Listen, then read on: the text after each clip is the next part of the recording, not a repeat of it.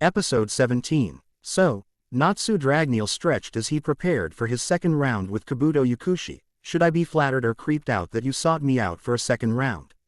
That is up to you to decide. Kabuto shrugged as he pushed up his glasses. However, I personally cannot let you face Lord Zirf, at least not until I have had my fill of fighting you. Natsu smirked at this. You don't strike me as the type to actively seek out battle. With those glasses, you look like Lucy when she's absorbed in a book. Yeah, you look more like a bookworm than a fighter. You say that and yet we were even in our first bout. Kabuto pointed out. Natsu laughed at this. Yeah, that's true, you may look like one, but you're no bookworm. You're a warrior through and through. And since I know you are just that, Natsu continued as he powered up, enveloping himself in another visible aura of flames, I think it's time I actually took this fight a little serious. I hope you do the same. Kabuto raised an eyebrow at this.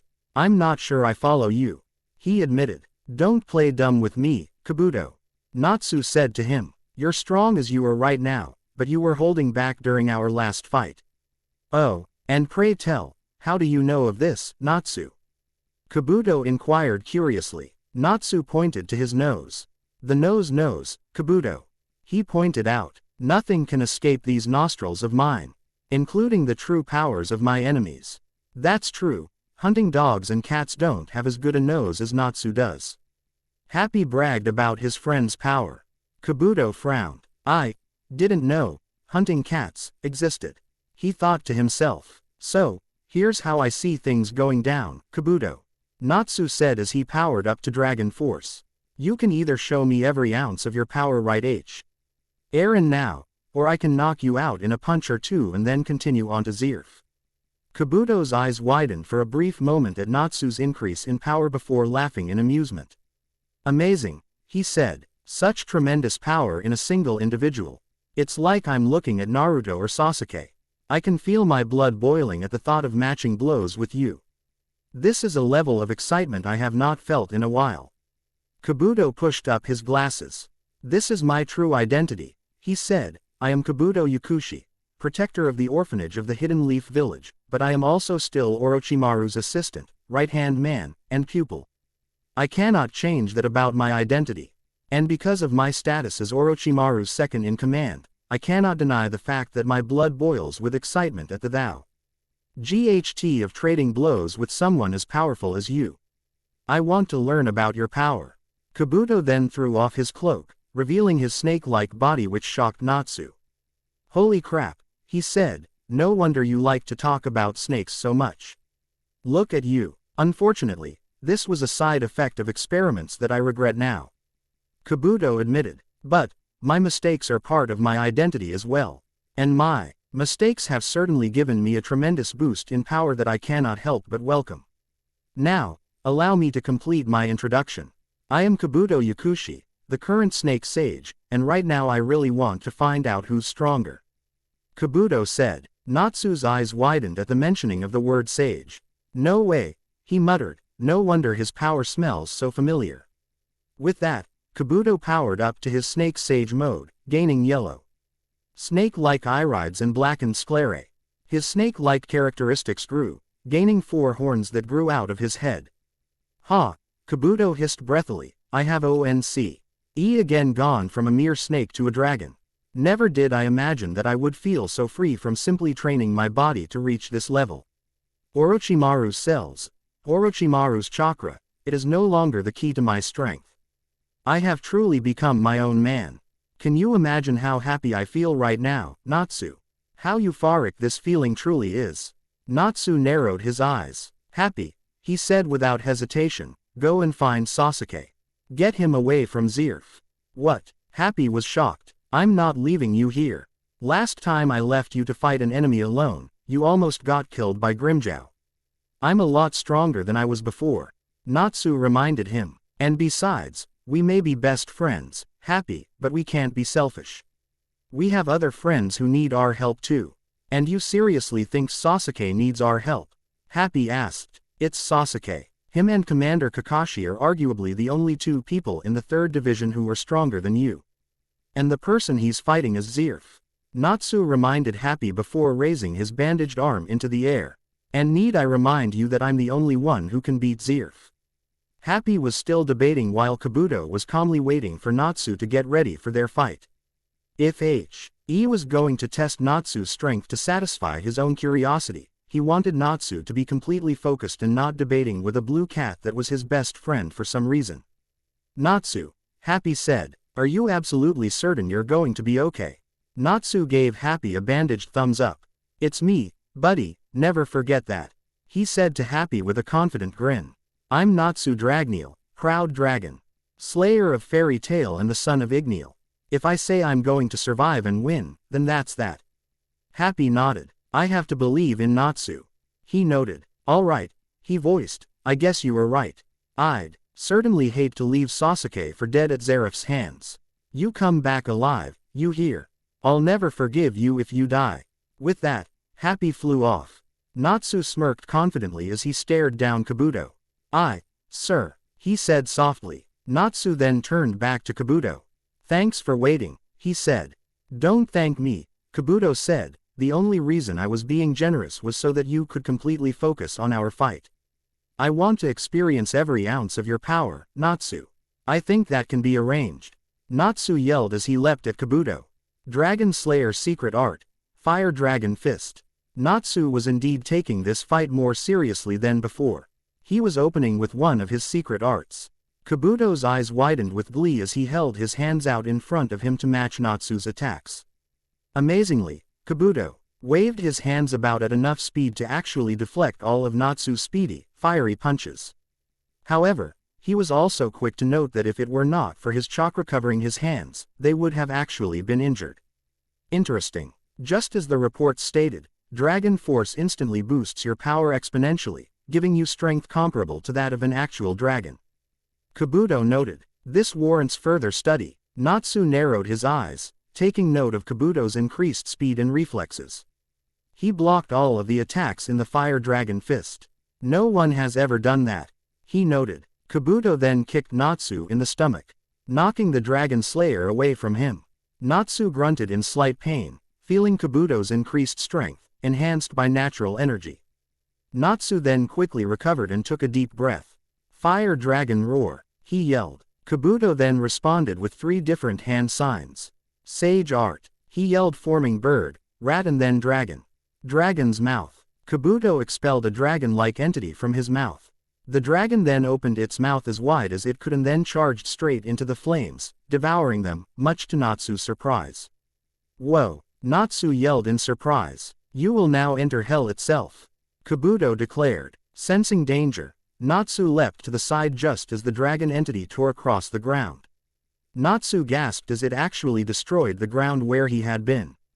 It was like the ground had been wiped from existence, just like he sometimes does with his hottest attacks.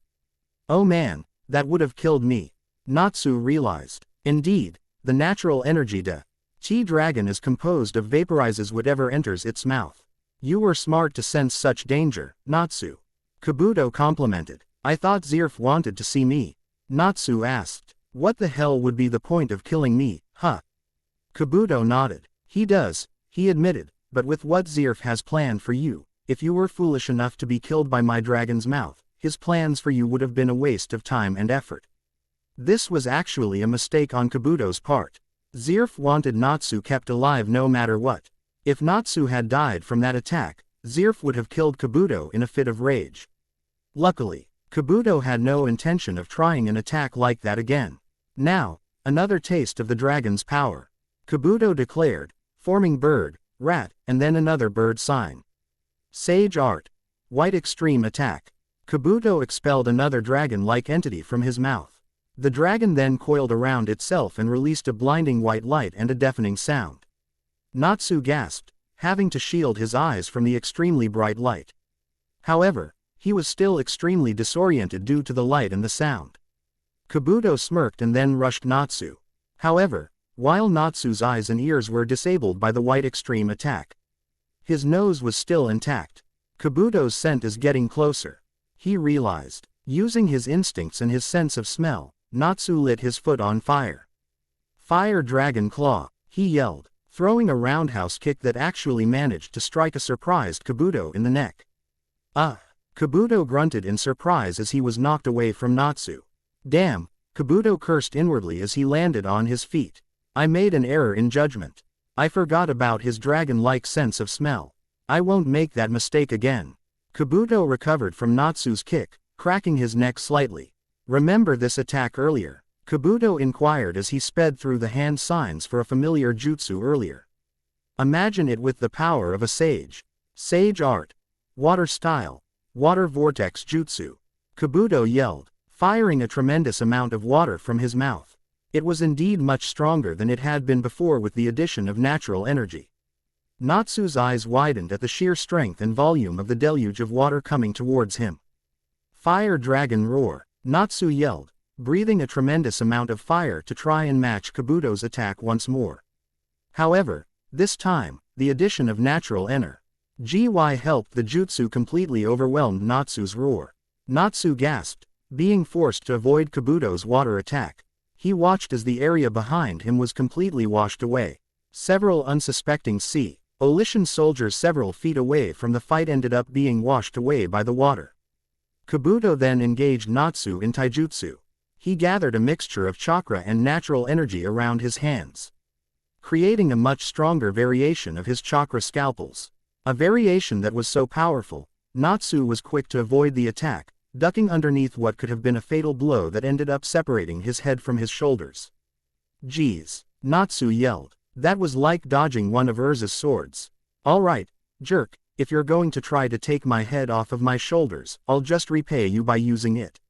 Natsu yelled. Fire Dragon Sword Horn. Kabuto grunted in pain as he was struck by Natsu's fiery headbutt. The sage then quickly recovered and countered.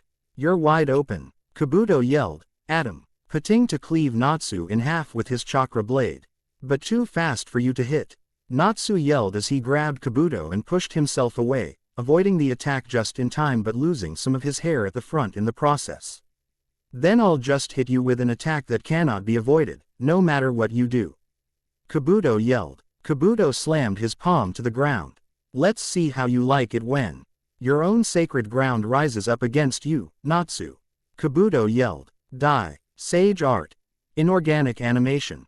Inorganic what? Natsu repeated in confusion. Prepare yourself, Natsu Dragneel, Kabuto said, I am not your only enemy now. At that moment, the earth started rising up around Natsu, surrounding him in a prison. Whoa, what the hell is this crap? Natsu demanded. I told you, it's sage art, inorganic animation. Kabuto reminded him. It allows me to use natural energy to breathe life into the lifeless so that they may do my bidding. Then, several roots rose up from the ground inside of the earth-like prison that surrounded Natsu. Natsu's eyes widened as he was suddenly wrapped up by the roots. Said roots then squeezed down on him, hard. Gia, Natsu yelled as he felt the roots constrict his body, threatening to make him pop in a bloody mess. Worry not, Natsu, I have no intention of killing you in such a violent manner. I just intend to make you pass out from the pain. It's like you said, Zirf wants to see you brought to him alive and in one piece. Kabuto reminded him. Is that right? Natsu wheezed. Yes, that is right. Kabuto nodded as he manipulated the roots to tighten around his opponent. I promise you, it is nothing too malicious. In fact, you might find what he has to say very enlightening. Sorry buddy, I don't do enlightening, Natsu declared, especially if it has anything to do with that bastard. With that, Natsu exploded in a tremendous amount of flames, surprising Kabuto. So you had even more energy to spare, Kabuto noted. Excellent, I'm glad to know that I can test even more of your power. You'll regret ever wanting to, Natsu admitted as the roots around him returned to the ground and the earth returning to its normal state. With that, Natsu leapt at Kabuto. At speeds he could not dodge due to the flames around his legs giving him a boost. Hidden flame form, Natsu yelled. Flame Lotus Phoenix Blade. Kabuto gasped at the speed and power of the attack before being rammed with tremendous force. He looked down and watched as Natsu continued pushing him through Tenro Island. He was then pushed into a rock formation and the attack exploded all around him. Natsu grunted as he was knocked back by the force of the attack. The dragon slayer then glared at the flame-enveloped Kabuto Yakushi. Don't you dare think of me as just a stupid test subject, you son of a bitch. Natsu growled in anger. I am Natsu Dragneil, dragon slayer of fairy tale. Don't look down on me. Kabuto then casually strode out of the fire, rubbing his stomach in slight pain. Natsu's eyes widened as he slowly came to realize what had just happened. Kabuto had just shrugged off an attack that had KO'd foes like Master Zero of the Oración Season, heavily injured Mardgeir Tartaros, Lord of the Underworld and the Definitive Demon. That actually stung, Kabuto admitted. I'm going to take a breather if you don't mind. Hell no, Natsu yelled. You don't have a choice, Kabuto said as his stomach started to pulsate. Then, much to Natsu's disgust, the blobs started to form into different clones of Kabuto. Sage Art. DNA replication, Kabuto introduced, by using natural energy and some of Orochimaru's more grotesque body techniques, I can create sentient clones of myself. Get him, Kabuto ordered his clones. Natsu gasped in surprise as the clones all jumped at him from every angle.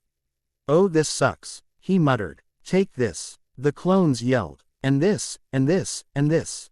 Yeah, this definitely sucks, Natsu muttered as he was forced on the defensive by the many Kabutos. Kabuto, meanwhile, panted slightly from being struck by Natsu's flame lotus phoenix blade and using the DNA replication technique to distract him while he recovered. That might have been unwise, Kabuto admitted. He DNA replication technique takes a lot out of me. Of course, the drain is well worth the reward. The clones are nowhere near my level, but together they should be strong enough to give Natsu trouble. The best part is, a solid hit won't cause them to die like Naruto's shadow clones. No, they have an actual lifespan that must be worn out before they die. The clones made from the DNA replication technique then formed some hand signs in unison as they prepared to attack Natsu. Water style. Water bomb jutsu. They yelled, collaborating to fire several powerful streams of water that struck Natsu from different sides. Natsu was brought to his knees from the powerful force of the multiple attacks. That's enough, Kabuto ordered his clones, do not hit him too hard. Zirf will not be happy with me if I bring him Natsu in an unsatisfactory condition. I keep telling you, you're not bringing me to Zirf. I intend to go see him myself so we can settle things once and for all. I do things on my terms. Nobody else's, except maybe Urza's terms when she wants something. Kabuto raised an eyebrow at how resistant Natsu was being. It looks like I haven't hit you hard enough, he noted. What can I say? I'm pretty stubborn. Natsu laughed humorlessly. I'm told that's one of my best qualities. Anyway, before we continue, let me just say that you are one hell of a sage. Natsu said. I totally want to do some things to match the cool things you can do one day when I fully master my sage mode. Kabuto narrowed his eyes at the mentioning of sage mode. Natsu then exited Dragon Force, still grinning confidently in spite of the fact that he had just exited his supposed super mode. What are you planning? Kabuto demanded. Ain't it obvious, Kabuto? Natsu grinned at him. Now that you've shown me yours, I'll show you mine. With those words, the red scales covered Natsu's body, the flames around his body danced as they turned gold. Kabuto's eyes widened when he sensed the power of natural energy meld with Natsu's magic power. This is Sage Mode, he realized. Natsu grinned. Kabuto narrowed his eyes upon realization. I see now, he said, it's just as the data proclaimed. I had honestly thought that the Coalition made an error when they said you had done it, but now I see that they were telling the truth. You've become a sage, the first true dragon sage, Kabuto noted. In the living, breathing flesh. Natsu bragged with glee. You would not believe how thrilled I was when I got this power. It brought me closer to the level the others are. Oh, Kabuto was surprised at this. You recognize your inferiority compared to Naruto and the others then? Of course I do, Natsu admitted. Those three, as strong as I am, they're still stronger. This doesn't mean I won't ever be as strong as them, it just means I'm still getting stronger. But I want to reach their level soon. I want to stand on equal footing with those guys, they're my friends, my brothers. I want to live up to my title as Active Order, we all do. And We will live up to that title for the sake of the universe. With that, Natsu reinitiated the fight before Kabuto could respond. Then, he started assaulting the clones made from the DNA replication technique. One by one, each one was destroyed by Natsu's tremendous physical strength and hand-to-hand combat skills, granted to him in his Dragon Sage mode. The final clone, filled with fear, aside FFECT of him being completely sentient, turned and tried to run from Natsu, only to be run through by Natsu's clawed hand. "You're not getting away," Natsu promised as the clone dissolved. Kabuto, watch. Is every single clone that made up his DNA replication technique dissolved into puddles of gooey flesh. Impressive, Kabuto could not help but say. Your power boosted itself to the point where you could kill 5 clones of me. That is not an easy feat. It is the next level of the Shadow Clone Jutsu after all. This made Natsu laugh. The next level? What a load of crap, he exclaimed. Naruto's clones still hit harder than yours. Natsu then rushed Kabuto, who was quick to defend himself. Sage Art. Thick-skinned Jutsu. Kabuto manipulated the natural energy in his body to forcefully cover himself in more layers of protective skin. Sage Dragon Thunder Fist. Natsu yelled, throwing a powerful punch that broke right through the majority of the layers. Natsu then channeled natural energy into his fist, delivering a second punch that broke through the remaining layers and pushed Kabuto away from him. Kabuto grunted slightly while Natsu stared at the Snake Sage in slight surprise, taking note of fact that he was handling an attack that knocked Grimmjow off of his feet. Kabuto glared at Natsu while the Dragon Sage prepared another attack. Sage Dragon Roar. Natsu yelled, breathing golden flames that sped towards Kabuto. Kabuto, knowing that his water vortex jutsu, his water-style ace in the hole, would be unable to extinguish flames of this caliber.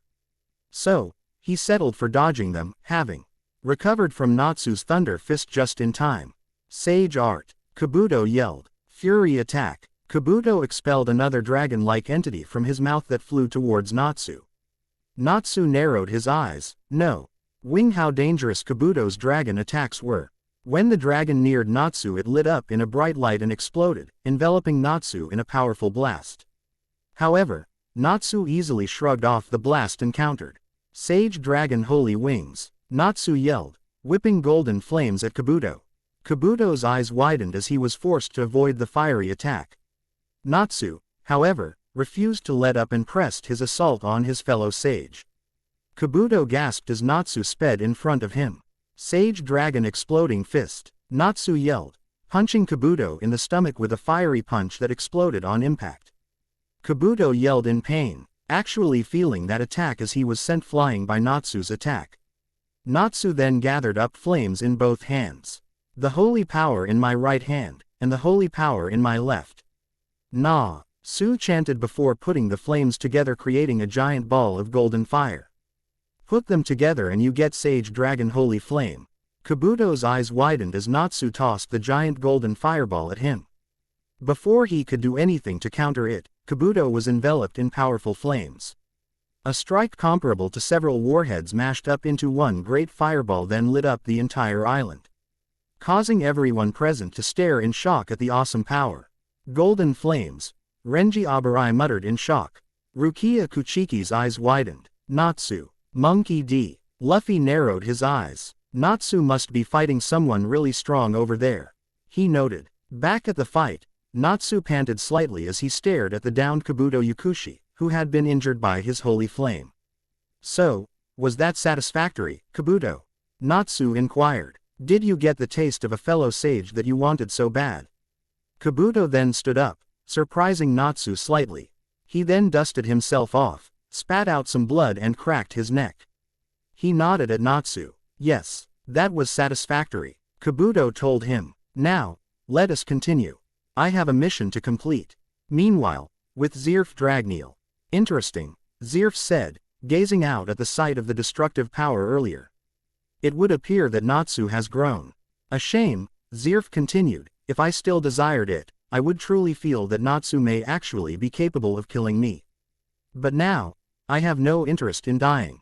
It's too bad, actually, Natsu's over 400 years too late to fulfill his old purpose. Zirf said grimly. Too bad, so sad, dying is no longer my intentions. From here on out, I choose to rule the world rather than remake it. Zirf then looked at the bloodied Sasuke, who was shockingly standing in spite of the massive beating he had taken from the Black Wizard. I'm impressed, Sasuke. You're still standing, Zirf noted. Tell me, are you just that stubborn? Because last time I beat you this much, you were on the ground writhing in agony. Sasuke panted. Until my comrades come to defeat you, I won't drop to the ground again. He vowed. Zirf chuckled in amusement at Sasuke's statement. Oh Sasuke, he said, I admire your tenacity, I really do. It's a shame we have to be enemies. Your dedication to your ideals would have made you a valued asset to the coalition. If only you had stayed fixated on the Hidden Leaf's destruction, on the destruction of everyone who had, fitted from the Uchiha clan's destruction. Spare me, Sasuke said, you can remind me of my past all you want, I have no regrets about my current position. Zirf laughed, cruelly amused by Sasuke's state of being. You truly are a waste. Sasuke, Zirf admitted, you are a waste of potential to the highest degree. You could have accomplished so much. You could have been a revolutionary, a visionary like Madara. But, you instead chose to throw it all away for a few insignificant friends of yours. My friends are not insignificant. Sasuke snarled in anger. I won't have you talk badly about them in front of me like that. Oh but they are insignificant, Sasuke. Zirf said. You have the power to shape the world in your image and you choose to waste it. For shame, Sasuke. I'd rather lower myself to their level than be anything like you. Sasuke replied. If I did something as sick as you are planning to do to Natsu, I'd have to kill myself. You're nothing but a monster drunk on your own power, Zirf. I don't know what Kanten's told you, but you've clearly fallen for his crap hook, line and sinker. Zirf sighed before looking at Sasuke in amusement. It's too bad, he said, all you can do now is try to talk me to death. And that's going to go about as well as your attempts to actually try and kill me. Zirf then pointed his hand at Sasuke. Anyway, I think I've toyed with you long enough, my dear Uchiha. It's time for you to die. What, you're bored with me now? Sasuke asked, annoyed with how much of an ass Zirf was being at the moment. You must understand, I've enjoyed this immensely. Zirf said without any reservations. Perhaps this is the contradictory curse acting up, but I have definitely enjoyed tormenting you. A far cry from how I usually feel about torture. The point is, I actually ally wanted to stick around and torment you some more. So what changed? Sasuke could not help but ask. Simple, Zirf continued, I know where I must go next. And now that I know my next destination, I no longer have a reason to stay here and play with you. So, since you have no intention of turning against your comrades, which I suppose is admirable in itself, I'll just kill you right here and now. Farewell, Sasuke Uchiha, may you only be remembered as a mere stepping stone to our path of victory. Zirf said as he charged up an orb of magic power. Sasuke stood bravely in the face of his death. Naruto, Sakura, Kakashi, he thought. I'm sorry, it looks like I'm not coming back from this one. You'll all have to win this war without me, my friends. Zirf fired the orb of magic at Sasuke. Sasuke stood and waited for his death. Then, all of a sudden, max speed, Happy suddenly swooped in out of nowhere, scooped up Sasuke and flew off with the Uchiha, successfully saving him from execution by Zeref's hand. Happy. Sasuke was surprised at this. Wow, Happy said, gazing down at the rapidly shrinking Zeref in fear, that was a close call. I'm glad I got to you in time, Sasuke. Oh man, Zeref really is strong. I've never felt magic power that strong before. He really is the strongest and most evil wizard of all time. Sasuke gazed down at Zeref. Yeah, he said, that man really is pure evil. It's like looking at Kagaya all over again. Hey, Sasuke continued, where's Natsu?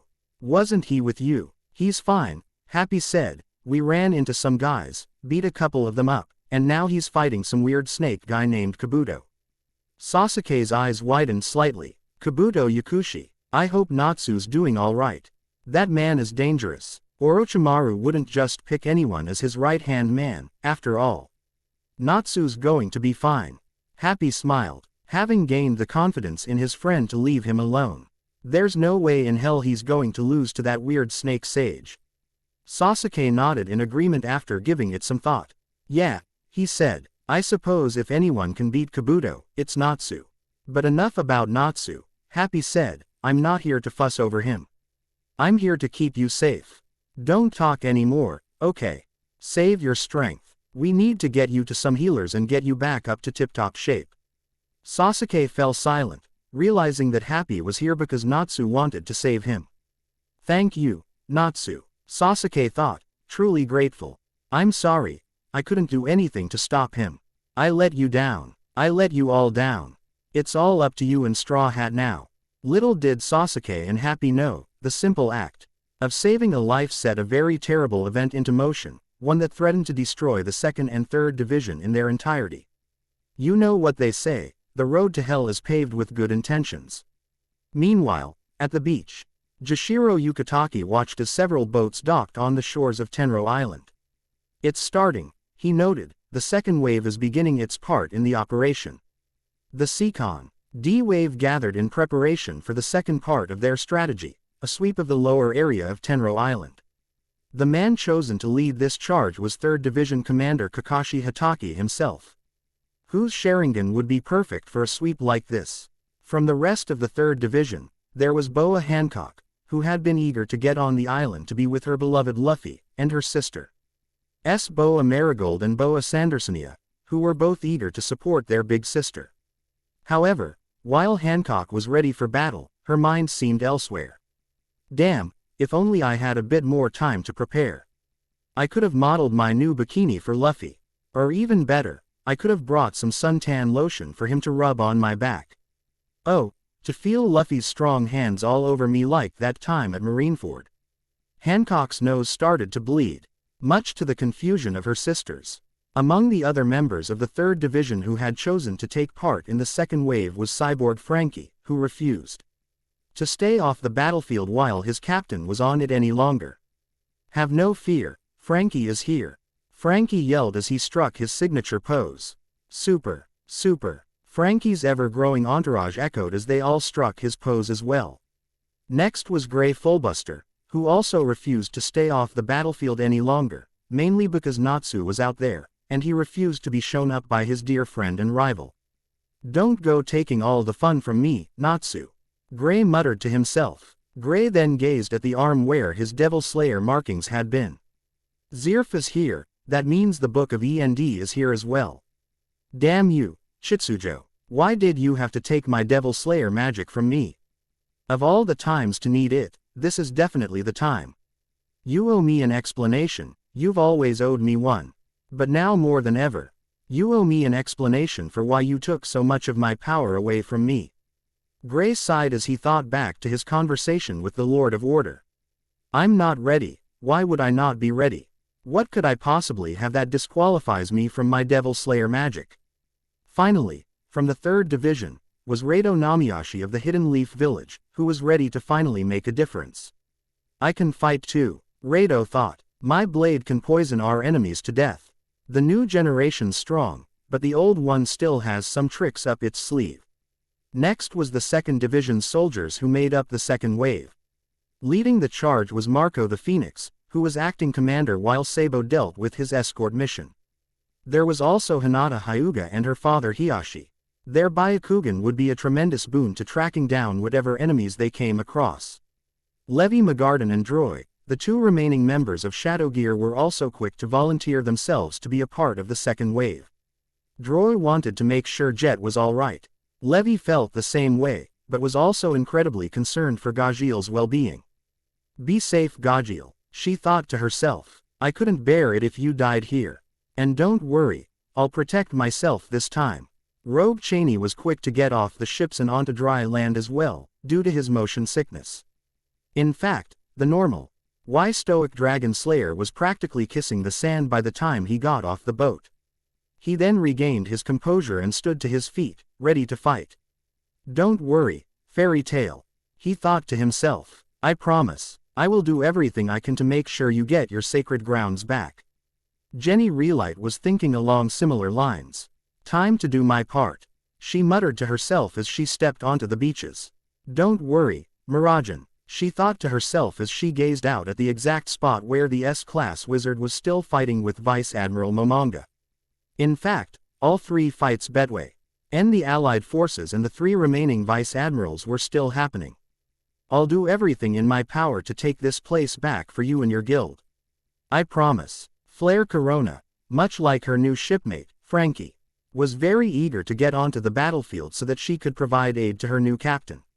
Finally, Speed Jiru, captain of the Whitebeard Pirates' 14th unit, rounded out the well-known soldiers of the 2nd Division who made up the second wave of soldiers. However, some from the first wave refused to simply be bogged down on the beaches. Monkey D. Luffy was one of them. He had every intention of doing a lot of things on this island, helping Sasuke, helping Natsu, kicking a lot of ass, settling the score with Zerf, kicking Zeref's ass in particular. Please note, this is Luffy's train of thought, not the narrator's. Said Straw Hat Captain was cracking his rubbery knuckles as he prepared to charge into the destroyed forest of Tenro Island. Hang on, Natsu, he said. I'm coming to help. You better not have kicked all their asses and had all the fun by the time I'm there. A good majority of the notable soldiers of the first wave intended to lend aid to the second wave. In fact, it would be much easier to list those who intended to hang back and recuperate. Evergreen was still heavily injured from her fight with Miyako, and as such required extensive care from the Dix who had come to the beach as part of the first wave. Jashiro Yukitake was also staying behind. He wanted to use his knowledge of healing arts to speed up the treatment of the people who had been injured in the fight on the beach. Other than that, the rest of the first wave intended to join in on the second wave's fight inside of Tenro Island. Marco folded his arms and grinned as he stepped forward, looking out at the destroyed forest of Tenro Island. I don't think we can expect the rest of this to be easy, even though our strategy is working perfectly. He noted. Oh well, nothing ventured, nothing gained, isn't that right? Kakashi. Kakashi gave Marco one of his patented eye smiles before gazing out with a surprisingly serious look. We've come far since the beginning, he said. It's time to put this chapter of our journey to an end. You ready then? Marco asked with a smirk. Of course, Kakashi responded. I'd be a pretty poor commander if I weren't ready for our biggest fight yet. Marco laughed. Yeah, that's true. Soon, both the 2nd and 3rd Division's second wave were pouring into the ruined forest of Tenro Island. The island sweep had officially begun. Meanwhile, Panther Lily looked down to see his comrades advancing. It looks like we've begun our strategy. Panther Lily noted. That's good, that means things are going smoothly so far. Panther Lily then saw Levi and swooped down towards her. Lily. Levi shouted in surprise before noticing the mass in his arms.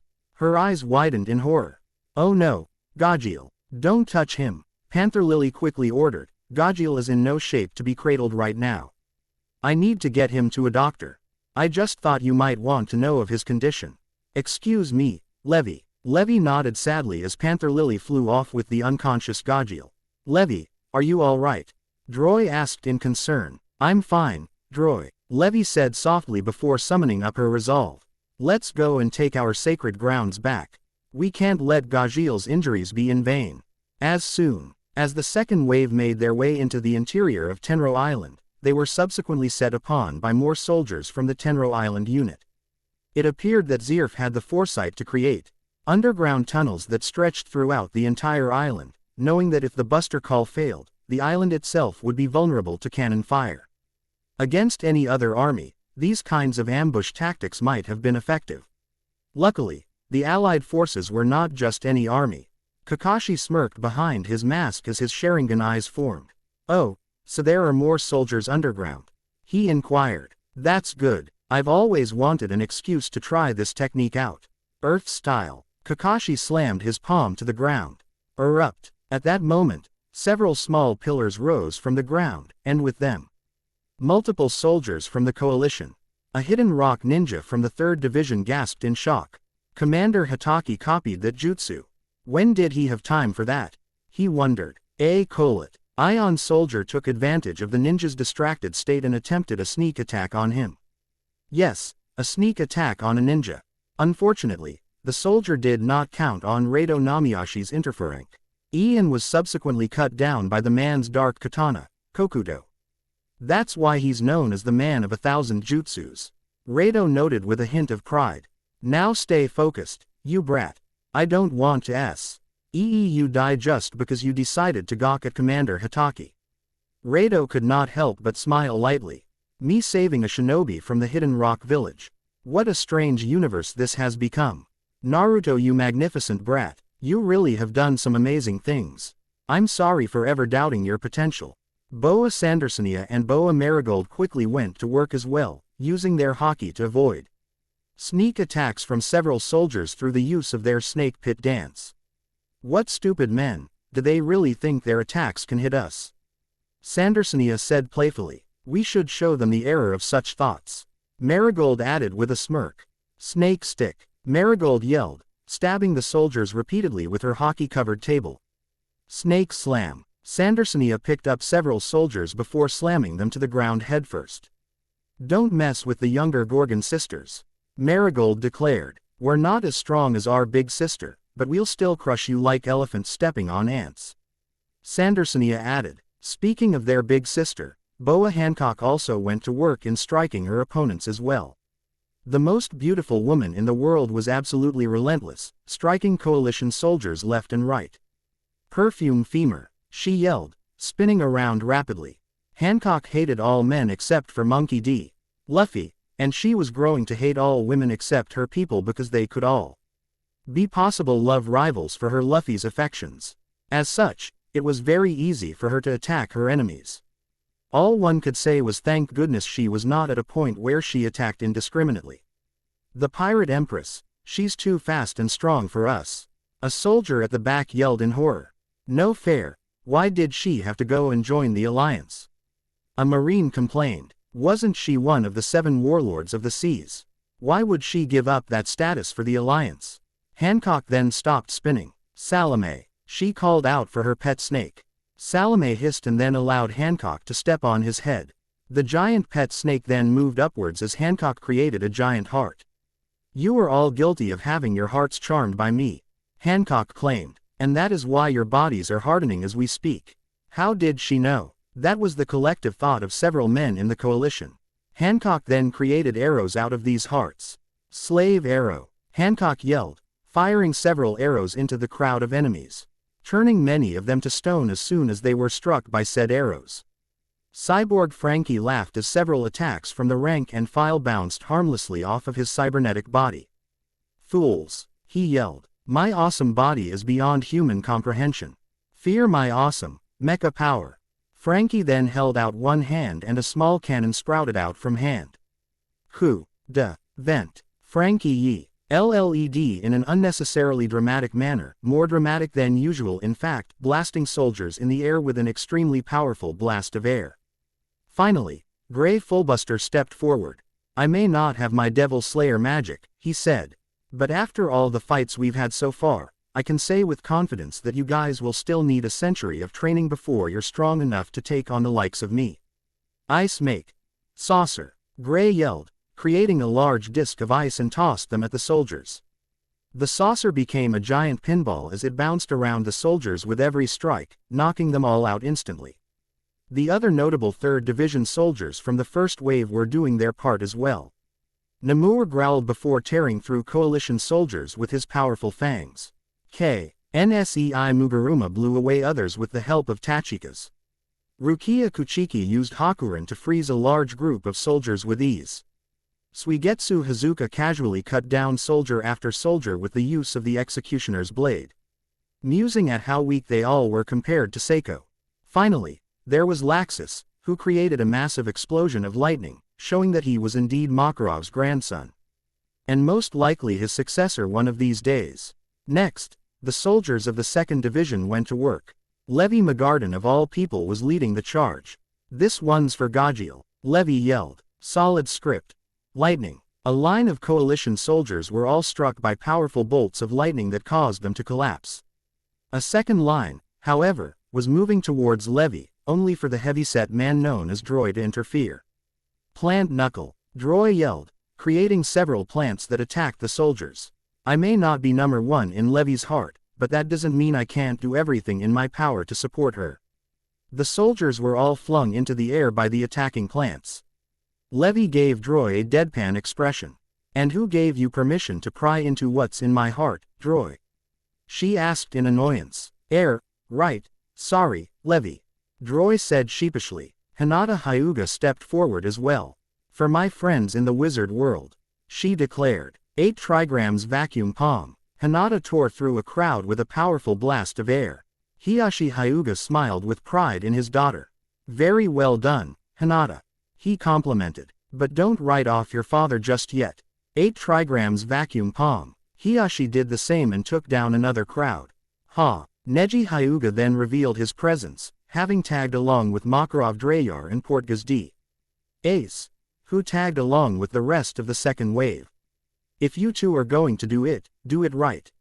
8 trigrams vacuum palm. A larger vacuum palm sent both crowds flying at the same time as they all tried to get up. Did we just get in the middle of a family competition? One yelled in disbelief. Neji smirked triumphantly at his cousin and uncle. Never forget that I'm the prodigy in this family. I have to be in order to protect you too.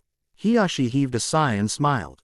You win this round, nephew of mine. But be warned, Hinata's getting closer to surpassing you every day at the rate she's going. Hinata blushed in embarrassment at her daughter's praise. I wouldn't go that far. Neji smirked good-naturedly. I better keep up my training then.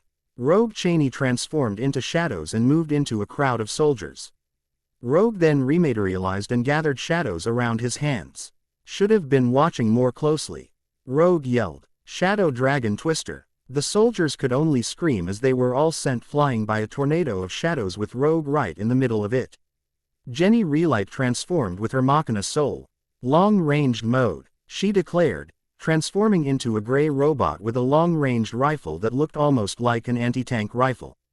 Ready, aim, fire.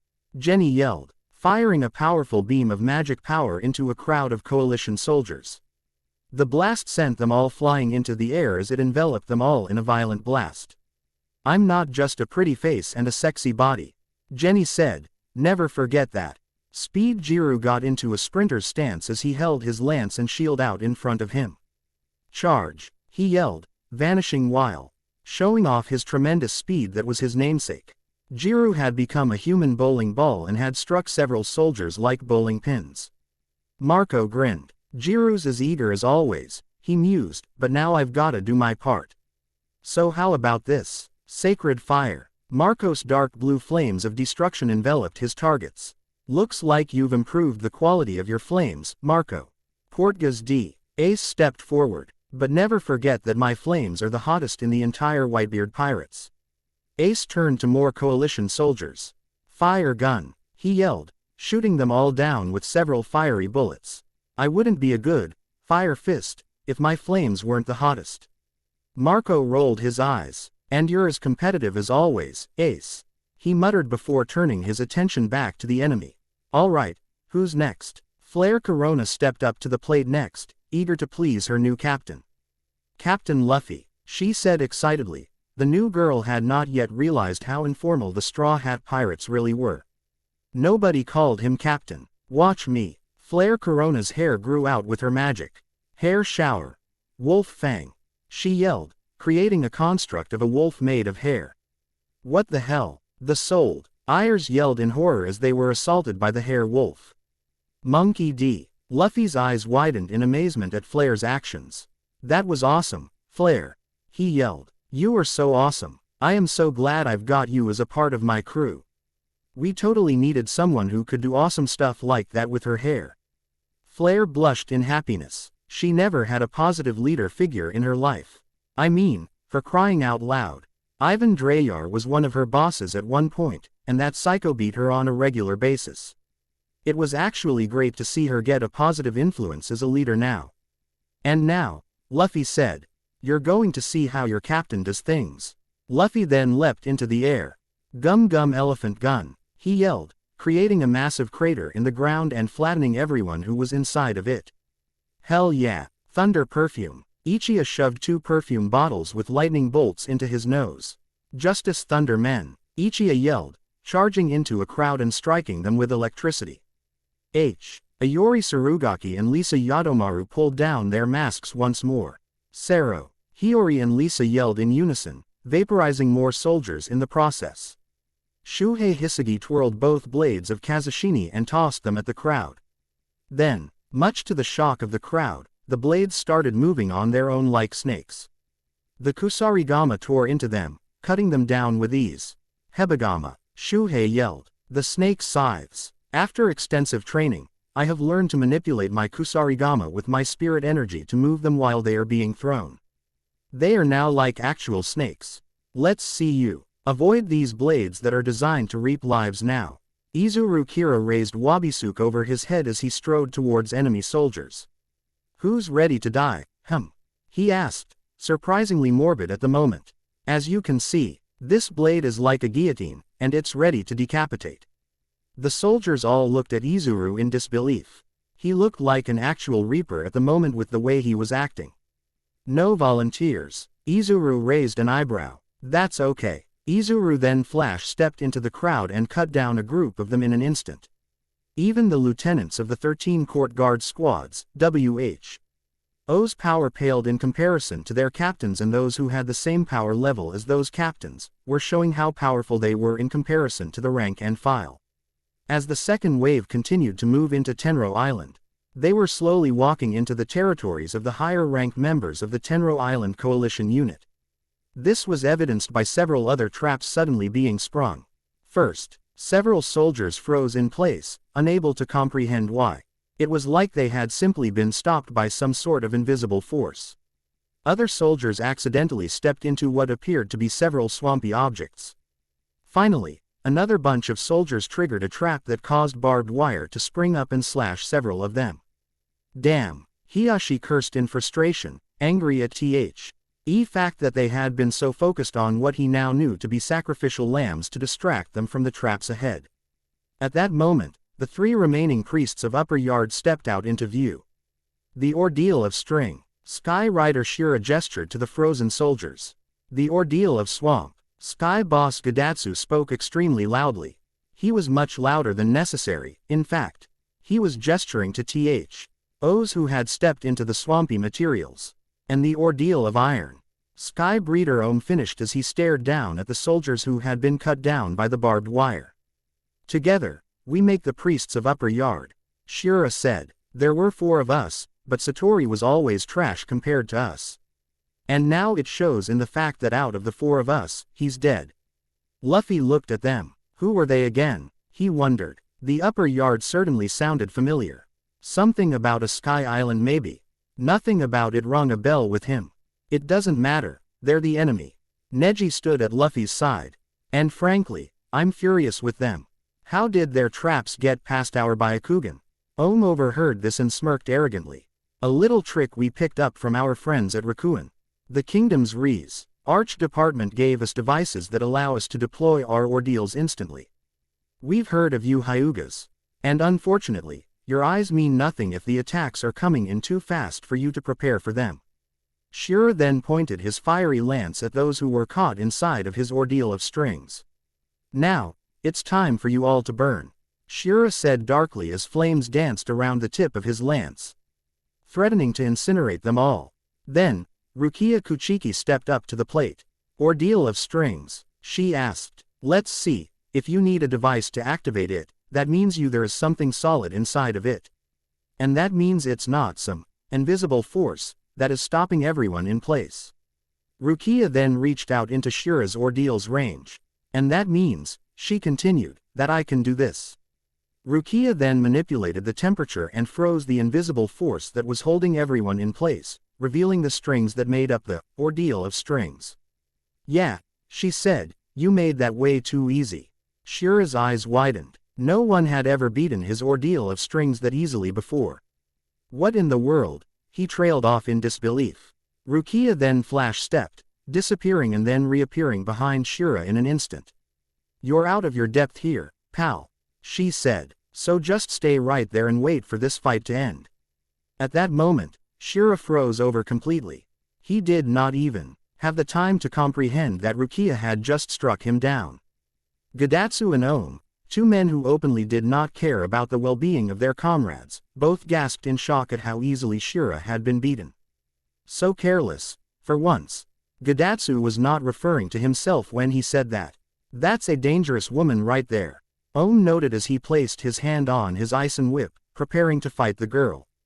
Rukia then glared coldly at the both of them, causing them to instinctively back away from her in fear. She had finally mastered the patented Kuchiki stare that her brother was so good at.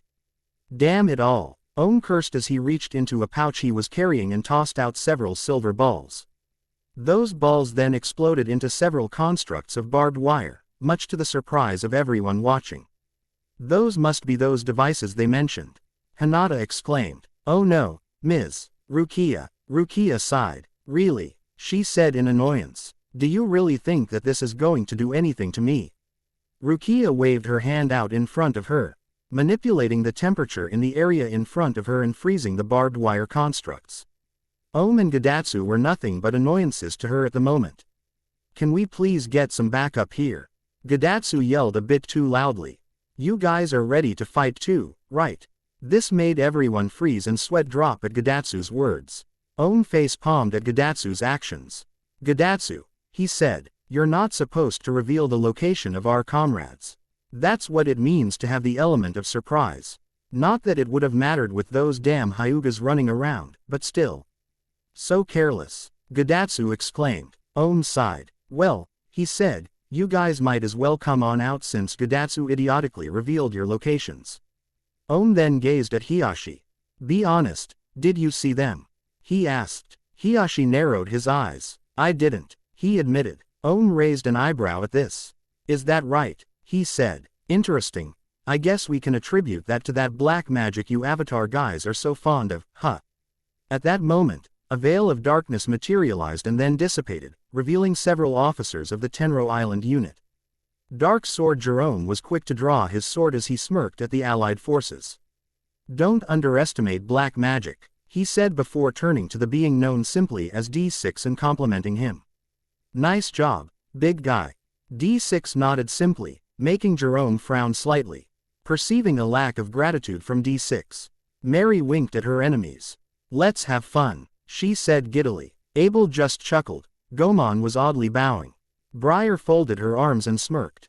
Time to show them the power of our black magic, she said. This time, we'll crush our enemies. It was not just Avatar who had shown up, however. Priver Naspada 107 Gantenbane Mosqueda had stepped up to the plate as well. Flanked by the numeros known as Lalia Virn and Mainoli Malia, the famed mist ninja, Chukachi stepped into view as well, knowing that trying to hide with his techniques would be useless thanks to the Byakugan. And finally, Black Zetsu, having merged with a white Zetsu clone, rose up from the ground. This should be very fun, Zetsu noted gleefully. Gomon was quick to strike. Torture magic, he yelled, manipulating various kinds of instruments of torture to attack the allied forces with. Briar smirked. Clone magic, she yelled, splitting into 4 copies of herself. Briar of sadness. One wept in despair. Briar of happiness. Another Briar said in glee. Briar of anger. A third Briar said, visibly furious. And Briar in love. The fourth Briar said with hearts in her eyes. Then, the 4 clones of Briar fired several magic shockwaves at their enemies, forcing several of them to dodge frantically. Meanwhile, Mary was surrounded by several Alliance soldiers. Ah, are you really gonna try to hurt little old me? Mary looked deceptively innocent for a brief moment before giving them all a dark smile. Okay, let's play. Virus. At that moment, the Alliance soldiers all around Mary collapsed to the ground, clutching their stomachs. Stomach viruses are painful, aren't they? Mary taunted with a dark, playful nature. D6 then fired several beams of magic into crowds. Zetsu M. manipulated his wood style to spring up from the ground and attack Alliance soldiers. This version of Zetsu had much better control over wood style than the previous Zetsu. Mosqueda punched out 1 Alliance soldier per punch. Lolly and Mainoli did not leave each other's side as they worked together to cut down the rank and file with ease. These guys are such trash, Mainoli. Lolly said. How they managed to survive the Wandenreich is nothing short of a damn miracle. Couldn't agree more, Lolly. Mainoli smiled. Perhaps we should be merciful and finish them off. Gladly, Lolly nodded and was quick to release her Zanpakuto, poison, escalopendra. With that, Lolly transformed into her horrifying resurrection, a centipede-like beast. I really do hate this form, she admitted. It's so hideous. How could Lord Aizen find a form like this attractive? Well, since he's not here, I'll simply use it to corrode and poison my enemies to death. Mainoli instinctively took a step back, knowing that Lolly was incapable of telling between friend and foe in this form. Not because she was insane, it was simply because her poison, like any other poison, was indiscriminate in who it killed, as evidenced by the fact that the poison she was secreting was corroding the area around her. Dark Sword Jerome smirked as the officers all advanced on the second wave. Too bad, so sad, he said. It looks like you've hit a wall, Allied forces. Too bad indeed. Now that we're all here together like this, your progress is about to come to a screeching halt. You're not going to interfere with Lord Zirf any longer. Marco laughed in amusement at Jerome's statement. Okay, he said. Did you hear that, everyone? We've apparently hit a wall. Kakashi gave Jerome and the other officers an eye smile that promised a lot of pain. Why don't we show you what we do to walls in the Allied forces? While the second wave prepared to take on a good portion of Tenro Island's officers, 3 remaining officers were making their way to the battlefield as well in different ways. Hubby Sano, the monster tamer of Orochi's fin, cackled gleefully as he tossed several pieces of hollow bait into the air. He then cracked a whip as several garganta opened and hollows came pouring out. Time to serve your new master, Hubby declared. Meanwhile, Jackie Tristan casually strode across Tenro Island, her dirty boots ready for action. Second battle, she mused, wonder how this one will end. Finally, an older shinobi leapt from ruined tree to ruined tree as he made his way to the fight. He stopped for a moment to sigh. This is going to suck, ain't it, son? He asked his tailed beast. All he could hear was Son Goku, the four-tailed monkey, grunt in acknowledgement. Sighing again, Roshi, the Jinchuriki of the Four Tails, started making his way to the battlefield once more. Omake. Naruto's punishment. Okay, Ichigo Kurosaki said in a surprisingly gleeful manner. We are here today at this lovely old house for Naruto's punishment. Naruto gave his 3 friends a deadpan expression. Just get it out of the way, you idiots, he said. It's a haunted house. The other acts looked at each other for a brief moment. Yeah, it's a haunted house, they said in unison. Naruto took a deep breath while Ichigo chuckled. The punishment is simple, buddy, we're just going to direct you through the house via earpiece. And you cannot run away, only run forward. Natsu Dragneel added. No matter what comes after you. Naruto took a deep breath. Whatever's in there, they know they're not allowed to touch me, right? The people who work haunted houses aren't allowed to touch the patrons. And besides, they'll get knocked out if they try anything. All 3 looked at Naruto in disbelief.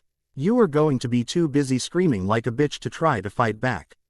Monkey D. Luffy said crassly. Naruto fell silent, knowing that they were right. Oh, and fair warning, you're going to get the long tour of this house. Ichigo pointed out, you're going to see every room.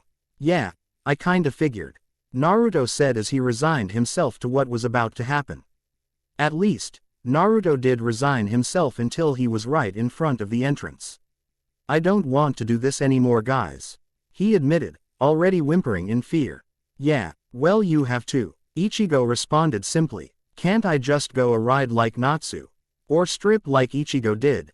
I'll do both of those, Naruto suggested. It wouldn't be a punishment then, Natsu pointed out. Just go inside, you wuss. Naruto continued to whimper as he placed his hand on the doorknob.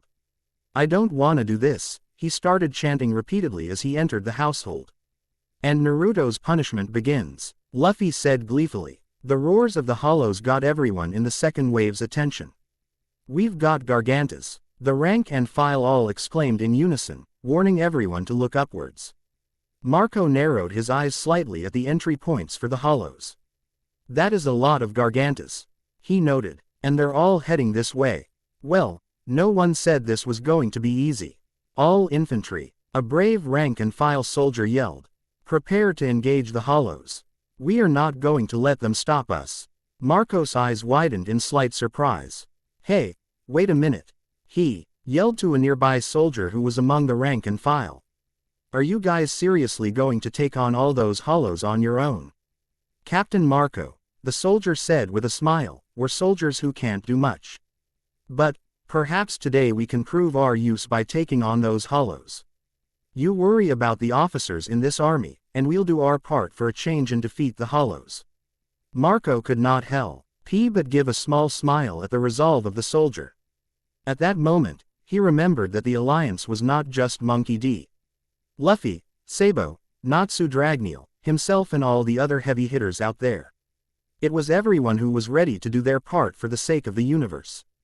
Okay, do what you boys gotta do. Marco nodded in agreement. We'll handle things here. Mary of Avatar giggled as the rank and file charged the hollows pouring from the sky. Lol, the mooks are trying so hard to be relevant. She said. That's so adorable I could cry. Mary then turned her attention to more soldiers. Now then, the rest of you can just drop to the ground and clutch those stomachs of yours. Mary said. After all, stomachaches can be so painful. With that, Mary activated her black magic, virus, and oust all the soldiers to collapse from stomach viruses.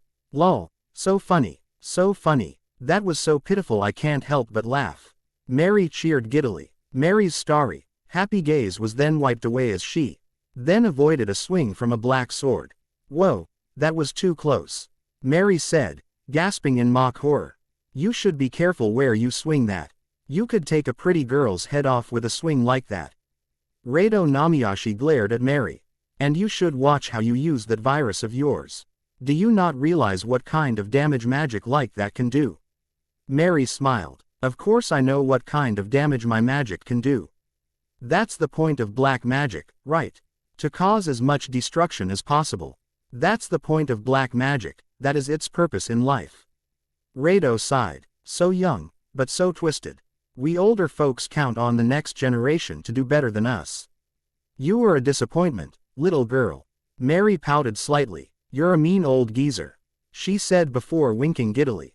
Oh well, I guess I'll just kill you then. Rado scowled. Kill me, he said. Maybe I am just an old geezer compared to you, you little brat. But I'm still not one to be looked down on. Don't underestimate a special Jonin of the Hidden Leaf Village. Rado declared. Mary giggled. So manly, so strong, you are a fierce one. Lol, I'm going to enjoy breaking you. She said. Meanwhile, the four clones of Briar sighed as they gazed at Mary's battle with Rado. Mary is getting serious. She's so scary whenever she's acting like that. Smiling Briar said with her usually happy demeanor. Grieving Briar wept as watched the fight between her comrade and the shinobi began. It's so sad, she sobbed. Mary can get so careless sometimes, but she's still someone who shouldn't be messed with. She's gonna kill that poor man. Angry Briar snarled in pure rage. It's more than he deserves. She yelled in anger. That man is our enemy. Enemies must be eliminated for the sake of Avatar. For the sake of the coalition. Briar in love could only sigh in dramatic sadness. A shame, she said, a cute man like that slaughtered by Mary's virus is just awful. I agree with grieving Briar, it's so sad.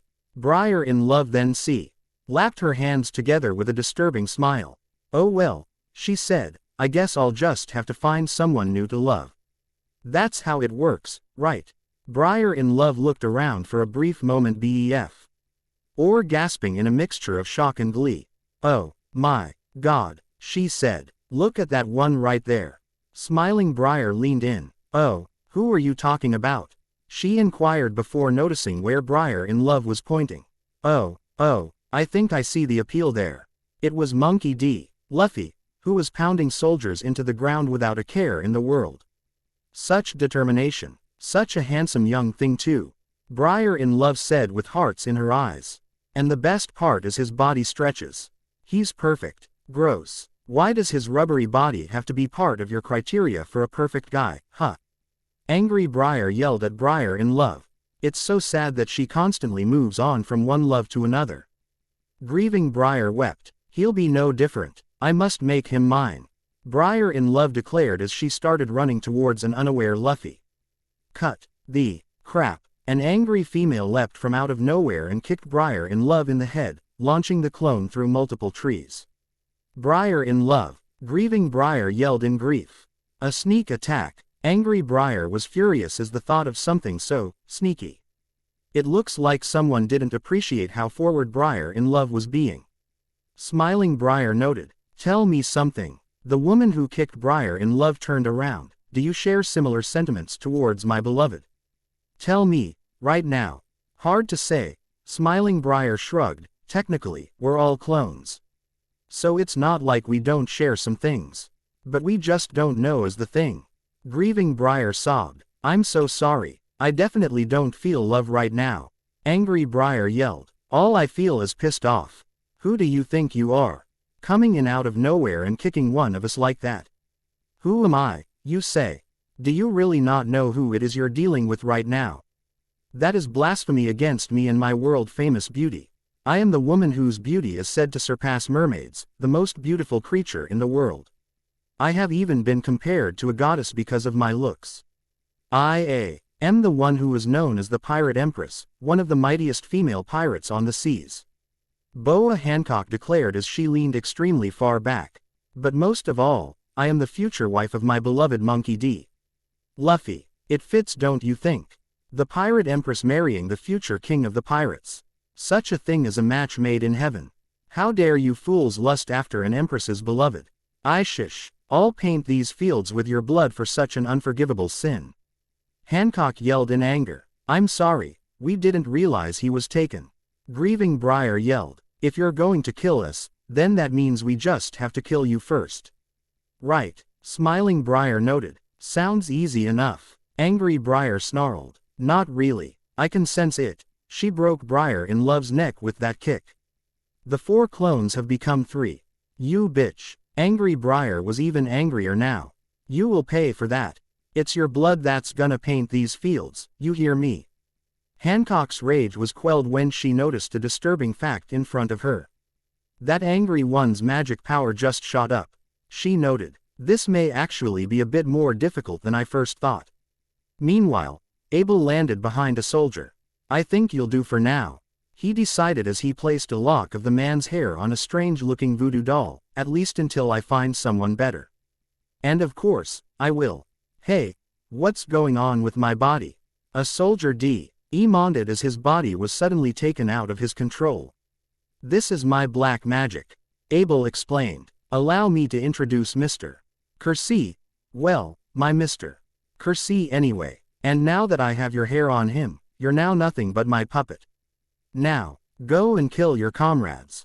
No, don't. The soldier pleaded to no avail as Abel manipulated him with Mr.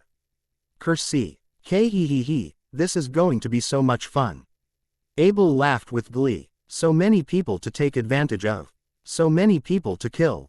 Hiashi Hyuga then attempted a sneak attack on Abel. Dishonorable cur. Hiashi yelled. You dare force them to do such a thing? Abel smirked and backflipped over Hiashi and grabbed for a lock of the man's hair. Protective 8 trigrams 64 palms. Hiashi yelled, protecting himself in a sphere of chakra that caused Abel's hand to bounce off the sphere. Abel winced in pain. Okay, that's gonna make things a bit more difficult. He noted. What a pain. Abel landed with surprising acrobatic skills and looked up at Hiashi, who was glaring down at the tiny little creature. To think one of my opponents would be someone like you. What a strange universe this is. Oh well, nothing changes the fact that you need to be eliminated for the sake of my comrades. Abel scowled and manipulated Mr. Kersey, causing the soldier he had taken control of to return to his side. You say that, but you bleeding heart types are all the same. He noted. Can you kill me by killing one of your comrades?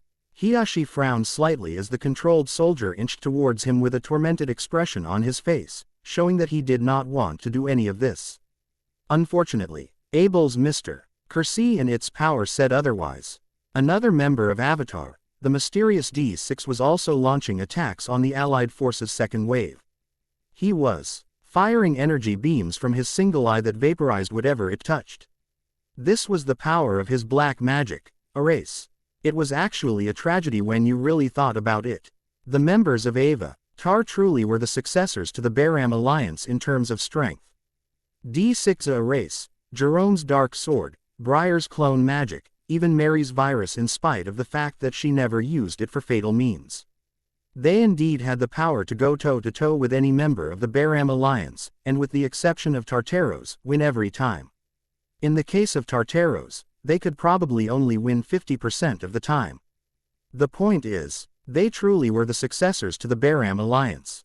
They simply had the misfortune of taking on a fairy tale that had taken their already immense power and had pushed it even further beyond. But now, they were finally showing how powerful they really are.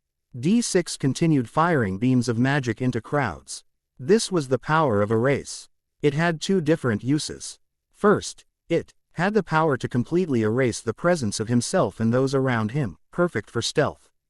It also had the power to erase whatever is struck by beams of magic. It was honestly too bad he never got to use it against Fairy Tail.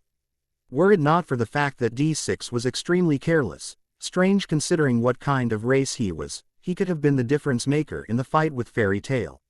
Ready, aim, fire, D6 said in an emotionless tone. D6 then fired another beam of erase at a crowd and vaporized the soldiers. Fate was not on our side before, D6 noted, but this time, fate shall be on our side. It shall turn into our favor. D6 then took notice of a new opponent advancing on him. Cyborg Frankie folded his arms and frowned at the Avatar cultist. Could you stop firing at my friends? He suggested. Absolutely not. D6 responded, we are enemies. Frankie nodded. Yeah, he said, I guess we are. So, wanna tell me what a robot is doing with the coalition? Robot. D6 sounded confused at such a notion. I am no mere robot. I am a Machias. A Machias. Frankie raised an eyebrow at D6's statement, having heard that name before from having joined up with the 2nd Division. The reason he had heard this, of course, was because Jenny Relight, whose takeover magic revolved around the Machias race. Actually, I'm not even sure if I'm a Machias. D6 admitted. My body is Machias and Yi. TI was also experimented on and given the DNA of another race. Okay, what the hell are you then? Frankie demanded. What I am is D6, the successor of Ds 1 to 5. D6 introduced himself. Mind telling me what the D stands for? Frankie inquired. It stands for none of your business. D6 responded in an emotionless tone. Huh, Frankie was shocked. What the hell, are you seriously making a joke against me? And furthermore, you are awful at making jokes. Show some more emotion when you're making them. Noted. D6 said in his usual emotionless tone. Frankie narrowed his eyes. All right then, enough gabbing, he said. If you're not going to stop bugging my friends, then I'm just going to have to kick your ass. It's that simple, wouldn't you agree? D6 nodded. I do like simple things. He admitted. Here's another simple thing. Die. D6 fired a beam of erase at Frankie. Star Shield. Frankie quickly formed a powerful metallic shield in front of him. D6 watched as the beam struck Frankie's star shield. He Cal. MLY waited for the shield to disintegrate from being vaporized by the being's magic. You cannot stop my erase. D6 claimed. Frankie grinned. Oh yeah, he taunted as he revealed that his star shield had only been charred by the attack. Does not compute, D6 said. Nobody has ever survived a blast from erase fully intact. Does not compute. Does not compute. What's wrong? Never tested your magic against the materials that make up little old me. Frankie taunted. Poor bastard, you've obviously never met Vegapunk and his genius. I redesigned myself with Vegapunk's tech. I don't care how strong your magic is. You can't vaporize my body that easily. Incorrect. D6 stated. I burned you. My erase can hurt you. I just need to adjust the output of power. Yeah, I guess you could do that. Frankie noted. Wick. H means I need to kick your ass before you find the level of power needed to kill me. Frankie leapt at D6, who gasped at how fast the cyborg was. Strong right. Frankie yelled, punching D6 in the face and initiating the fight. While Frankie and D6 began their struggle, Guman acted the way he usually did, bowing at odd moments while launching various instruments of torture at unsuspecting foes. Suck. H is the nature of his magic.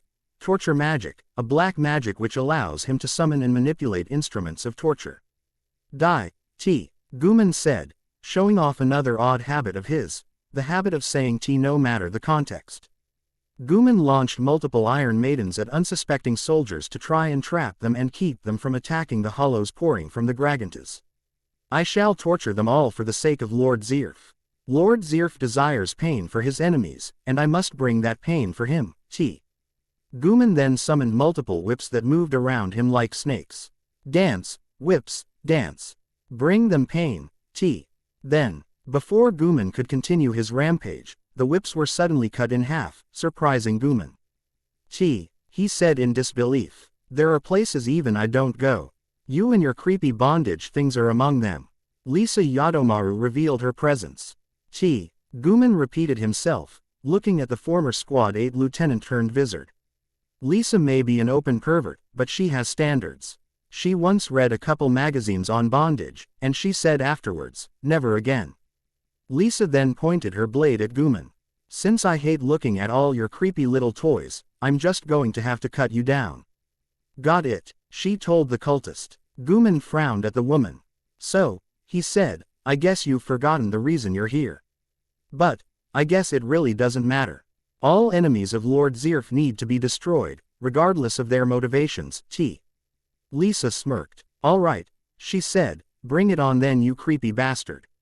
The last member of Avatar, Dark Sword Jerome was ready for battle. Ready for whatever unsuspecting fool was ready to challenge him. Then, Renji Abarai stepped up, ready to fight Jerome. You're a swordsman, Renji noted. That I am, Jerome introduced himself. Want to test your strength against me, boy? What Renji did not know was that Jerome, being a very cautious individual, had made sure to keep tabs on who was causing the most damage to the rank and file in this forest.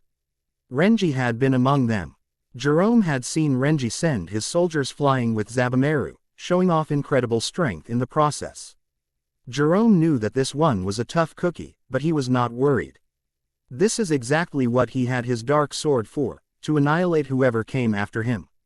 This won't be like with Titania, Jerome thought, angry at the memory. All I need is to touch that weapon once and it's all over. Renji smirked. Roar! Zabumaru! He yelled, launching his blade at Jerome and trusting his physical strength to end the man in one blow. Jerome grinned. Right into my trap, he thought gleefully as he held the dark sword out in front of him to block Renji's attack. Then, as soon as Zabumaru came into contact with Jerome's dark sword, the Shikai corroded completely. Much to Renji's shock, Zabumaru, he yelled in concern. Jerome laughed. I've got you, he said arrogantly. Don't underestimate the mighty cult, Avatar. We were stopped once, but never again. Renji gazed at his destroyed Zanpakuto, which had been corroded all the way to the hilt. He then gave Jerome a frown that looked almost like a pout, almost like he was annoyed with Jerome and his actions. So, he said, obviously your sword is something special, huh? Jerome grinned. My sword is infused with black magic. I can corrode whatever the blade touches. I'm the worst nightmare for any swordsman. Renji was still giving him that annoyed look that looked like an annoyed pout. You must be really scared now, Jerome declared with an arrogant grin. After all, without your sword, you're nothing but a newborn compared to Dark Sword, Jerome. Renji then flash-stepped towards Jerome, surprising the villainous swordsman with his speed. Huh, Jerome gasped in shock before Renji appeared in front of him. Before Jerome could react, Renji slammed him with a mighty haymaker that sent Jerome reeling. Gah! Jerome yelled in pain. Renji then threw more haymakers at Jerome's face and stomach before sending him flying through a tree on the very last punch. Jerome quickly got to his feet, completely in shock over what had just happened. What the hell? He yelled in disbelief. What, are you shocked? Renji asked. Jum looked at Renji in disbelief, unable to comprehend the fact that an unarmed swordsman had managed to get that many clean hits on him. I'm not just a soul reaper, you know, Renji told him, deep down. I'm still just a dirty kid from the slums who had to fight just to stay alive. In other words, if you think that Zabumaru is the only way I can fight. Renji dropped into what looked like a boxing stance. Then you're dead wrong, pal. Jerome snarled and glared at Renji. You bastard, he hissed as he pointed his dark sword at Renji. So you got a few lucky shots in. This dark sword of mine is going to be the very last thing you see. Renji remained in his boxing stance as he prepared for battle with the wizard swordsman. Flare Corona had been worried about Renji when she saw his Zanpakuto corrode. However, that worry was then wiped away when she saw Renji absolutely annihilate Jerome with a few punches. Pineapple will be just fine, Flare decided without hesitation. And that means that I can focus on what's ahead of me. Gadatsu and Ohm were trying to unleash their ordeals on the allied forces once more. Gadatsu tossed several swamp clouds while Ohm threw more devices containing traps from his ordeal of iron. Flare stepped forward and grew her hair out. Those ordeals seem pretty annoying. I'm going to do my friends a favor and put a stop to them. Flare then whipped her large hair out in front of her. Hair shower. Gust. Flare yelled, whipping out her hair with enough force to fire a powerful gust of wind that not only destroyed the swamp clouds but also blew away Ohm's traps, catching the attention of both of the remaining ex-priests of Upper Yard. So she uses her hair for battle, huh? Ohm was immediately interested in this. No, it was not because he was bald and therefore jealous of her. Not at all. Interesting, very interesting. Flare stepped forward. You're going to stop what you're doing right now, or I'm going to have to make you. She told them. Ohm scowled. What? Do you really think that telling us to stop is going to get us to? What are you for? Gadatsu attempted to fold his arms but failed miserably and was instead looking like he was forming an X. She does seem like she's for. It's like she's trying to get a bully to stop bothering her. Flare scowled. You guys might as well be bullies, she said with a pout. Look at what you've been doing to my home. Your home? Ah, I see. So the chances of you eating a devil fruit are slim. You're just using magic. Ohm noted. No, I'm not using a devil fruit, I'm using magic. Flare nodded. I guess. That means you're from Captain Luffy's world. Luffy. Straw Hat Luffy. Ohm instinctively grew angry at the mention of the rubber brat who beat his master, the almighty Eneru, the rightful ruler of Skypia. So, you're that little brat's subordinate. Flare frowned at Ohm insulting her new captain. With the way you talk about him, I'm going to guess you've fought against my new friends before. The Saint. Raw Hat single-handedly ruined our rule over Skypia, Ohm said angrily. Furthermore, they deposed God, almighty Eneru. Such sins cannot be forgiven. Flare nodded. That's good, she said. I'm glad I ran into you too if you really did fight with my new friends. Ohm and Gadatsu looked at Flare in confusion. Honestly, I look at Captain Luffy, and my new friend Frankie, and they're so strong, they're so amazing. So I have to know if I'm worthy to stand next to them as a member of their crew.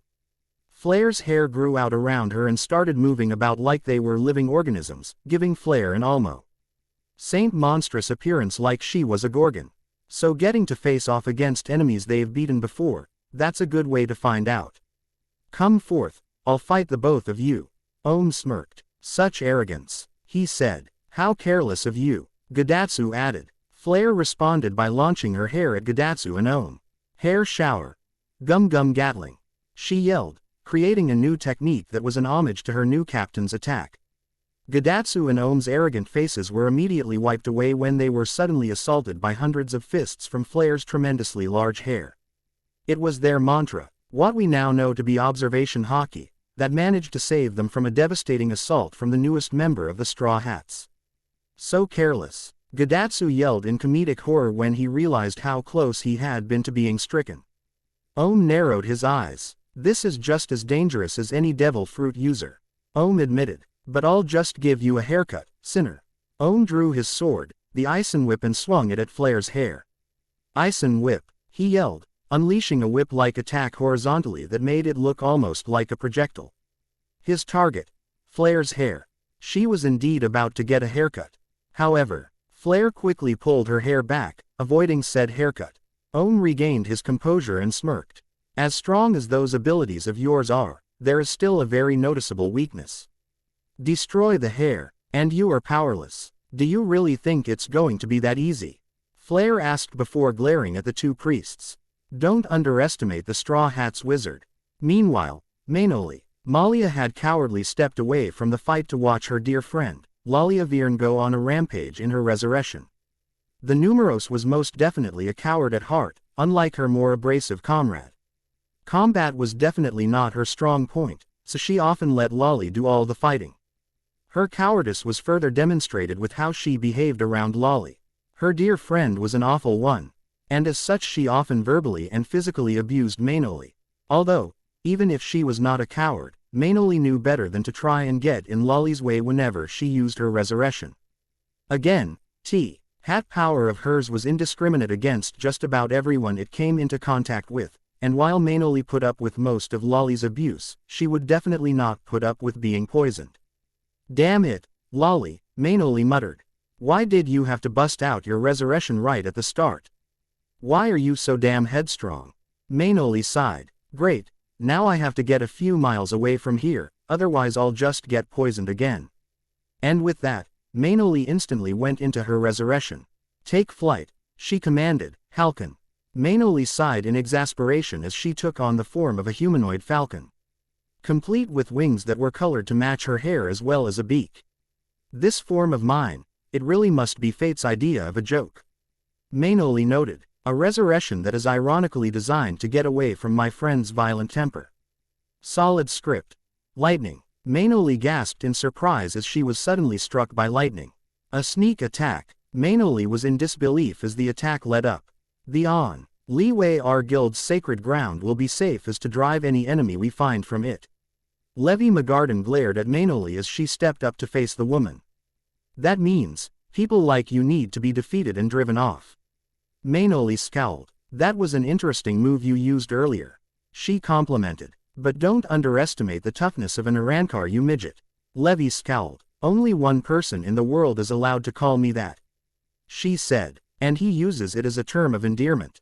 Solid script. Fire. "Give me a break," Mainoli yelled, flapping her wings with enough force to disperse the fire, much to Levi's frustration. Mainoli smirked. "You got a good hit on me before, but that's all you're gonna get. A human can't surpass an Arankar. That is just the way of the world. You're weak and fragile.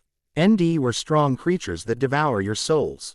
Keep thinking that. My solid script has an encyclopedia's worth of words ready to tear you apart." Levi promised her. "This isn't over yet." "What? You wanted to speak with me?" "Yes, I do," Marco had said to her back in Magnolia. "I've been trying to make it a point to get to know every soldier in my division.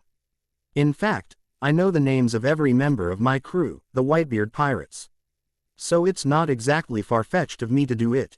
We are just one big family after all. That must take a lot of effort. Your crew is pretty big from what I've heard," Levi noted. "I've got a hell of a memory," Marco said proudly. "So, are you practicing with your magic?" "Yeah, it's solid script. I guess it's not that impressive compared to what you can do, right, Captain Marco?" "Are you kidding? I think that's a pretty awesome power." There was Marco, once again showing his appreciation for the young and talented like he did with Luffy back at Marineford. "I mean, you can talk any word and your magic will turn it into the properties of that word."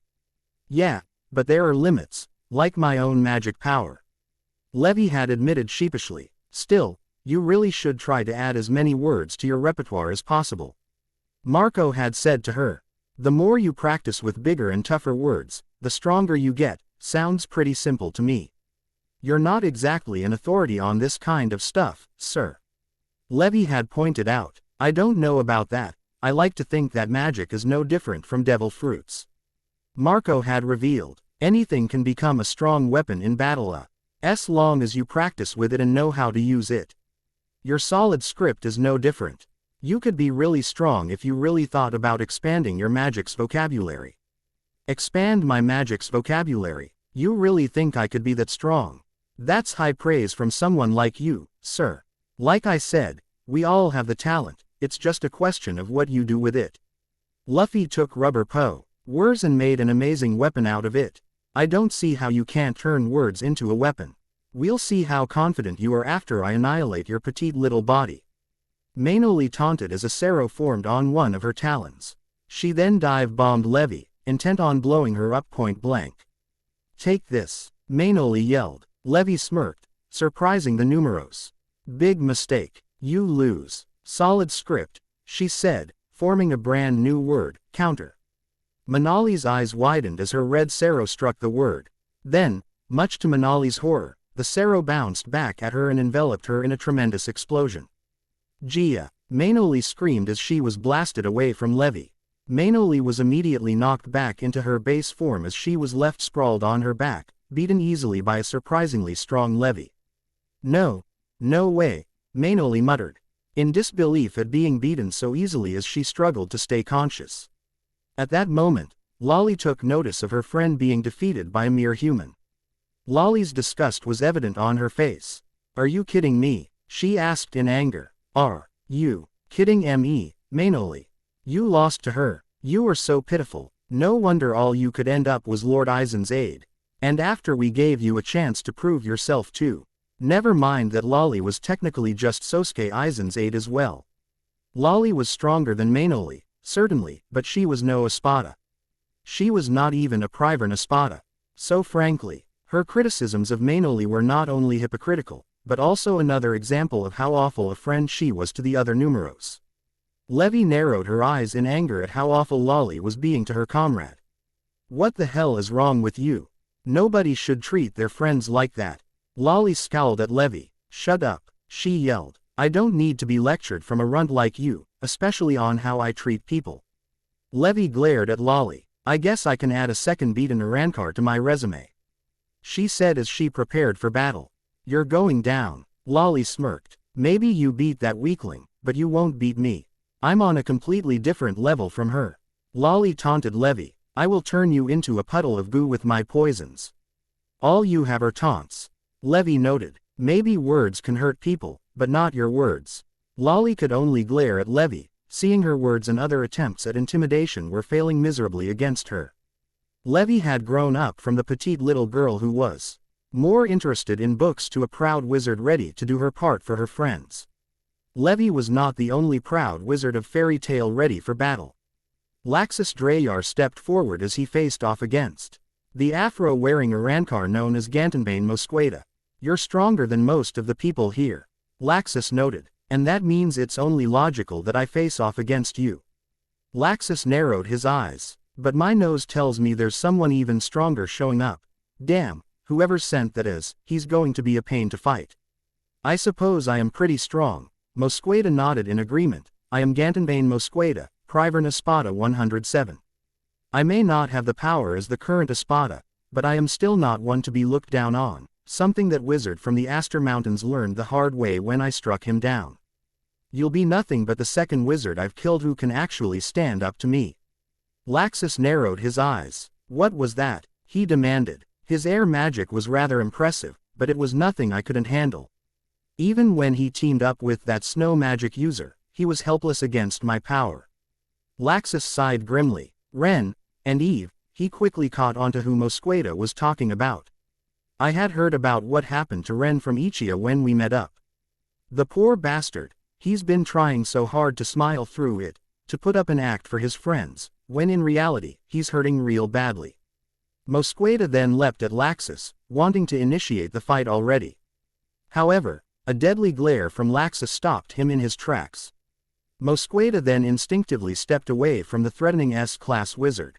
He would have killed me if I had attacked him. Mosqueda realized. He's on a completely different level from the wizards before. You have no idea how much I want to kill you right now. Laxus admitted. You killed Ren after all. And while we were only fellow guild mates for a year, the bonds that the Thunder Legion and I formed with the people of Blue Pegasus were true. Mosqueda simply stood there, terrified by Laxus's sheer killing intent. Behind him, he could see the aura of a dragon made of pure lightning behind him, gazing down at him with red eyes. What in the world is he?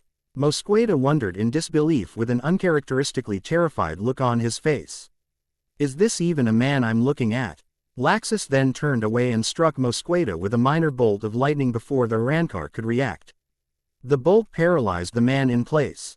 That should wear off by the time I get back, Laxus said. While I really want to destroy you, and believe me, with the gap we have in power, it wouldn't take much. There's someone else here who has a greater claim to you than me. People should have closure after all, Laxus said as he vanished in a quick bolt of lightning. Mosqueda, was still visibly frightened by Laxus's tremendous power as he waited for him to bring him a different opponent. It was like he was staring Neutra Gilga.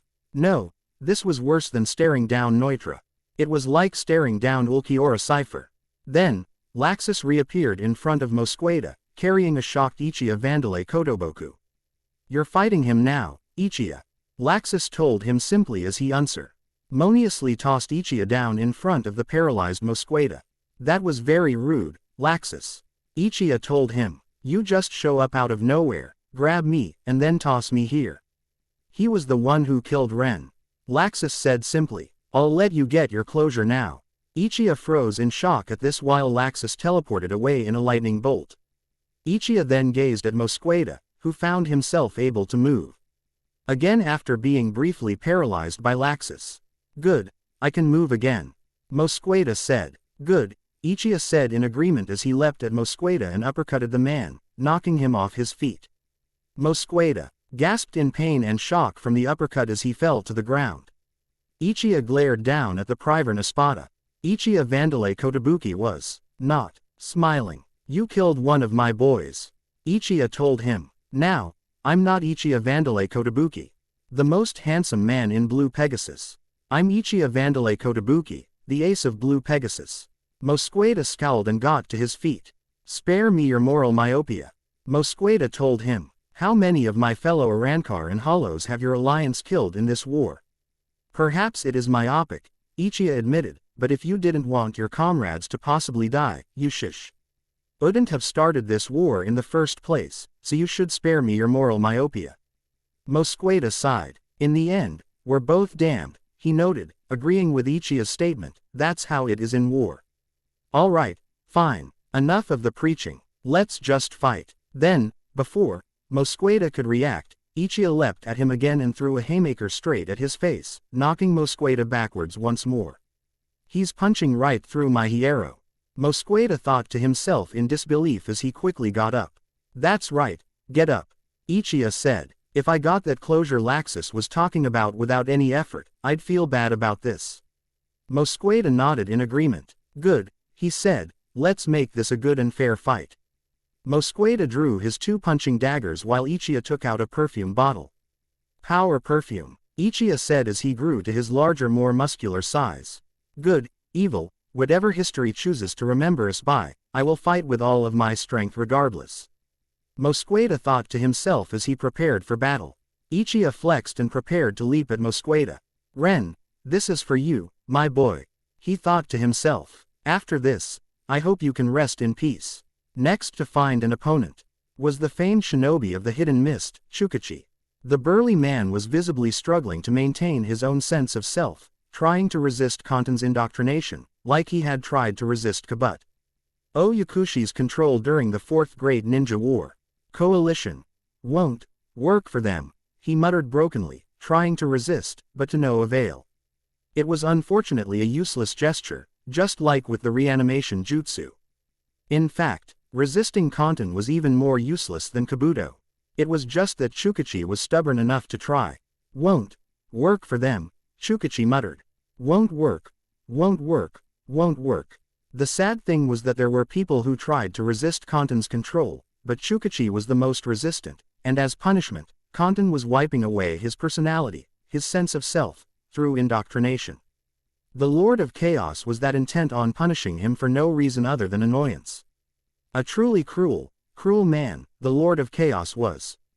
Shukachi was then forced to assault an unsuspecting Jenny Relight, who was quickly warned by a soldier nearby. Turning to see the famed mist shinobi coming towards her. "Die," Shukachi said lowly as he drew two kunai to try and cut down Jenny, thinking her an easy target. Jenny, however, surprised Shukachi by kicking him away with a roundhouse. "And just who the hell are you?" Jenny demanded in a surprisingly biting tone for a model renowned for her beauty and grace. Shukachi got up quickly and stared at Jenny. "Kill," he said. "Kill, enemy, kill, enemy, kill, enemy." Jenny was immediately left disturbed by Shukachi speaking in such broken sentences. What in the world is wrong with him? Jenny wondered. "Kill, enemy, Shukachi chanted repeatedly. What is wrong with him? Jenny repeated. "This guy, He's not normal. He can't be normal, not when he's acting like this. Jenny then remembered Kantan's indoctrination. No way, she muttered to herself as she was surrounded in a bright light. He wouldn't go that far, would he? Take over, Jenny yelled. Search mode. Jenny transformed into a black armored machina with a cybernetic eye that had an infrared design. This eye sees everything, Jenny revealed. Let's see the depths of what has happened to you. Jenny then took a look at Chukachi's body, particularly his head. She then saw the dark purple aura surrounding Chukachi's brain area. That power, she noted, it flows through his head just like Reiki does through the bodies of watchers. So he is being controlled by Kantan. Jenny then gasped. My God, she said, look at all of that Reiki though. Since he's being indoctrinated, and with that much Reiki flowing through his mind, Jenny slowly realized what was happening. Oh my God, he's nothing more than a mindless puppet now. Kantan has completely erased his personality. Jen, why started shaking in anger as she stared at Chukachi in disgust. That monster, he doesn't need to go that far to control his victims and he is. You monster, Jenny muttered in disgust, hoping that Kantan's mind fragment that was controlling Chukachi could hear her. You are nothing but a monster. Where do you get off? Jenny was furious. This is disgusting, she screamed in anger. This is absolutely disgusting. This is a man's life you are playing with, you monster. At the end of the day, Jenny Relight was a superficial woman, she would never deny that. She lived in a guild filled with beautiful people. She put a lot of emphasis on her beauty. And in the end, she lived for the finer things in life that came with her modeling career and loved every part of it. However, she was not a bad person. She knew right from wrong. And she definitely knew that doing what Kantan was doing to Chukachi, when he did not even have to for that matter, was unnecessarily cruel and disgusting. Don't worry, Jenny assured Chukachi. Even though he most likely could not understand her in the state he was in, I'll do everything I can to save you. Chukachi then clapped his hands together. Hidden Frost Jutsu, he said. Jenny then gasped in shock as the entire battlefield was completely enveloped in a winter setting. Chukachi had produced a visual cloud of frost that caused the temperature of the air to fall below freezing point. With that, all of the ambient water vapor had been frozen completely. Then, Chukachi's entire body became transparent, invisible to the naked eye. What the hell is this? Speed Jeer, you demanded from elsewhere on the battlefield. First Hitsugaya makes the sky a winter wonderland and now the surface has turned into one as well. Gray Fullbuster narrowed his eyes. Somebody is manipulating the air temperatures. He quickly caught on. This was Gray's area of expertise after all. Jenny narrowed her eyes as her non-magic eye from her Machina soul transformation was no longer able to see Chukachi. However, she still had two eyes, and one of them was enhanced from her search mode. And that eye could still follow Chukachi's actions, and he was trying to move behind her. I can see you, Jenny yelled, throwing another roundhouse kick that struck Chukachi in the neck.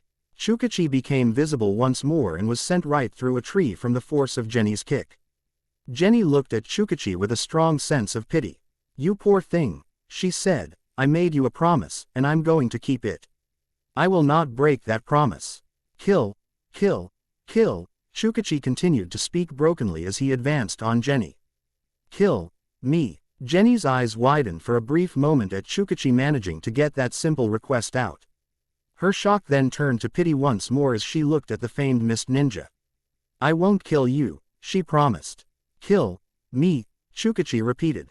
I don't want to hurt anyone anymore. Kill me, you can't help me. I'm going to try at least.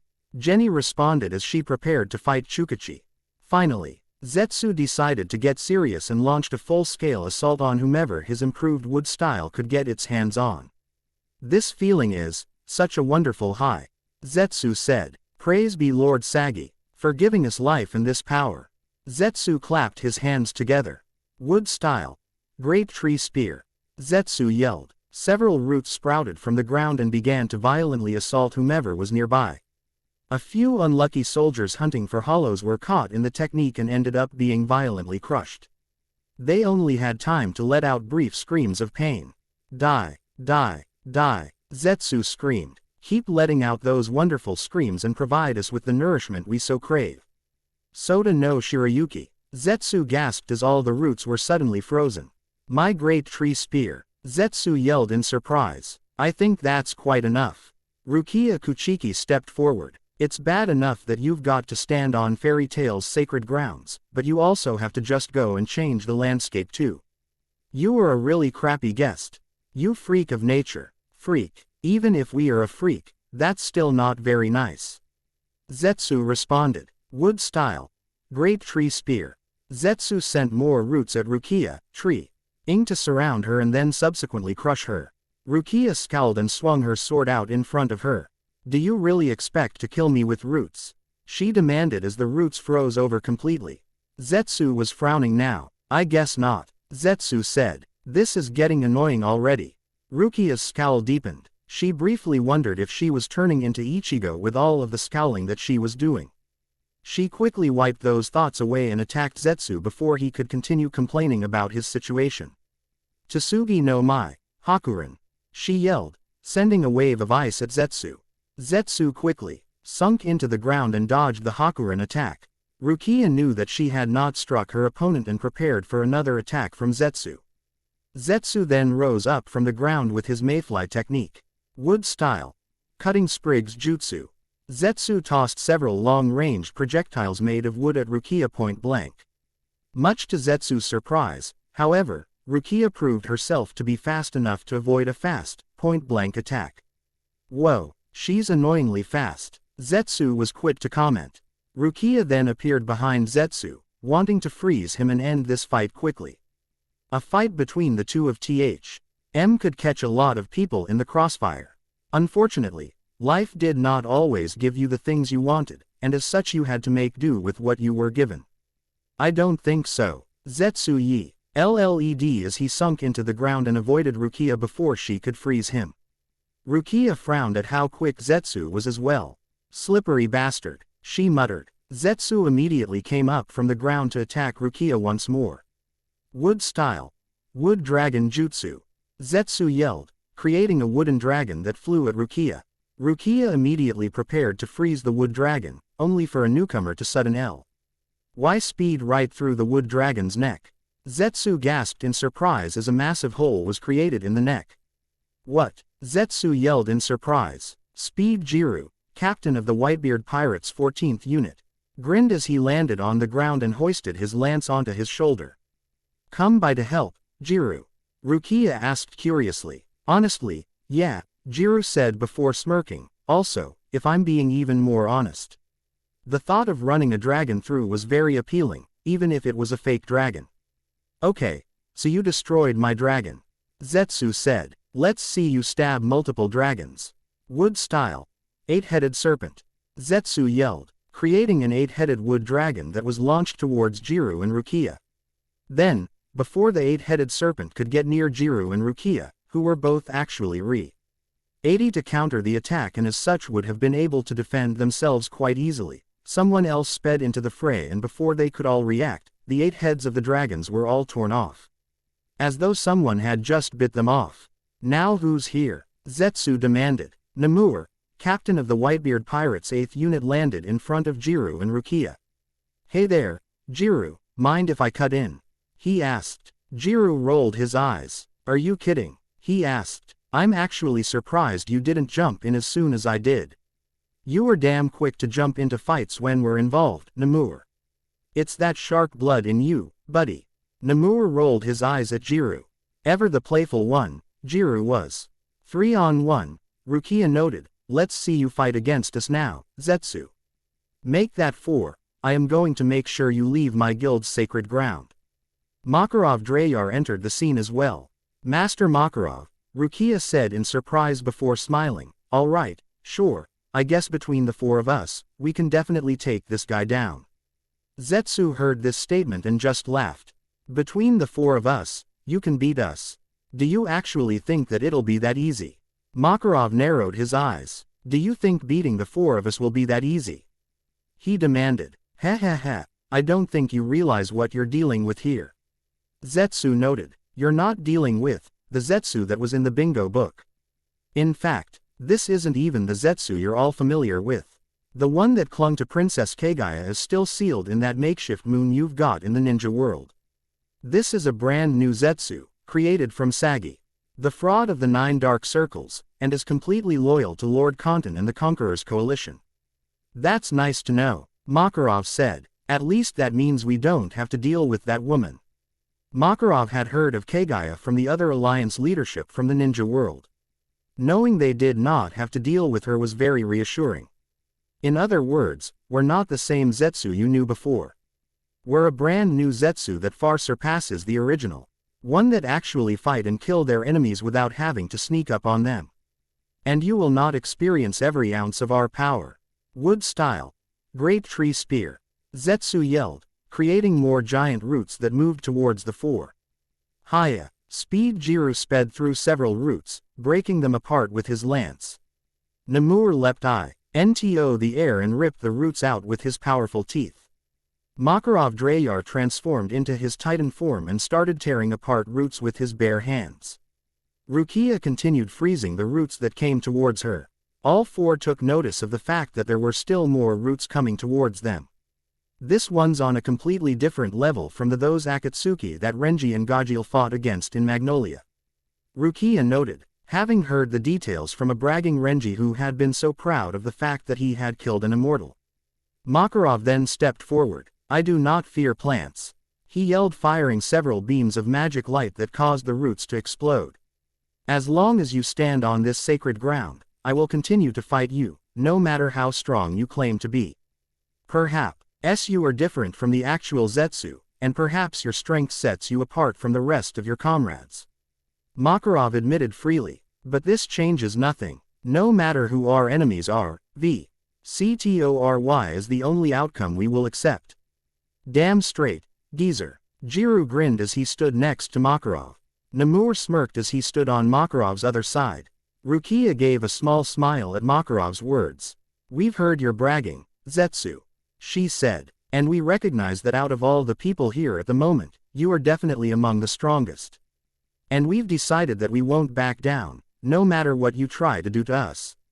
Zetsu smiled evilly. I wouldn't have it any other way.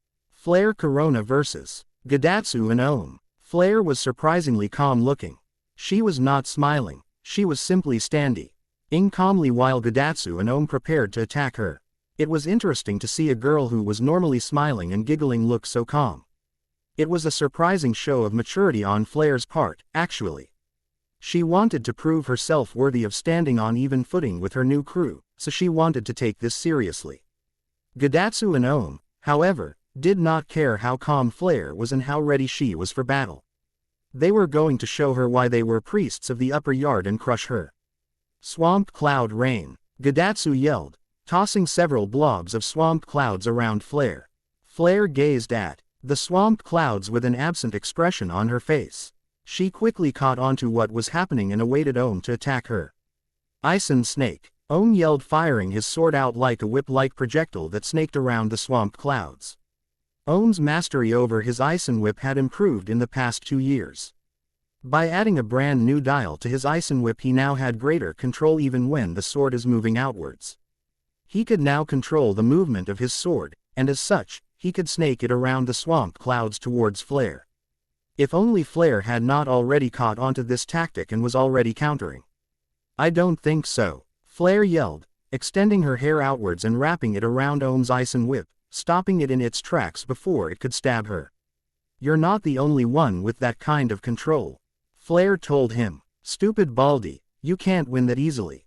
Ohm responded by retracting his Ison Whip, now thinking of a new way to attack Flare. Flare then extended her hair and started spinning it around into what looked like a tornado. It was moving that fast. Hair shower. Tornado. Flare yelled as the swamp clouds were all completely blown away. Ison Fork. Ohm yelled, transforming his Ison Whip into a giant fork and then driving it into the ground, stopping himself from being blown away. Gadatsu, meanwhile, used the dials in his shoes, resisting the strong gusts. Being kicked up by the makeshift tornado from Flare. Then, when the tornado died down, Gadatsu rocketed forward with his shoes. He then powered his arm with a jet dial in his elbow. Jet punch. Gadatsu yelled, throwing a punch at Flare. Hair wall. Flare yelled, throwing her hair up in front of her in a massive wall. Gadatsu gasped in disbelief as his punch was stopped by the thick wall of hair. That was careless. Flare told him. Quit acting like beating me is gonna be easy, you dim-witted fools. Same to you, Ohm said as he prepared another attack. Ison whip. Flare caught onto Ohm's attack and quickly retracted her hair, avoiding what would have been another devastating haircut. He's the more troublesome of the two with that sword of his. Flare quickly noted, but taking a punch from that other guy is troublesome as well. However, I can still beat them both. I am a proud pirate. Jet punch. Gadatsu yelled, rocketing forward once more. Hair shower. Bulldozer. Flare created another wall of hair that pushed outwards, trapping Gadatsu and then dragging him across the ground. Damn it, Gadatsu, you're so careless. Ohm rolled his eyes as he derided his comrade. If you had focused your mantra, you could have avoided that attack easily. Forget trying to cut her hair, Ohm said. The girl herself needs to get cut. Take this, Ison Snake. Flare heard Ohm call out his attack and readied to retract her hair, only for the Ison whip to move around the hair and towards her. Yeah right, Flare yelled, as she barely ducked underneath the blade. Not bad, Ohm complimented. I guess I was wrong when I though. UGHT she couldn't move while manipulating her hair. Gadatsu then wrenched himself free from Flare's bulldozer and rocketed upwards. He then rocketed down and prepared to attack Flare, who was unable to avoid it this time. Jet kick, he yelled, kicking Flare in the face and knocking her across the ground. Ohm smirked. Nice one, Gadatsu. He gave a rare compliment to a fellow priest. Flare gritted her teeth as she got up.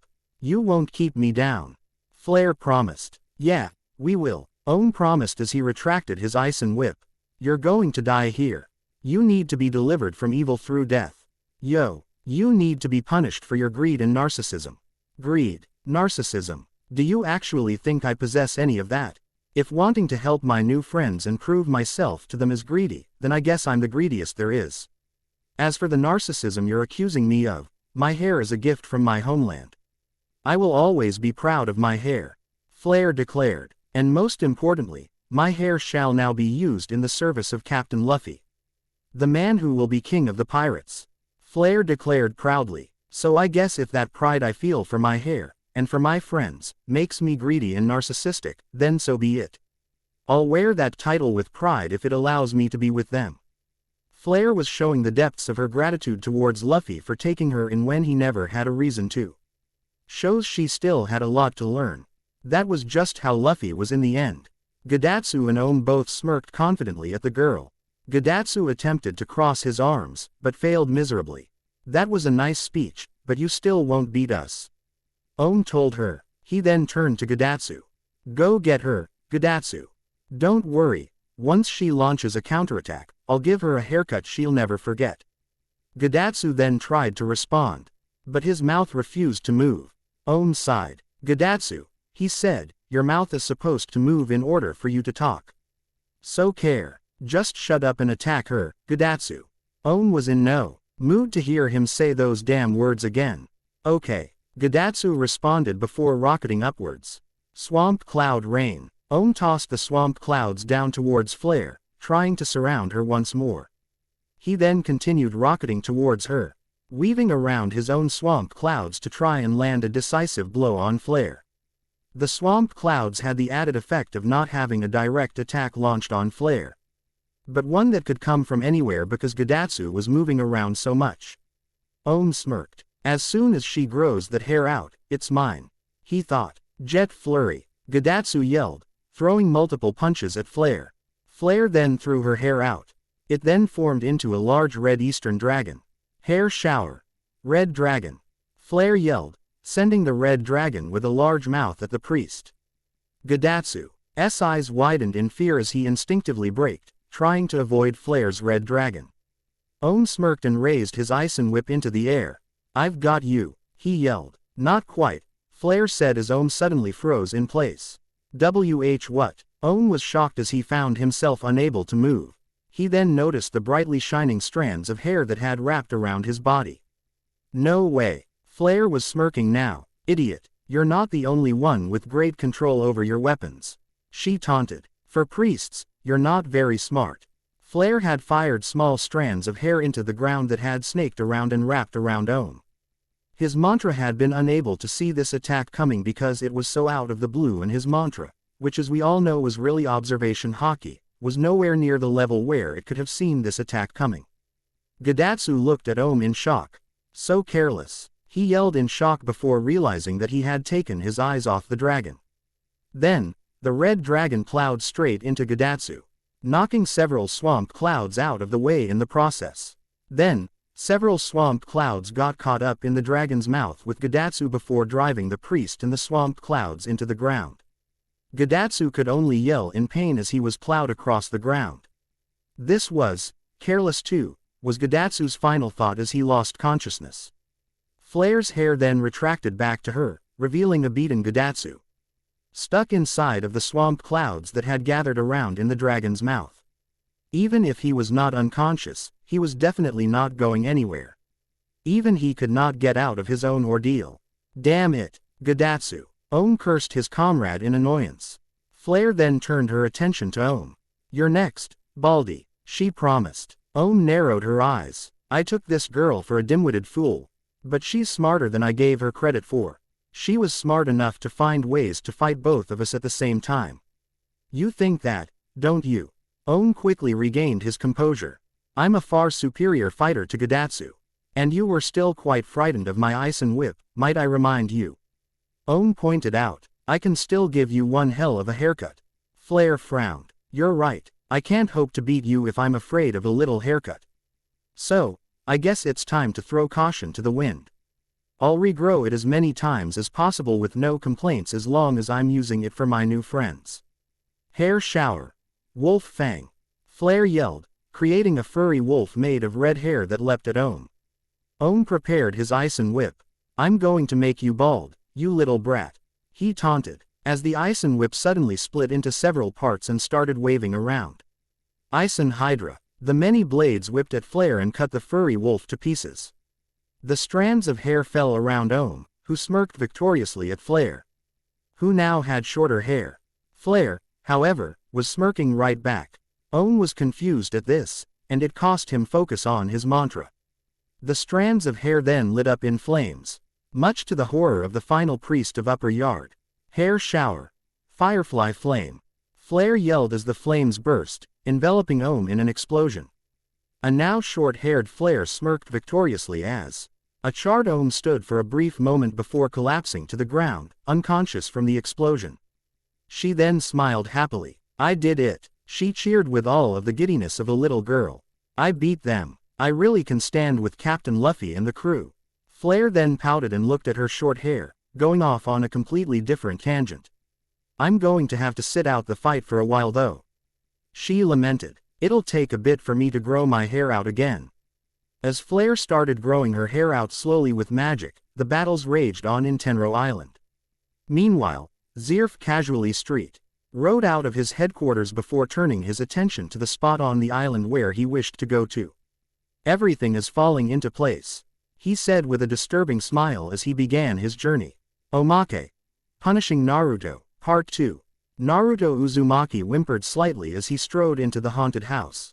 I hate this, he muttered. I hate this, I hate this, I hate this. The other acts of order giggled with glee as Naruto began his tour of the haunted house. Laugh it up, Luffy, I'm going to do everything in my power to make sure your punishment sucks ass.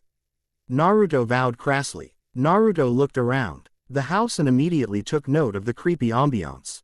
Okay. Good job with the creepy factor guys, I'll give you that much. Hey, Naruto, are you hungry? Ichigo asked with a smirk. No, I've kinda lost my appetite with all of this. Naruto admitted. Too bad, your first destination is the dining room. Ichigo grinned. Naruto sighed and entered the dining room, only to scream in fear when he saw a disemboweled person on the dining room table. What the hell is this? Naruto demanded. Am I in the same house as a cannibal? Why is he screaming so much? Natsu asked. He does realize we would never act. You alley kill a person and leave their body on the table, right? I seriously doubt he's thinking right now. Ichigo pointed out. Anyway, Naruto, just walk past the body and continue with your tour. Naruto whimpered. He slowly walked past the body while keeping his back to the wall. Look at him, Luffy giggled. Look at him stick to the wall as far away from the body as possible. Naruto then walked past the body, only for it to suddenly come to life and look at Naruto. Help me, the disemboweled man pleaded. Kaya, Naruto screamed like a girl as he ran out of the dining room. Help me, the man yelled more forcefully. Naruto panted as he looked back at the dining room. I've got my own problems, man. Naruto told him. Help yourself. This statement made the other acts laugh. My heart is going to beat out of my chest at this rate. Naruto noted as he panted. Naruto then continued walking through the house. Okay, guys, where am I going next? He asked, jumping at the slightest of sounds. You're going upstairs, buddy. Luffy giggled. Naruto sighed. Okay. He said, okay, I'm going. God, look at him. Ichigo shook his head. I honestly can't believe how scared he looks. Naruto walked up the stairs, turned the corner, and was presented with his next obstacle. Two little girls holding hands and looking at him. Oh, this is some Stephen King crap right here. Naruto muttered. Come play with us. The girls said in unison. I am not playing with you two. Naruto told them. Come play. They said again. No. Naruto responded a bit more forcefully. Naruto, you've got to go through them. Natsu told him. They are standing in my way. Naruto pointed out. Yeah, we don't care. The acts said in unison. Naruto sighed. Okay, girls, please get out of the way and go back to your mother, your demonic, satanic mother.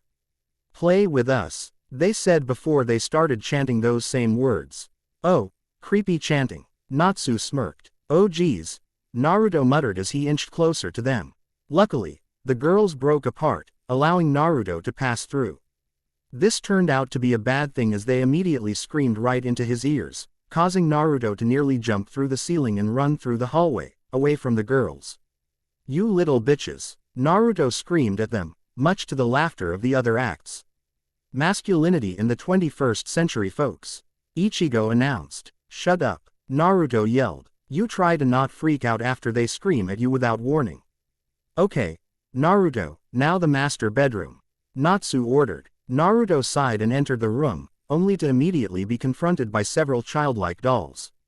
Oh god no, Naruto moaned in terror. Ah yes, classic horror scenario, creepy dolls. Ichigo said, gleeful at Naruto's suffering. You're my best friend. A doll in a chair next to the bed said creepily. No, you are not. Naruto shook his head. You are right now, Luffy said. Naruto, I want you to go over, pick that doll up, and give it a big hug. Naruto's eyes widened. Yeah, give him a hug, buddy. Ichigo ordered him. Naruto whimpered and walked over to the doll. Okay, time for a hug, best friend. Naruto said weakly as he held the doll up and gave it a big hug. I love you so much, best friend. The doll said. So much, I'm going to kill you so that you can't be with anyone else.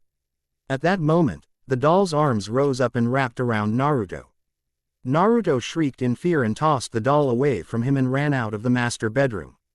Luffy and Natsu almost fell over from laughter while Ichigo wheezed from his sides, hurting so much.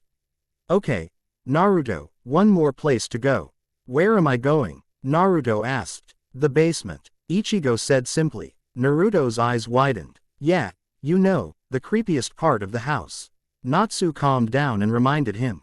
Naruto sighed. Save the best for last, huh? He muttered. Okay, let's get this over with. I guess I can catch my breath. Oh god, look at him. Luffy said. He's sweating so much. Naruto then walked down towards the basement. He immediately took note of how dark it was. Oh yeah, this is nice. Naruto muttered sarcastically. Don't worry buddy, we're your eyes. Luffy told him. Just walk straight and you'll eventually reach the wall. Once you reach it, this punishment will almost be over.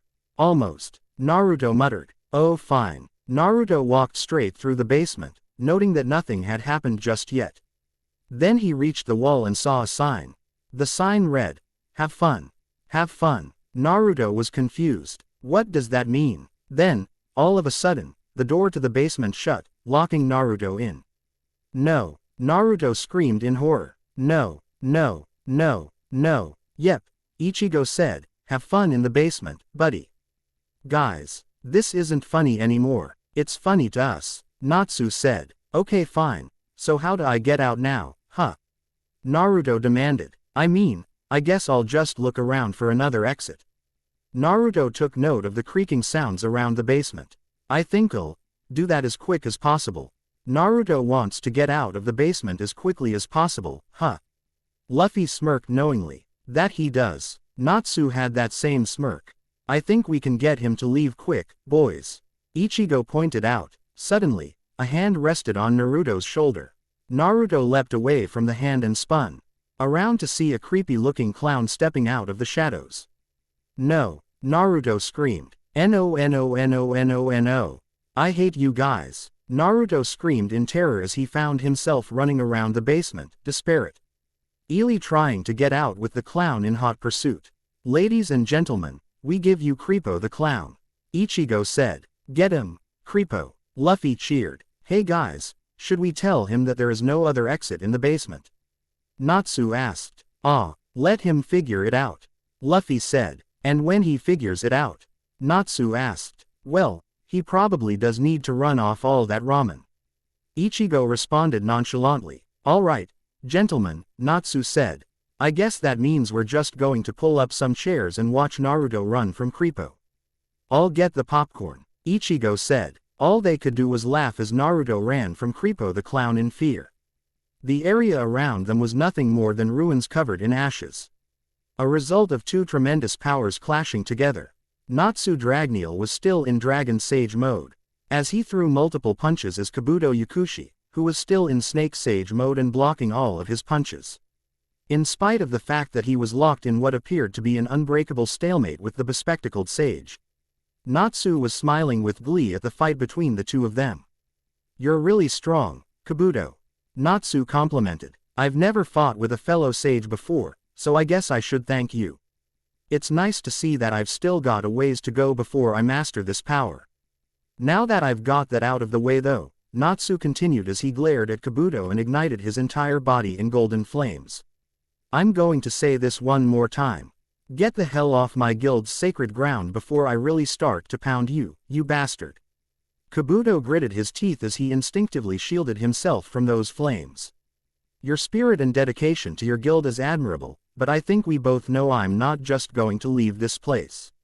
I have my own group of people that I must protect. And as such, I must fight with all of my strength. Sage Art. Fury Attack. Kabuto yelled, expelling another white dragon from his mouth. Said dragon quickly exploded in front of Natsu, knocking him away with a powerful blast. Natsu grunted before quickly recovering and countering Kabuto. Sage Dragon Holy Wings. Natsu yelled, surrounding Kabuto with flames expelled from Natsu's arms. Cab. Yuto gasped as he was assaulted by Natsu's golden flames. The snake sage grunted in pain before recovering. Sage Art. Dragon Fangs. Kabuto yelled, spinning around in a full 360 degrees and gathering a mixture of chakra and natural energy around his arms. That mixture was then fired around him in a manner similar to CP9's Tempest Kick. Natsu gasped as he was forced to duck underneath the blades. He then took note of that fact that some of his hair had gotten caught in the attack. It had been sliced off with ease. Whoa, that could have been bad, he muttered. Indeed, the attack carried on and tore through the almost completely destroyed forest. It could have actually killed Natsu had the attack landed on its intended target. If not, it would have definitely broken through his red dragon scales. Kabuto smirked. How I want to break through those scales, Natsu. He admitted. When I see someone who has impressed me, I just want to prove myself superior. I want to set myself apart from everyone. Kabuto pushed up his glasses. That is who I truly am. A man who only wishes to be himself and stand apart from everyone. And in order to protect that identity as well as the orphanage I love so much, I must kill you. For that I am sorry. But at the same time, I have no regrets. You're making my head hurt with all of that talk, Natsu admitted as he stood up straight to fight Kabuto once again. From what I understand, you're not necessarily known for your brainpower. Perhaps that is the reason. Kabuto suggested out of an instinctual habit of condescension. Ass. Natsu spat instinctively at that. Anyway, Natsu continued, you're making my head hurt because what's driving you is making no sense to me. Okay, so I can understand how much you want to protect your friends and family at the orphanage. But do you really have to kill for the coalition in order to do that? Why do you even have to be with the coalition in order to protect the orphanage? I mean, I have to choose a side in order to protect my guild. Maybe I could have chosen to protect them by joining the coalition, but honestly, I don't think I could have lived with myself if I had joined the coalition. What is your point? Kabuto asked. Either way, we've got people we've gotta protect, Natsu noted, and yet we both ended up on different sides of the war. So I think it's our own personal identities that you love talking about so much. That help us decide what's the best way to do so. I couldn't live with myself if I worked with the coalition. They've destroyed so much of Fury, hurt a lot of good people, people who couldn't even stand up for themselves. I can't abide that, my guild notwithstanding. So tell me something, Kabuto, we both have people we want to protect, so tell me what makes us so different. Natsu demanded, showing a surprising amount of insight into the human mind and human nature. Kabuto fell silent for a moment before responding. I don't know, he admitted. I think you do know. Natsu said, I think you understand deep down that what they're doing is wrong. You want to protect your orphanage, but you also know that fighting for the coalition is wrong. Kabuto fell silent once more. You know that what they're doing is wrong, Kabuto. Natsu pointed out, you don't have to fight for those jerks. So come and join us. The Alliance will gladly welcome you, in spite of the fact that we were once enemies. They're good people. Natsu held his scaly hand out in front of him. Join us, and we can take down Kanton and the coalition together. We can save your orphanage from the coalition. We can beat them. Kabuto was admittedly tempted to take such an offer, but Kanton's secret indoctrination of him pulled him away from Natsu. It was too bad. Natsu's words were truly convincing. It was almost like being a sage aid someone into a hell of an orator as well. I no longer believe that. Kabuto said sadly, I'm sorry, Natsu. I truly appreciate your words. But the orphanage is all I have. Even if it means sacrificing my soul to a devil that claims to be a god, I must protect it. Whether you win today or not, you cannot stop the coalition. Once Lord Kanton unleashes his kingdom upon you, it's all over. You cannot defeat them. Natsu narrowed his eyes at this. The elites of Raccoon are like a force of nature. Kabuto revealed, you can't win against them. To stand against that kingdom means to truly experience helplessness. If I stood up against something like that, my orphanage's destruction would be a guarantee. Sage Dragon exploding fist. Natsu cut off Kabuto with a fiery punch to the stomach that sent Kabuto airborne. Kabuto grunted in pain as he landed on his back for a brief moment before quickly getting up. Natsu gave him a look that was a mixture of a glare and a look of pity. Don't you ever tell me it's hopeless. Natsu said. Do you have any idea how many times I've been told it was hopeless even before this war was even an idea? But I've burned right through the fate of complete and utter destruction and made my own fate. Kabuto fell silent as Natsu continued. I don't give a damn if Raccoon's invincible. The Baram Alliance was supposed to be invincible too. I don't care if this war is a helpless situation. Face was supposed to be a helpless situation as well. I'll burn through it all. I won't surrender. I will keep fighting until I'm dead, and even after I'm dead I'll make sure to make them hurt. And I know everyone in the Alliance feels the same way. Stop telling me that it's over, Kabuto. Natsu yelled. Because it's not over until it's over. Maybe Raccoon is as powerful as you say it is. But don't ever underestimate our ability to rise above the odds and win. Kabuto's eyes widened as the golden flames rose up even further. This is unbelievable, he thought to himself. Natsu's power is rising in response to his immense passion. Now I understand. These are the flames of emotion that so many dark wizards have come to fear. Kabuto pushed up his glasses and regained his composure. How I.N.T.E. resting, he thought to himself as he prepared to resume his fight. So, you say that it's not over until it's over? Kabuto asked. I suppose you wouldn't believe me if I told you that it's already over. Hell no. Natsu growled as the flames raged around him like a golden wildfire, because I say when it ends, got it? Duly noted. Kabuto nodded as he pounced on Natsu. Darui vs. Yamakaji. Darui was visibly sweating as he took a moment to pause in his struggle with Vice Admiral Yamakaji. Yamakaji was back to his perpetual smiling as he looked down on the right-hand man of the rakeage. Take as many breaths as you want. Catch your breath. I don't mind waiting. Darui glared at Yamakaji. He did not hate many people, but damn did this guy seem to want to push him into hating him. At what point is that stupid smirk of yours just plain arrogance? Darui inquired. Your buster call has fallen apart. We're on Tenro, and as I speak, my boys are probably working to overwhelm your forces. If I were you, I wouldn't be smiling.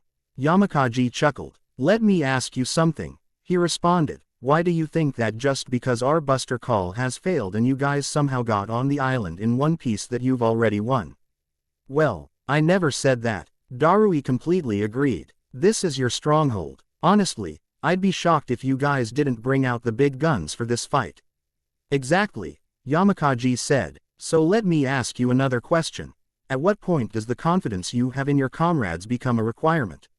It'll never be a requirement. Darui frowned. There is nothing that will shake my faith in my comrades. Oh, Yamakaji's mouth made an O shape in surprise. You really think that regardless of how things go down, your friends can win? I wouldn't expect you to understand, Darui noted. You Navy guys have gotten so focused on justice, you've completely lost the human element in your line of work. This coming from a ninja. Now you're really trying to make me laugh. Yamakaji noted with a gleeful look on his face. Look, nobody has ever claimed that ninjas are good people, Darui said, but contrary to popular belief, we take care of our own as much as we can. Even the most hardened of ninja villages have some degree of care for their comrades, because a ninja village is built on its ninja. Without each and every one of our comrades, the village is nothing. Yamakaji raised an eyebrow at Darui's statement. And now, more than ever, we truly understand the value of comrades, because 100 pieces of copper is worth just as much as 1 gold piece. Fact is, we're stronger together. And that's the human element that you've lost. You fight for an ideal, we fight for each other and anyone else we have to protect. Yamakaji pointed his sword at Darui. I think I've had enough of letting you talk, he noted as he prepared to assault Darui once more. Yeah. And I've had enough of trying to justify not rolling over and letting you guys take over. Darui responded. Mirajan Strauss vs. Momonga. Vice Admiral Momonga paused in his fight for a moment to let his respect be known for his enemy. Girl, what was your name again? He inquired. Mirajan lowered her guard. Mirajan Strauss, she introduced herself. Forgive me, Momonga bowed respectfully, I had not expected you to be this powerful. Out of respect for you, I shall remember your name after I eliminate you. First you recognize how strong I am. Then you guarantee a victory. You're strange, Mirajan pointed out. I have no choice but to win, Momonga admitted, just as I'm sure you have no choice but to win. Mirajan nodded in agreement. Losing means my friends die.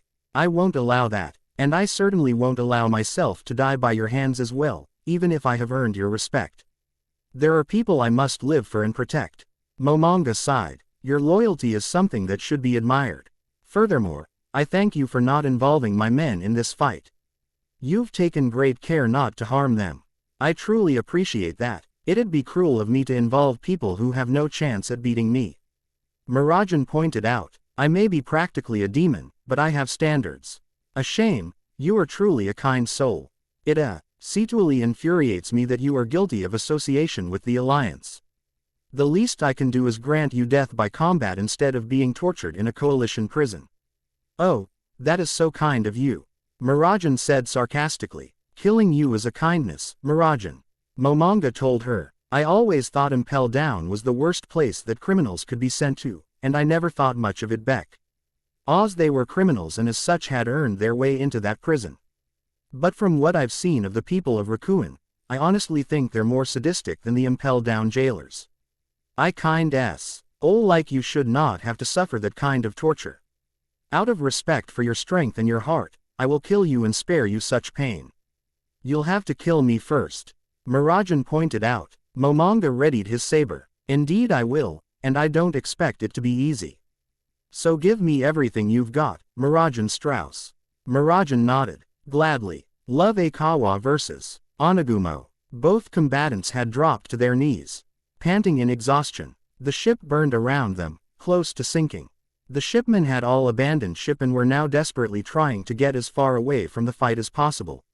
Your boys have the right idea.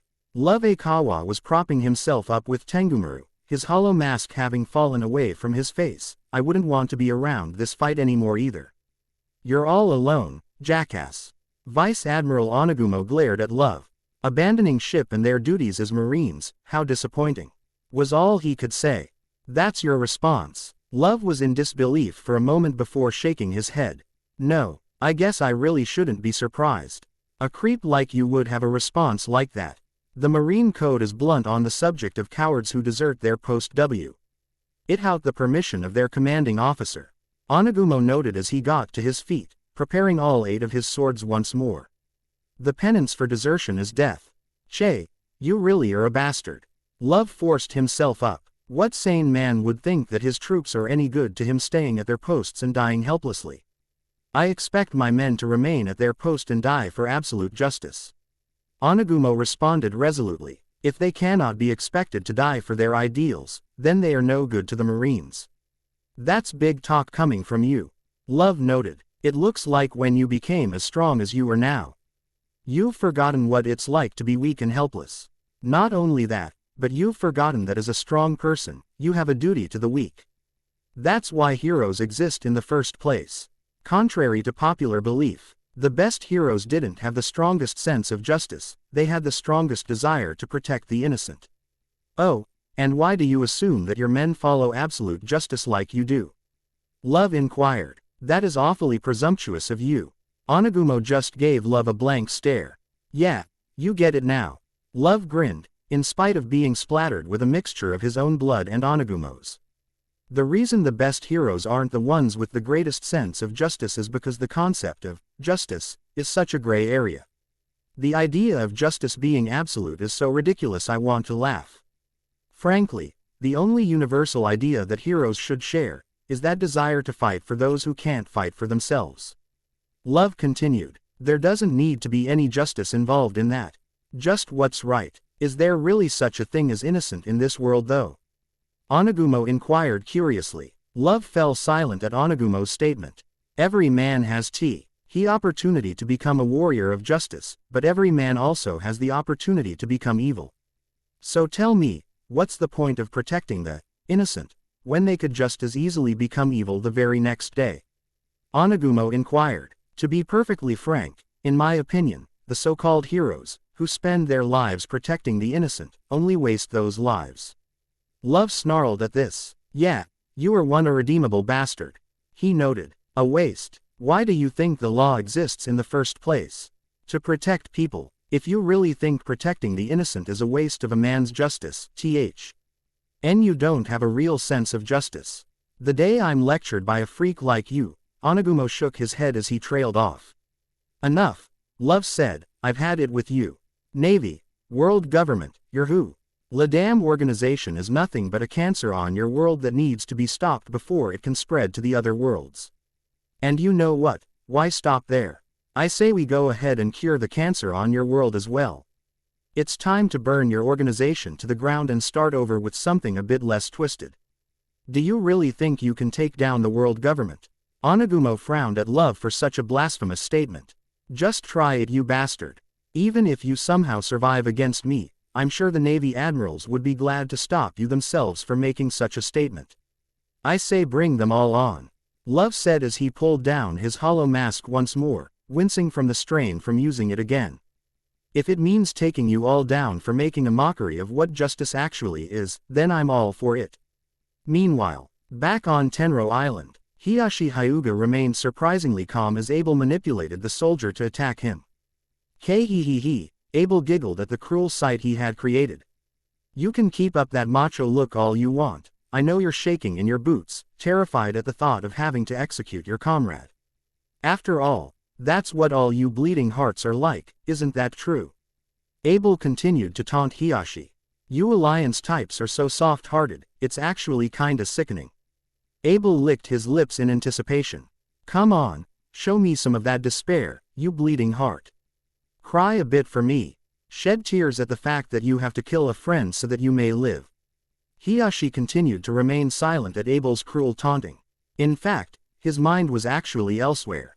What a pain this little creature is. Hiyashi thought to himself. It's too bad I can't go and get Hinata. I would love to give her a new test to see how well she is progressing.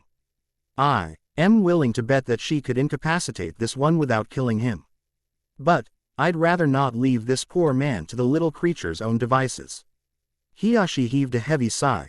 I guess that means I'm just going to have to put an end to this folly myself. It's a pain, but I suppose just walking away would be even further beneath the Hyuga clan head.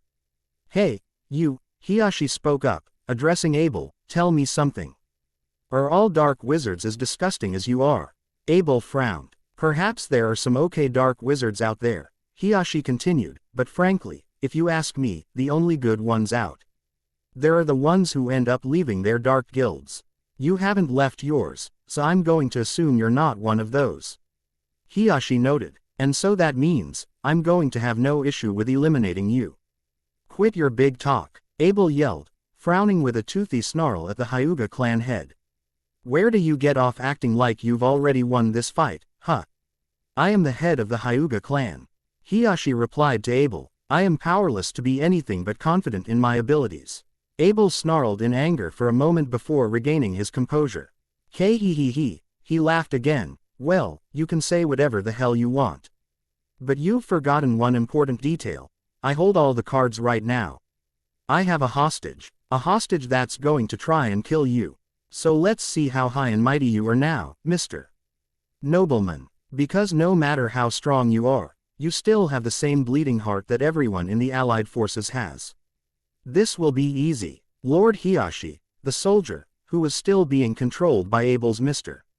Kersey, spoke up. Kill me. Just forget about me. Stop him. Hiyashi remained silent, not responding to the soldier's request. He then easily avoided a swing of the contro. LLED soldier's sword and struck the flat end of the blade with his palm, knocking it out of the soldier's hand with ease. Abel grinned. Not bad, he mocked. But can you kill him? After all, disarming him is one thing. Killing him is quite another. If he dies, he dies. Abel said uncaringly of his controlled soldier. He'll be slowed down by the grief he feels, and I can take advantage of that grief and find a new host. Who knows, maybe I can use him for Mr. Kersey next. That would be nice. Tell me something, annoying little creature. Hiyashi said before giving him a dark look. What makes you think that I'm anything like my allies? Abel was taken aback by Hiyashi's words. What? He said in shock. To be a bleeding heart implies that someone is a good person, at least by societal norms. Hiyashi saw it as he kicked the sword away from the controlled soldier before he could get too close to him. This might actually surprise you, but I am not a good person by any means. In fact, most people would agree with me that I'm not a good person. I abused my brother and nephew for the sake of keeping up my clan's traditions. Hiyashi said darkly, I turned my own daughters against each other with my own high expectations for them. I abandoned my oldest when she failed to meet what my expectations of her had been at the time. Hiyashi took a deep breath. Most people would not consider me a good person, and frankly, I would agree with them. No father should emotionally abuse his daughters the way I did. Hiyashi continued. No brother should treat his brother the way I did. No uncle should neglect his nephew the way I did. I am not a good person. Why? Because somewhere along the way, I lost sight of what was important. In exchange for becoming a good clan head, I lost my humanity. I'm not a good person. Which means I'm honestly no bleeding heart, compared to the rest of my comrades. Hiyashi noted. So tell me, why do you think I'm going to spare this man, Abel's eyes widened in disbelief. No, he wouldn't. He got himself captured and is now being used as a weapon by you, my enemy. Hiyashi pointed out, such a foolish mistake is punishable by death if you ask me. Someone like him would only be a detriment to the Allied forces. And as such, it is my duty to make sure there is nothing that is a detriment to the army." With those final chilling words, Hiyashi maneuvered himself behind the soldier and struck him dead in the spine. The soldier let out a choked gasp before falling over onto his stomach. Abel gasped in shock. "No way," he yelled. "What the hell? You actually killed him." Hiyashi turned his attention to Abel. "First you goaded me into killing him and now you're complaining about me actually doing it." Before Abel could get over his surprise and respond to Hiyashi, the Hyuga clan head was right in front of him. "Die!" Hiyashi yelled, striking Abel in the forehead with a chakra-covered hand. Abel's eyes widened in shock and pain as he felt the chakra from Hiyashi's forehead shoot through the inside of his skull. Gentle Fist destroyed the target internally. Has one ever considered what would happen if it was used on one's brain? The answer is that with the right amount of chakra, the brain turns into mush. Abel swayed on his feet for a brief moment before falling onto his side. Hiyashi, knowing that Abel was done for, turned to the soldier. "Are you all right, boy?" he inquired. "I apologize if I hit you too hard. I had to make it convincing." The soldier coughed for a moment before slowly turning his head and smiling. "Don't worry about me, Lord Hiyashi. I'm just glad I was able to figure out what you were doing in time and make it convincing." Abel stared at the scene before him. If he had the brainpower to think about it now, he would have been in disbelief at the sight before him. And he would have realized that Hiyashi had actually outwitted him with some convincing acting. Finally, he would have been angry enough to curse Hiyashi's name as his end neared. Unfortunately, Abel lacked the brainpower for any of that because his brain was now mush from Hiyashi's actions. So, all he could do was simply lay there, twitching in silence as he slowly drifted off into death's embrace. Hiyashi stared at the corpse in pity. "You fool," he shook his head, "you deserved far worse for your despicable fighting style. Even us ninjas, whom are no strangers to underhanded tactics, know that the are certain lines you just do not cross. Perhaps you're a better person than you give yourself credit for, Lord Hiyashi." The young soldier suggested, "If you don't mind me being so bold as to suggest such a thing." Hiyashi thought it over. "I'm certainly doing my best to try and shed what I once was," he admitted. "I have a life filled with regrets because of who I was in the past. So many years where we could have been a proper family wasted." Hiyashi sighed. "I can't change the past, but I certainly can try and make the future better. I'm blessed that my daughters and nephew are such forgiving people. My daughters both inherited their mother's heart, especially Hinata. And Neji inherited his father's kind heart and spirit. I don't deserve to have them as family, and they're still willing to try. So I will try to be family to them as well. Now then, unfortunately I cannot remove the lock that was placed on your spine by my attack."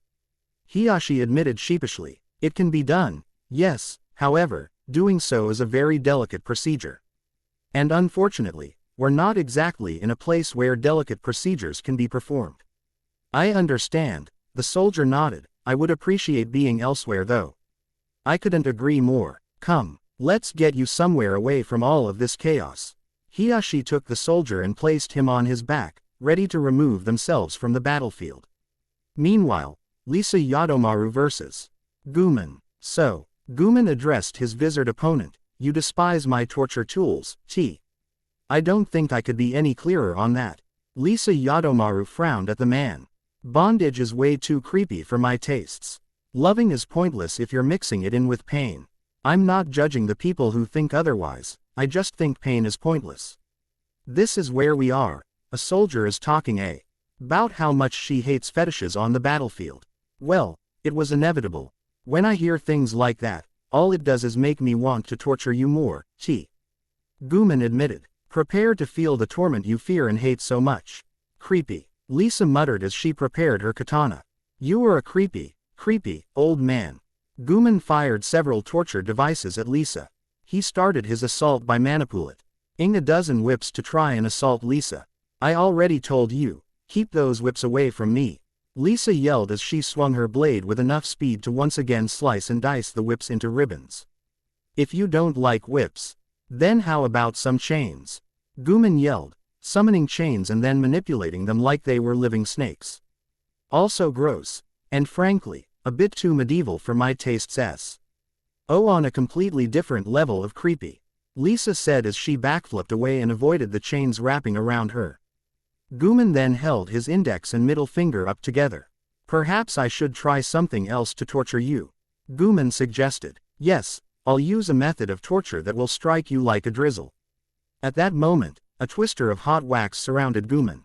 Lisa raised an eyebrow at the sight of this move as she caught onto the secrets behind Guman's magic. So he uses some form of telekinesis along with summoning to manipulate these instruments of torture. Geez, what a weird magic. Are you telling me that as long as it was originally designed to be an instrument of torture, he can summon it and control it with telekinesis? How does the magic even know that it was Origina LLY designed for torture in the first place? Guman then launched the hot wax at Lisa. It truly did look like a drizzle was coming at her, a sideways drizzle. Lisa narrowed her eyes as the wax came towards her. It was also as fast as a drizzle as well. At top speed, rain could go at 20 miles per hour. At that speed, and with that many drops of hot wax coming at her, Lisa would have to swing her SWO road with enough speed to block hundreds of projectiles coming at her at a speed that was not necessarily impressive individually. But as a large group, such an attack was difficult to block. Of course, never underestimate a girl who was once the Squad 8 lieutenant under Shunsui Kyoraku. When you have a man who'd rather coddle a pretty young girl than actually train her properly, the damn perv, as your superior officer, it's on you to become as strong as you possibly can, and Lisa definitely delivered in that regard. You think this is unavoidable? Lisa scoffed. You're not very smart, are you? Guman was confused at Lisa's statement. Then, Lisa started swinging her katana out in front of her. Then, Guman was shocked to see that she was cutting right through the rain of hot wax. She was SW-ing with enough speed to create what was almost like an invisible umbrella that was blocking the rain. Guman gaped at how fast Lisa was swinging her blade. Okay, fine, a little pain that accumulates into greater pain won't work. Guman yelled, still surprisingly confident in spite of the fact that he had not landed a single hit on Lisa yet. That's fine. The great thing about being a master torturer is having many tools for different situations. Guman then summoned a fully opened Iron Maiden that he manipulated to fly towards Lisa. Lisa sighed. We can keep playing this game for a while longer, I've got time to spare. Guman smirked. Torturing the female body has always been much more entertaining. He noted. The female body is incredibly frail compared to the male one, no matter how strong female warriors get. It makes tormenting those frail forms much more entertaining. Her frail form will falter against my instruments soon enough. Guman's arrogant musings were cut off when Lisa cut his Iron Maiden in half right down the middle. She still had that bored, almost annoyed look on her face. I used to hate you because you were into something even I found to be quite distasteful. Lisa noted. I still hate you, but now, I also kinda find you annoying too. Annoying, Guman repeated, looking at the wizard in disbelief. Yeah, Lisa said, I mean, for crying out loud, is this seriously all you can do? Just fling torture devices at me. Come on, where's the pizzazz? Pizzazz, Guman repeated once more. Yeah, weirdo, pizzazz. Lisa said. Most of the wizards I've met, good and evil alike, had at least a little bit of pizzazz. Even Levy's magic has some pizzazz, and all it is turning letters into attacks or whatever the word says. I fail to see what your point is, Guman admitted. You wouldn't. Lisa rolled her eyes. My point is, weirdo, is that with all your talk on being some sort of awesomely strong dark wizard with a very powerful form of black magic, you're kind of a disappointment. Oddly enough, Lisa was not far off the mark. In fact, she was actually very accurate. Among the highest-ranking members of the cult that was known as Avatar, Guman was undoubtedly the weakest of the bunch. And in spite of how proud he was of his black magic, that very magic was the reason he was the weakest. I mean, really, torture magic, a magic that allows you to manipulate torture devices through summoning and telekinesis. Who in their right mind thought that learning and mastering a magic like that would be an effective tool for battle? Who else but quirky, odd, Guman, the man who was the weakest of Avatar's elite fighting force. But don't tell him this, he hates being insulted in any way, something that Lisa is about to find out. So, I'm a disappointment. Guman shook with anger. That is what I said. Lisa said with a single eyebrow raised, recognizing Guman's look. He's about to blow, she noted uncaringly. You miserable little brat, Guman yelled. Where do you get off acting so rude to me, huh? I demand respect. Respect. You demand respect. If there was one thing that perverted old man, Shunsui, taught me, was that respect is earned, not given. Lisa gave Guman a deadpan expression. She and Shunsui may have been close, but she had a bad habit of hypocritically calling him out for his perversion while saying she is merely curious. And let me tell you something. You could have 100 years to do it, and you wouldn't even earn an ounce of my respect. You're nothing but a sadistic wretch who gets his jollies off of hurting others. Most people don't welcome pain, and that's why I'll never respect those who get off on it like you do. This struck Lisa on a personal level because she knew that Sosuke Aizen, and to a lesser extent, Jin Ichimaru and Konami Tosen, enjoyed the pain they caused her and the rest of the Vizards because it had advanced Aizen's disgusting research. Especially Aizen, he had no empathy whatsoever. Guman then summoned an axe and twirled it around for a brief moment to show off. Ha! Guman yelled. You see this? Do you respect me yet? You twirled an axe around, yippee freaking skippy. Lisa rolled her eyes. Anyone can do something like that. Watch. Smash. Haguro Tonbo. Lisa's pole arm appeared in place of her sword, the monk's spade shining at the end. She then started twirling it around at greater speeds than Guman had done before, showing that Lisa was honestly quite superior to this particular opponent of hers. It's kinda tragic, actually, Lisa noted. For some big-time dark wizard, you're pretty pathetic. You wanna know why? It is because you're more of a sadist than a fighter.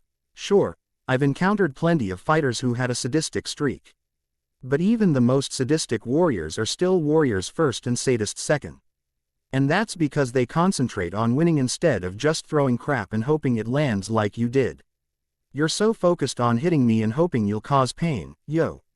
You've forgotten that you actually have to try to hit me. Lure me into a trap. Hit me with an attack you've actually thought through. Do something other than just throw a bunch of torture devices at me and pray to God that something sticks. Guman snapped. Die, he yelled, rushing Lisa, swinging his axe madly. Lisa heaved a bored sigh and turned her Haguro Tonbo so that the flat sides were pointing up and down. She then swung upwards, catching the spade on the bottom of the blade of Guman's axe and stopping him in tracks. If Guman's eyes could go wide, and they could not, because he always had them closed, they would. You know something? Lisa smiled. Love likes playing this game where axes apparently beat lances and other things along that line. Lisa then gave Guman a victorious smirk. I can. Wait to tell him that doesn't apply in real life. With those words, Lisa applied enough physical strength to force the axe from Guman's hand. Oh no, Guman muttered. Yeah, you know you're screwed, Lisa declared as she twirled Haguro Tonbo and then swung it out in front of her horizontally, striking Guman across the stomach. Guman screamed in pain as he was sent airborne for a brief moment before landing on his back. And that is how you fight, not torture, you sorry excuse for a sadist. With that final taunt, Lisa Yadomaru was the winner of her fight. Meanwhile, Levi Magarden vs. Lolly Avirn, the petite wizard of fairy tale. Levi Magarden found her mind wandering elsewhere as the fight between herself and the numerose known as Lolly Avirn began. I really don't like bugs, she thought to herself, really don't like bugs. Lolly revealed her arms, which had become two centipede-like creatures. You're going to die, and you're going to die painfully, you little bitch. She promised. Nobody talks down to me. Nobody. Lolly then whipped her two centipede arms at Levi, initiating the fight. Levi quickly avoided the two arms and watched as soon as Levi struck the ground. He area around the arms corroded away from the poison on Lolly's arms. One hit from that and I'm done for, Levi noted. That's right, Lolly yelled. Only an Espada level Arankar can survive my poison, you are definitely not at the level of an Espada. You're just a pitiful little human. What could you hope to do against me and my poisons, huh? I just defeated one of your own. Levi reminded her. Manali's just trash. She's a friend, but she's also a useful idiot that likes to hang around me like a second freaking shadow. You are an awful friend. Levy said in a very matter-of-fact tone.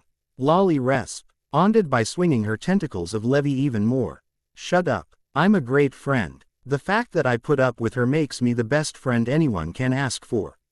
Now, dodge this, Lolly yelled. Uvia acida. Levy watched as Lolly swung both of her arms horizontally and fired several hundred drops of poisonous liquid from the tentacles that surrounded Levy like rain.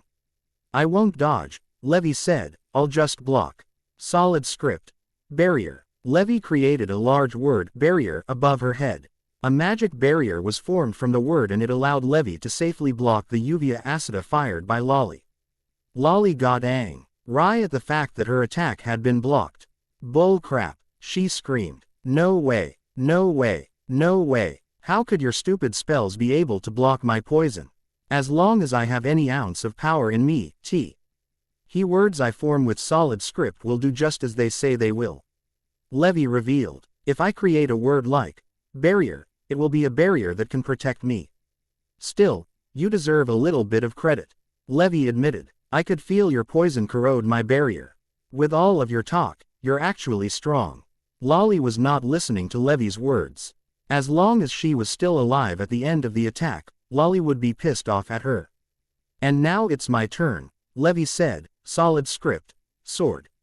Levy formed the word sword in midair. Then, she hurled the word with her hand at Lolly, who gazed at the word in confusion. The word then started twirling.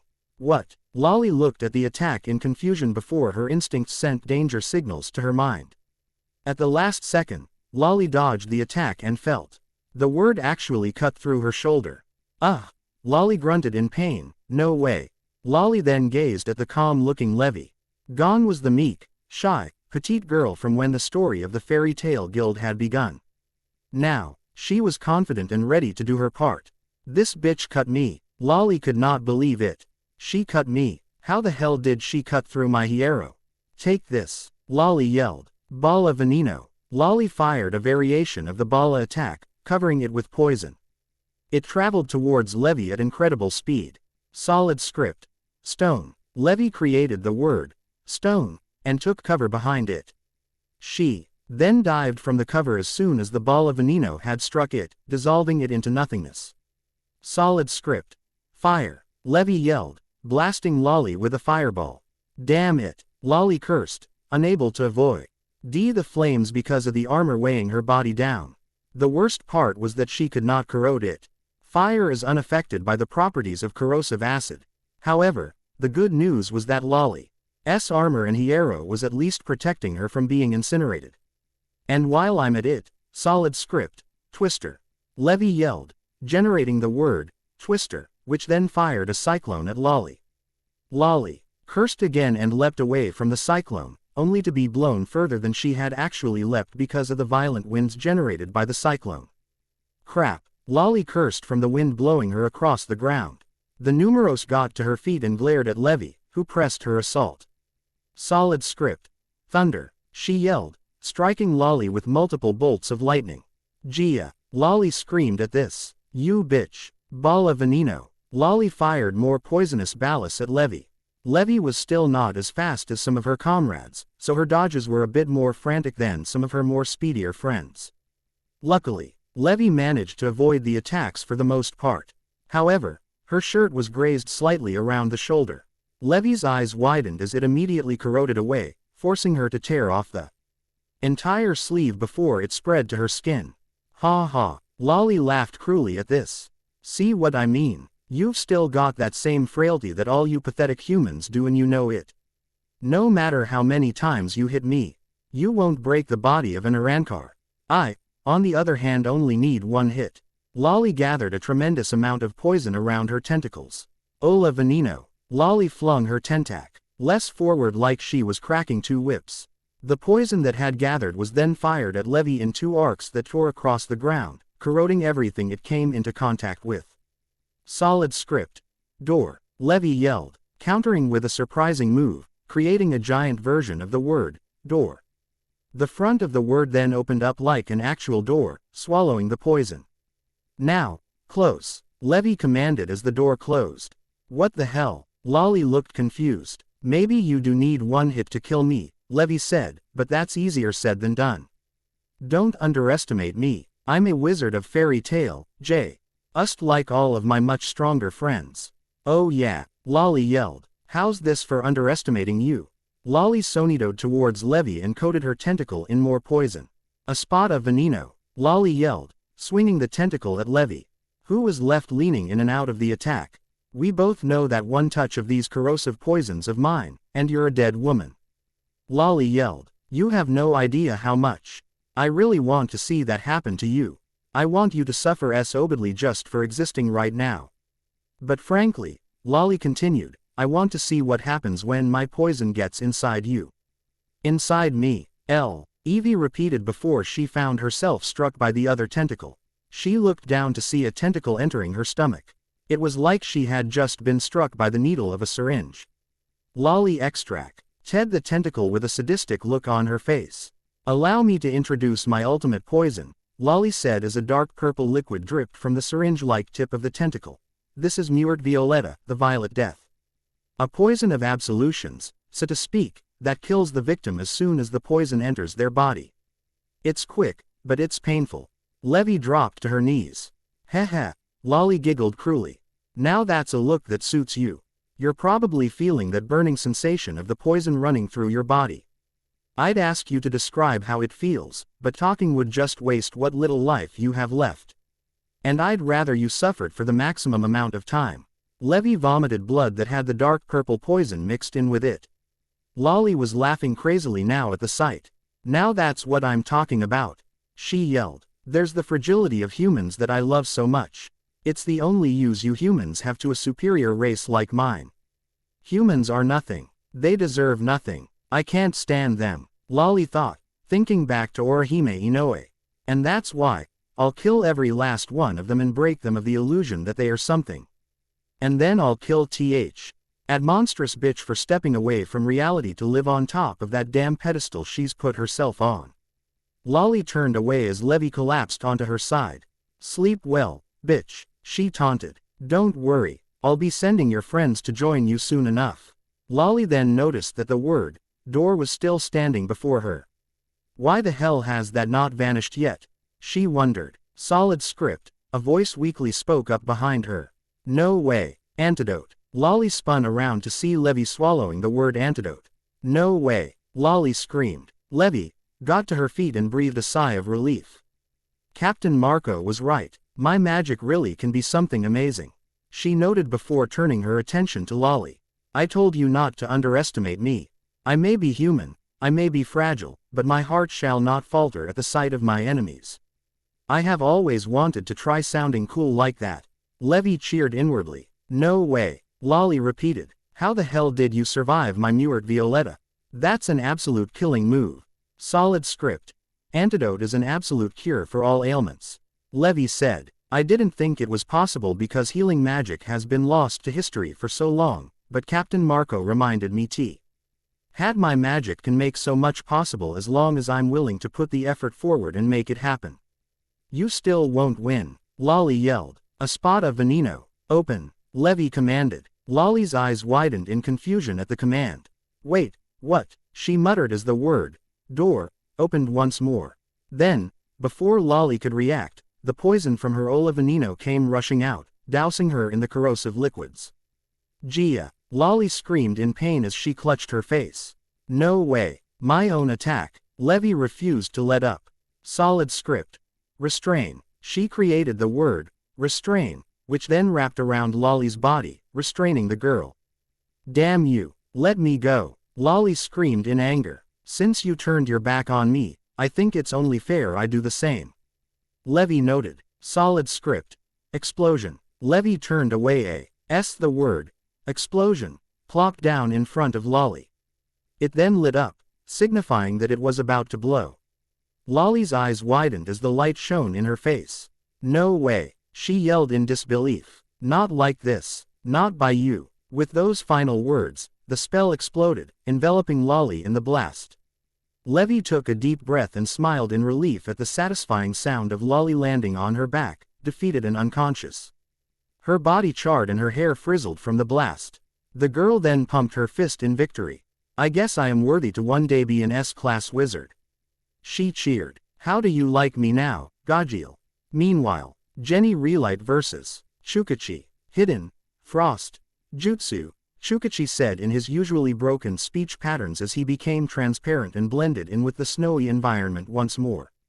Jenny Relight gazed at the transparent shinobi in confusion. What is he trying to pull? She wondered. He must already know that with my search mode, I can track his hidden frost jutsu. So what is he trying to pull here? Then, she heard Chukachi speak once more, using another ninjutsu to add to his technique. Ninja art. Water clone jutsu, Chukachi said once more. Jenny's eyes widened as she watched. The transparent shinobi suddenly split into multiple clones. So that's it, I have to admit, this is a pretty brilliant strategy, if I do say so myself. He thinks that if he splits himself into multiple versions of himself, I won't be able to track his movements. However, he underestimates the power of my search mode. Jenny smiled inwardly as he placed her hand on a dial next to a magic eye. It was here. Jenny revealed another feature of her search mode. She could adjust what her search mode could see and track. This included certain kinds of molecules, like water molecules. In other words, Jenny could easily isolate the real Chukachi from the 4 water clones. He's right in the middle of the pack, and he's made no attempt at attacking. Jenny noted. Okay, that means he's going to let high-S water clones do most of the dirty work. But, if I remember correctly from the time my friends and I spent getting to know each other and our basic powers, the user of the water clone jutsu has to be within close proximity to his clones.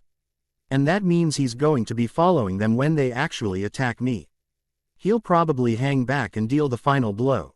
Jenny then got into a Muay Thai boxing stance. The reason she was using Muay Thai was because she could not afford for anything to obscure her vision.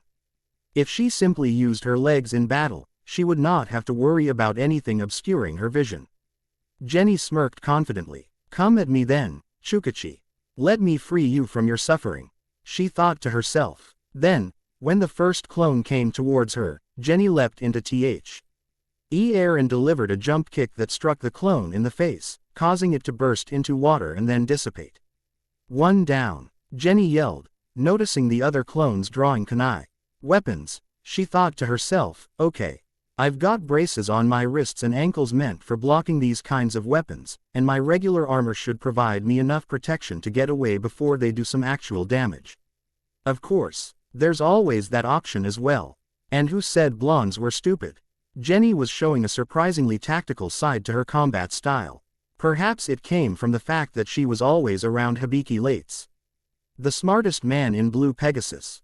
One has to say, always around instead of in a relationship, because they don't really seem committed to being in an actual, serious relationship with each other. The second water clone threw his arm forward, stabbing at Jenny. The Blue Pegasus wizard smirked and clapped her hands together, catching the blade safely by grabbing them by the flat ends. The third and fourth water clones then arrived on both sides of Jenny, brandishing their own kunai. Jenny then pulled on the kunai she was currently holding onto, using the momentum to flip herself over the second water clone. Take this, Jenny yelled, delivering a dropkick into the back of the second water clone's head, causing him to burst into water as well. That's 2 down. Jenny smiled triumphantly. And 2 more to go. Jenny then landed in front of the real Chukachi, quickly picking him out, because he was the only one who had not thrown an actual attack just yet. Chukachi, I promised to save you from the hell you are living in, and it would go against my guild's ways to break that promise. Jenny leapt at the real Chukachi and threw a powerful kick at the man, aimed straight at his face. Now do me a favor, and make this a one-hit KO. However, much to Jenny's surprise, Chukachi caught the kick with ease. Fool, he said. Foolish girl, much stronger than clones, you should know that. Not good, Jenny muttered. Chukachi then took one hand off of Jenny and held up a single one-handed sign. Water, style, water, trumpet, Chukachi said before his mask opened up and water was fired out at high velocity, striking Jenny in the stomach and knocking her away from him. Ack! Jenny yelled in pain, landing on her back. She was then surrounded by the 2 remaining water clones. Jenny frowned. Oh yeah right, she yelled. I won't lose to you. Jenny flung herself away from 2 clones, showing a surprising amount of upper body strength in the process. I won't lose. I'm taking you down. Jenny was then back on her feet and dropped back into her Muay Thai stance. Take this, she yelled, leaping into the air and then delivering a flying roundhouse kick that decapitated both clones with ease. She watched with a slight sense of satisfaction as both clones dissolved into water. And now, it's just you, Chukachi, she yelled with a tremendous amount of resolve in her voice, ready to stand against the famed Miss Shinobi. One can be enough, Chukachi reminded her. Some fighters would assume that a warrior with Chukachi's particular powers would turn transparent once more and then split into more clones. However, this would be an incorrect assumption, a very incorrect assumption. The correct path now would be to change one's tactics, because the enemy had proven that she was capable of proverbially cancelling out his signature move. True logic stated that one needed to stop using signature moves, and focus on a different approach. Dodge. This, Chukachi muttered lowly. Water. Style. Water snake jutsu. Chukachi formed a stream of water that coiled around his arm like an actual snake. He then extended his palm out in front of him and directed the stream towards Jenny. A ninjutsu with the force of a high-pressure water cannon, just like many water-style attacks. Jenny noted. However, this one is unique because it has the ability to have its direction change because of the chakra that Chukachi is infusing inside of the water. And that means, even after dodging it, I need to be on my guard. Jenny avoided the water snake and found, just like she had predicted, that the water was following her. Chukachi's control over his own chakra was truly impressive. However, Jenny quickly caught onto something that interested her very much. Chukachi was standing completely still. Of course he is, she quickly caught on. Using that ninjutsu with that level of required chakra control probably requires him to remain immobile for the duration of the use of that technique. Jenny then ran towards Chukachi. Which means I can end this with one decisive blow, for real this time.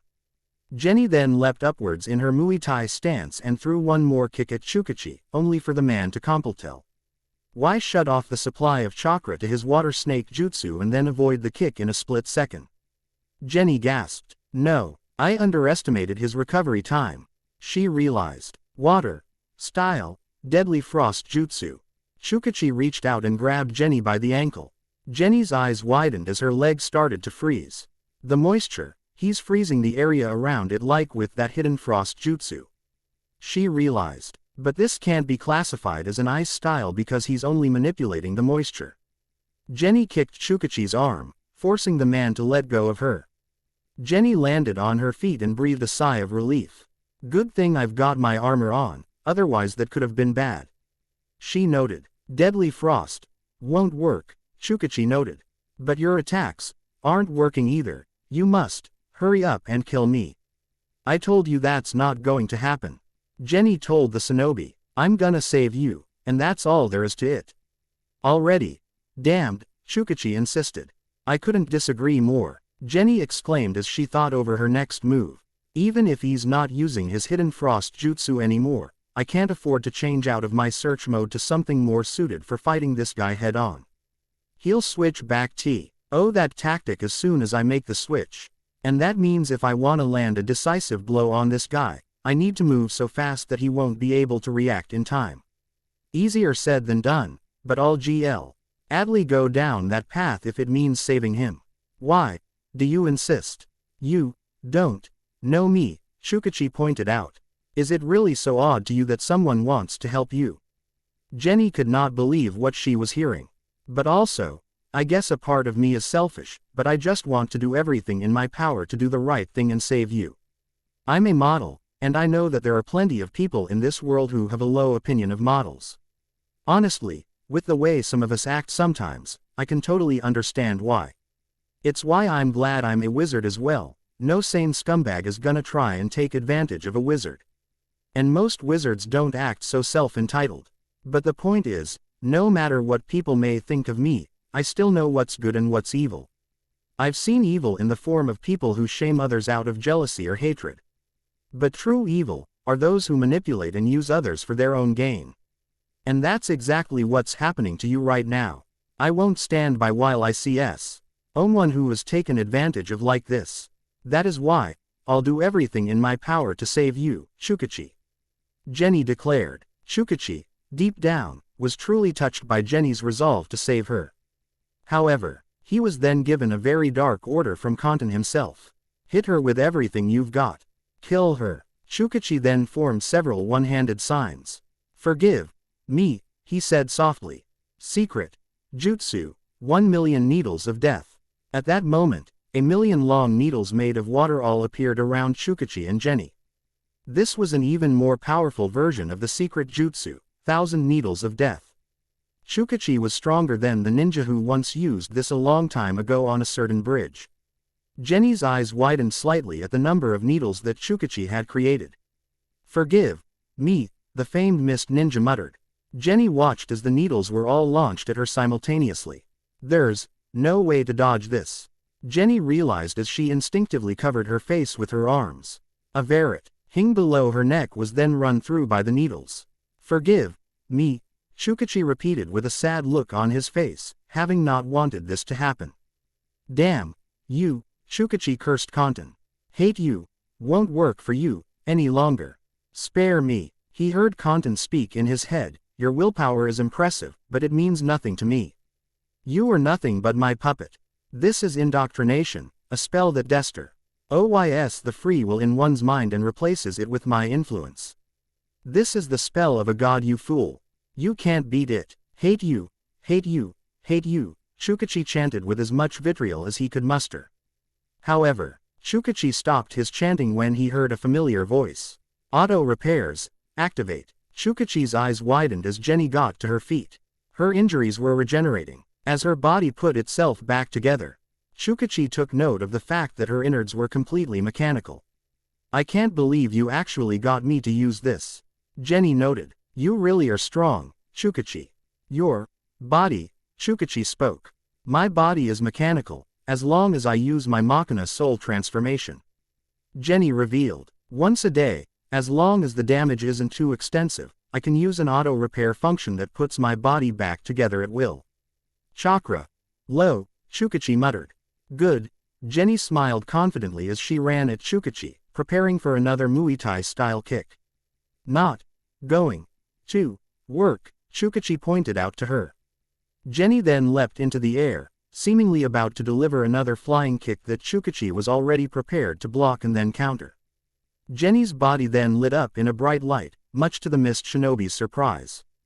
You're not the only one who can switch things up in an instant. Jenny yelled. Takeover. Heavy mode. Jenny took the form of a heavily armored red behemoth. I'm keeping my promise, do you hear me? She yelled as she threw a haymaker that struck Shukachi dead on in the face. Underestimated her, Shukachi realized before smiling inwardly as he was flung far away from Jenny. Well done. Jenny smiled triumphantly as Shukachi fell onto his back, unconscious. Now, you stay down so that I can bring you back to the Alliance. We're going to bring you back to normal. Nton, you won't be able to take advantage of these people much longer. There were victories all over for the Allied forces, but this fight was nowhere near over yet. Best reflected by the fact that there were two new arrivals. One was the Fullbringer, Jackie Tristan. The other, however, was a game changer. Why? Because he was the Four Tails Jinchuriki, Roshi. Here we go, he muttered, ready to do something he truly hated. Omake. Luffy's Punishment, Part 1. Okay, here we go. Ichigo Kurosaki cheered in anticipation. After weeks of preparation, we've finally come up with an appropriate punishment for Monkey D. Luffy. Some may not like the way we do this one, but it's the best one for our buddy.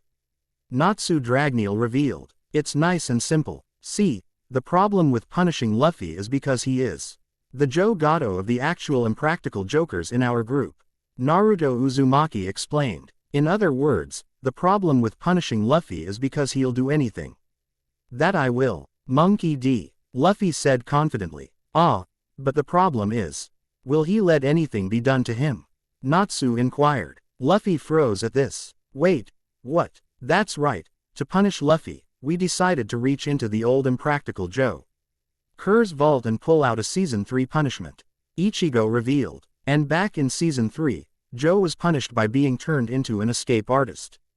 Today, Luffy, you will portray the great Luffy, the greatest escape artist in the world. Luffy gave them all a deadpan expression. The great Luffy. Yeah, buddy, you're gonna do everything we say while we put you into some inescapable situations. Natsu told him. Yeah, situations that you, the great Luffy, need to escape from. Naruto added. The trio gave Luffy a knowing smile. I don't like that look. Luffy was uncharacteristically wary at the moment. Later, Luffy was dressed up in a magician's outfit and was led out onto stage. We are here at ND's private theater, Ichigo revealed after the proverbial scene change. The rich bastard, Naruto muttered. How does he make this much money? Seriously, have you seen the guy's mansions and what he keeps in them? I think it's a mixture of having a lot of connections and being an entrepreneur.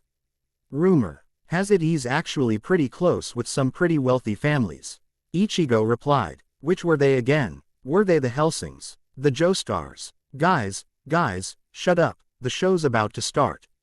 Natsu said giddily. Luffy, no. The great Luffy stepped out on stage, to the thunderous applause of the crowd. Good evening, he declared grandly. I am the great Luffy, the greatest escape artist in the world.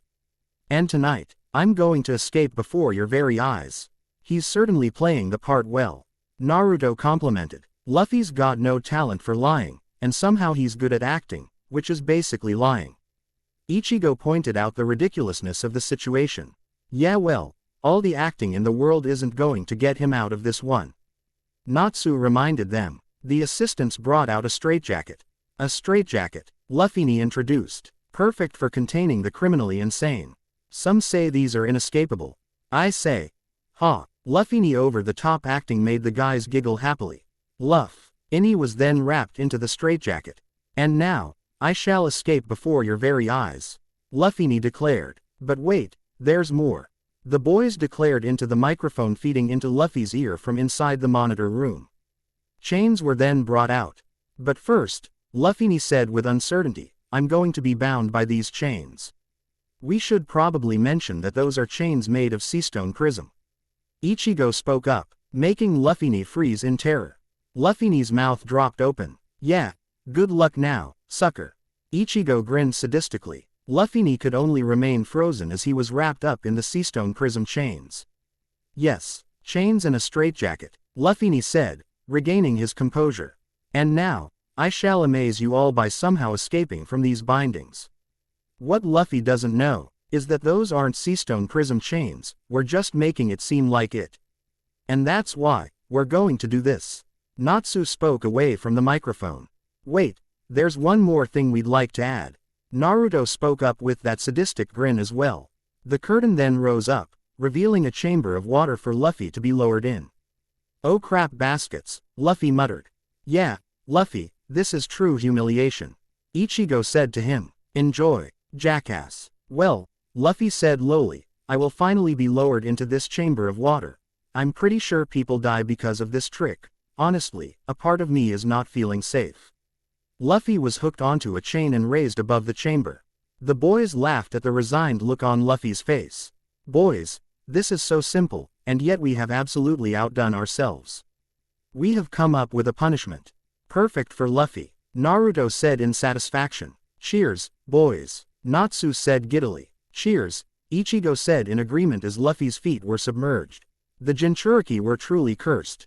But Naruto Uzumaki had been born under a lucky star of sorts, or he simply had tremendously good karma for living a truly righteous life. Roshi of the lava style had truly come to believe that now. Let us review what had happened in Roshi's life that had made him come to believe this. First, there was the fact that he was made into a Jinchuriki in the first place. Sure, he was cool with his tailed beast now, but it doesn't change the fact that the 40 years he spent as the Four Tails Jinchuriki was a lonely hell that he would not wish on his worst enemies. The hidden rock was, and always would be his home, but they certainly did not make it feel like home. Interestingly enough though, he definitely did not have it as bad as his fellow Jinchuriki, Han did. Perhaps it's aim from the fact that he was more closely related to Onoki as his nephew, the son of Onoki's younger brother. It was indeed a tradition for the Jinchuriki to be closely related to the cage. Han, the five-tailed Jinchuriki, was also a nephew of Onoki's, the child of his youngest brother. They were all clearly related by their distinctive noses, even though Han always kept his hidden. Where was I? Ah yes, I was at the curse of the Jinchuriki, according to Roshi. The reason why Han probably had it worse was because old man Onoki had probably lost his fire as a cage and a man by the time Han had become the Five Tails Jinchuriki. He had already experienced much, having become the third Tsuchikage around the time Hiruzen Sarutobi had. He was already worn out immensely by the time Han had taken the mantle as the Five Tails Jinchuriki. Anyway, another thing that Roshi could point to as proof that the Jinchuriki were cursed was the fact that everyone seemed to want their power. And by everyone, he meant everyone. Their home villages, the supposed enemy villages at the time, the Akatsuki, who actually ended up getting their hands on their power, Madara Uchiha, that greedy bastard. While we are on the subject of the Akatsuki, can we take a moment to point out that the extraction of the tailed beasts is an extremely painful process? Because it was. Those several days they spent extracting the four tails were among the most painful that Roshi had ever experienced. The next piece of proof that Roshi had, being brought back to life during the Fourth Great Ninja War, is nothing but mindless puppets under the control of that weirdo who had been trying to play the role of Madara Uchiha. At the time, Roshi thought that there was nothing worse than having your free will completely wiped out by that blasted reanimation jutsu. And then came this multi-world war came along. The final piece of proof that Roshi had that the Jinchuriki were a cursed people was the fact that they were brought back to life a second time to fight on the side of injustice. However, there was a key difference between the first time they had been brought back to life and this time. The first time, they were nothing more than mindless puppets. Their personalities completely erased by that Toby. This time was different, and much more tortuous. Kanten had allowed them to keep their personalities for the most part, and as such, they were fully aware of what they were doing, and as such had every opportunity to feel regret for every atrocity they committed in this war. It was at that moment, Roshi realized that true torture was being unable to do anything about the path you are on. He knew that the coalition was wrong. He knew that what he was being told to do was wrong. He knew that if given the chance, he would gladly help the Allied forces against these monsters. However, Kanten had not intention of giving him what he wanted. Rather, he intended on turning him into a puppet that is allowed to regret his actions, but not do anything to correct said actions. This was Kanten's way of breaking the victims of his indoctrination in every way. To be king means to make the gap between yourself and your subjects clear. Kanten would explain. To be a god means to make your will absolute to all. To dominate all others, that is what it means to be a godly ruler. That was the man's philosophy as king. 'Twas not a philosophy on being a good ruler, it was simply a philosophy to justify his twisted desires to dominate all who came under his control. Anyway, what Roshi was dealing with was true torture. He had his free will this time, and as such, felt every ounce of sadness and regret from the horrible acts he was forced to commit in the name of Kanten and the coalition. And neither he nor Son Goku, the four-tailed monkey, had a way to fight the man for control. So, all he could do was parade about, destroying everything in sight, and praying to whatever god would listen that someone kill him and end his suffering. Hey, son, Roshi spoke up for the first time, addressing the four tails. State the obvious, but this is hell. I can't even sense Naruto's chakra, so we don't really have him to bail us out this time. Roshi. The four tails spoke up to the old Jinchuriki. You can't just rely on Naruto to bail us out, especially when it's very possible that there is someone who could just as easy free us from our torment. Roshi sighed. Yeah, but we're pretty strong, son. He noted. And we've only gotten stronger. In fact, all the Jinchuriki had. One of the advantages of being back in the flesh is that we get the opportunity to actually get stronger. Unfortunately, the problem is that we're using this newfound strength in the service of a complete monster. You should be more discreet about the things you say, Roshi. Son said to him, I'm not the only voice in your head that you have to deal with nowadays. Roshi smiled humorlessly. Yeah, that's true, he said. Ah well, what in He world could content possibly do at this point that's worse than what he's already done. I might as well get some insults in, since there's nothing worse he can possibly do to me. That itself was debatable. Roshi was unaware of what happened to fellow Jinchuriki, Yugito Ni, at Lake Willow early in the war. If he knew, perhaps he would think differently on the matter. Okay, you self-proclaimed godly bastard. Roshi folded his arms with a deadpan expression on his face, fearlessly insulting the man who instigated the entire war in the first place. Who am I going to hurt first, huh? Give me orders, oh mighty one. There was silence in Roshi's mind for a brief moment. The four tails started to press the matter. What, do you have nothing for me? Then you have no use for me. And since you have no use for me, I think it's best that you just go ahead and kill me. So come on. Go ahead and smite me, oh mighty smiter. Son Goku rolled his eyes at the behavior of his Jinchuriki. You've become quite a bit more lighthearted since the fourth great ninja war, Roshi. Too bad you couldn't take advantage of it and live in peace in the afterlife. Yeah, well whose fault is that? Roshi inquired rhetorically and lightheartedly. Oh, would you look at that, suddenly I've got a tremendous desire to kill the people the coalition has deemed enemies. How about that, son? It looks like the mighty smiter has some use for an old man like me after all. Roshi, for crying out loud, stop acting like such a sarcastic bastard, otherwise people are going to get the wrong idea about you and think you're with the coalition willingly. Son Goku said to him, exasperated at the antics of his Jinchuriki. Roshi rolled his eyes, realizing that the giant monkey was correct. If he got killed because of a misunderstanding, that would really suck. The Jinchuriki heaved a sigh. So what then? Play the helpless victim. That's not going to do me many favors either, son. Roshi then casually backhanded a soldier that attempted to sneak up on him from behind and attack him. Roshi, Son Goku said in exasperation. What? I can't help it. Those words were for once true, rather than just an excuse that people had a bad habit of making. Roshi then turned his complete attention to assaulting the allied forces, his unwilling enemies. Rogue Cheney was the first to take notice of some of the new arrivals. The woman won't be that much trouble, he noted, but that older fellow, he's tough, very tough. My nose is sending my instincts into overdrive. They're practically sending me danger signals. My nose haven't caused my instincts to act up this much in a long time. Not even Natsu and Gaji'll scare me this much, but that's probably because they're rarely hostile, unless we provoke them. Rogue immediately went into Dragon Force. He's dangerous to all of my comrades. He realized, and that's why I've gotta take him out as quickly as possible. With that, Rogue transformed into shadows and sped towards Roshi. He was hoping to get the drop on the Jinchuriki and end this fight quickly. Unfortunately, Roshi was a seasoned shinobi, and as such, quickly caught on to the fact that Rogue was coming after him. Gimme a freaking break. Roshi rolled his eyes. Kids these days, they think that it's so easy to act stealthy.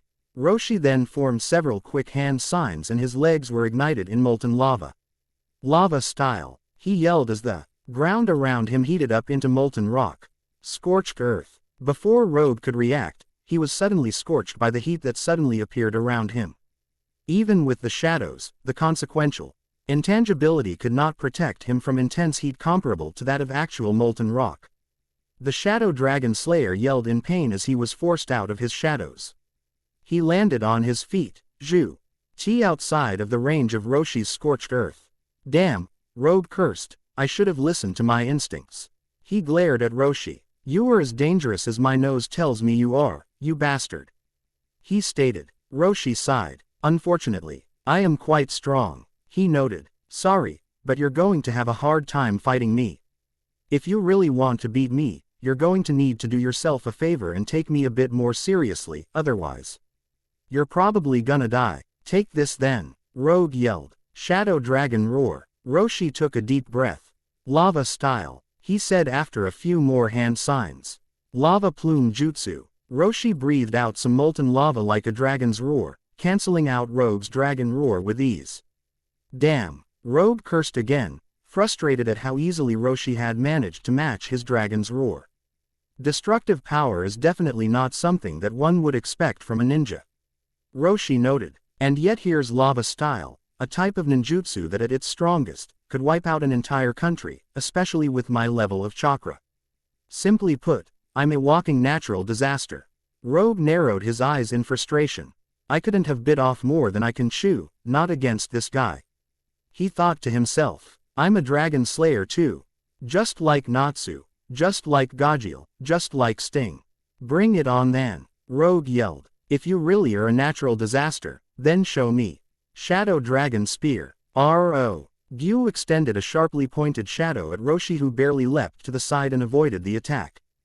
Be smart, Shadow Boy. Roshi said to him. If I used an attack like that, I'd kill a lot of people, it would also leave me a sitting duck because it would take a lot of chakra out of me. It's just not practical, but warriors like us still have trump cards for a reason. Hiyori Surugaki yelled out of nowhere, attempting to plant her sandal on Roshi's forehead. Roshi saw Hiyori coming as well and blocked her kick with his forearm. Nice try, Roshi said, but you are not going to get the jump on AG. Who's been a shinobi for over 40 years. Hiyori cursed in frustration before preparing her shikai. Butcher him, Hiyori yelled, swinging her Kubikiri Orochi at Roshi to try and split him in half from the top down. Roshi sighed and forced her off of him before she could strike him down. Ha! Roshi yelled, spitting lava at her once more. Oh crap! Hiyori yelled as she was enveloped in lava. Hiyori! Rogue yelled in concern for his comrade. The lava fell away from Hiyori, revealing that she was badly burnt by the lava. Rogue felt his stomach turn at the sight of the little girl being burnt up by the lava. Roshi's eyes widened, realizing that he had probably taken it too far already. Sorry about that, he said. Actually, that's probably the last thing you want to hear right now. An appall. Ogi's not going to do much for, well, that. No kidding. Hiyori yelled in anger. Freaking hell, that burns, you son of a bitch. Who just douses someone in lava? Your enemy, Roshi said with a deadpan expression. You're lucky it's going to take more than that to kill me. Hiyori yelled, pulling her hollow mask over her face, much to Roshi's surprise.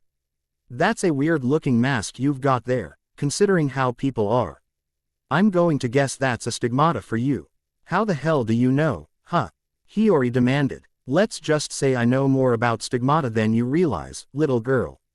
Roshi said grimly. Who knows, impress me enough. And I might just show you what I mean. Although, my jerk of a boss might just decide that I need to go all out. A flying shadow then moved towards Roshi. Another attempted sneak attack. Roshi deadpanned. Fool, you're not going to sneak up on someone when there aren't many flying shadows in the world.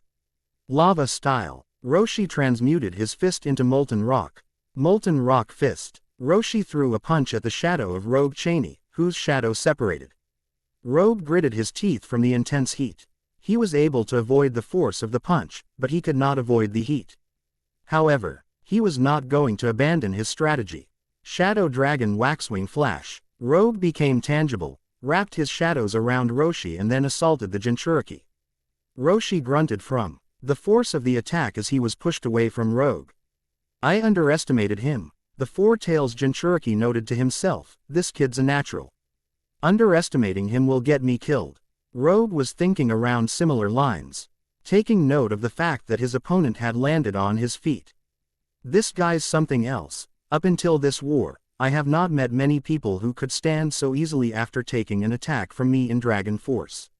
Even some of the stronger ones I had met in this war had staggered just a bit from my blows in Dragon Force. Roshi then dropped into a martial arts stance before holding out a single fist that was covered in molten lava. He was currently running through multiple one-handed signs. Lava style. Volcanic fury. Roshi threw a simple punch forward. However, as soon as he had done so, several molten rocks were fired outwards. Rogue's eyes widened in disbelief at the range of Roshi's volcanic fury attack. He quickly transformed into shadows and avoided the volcanic fury. Don't forget about me, you son of a bitch. Hiyori yelled, rushing and throwing a devastating kick into Roshi's side. The Jinchuriki grunted in pain as he was knocked away by the girl's kick. Another tough one. It looks like that mask of hers amplifies her strength exponentially. How interesting. We're more alike than I originally thought. Tachika's Kensai Mugaruma suddenly appeared, lace. Raiding Roshi in multiple places with his powerful Shikai.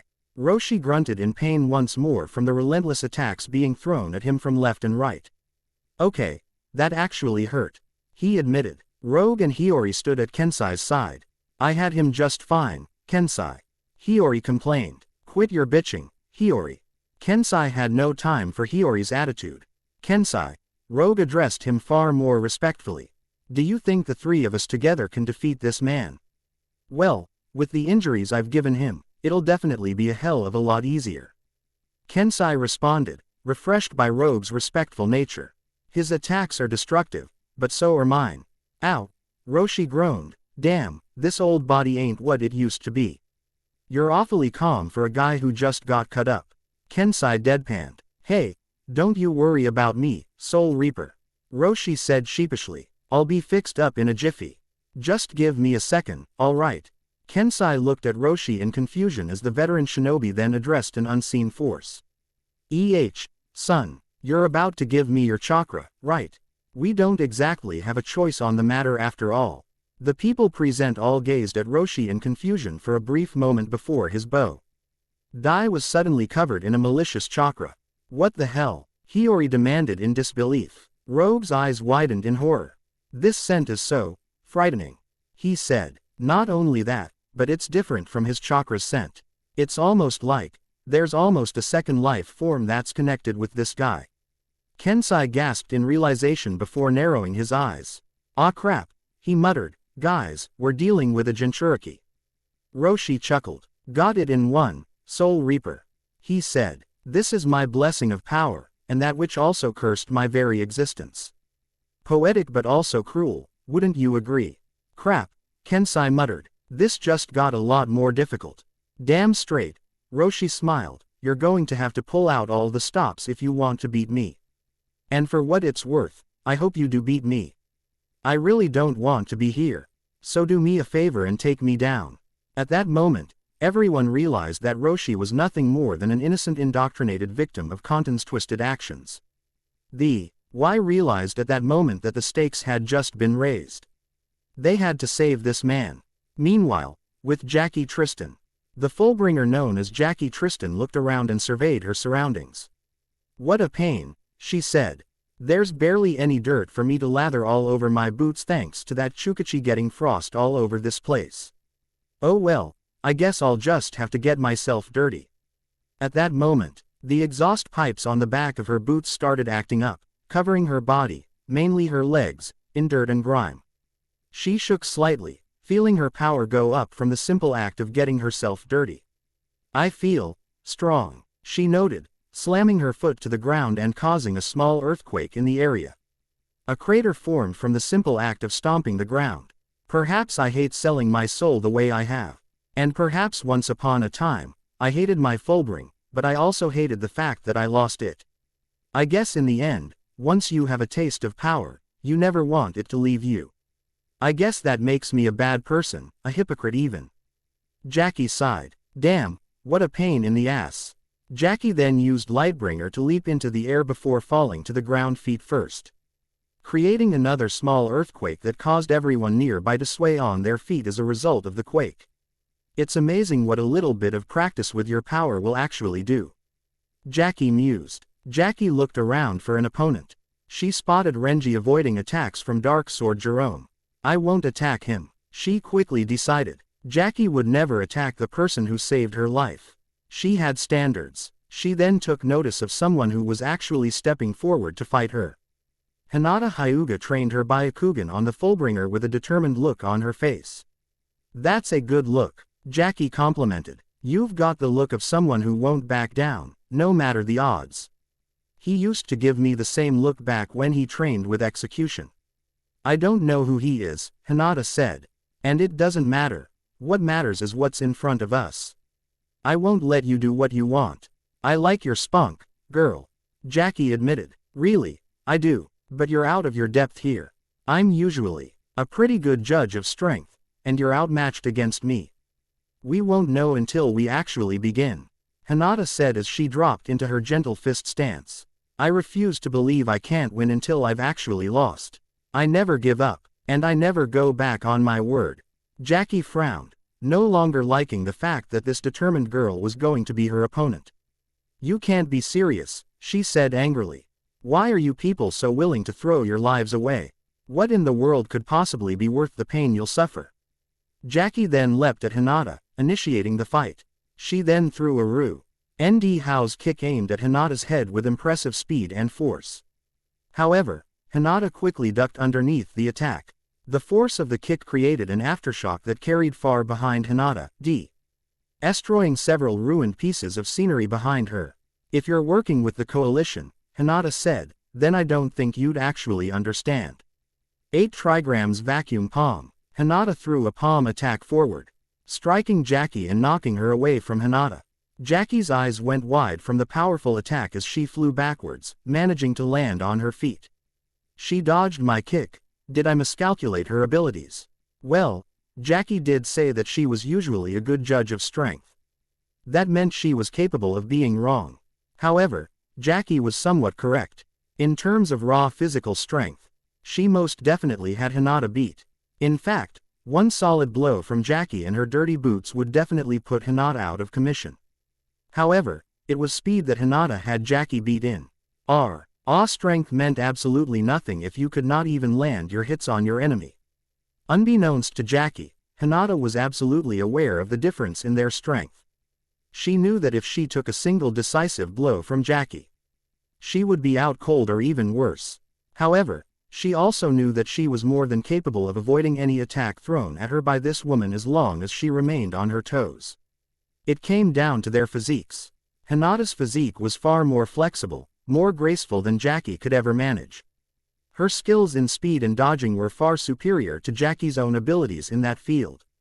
And that made this a pretty even fight. Jackie ran at Hinata to try and attack her again, throwing several front kicks at the girl, only for Hinata to avoid all of them with ease. Palm heel strike. Hinata struck Jackie in the stomach, knocking her away. Jackie easily shrugged off Hinata's attack. I'm not going to go down to tickles like that, she exclaimed. Hinata gasped, red chakra around her feet and leapt a great distance away, avoiding Jackie's next kick with ease. This is about to turn into a battle of attrition, Hinata quickly realized. If it keeps her away from my comrades, then so be it.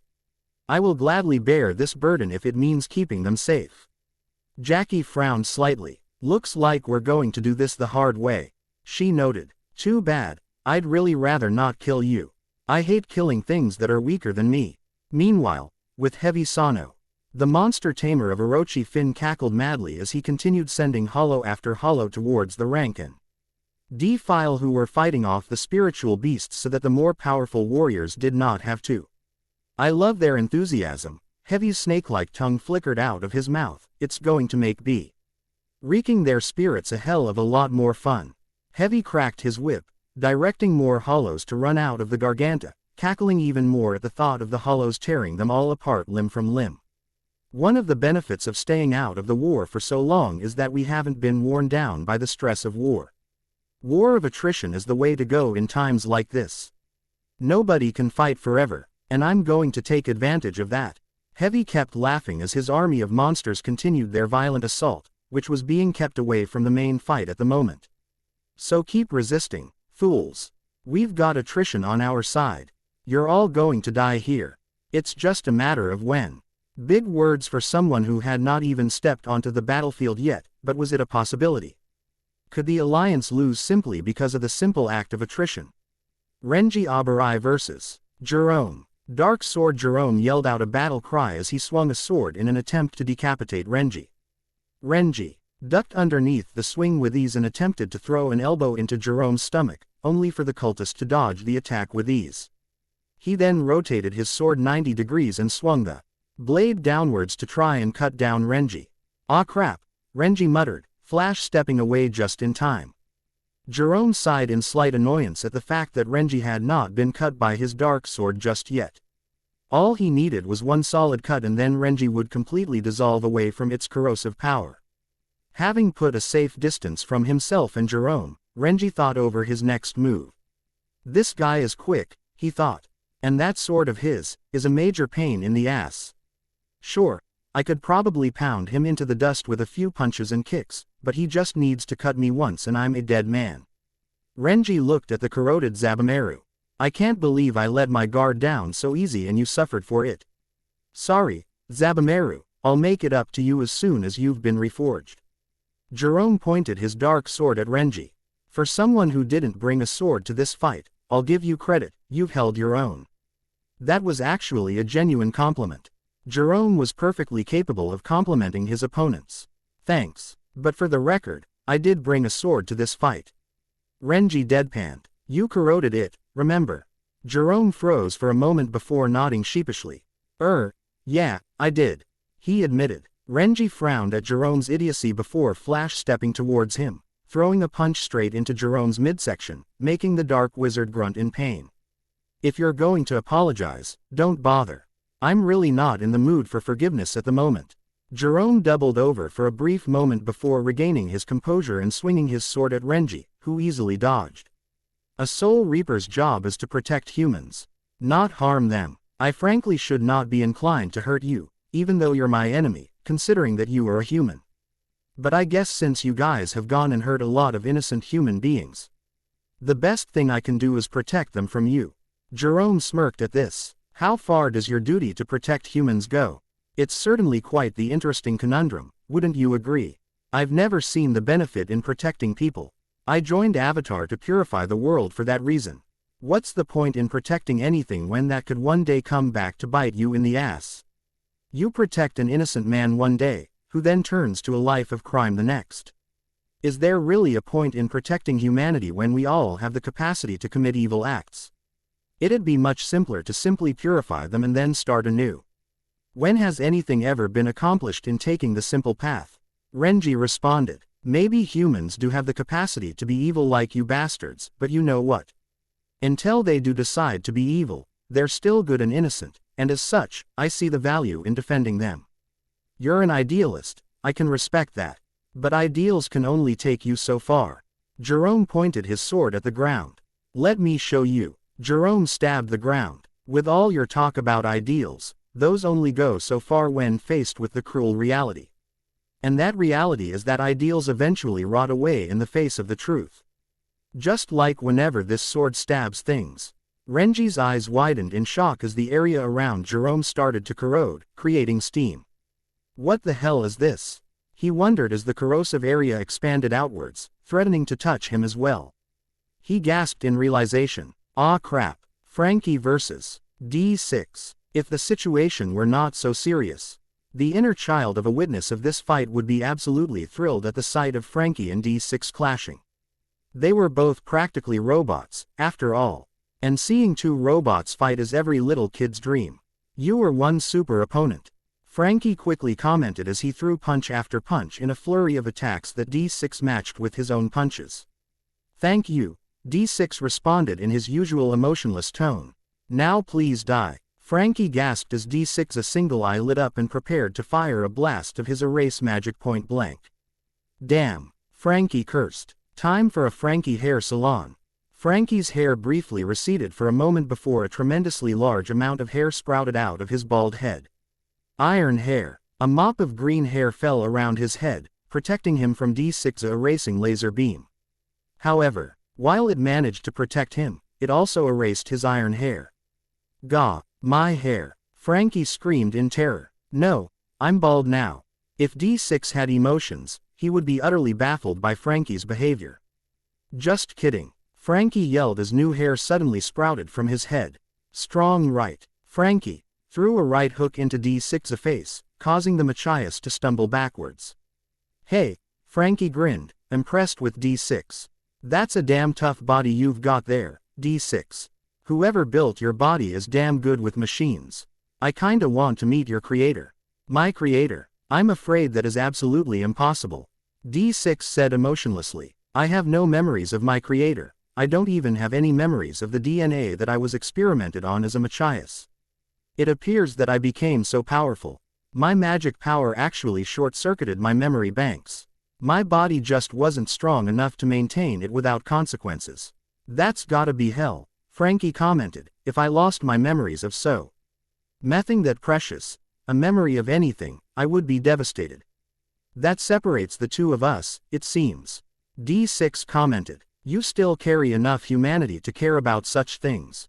I, however, do not care about such things. It was simply fate that I gave it all up in exchange for power. Although, it's strange, I've forgotten the power I was given. So was it fate that I forgot about the power I was given before I could even use it? Such an interesting thing to consider. Weapons left. D6 was cut off as he was peppered with bullets from Frankie's left hand. The Machias easily shrugged it all off. It's rude to interrupt people when they talk. D6 pointed out, throwing a haymaker at Frankie, pushing him away. Yeah, Frankie said, there is a difference between the two of us. Memories are a part of what make us who we are. The fact that you could shrug them off so easily like they're no big deal is a bit disturbing. Disturbing. D6 seemed confused at the notion of brushing off memories to be something that was disturbing. Yeah, disturbing, Frankie said. I would never throw away my memories. Memories of Tom. Memories of Iceberg. Memories of my crew and the Thousand Sunny. Those memories made who I am, and they are the experiences I cherished. D6 still looked immensely confused. He just could not comprehend the importance of memories and human emotions. None of this computes, I'm afraid. D6 said. And that's why I pity you. Frankie admitted. And that's also why I'm glad I'm still somewhat human. Human beings may have a lot of weaknesses, but there are plenty of benefits that I would never give up on. Does not compute. D6 repeated. And that makes you a damn fool. Frankie yelled, getting into a sprinter's stance. Here we go. Frankie iron boxing. Frankie sprinted at D6 and threw another flurry of punches at D6. D6 crossed his arms, this time settling for blocking Frankie's flurry. I can't stand things that do not compute. D6 stated resolutely. Things like that have no use to me. Boa Hancock versus the remaining 3 Briar clones. Boa Hancock, the famed pirate empress, kept a surprisingly cool facade as she dueled with the remaining 3 clones. Raging Briar, Grieving Briar, and Smiling Briar. I will not stop attacking until you are all down for the count. The beauty vowed. She looks as mad as you usually do, Raging. Smiling Briar said with her usual smile. That's so funny. If we did anything to upset you, I'm truly sorry. Grieving Briar sobbed with, well, grief. It's never my intention to upset people. Promise. Shut up, both of you. Raging Briar screamed at them. IWILL not let this stupid bitch make a mockery of us. We are the ones who make up the great and powerful Briar, damn it. We will not let her beat us. The clones sent out several magic shockwaves that sped towards Hancock. However, Hancock easily avoided each of these attacks and then spun about. Do you really think I care that you're the great and powerful Briar? Hancock demanded. I am the Pirate Empress, the most beautiful woman alive. No woman stands on equal footing with me. Perfume Femur. Hancock spun around with tremendous speed, kicking at all 3 Briars with tremendous force. Ow. Smiling. Briar screamed with pain with a smile on her face. I'm sorry. Grieving Briar sobbed. The 2 clones had both of their necks snapped from the kicks. Much like Briar in love, Smiling Briar and Grieving Briar were both killed with ease by Hancock's powerful kicks, imbued with hockey. Raging Briar, however, had managed to avoid death at the hands of Hancock's kicks.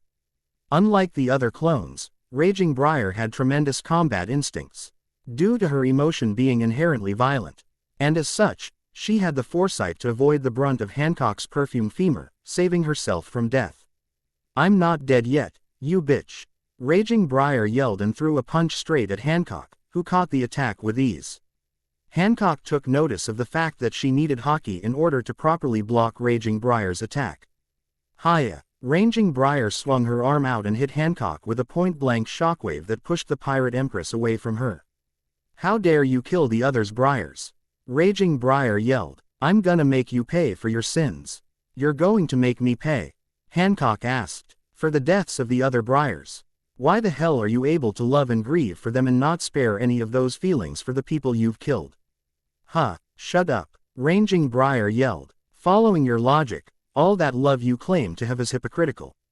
Spare me your own sanctimony. Hancock responded. We wouldn't have had to reach this point if you hadn't attacked us first. Ha, Raging Briar was not listening to reason and threw another shockwave at Hancock. Hancock sighed and leaned to the side, managing to avoid the next shockwave. She truly did sympathize with people over the loss of their friends and loved ones. However, her sympathy did not extend to those who instigate situations like these. Situations that could cause the loss of their friends. If someone instigates a deadly situation, they must also accept the possible collateral damage, such as lost friends.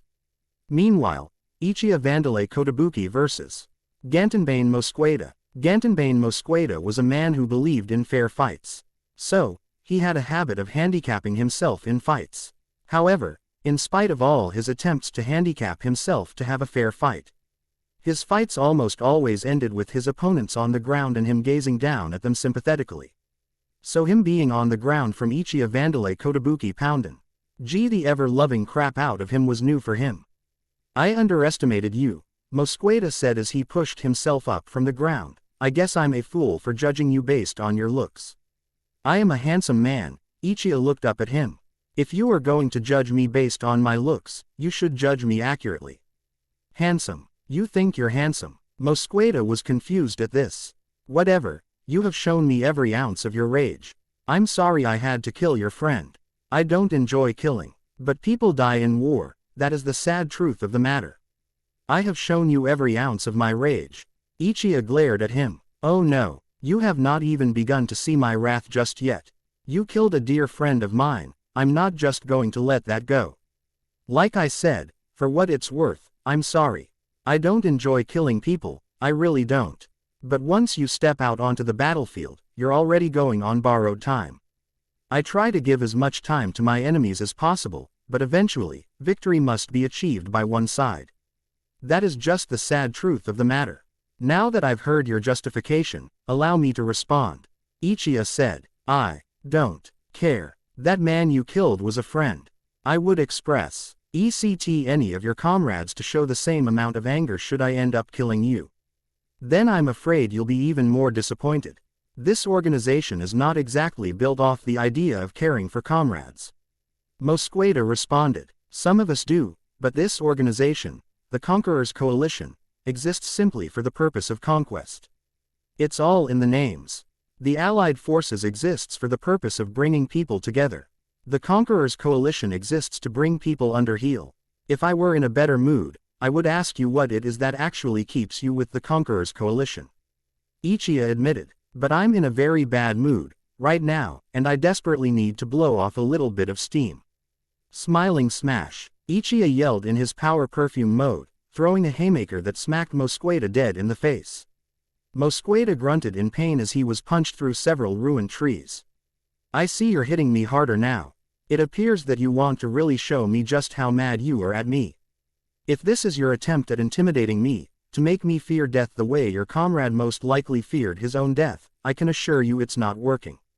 Although, I doubt you care right now. You're right, I don't. Ichiya said, frankly, I'm not feeling very handsome right now. Handsome people don't fall into the trappings of rage. But, I cannot ignore the fact that you killed a precious friend of mine. So, what happens now? We continue this fight, of course. Mosqueda got to his feet. For the record, I remember the faces of every person I've ever killed in a fight. Devouring souls to feed is one thing. But killing them in honorable combat is another. Your comrade, I believe his name was Ren, correct? The air magic user. He put up a good fight even though he was woefully overmatched. Mosqueda was genuine in that compliment. Ichiya responded by throwing another haymaker at Mosqueda, who had to block them with both arms. And you were putting up an even greater fight than he did. Mosqueda admitted, in case you haven't noticed, I'm doing more than just putting up a fight. Ichiya yelled. Ichiya threw his shoulder at Mosqueda, pushing him away. He then followed up with another more powerful attack. Max mean. Ichiya yelled, throwing a punch that was so devastating it actually sent Mosqueda vertically spinning. Ichiya narrowed his eyes, morbidly satisfied at throwing one of his most powerful punches at Ren's killer. Meanwhile, Mosqueda found himself on the ground, racked by pain. He looked at the punch daggers in his hands for a moment. My attacks aren't reaching him. I am truly overmatched against this man. He thought to himself. Perhaps this is for the best. Mosqueda thought to himself. Soul Reapers, Arankar, we are cursed to live a life of victory or death. With how many we kill, eventually our bad karma catches up to us, and we receive the judgment of God. I've killed many in my life, perhaps this is the moment my karma catches up to me. Mosqueda sighed, thinking back to the time he lost his status as an espada. This was certainly a long time coming.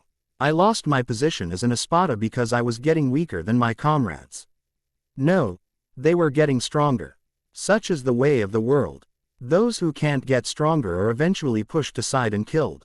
However, Mosqueda continued inwardly, no man should die without making it as difficult as possible for his killer. That is how a true warrior dies.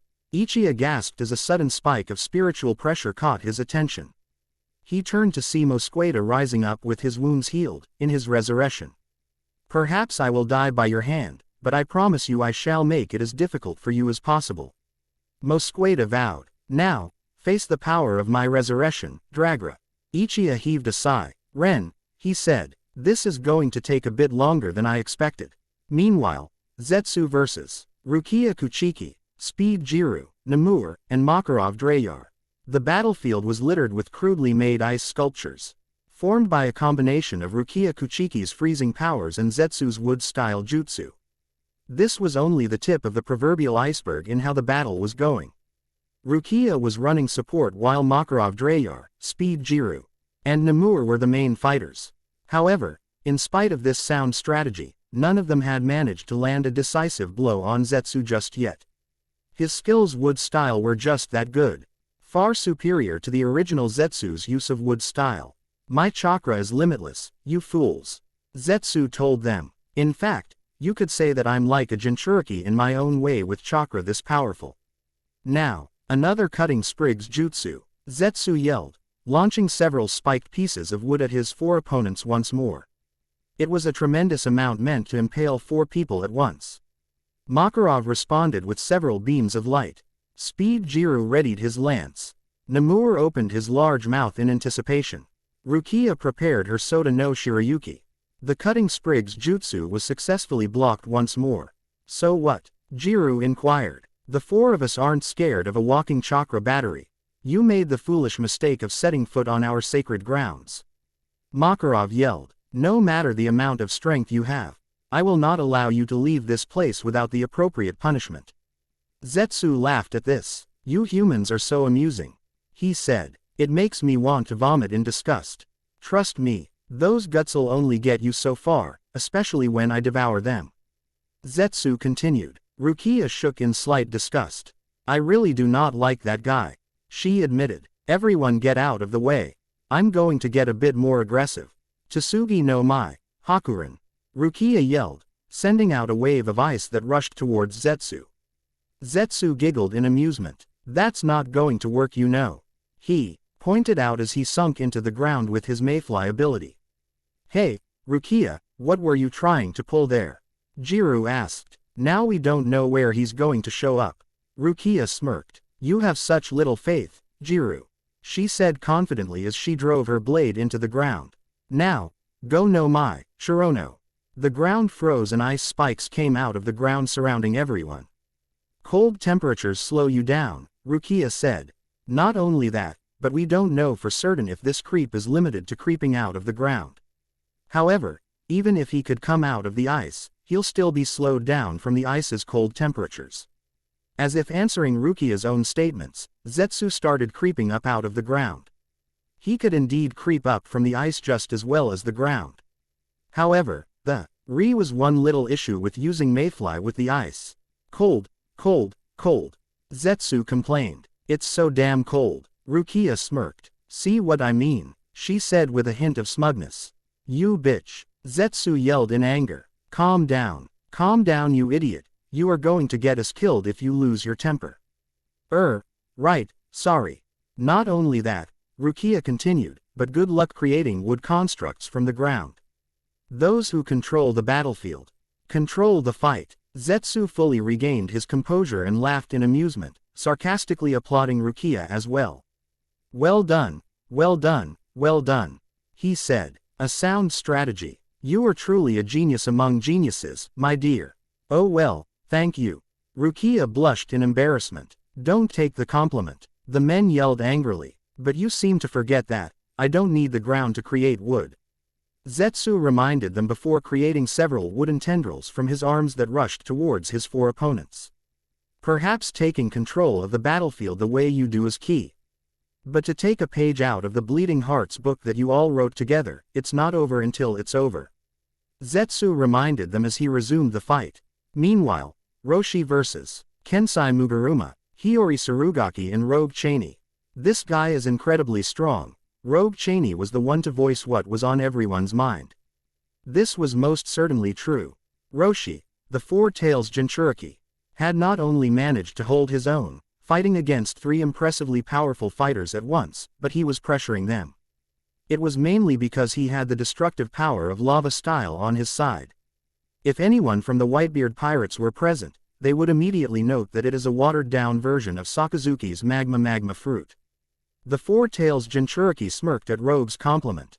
Thanks. I would think that after all of my efforts in gaining control of Sun, my tailed beast, I'd be pretty damn strong. It was a lot of effort for the record.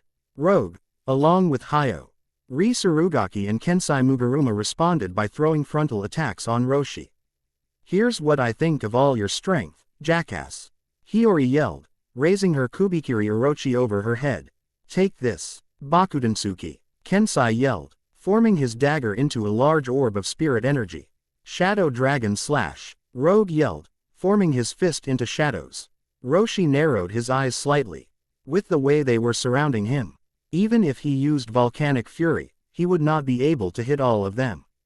They had managed to figure out the spread of his attack and as such had planned a countermeasure. It's a good countermeasure too, Roshi smirked. Impressed. If the situation were a bit more lighthearted, I would actually compliment them from figuring out the spread of my volcanic fury on the fly. And without any verbal communication too. These Alliance guys are truly impressive. It's just too bad. I'm too strong for them to help. Roshi quickly sped through the required hand signs. I hope you guys can forgive me for this, he said grimly. Lava style. Great eruption.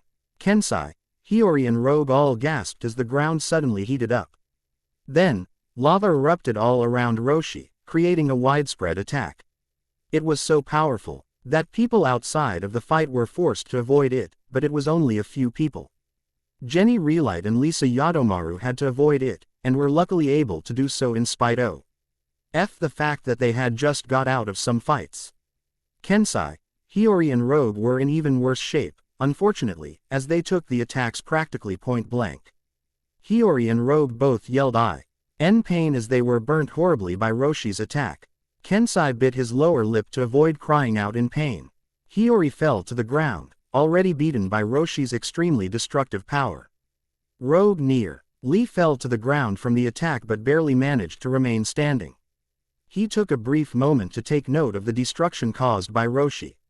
He's a Jinchuriki. Rogue's eyes widened in fear. If he used every ounce of his power, the power of a tailed beast, this entire island would be destroyed.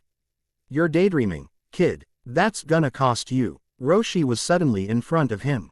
Lava style. Molten rock fist.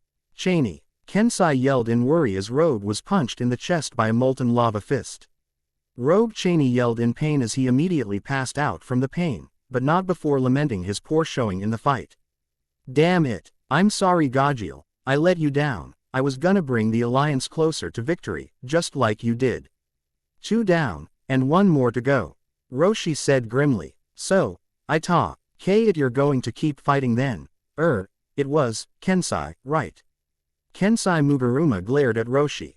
Perhaps I can't beat you, Kensai decided, but I'm going to make you feel every ounce of my fists first.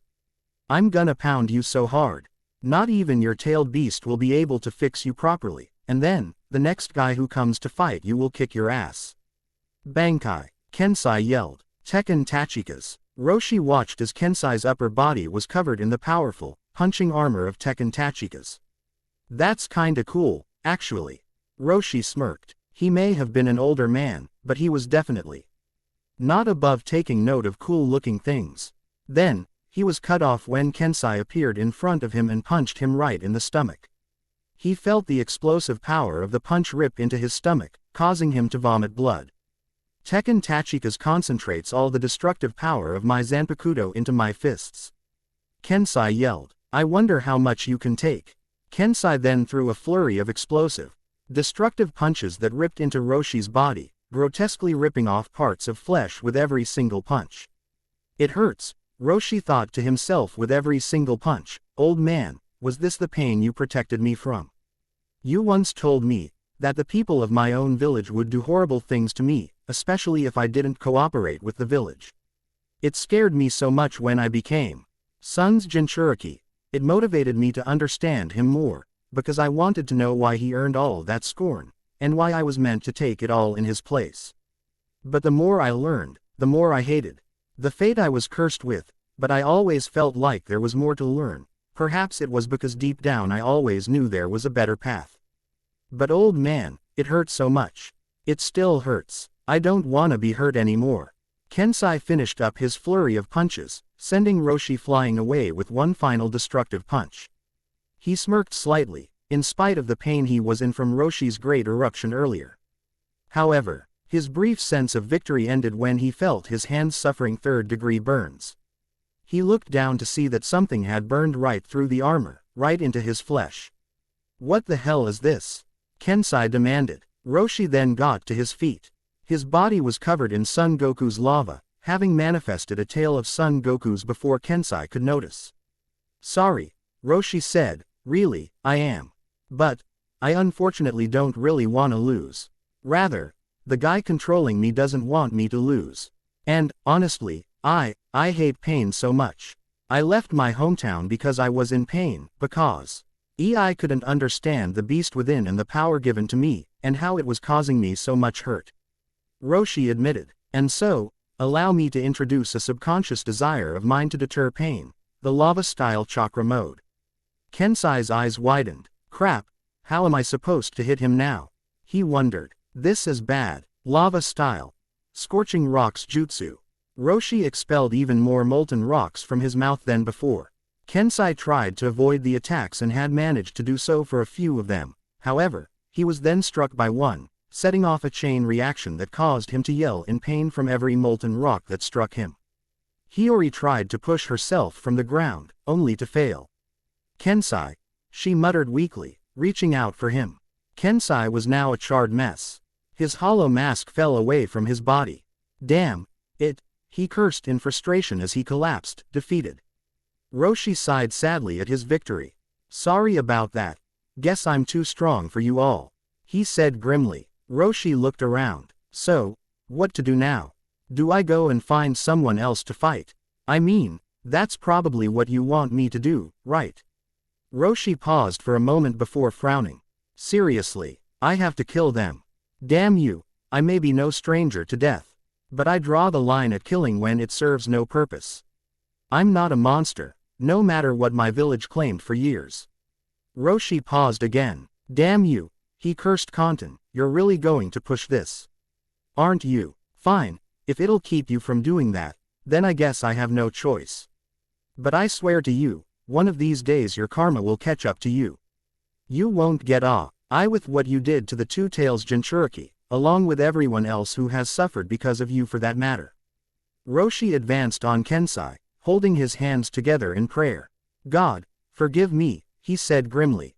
Showing his more religious side, another thing he had gained in the years he spent away from his village, attempting to better understand the tailed beast and himself. I cannot control my actions. I understand. Kensai lowered his head, resigning himself to death. You better lose though. Don't worry, I'm strong but I'm not invincible, Roshi assured him. Kensai looked up at Rosh. And saw that all the injuries he had dealt him had already healed, courtesy of Son Goku. Couldn't even make a dent in the bastard, huh? Kensai thought grimly. Damn, some legacy I'm leaving. Shuhei, Mashiro, I'd hate to leave the squad in the hands of you two, but I'm not making it back. Gum gum elephant gun. Roshi was suddenly punched away from Kensai by a massive fist. Kensai's eyes widened as Monkey D. Luffy leapt in front of him. I hate lava. Luffy snarled. glaring at Roshi. And I hate people who hurt my friends even more. Luffy had just been minding his own business, beating up some enemies. And then he took notice of the destruction caused by lava style, grand eruption, and he saw Roshi. As soon as Luffy saw Roshi covered in lava, he could only see red. Roshi got to his feet and gazed at Luffy in surprise. Kid punched right through my chakra armor. He muttered in disbelief before realizing how. Haki. That's a troublesome power. Kensai took notice of the fact that Luffy was seeing red. Hey, Straw Hat, cool your jets. He yelled at him. The guy's under Kantan's control. I get that you're pissed, but try to reel it in just a bit. Reel it in? Luffy asked. Are you telling me to hold back just a little? Luffy looked at Kensai. Giving it my all is all I know how to do. Roshi gazed at the kid who had punched him out for a brief moment. Arms that stretch. Haki, a straw hat, no doubt, that's Monkey D. Luffy, he noted. The brat who's in the four-way tie for second place on that blacklist the coalition's brought together with Naruto and those other two. Roshi smiled slightly. Looks like my prayer has been answered. Someone has come to stop me. Too bad I've gotta give him a hell of a fight. My name is Roshi, the Four-Tails Jinchuriki. The man introduces himself. I'm sorry I struck down your comrades, Straw Hat. Unfortunately, I don't have complete control over my own actions. I am simply compelled to do the bidding of a complete bastard. Luffy just glared at Roshi, particular. RLY the fact that he was still covered in lava. If you're going to stand in my way, I don't care what your reasons are. I'm kicking your ass, and you certainly won't be the last lava bastard whose ass I kick. I promise you it won't be easy. Roshi said, going through the required hand signs. Lava style. Scorching rocks jutsu. Roshi spewed out molten rocks from his mouth once more. Luffy narrowed his eyes and immediately went into second gear. Your lava isn't as strong as his though, so this is just practice for me. Luffy then vanished into a slipstream and appeared in front of Roshi. Gum Gum Hawk Rifle, Luffy yelled, drilling Roshi with a devastating second gear punch. Kensai and the still conscious Hiyori gasped in shock as Roshi was pushed away from Luffy. He then imbued both of his hands with armament Haki. Eat this, Luffy yelled. Gum Gum Hawk Gatling. Roshi had no time to avoid any of Luffy's attacks as he was caught up in the flurry of jet-like punches that pummeled him. Gum Gum Hawk Whip, Luffy yelled, sending out a Gum Gum Whip that turned into a slipstream with Haki around his foot, sweeping Roshi's leg and knocking him airborne. And now a Gum Gum Hawk Battle Axe. Luffy slammed a Haki-imbued foot into Roshi. Roshi yelled in pain as the ground shattered around him. The normally stoic Kensai was in complete disbelief as the man who defeated him was being completely manhandled by Monkey D. Luffy. Roshi got to his feet. Son of a bitch that hurts. He muttered as Luffy then appeared in front of him. Gum Gum Hawk Pistol. Luffy yelled. Lava style. Molten Rock Fist. Roshi a nag to get off a molten rock imbued punch. As soon as the punches met, Roshi's eyes widened as his hand completely broke from the force of Luffy's punch. He instinctively brought his hand back in pain. Already feeling Son Goku's chakra working, Luffy then brought both of his hands back. Gum Gum. He trailed off before slamming both of his Haki-imbued hands into Roshi. Eagle Bazooka. Blurg. Rose. High vomited more blood from Luffy's attack. Chakra armor or not, this kid is stronger than me. He realized as he was floored by Luffy's attack. Kensai was also realizing this as well. So this is the gap between an act of order and us. Kensai realized. More accurately, this is the gap between us when an act's emotions are running wild. Their desire to fight, to win, to protect, they make them stronger than all of us. Luffy glared at Roshi. It's too bad, he said, that's all this is going to amount to. Practice for that bastard, Akainu. Roshi sighed. Practice, huh, perhaps I should show you that I'm not just mere practice. Actually, scratch that, Kantan wants to show you that I'm no mere practice run.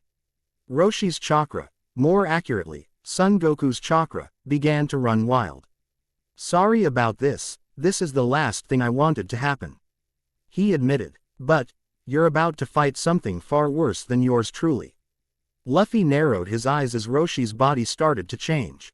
Rogue Cheney regained consciousness as a monstrous scent invaded his nose. His eyes widened in terror as he realized what was happening. Oh God, he muttered in terror, the tailed beast is coming out. Indeed, the four-tailed monkey, Son Goku, was coming out of Roshi. Gone was Roshi, in his place was Son Goku.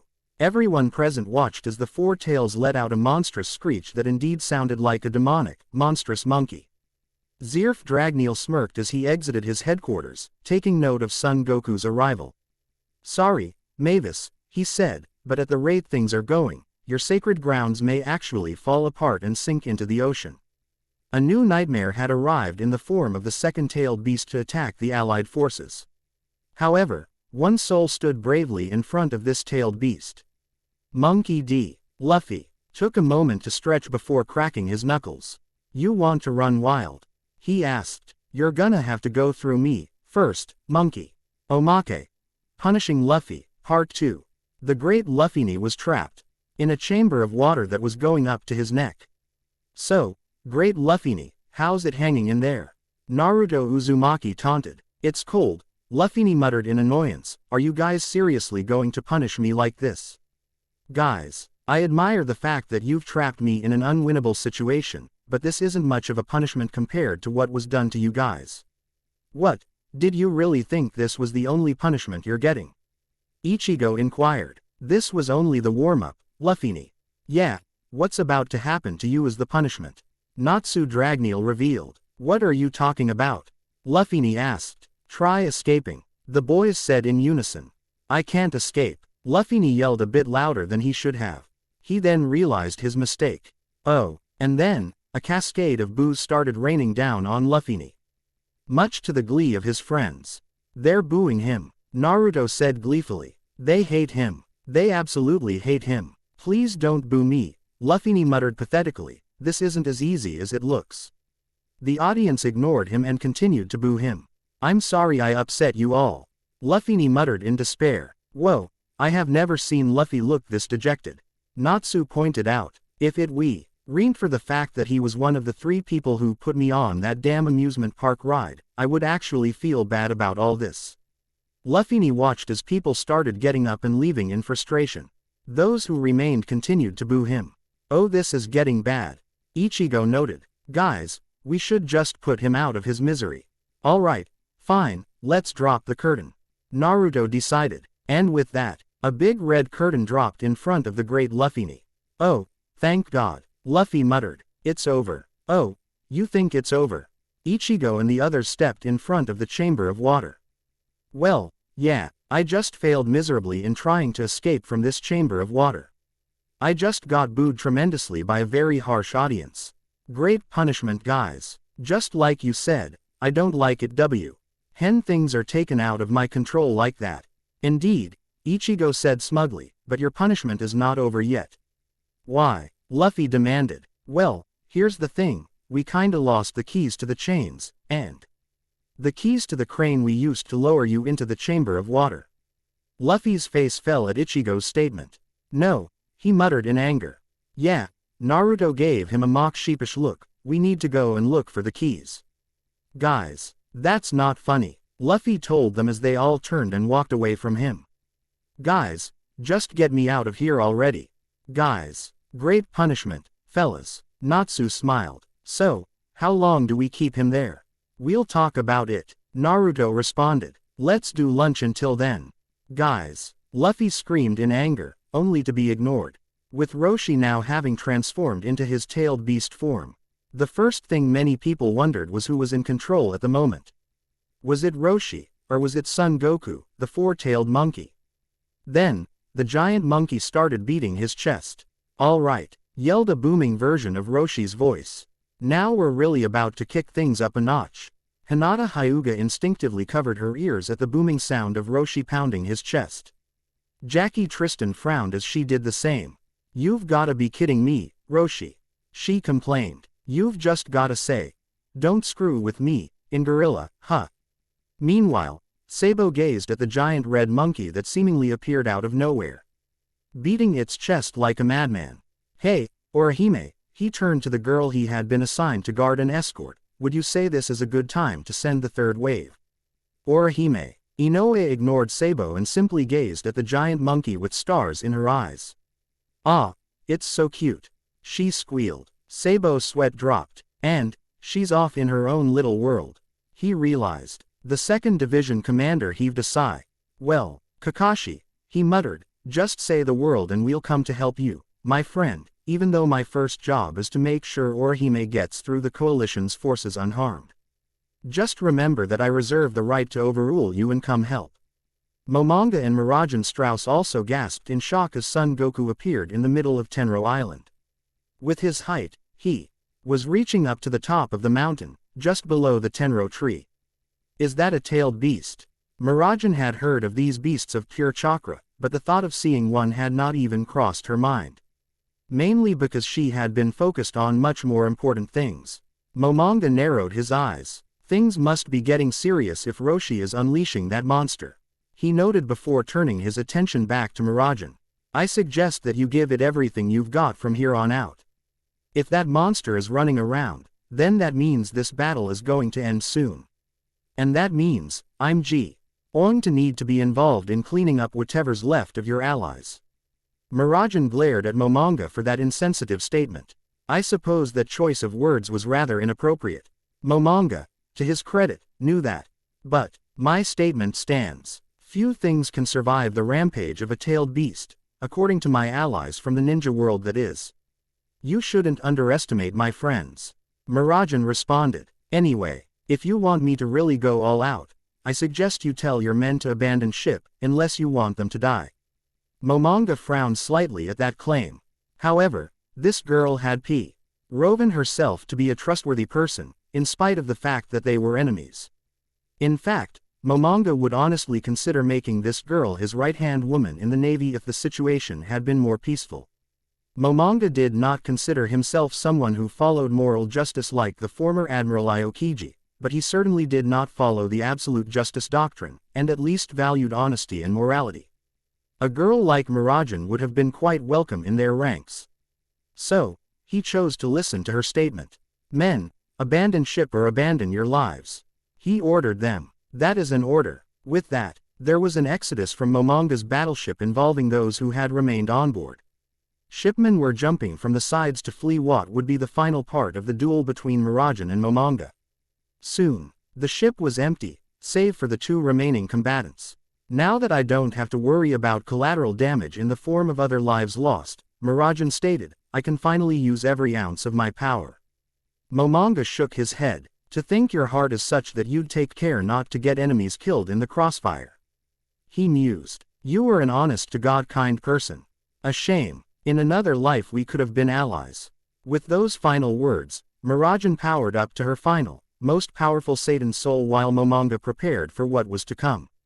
Meanwhile, Natsu Dran, Il and Kabuto Yakushi both panted in exhaustion as their fight reached its peak. "Damn it, is this fight seriously going to end in a draw?" Natsu wondered as the red dragon's scales fell away from his body. "Unbelievable." Kabuto was in disbelief as the snake's scales fell away from his body as well. For the both of them, the scales falling away showed that they were exiting their respective sage modes. "FTER all that, and I was enjoying my study of you as well."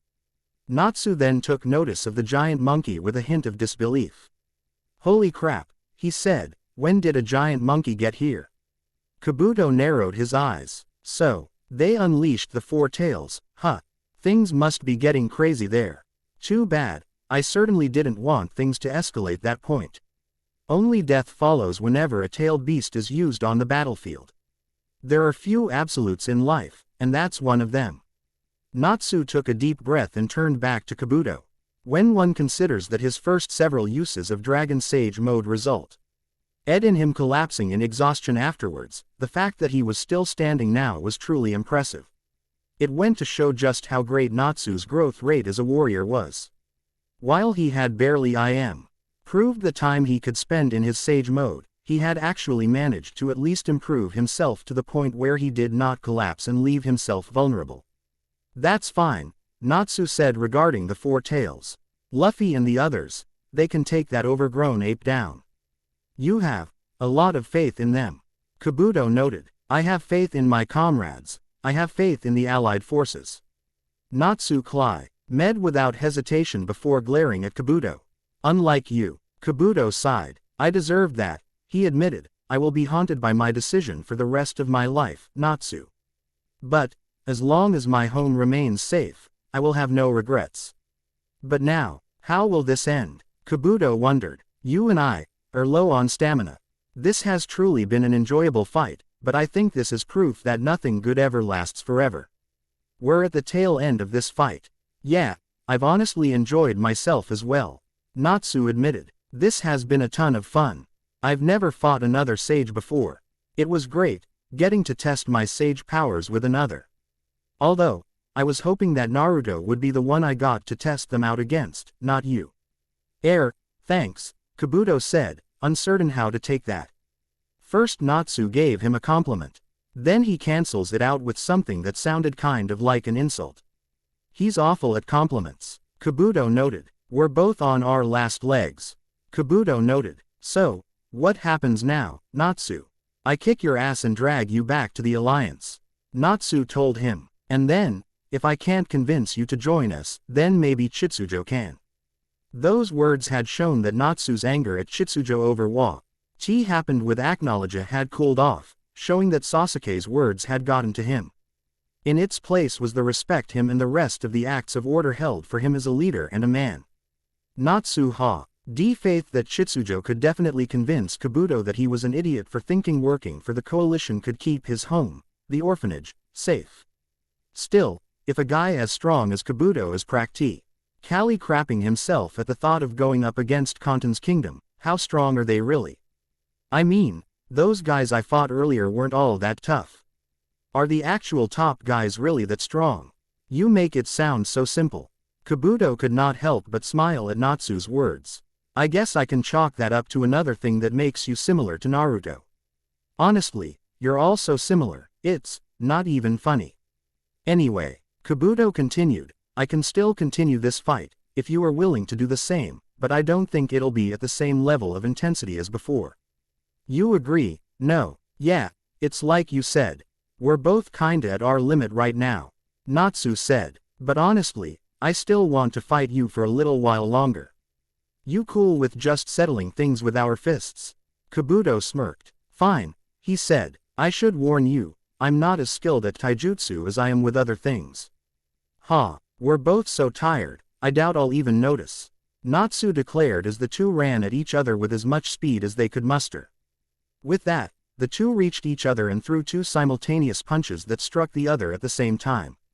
Both warriors grunted in pain as they stumbled backwards from the force of that punch. Damn, that actually hurt. Natsu complained. I think you broke my cheek. Kabuto said, surprisingly nonchalant about having his cheek broken. The two then gazed at each other once more before rushing each other again, resuming their fist fight. Natsu landed another punch on Kabuto's stomach, only to be punched in the face again by Kabuto, who wanted to pay Natsu back for breaking his cheek before. No matter how tired I get, I won't lose to you, Kabuto.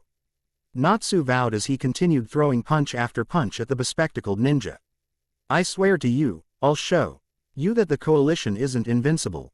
And I refuse to lose to you. Kabuto added with a surprising amount of passion from someone who was usually calm and level-headed. I will protect my orphanage, even if it means marching down the path to hell. The two punched each other simultaneous once more, making both men grunt in pain. And so it remained for some time, two men punching each other, visible. Why exhausted from an extremely destructive fight earlier, locked in a stalemate that had no end in sight. This would be Natsu's fate while his comrades continued the fight elsewhere. Roshi continued to beat his chest in the form of the four-tailed monkey, hooting and showing off his size and strength. Son Goku had no time for his behavior, and let it be known to the man. Stop bragging, you idiot. Son said to his Jinchuriki. You are not some apex predator, you're a Jinchuriki. Besides, you've got a kid who desperately wants to beat you up that you have to deal with. Roshi looked down at the still pissed off Luffy, who did not seem to care about the fact that his opponent had just transformed into a giant gorilla. He certainly doesn't seem scared of me. Roshi mused. Well, he is that straw hat kid, the one that stretches. If all the things they say about him are true, then I seriously doubt he has any reason to be scared of me. Roshi leaned his head down, getting straight in Luffy's face. Impressive, huh? Tell me something. Straw Hat, did Naruto show you how Jinchuriki can transform? Luffy remained silent. He simply glared at Roshi, surprisingly focused in spite of the fact that normal Lee would not be able to help himself at the sight of something as incredibly cool as a giant monkey monster. What? You've got nothing to say? Roshi asked. Luffy then blackened his fist with haki and punched Roshi dead in the face, causing the giant monkey to recoil in slight pain. That's what I've gotta say. Luffy yelled at Roshi. Just to make things clear, Luffy did not even use his gum fruit. He simply punched Roshi with haki and made what was basically the four tails recoil in pain from the force of the strike. Ow! Roshi yelled in pain. Did I just get punched by another tailed beast? I've been beating up beasts for a long time. Luffy yelled. Do you think that you scare me, you big ape? Luffy then leapt into the air, officially reinitiating the fight between himself and the Jinchur Iki, who had fully transformed into his tailed beast. Take this, he yelled, inflating two blackened hands. Gum Grizzly Magnum. Before Roshi could recover from the earlier punch, his face was sudden. Lee dealt the full force of Luffy's Gum Grizzly Magnum. Ow! Roshi yelled in pain as he was pushed back from the force. Roshi then laughed gleefully from behind the two blackened fists that covered most of his face as his two fists lit up in flames.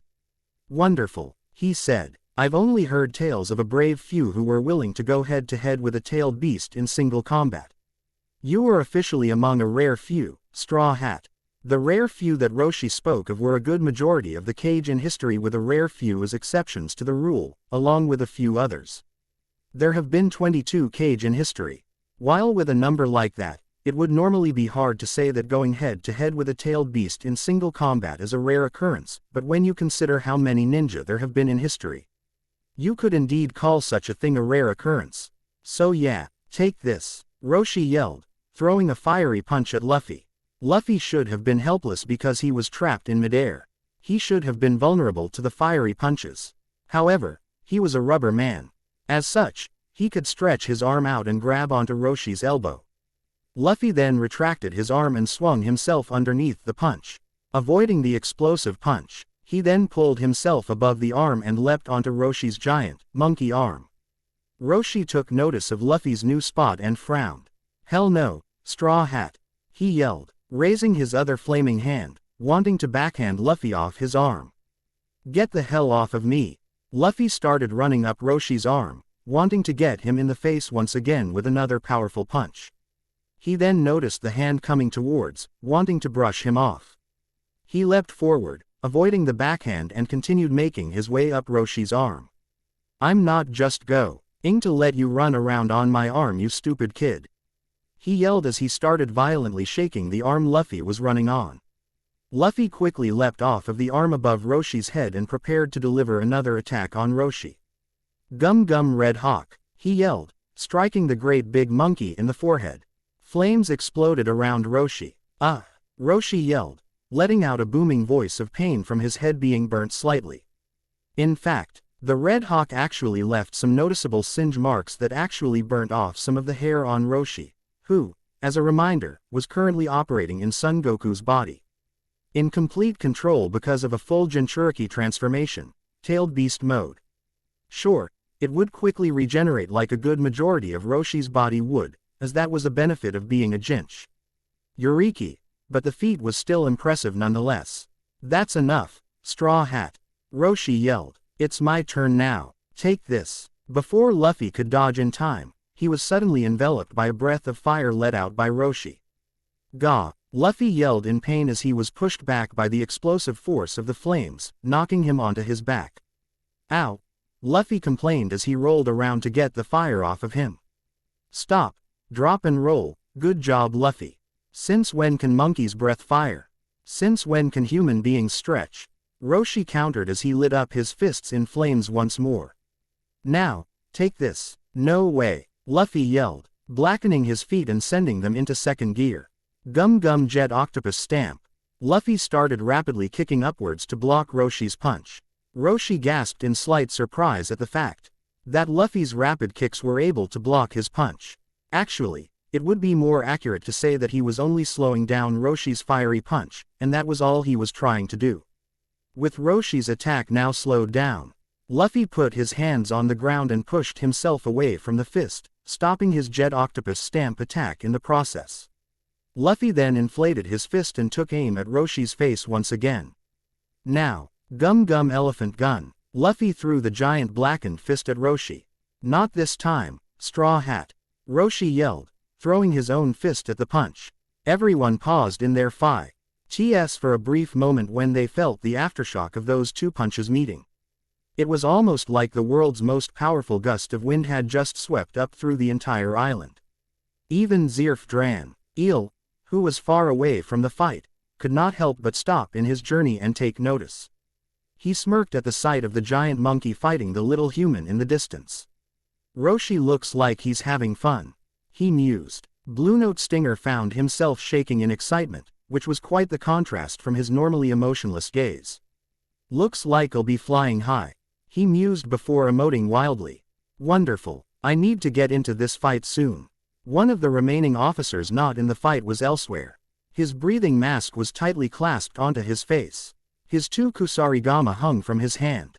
The legendary shinobi, Hanzo the Salamander, former leader of the Hidden Rain village, watched, visibly impressed with the fact that there was someone who was going toe-to-toe with a tailed beast. I guess I should have expected this. Hanzo's old love for battle was starting to act up at the sight of this battle. Other warriors who are able to fight tailed beasts exist. How wonderful, at least. I can take comfort in the fact that there will be some fine entertainment in this war. And perhaps, I can find someone to free me from this torment. Kanton, Hanzo said, while I am truly grateful that I am allowed to see how strong the rest of these worlds really are, I will never forgive you for using me to disrupt the peace that these people have worked so hard to achieve. But you know that, don't you? That's why you've chosen to indoctrinate me as well, and have compelled me to raise myself to the level one was in my prime, back when I was feared as Hanzo the Salamander, the man who had the power to unite the 5 great nations. Hanzo heaved a sigh. Let's see just how strong their faith truly is, if it can carry them to a victory over me, Hanzo. Meanwhile, Arlok, the Dark Priest of Avatar raised his head. Finishing a small prayer, Lord Zirf has left his temple. He noted, I must go and find him. He needs his priest near him at all times. Arlok gazed at the fight between Roshi in Tailed Beast mode and Monkey D. Luffy. So, this is where fate has turned. He mused. A fight between two monsters, but once Lord Zirf enters, all monsters shall be destroyed by his incomparable power. Finally, the being cloaked in the heavy coat of the Sternritter stood in complete silence, its identity hidden. All it could make was guttural noises that showed its excitement at the thought of the fight that was coming closer to it. Sternritter C. Pernita Perkinghas of the Schutzstaffel had been under strict orders to protect the perimeter of Lord Zerif's headquarters. These orders came straight from both Zirf and His Majesty, you watch. He would complete his order. That was his duty as a Schutzstaffel. To follow orders and complete them. That was the reason for his existence as a Quincy. Back at the battlefield, Hinata Hyuga and Jackie Tristan briefly paused in their fight to stare at the battle between the four-tailed monkey and Straw Hat Luffy. Hinata then took a moment to cheer for her dear friend.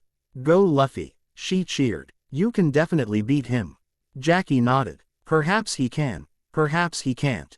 Jackie shrugged, giving credit where credit was due and admitting that there was indeed a chance that Luffy could defeat Roshi in Tailed Beast mode.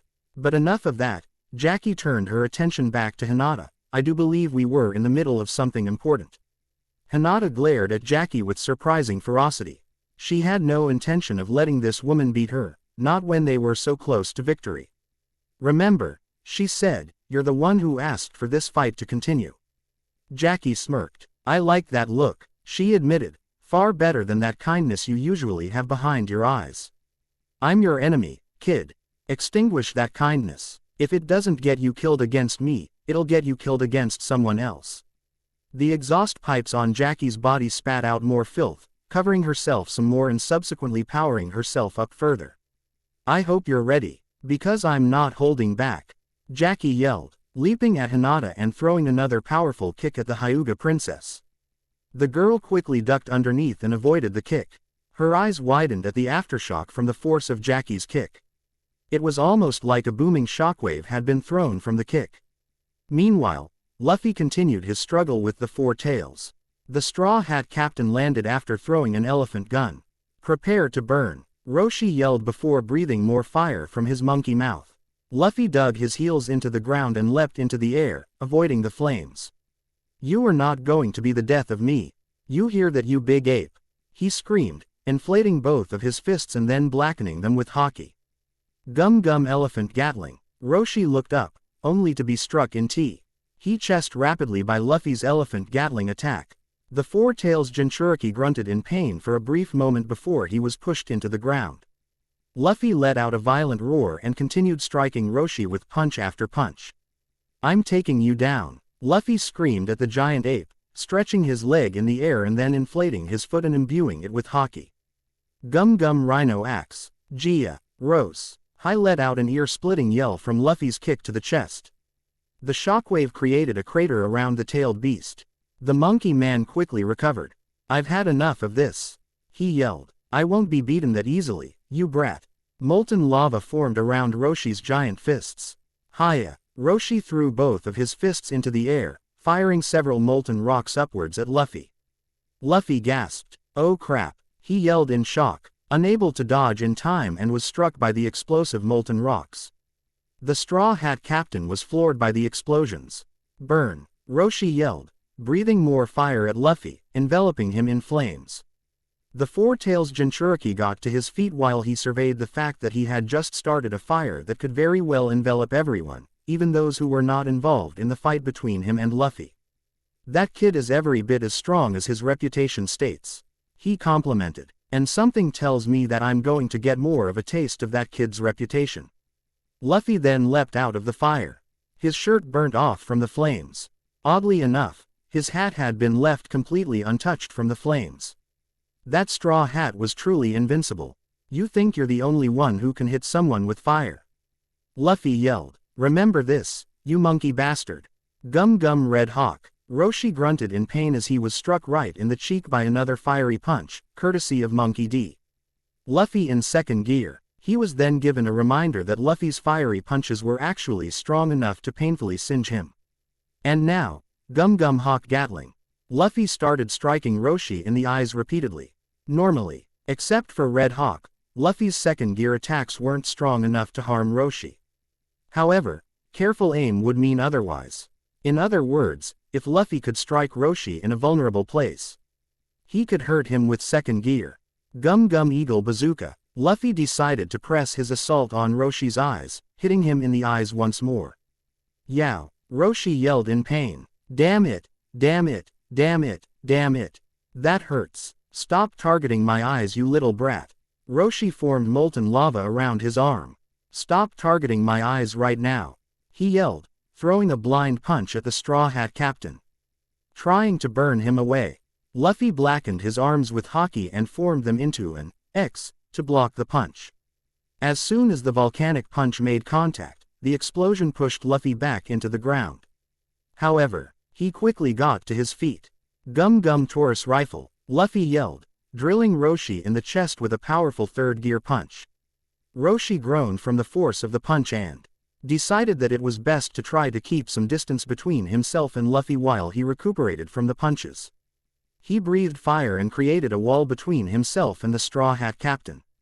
I'm impressed, Roshi admitted with a big smile. Never did I think I'd run across someone ballsy enough to actually fight me in the form of a tailed beast with nothing more than rubber powers and two strong fists. And yet here you are. What a crazy universe we live in, kid. Luffy glared at the giant monkey. Thanks, he said, accepting the compliment from the man in tailed beast mode. You're a real tough monkey. Monkey? I'm no monkey. Kid, I mean, for crying out loud, you saw my human body. This body you see technically belongs to Son Goku, the tailed beast that was sealed inside of me when I was very young. Roshi explained. In exchange for the hellish existence that is being a Jinchuriki, I was granted this incredible power. The power to transform into a monkey. Luffy was admittedly confused. The man who saw people transform into other kinds of beasts in his world found this to be baffling. What? Roshi yelled in a booming voice. No, no, no, no, no. It's not just the fact that I can transform into a giant monkey, you idiot. I can do other things as well. Plenty of things. Like what? Luffy asked. This is where my ability to manipulate lava with my amount of skills comes from. Roshi declared. I'm called Lava-style Roshi all because of Son Goku.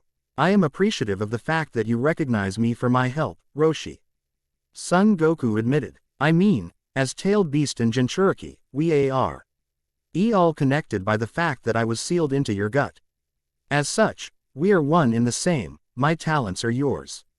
My chakra, my ability to manipulate fire and lava, it's all yours. Anyway, Roshi continued while Son Goku monologued. The point is, thanks to my tailed beast, I can do a lot of amazing things. But you don't care about how strong I am, my reputation, or anything else like that. Why? Oh, you just keep punching me and punching me. And not only that, but you're damaging me as well. Congrats, not many people are able to do that with raw power. In fact, it's been a long time since raw power was what it took to hurt me. Roshi admitted. The guy who captured and brought me to my death relied on that blasted shark skin sword of his to drain me of my chakra. Luffy ran at Roshi, not caring about his life story, or in the case of the subject matter, his death story. Gum Gum Rhino Stamp. Luffy launched his giant, blackened foot right through the flames, clearing a path for him to move. Luffy then enlarged his hands. And now, Gum Gum Grizzly Magnum, Luffy yelled, throwing both of his giant hands at Roshi. Not this time, Straw Hat, Roshi declared, throwing his arms together in an lick. Luffy had done before and blocked the attack. However, he was pushed back by the force of the blow.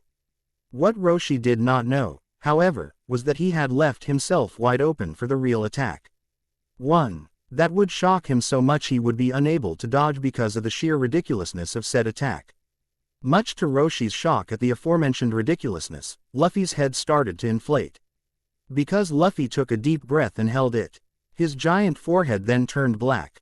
He then stretched his neck backwards. Gum Gum Giant Bell, Luffy yelled, throwing his blackened forehead straight into Roshi's head. Roshi yelled in pain as he stumbled backwards. Gum Gum Hawk Whip, Luffy took advantage of Roshi's momentum to trip him up. Roshi gasped in surprise as he was tripped up by the whip and fell onto his back. Yah! Roshi yelled as he hit the ground with a loud thud. And another Gum Gum Rhino Stamp, Luffy yelled, throwing a giant black foot forward. Roshi turned his giant head to see the foot coming towards him, aiming right at his side. Aw crap, he muttered, bracing himself for the upcoming pain as he was kicked in the side and pushed further across the ground. The four tails got to his feet, making Luffy frown. Son of a bitch, Luffy cursed. Are you seriously not done yet? Man, you are insanely tough. Is this how all the tailed beasts are? Man, it's so not fair. Naruto can turn into one of those and I can't. Look, I wouldn't recommend this, you idiot.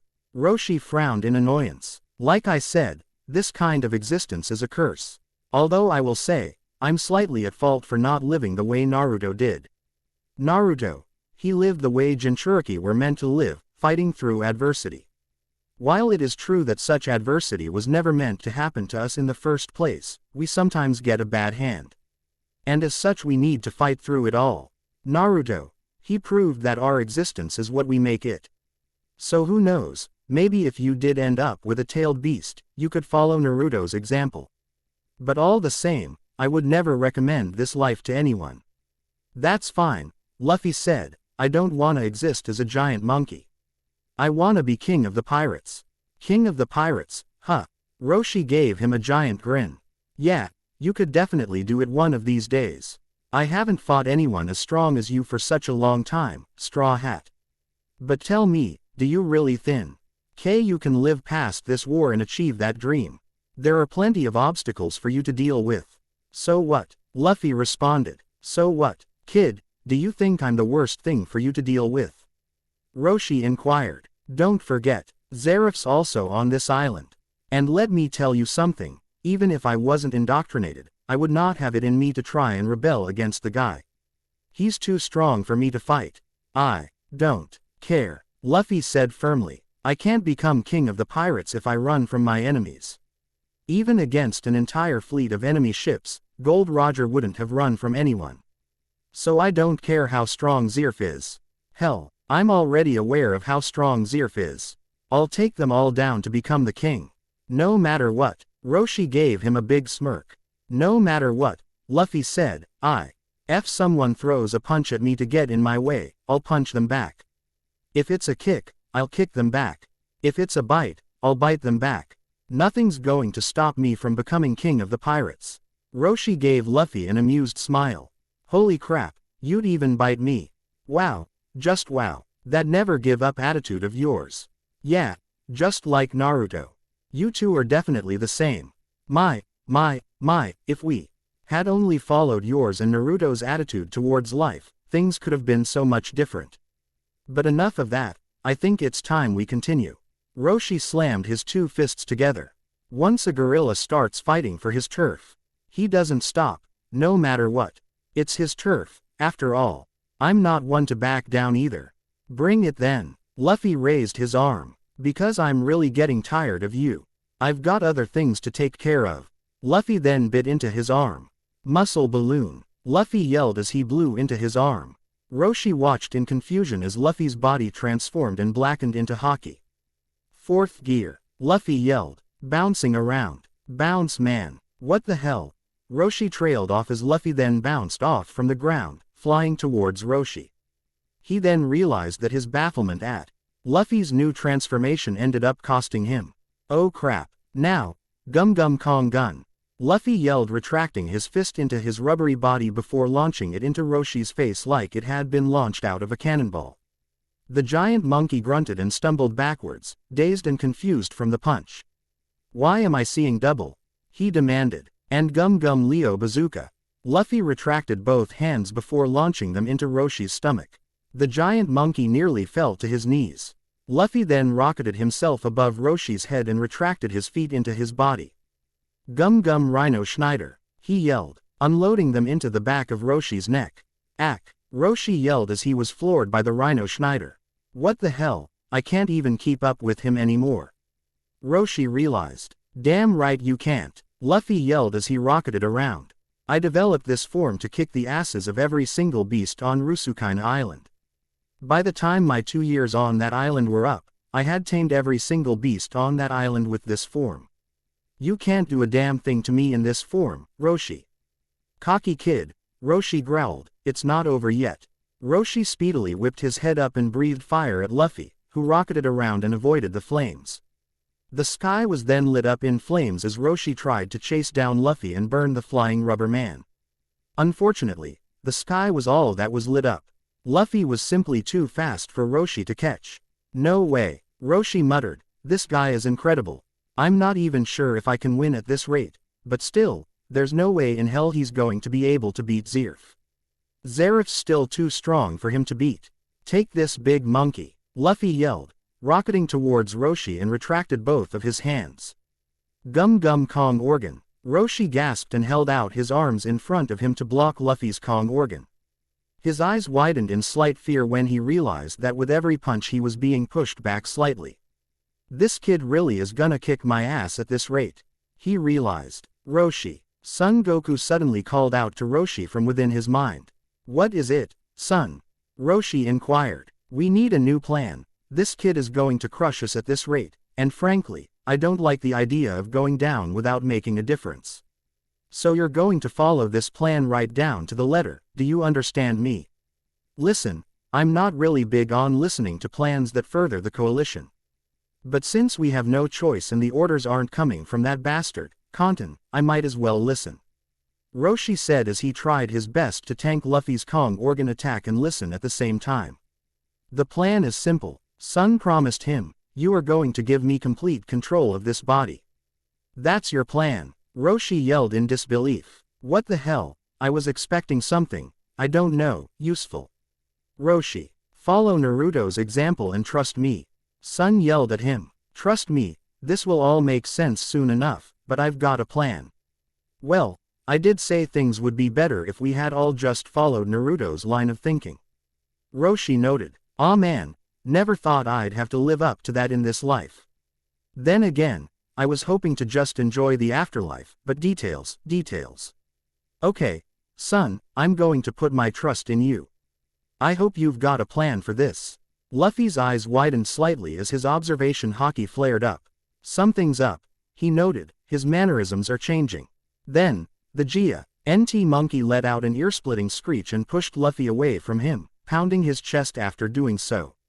Nothing beats the original, after all. Son Goku declared proudly. There's no one who knows how to use this body better than the guy who actually has it. Greetings, Straw Hat. The true four-tailed monkey introduced himself. I am the handsome monkey king of the water screen cave, the king of the sage monkeys. Bestowed with the Dharma name of Sun by the sage of six paths. I am Son Goku, the great sage equaling heaven. He did change, but what about him changed? Luffy wondered, showing that, even when he was serious, his stupidity never changed. Sorry about that, Sun apologized, but it's not Roshi you're facing anymore. You see, Sun revealed, I am the mighty-tailed beast that was sealed inside of Roshi's gut. Luffy's eyes widened in realization. Wait, I get it now. He yelled. You're just like the fox that was sealed inside of Naruto. Correct, Sun yelled, leaping at Luffy. And now that the real driver of this body is in control, things are going to be different. Luffy threw several punches at Sun to try and get the upper hand against him once more. However, Sun moved and dodged with much more fluidity than before.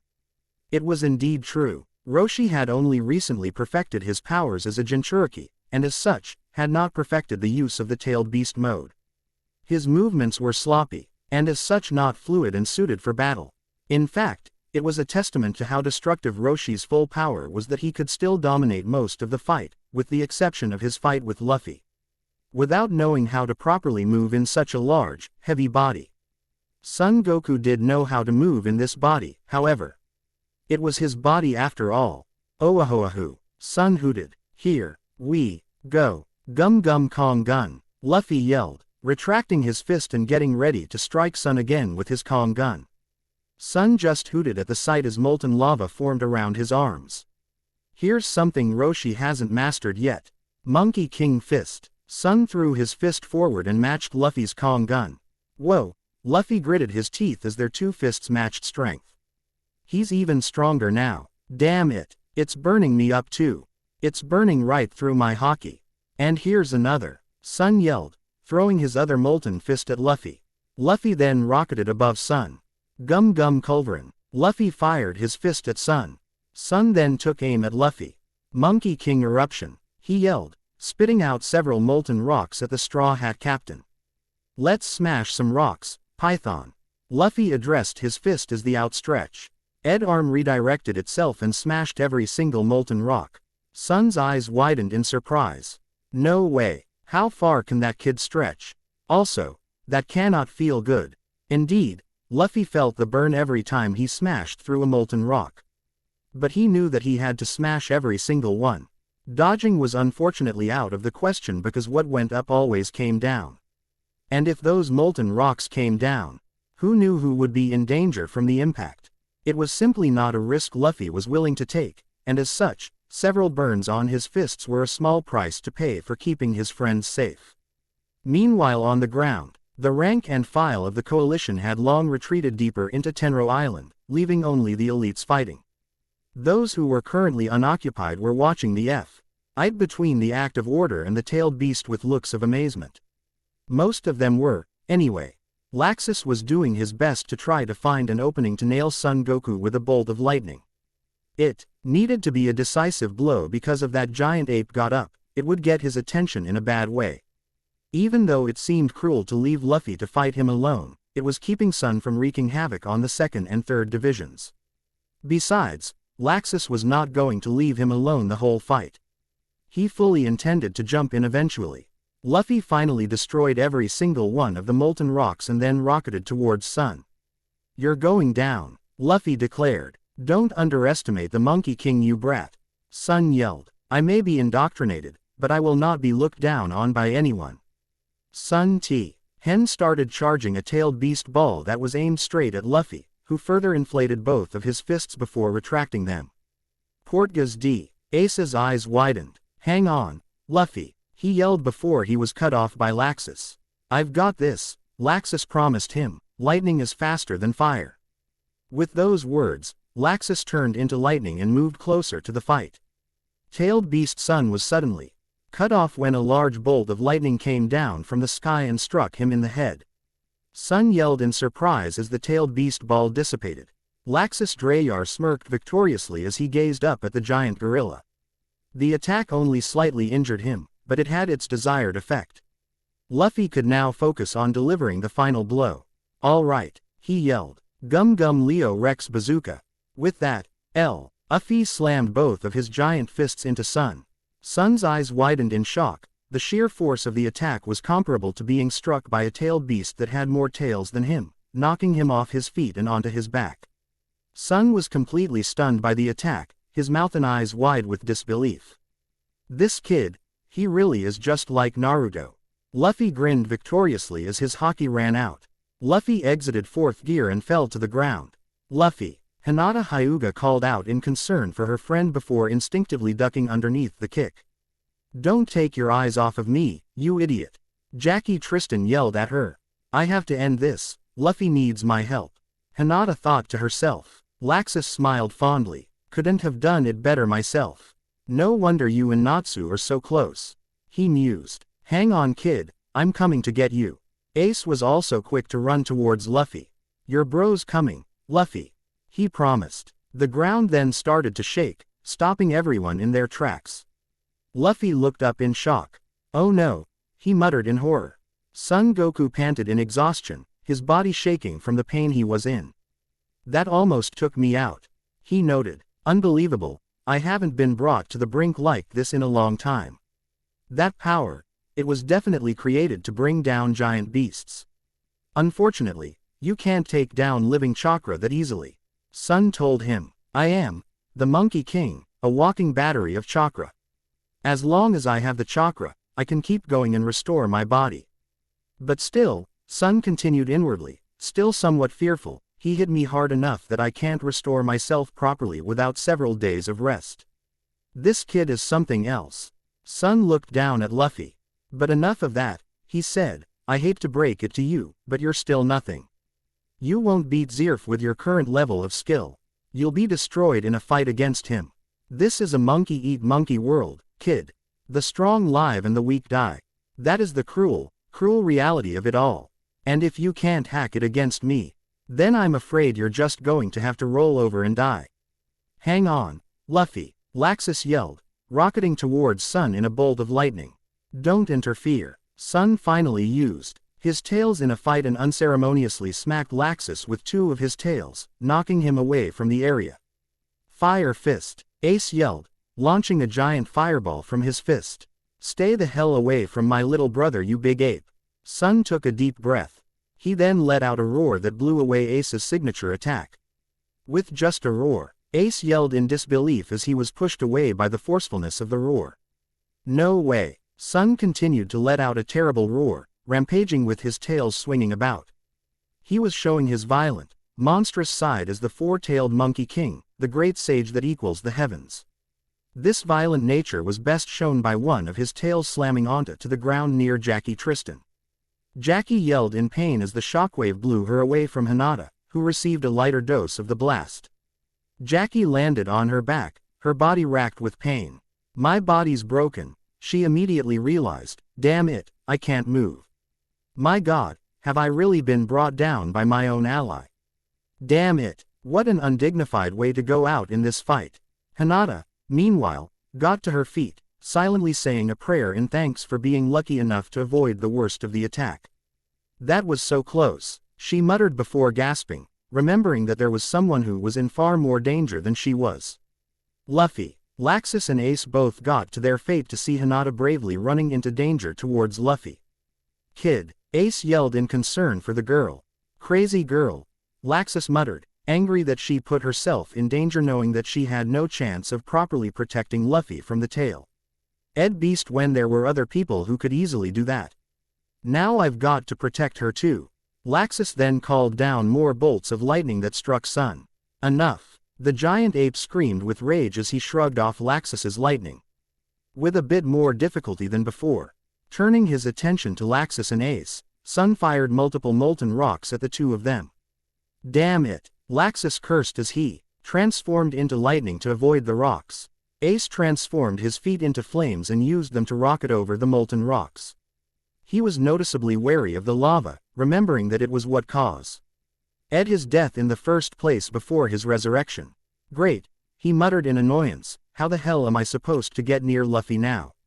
Ace then took a look at Luffy's motionless form and clenched his fist. Damn it, I have to try, he said as he landed and prepared to sprint to his little brother's side. Hinata, however, reached Luffy first thanks to the fact that she had a head start. Sun had not been paying attention to her because she was easily the least threatening out of all the people gunning for him. She was not even technically coming for him, she was coming to save Luffy. Hinata, Luffy asked tiredly. Shish, save your strength. Hinata gently told him, everything's going to be okay. I'm here for you now. Sun then fired a larger rock of molten lava that exploded in front of Ace, forcing him to jump away from his destination. He then looked down at Hinata and Luffy.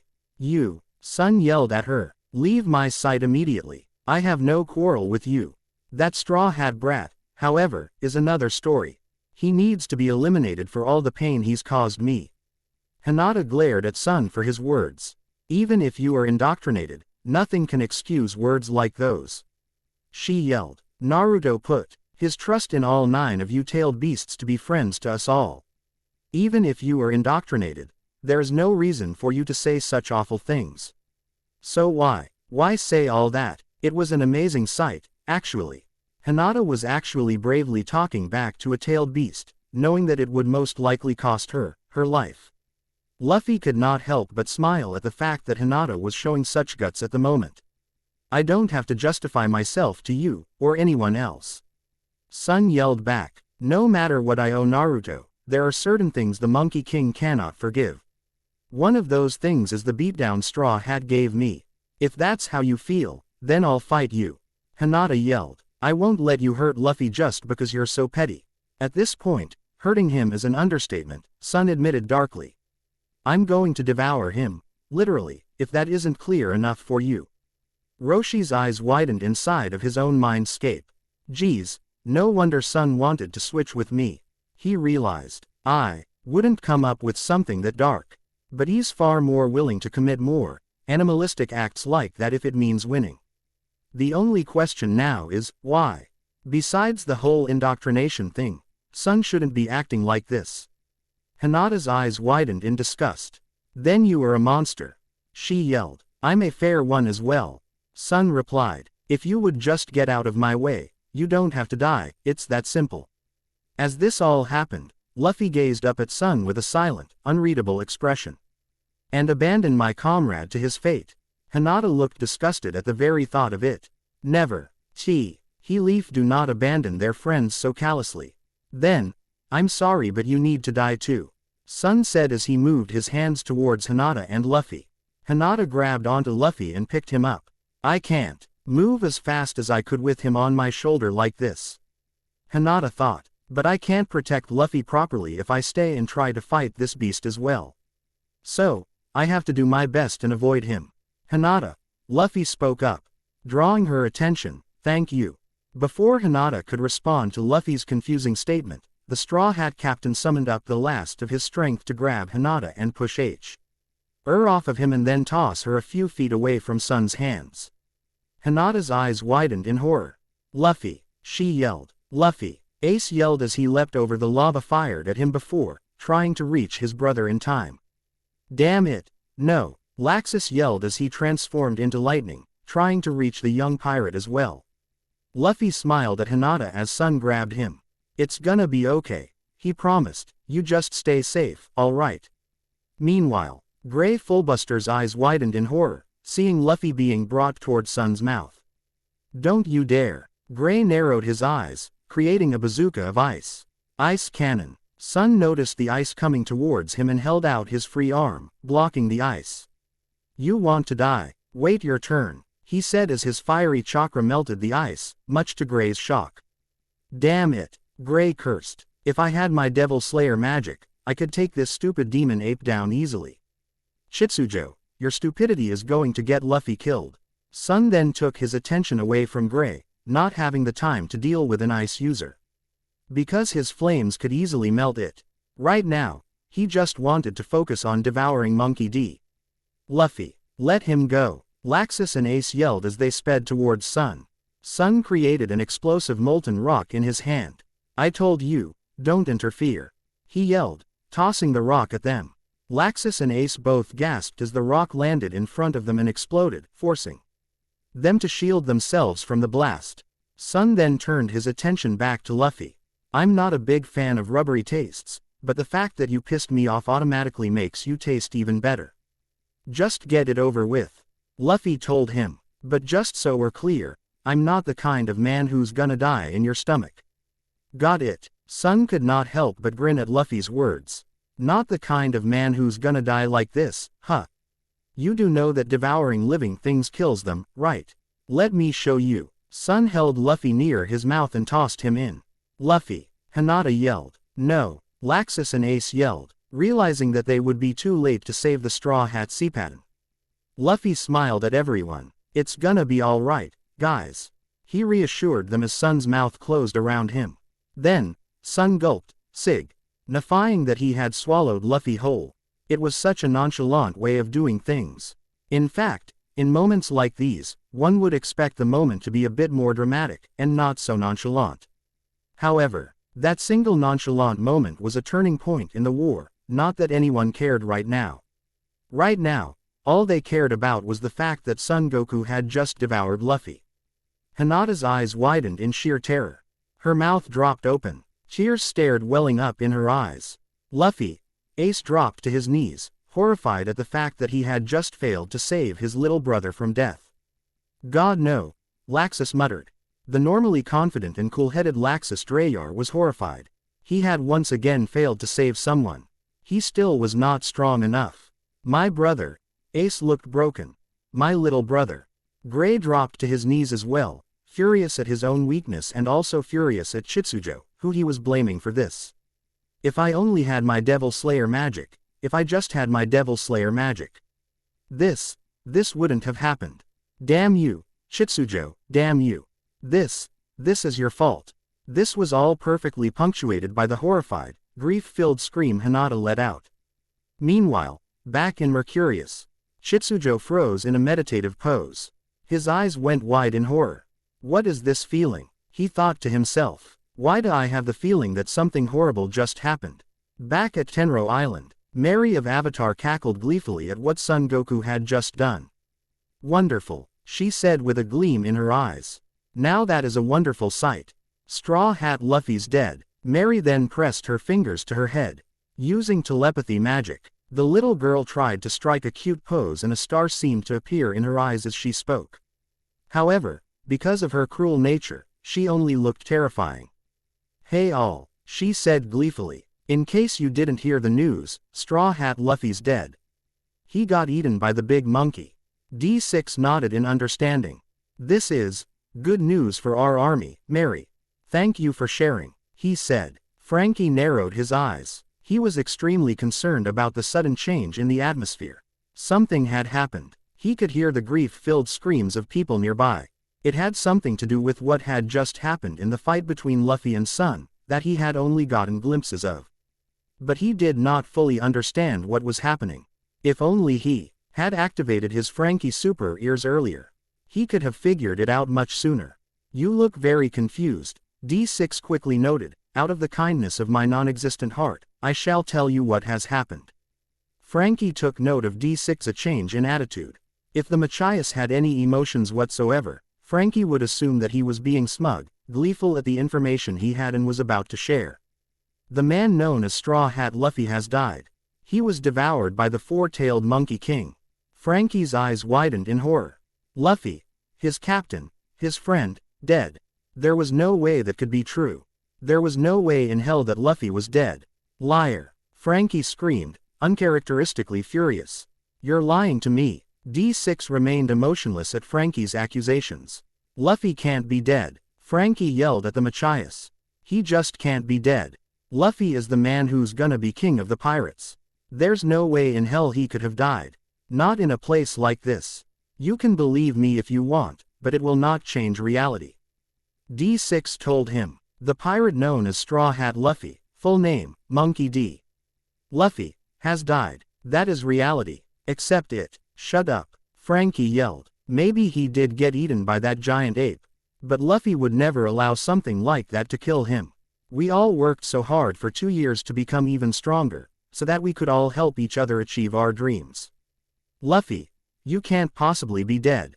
You're not allowed to be dead. We were all going to live and see our dreams fulfilled. You were supposed to stay alive as our captain so you could see the Sunny, your ship, sail across every sea in the world. Don't you dare die and back out of that, you bastard. That is reality. D6 repeated. Accept it. Accept it. Frankie glared at the Machias. Never. Meanwhile, Renji Abarai was having a similar reaction to the new. No way, he yelled. There is no way in hell, Luffy wouldn't just die like that. That isn't like him. He's not the dying type. Jerome sighed. Honestly, he said, denial is not going to help you. Mary is crazy, but she's not the type to tell a lie, especially when it benefits her and those she works with. The kid is dead. You would do well to accept it. Renji took a deep breath. Well, he said, if he is dead, then I guess I need to be a good friend, and avenge him by beating the ever-loving crap out of you. Boa Hancock, however, was taking the news the hardest out of everyone else. What did you just say? She said in a dangerously calm voice. Raging Briar folded her arms. Did I freaking stutter? She asked without a shred of sympathy. Straw Hat Luffy is dead. Hancock felt her world shatter at this. She had planned out her entire future with Luffy. When they were going to get married. Where they were going to have their honeymoon. How many kids they were going to have. What the names of those kids were going to be. And now it was all ruined. Ruined because of this war. Ruined because of these people. Ruined, ruined, ruined, ruined. Raging Briar not. Iced that Hancock was already starting to cry and grinned cruelly. Ah, don't cry, she said cruelly. Seriously, don't cry.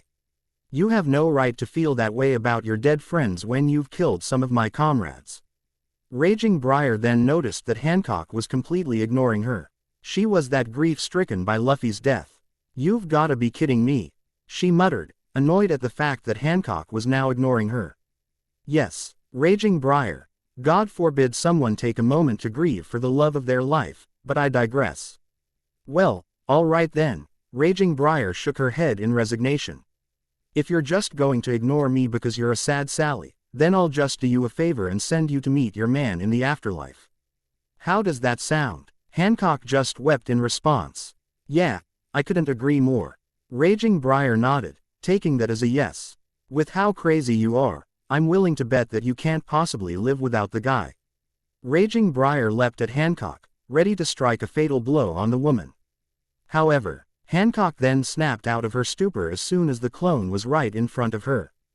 Die! Hancock tearfully screamed, kicking Raging Briar in the face and knocking her away. Raging Briar had no time to let out a pained scream as her neck snapped from the kick.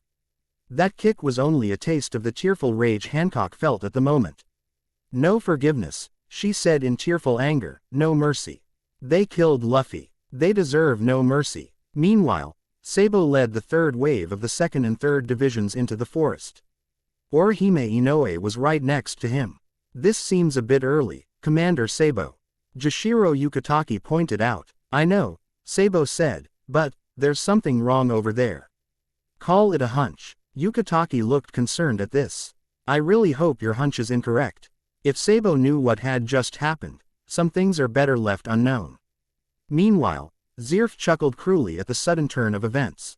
Oh my, what an undignified way to die, he mused. Too bad for you, Luffy. And too bad for the rest of the Alliance. An act of order has died. Portgas D. Ace felt his world shatter. 2 years ago, at the now-defunct Navy headquarters known as Marineford, he gave his life to save his beloved little brother. Now today, on Tenro Island, he failed to save his little brother from death. It should have been me, Ace thought to himself. I should have been the one to be eaten by that thing, not Luffy. It's the big brother's duty to protect the little brother from harm. I failed Luffy. I should have. Tears fell from Ace's eyes. I'm a failure of a big brother, he thought, hating himself for his failure to save Luffy's life. Laxus Drayar had a sympathetic look on his face on behalf of Ace. He was also horrified at the fact that Monkey D. Luffy had just died. How did this happen? He thought to himself. We were doing so well here. We were doing well in this war in general. We were going to take Zerf down. We were going to save our world. Is our victor? Why going to cost us one of the hearts of the Alliance? Laxus' eyes widened in realization. Oh God, Frankie, the rest of the Straw Hats, Natsu, how the hell are they taking this right now? How are the ONs who haven't found out about all this yet going to take it? Luffy meant so much to all of them. Grey Fullbuster was livid. Damn it, damn it, damn it, damn it, he cursed inwardly. If I just had my Ill Slayer magic, Luffy wouldn't have had to die.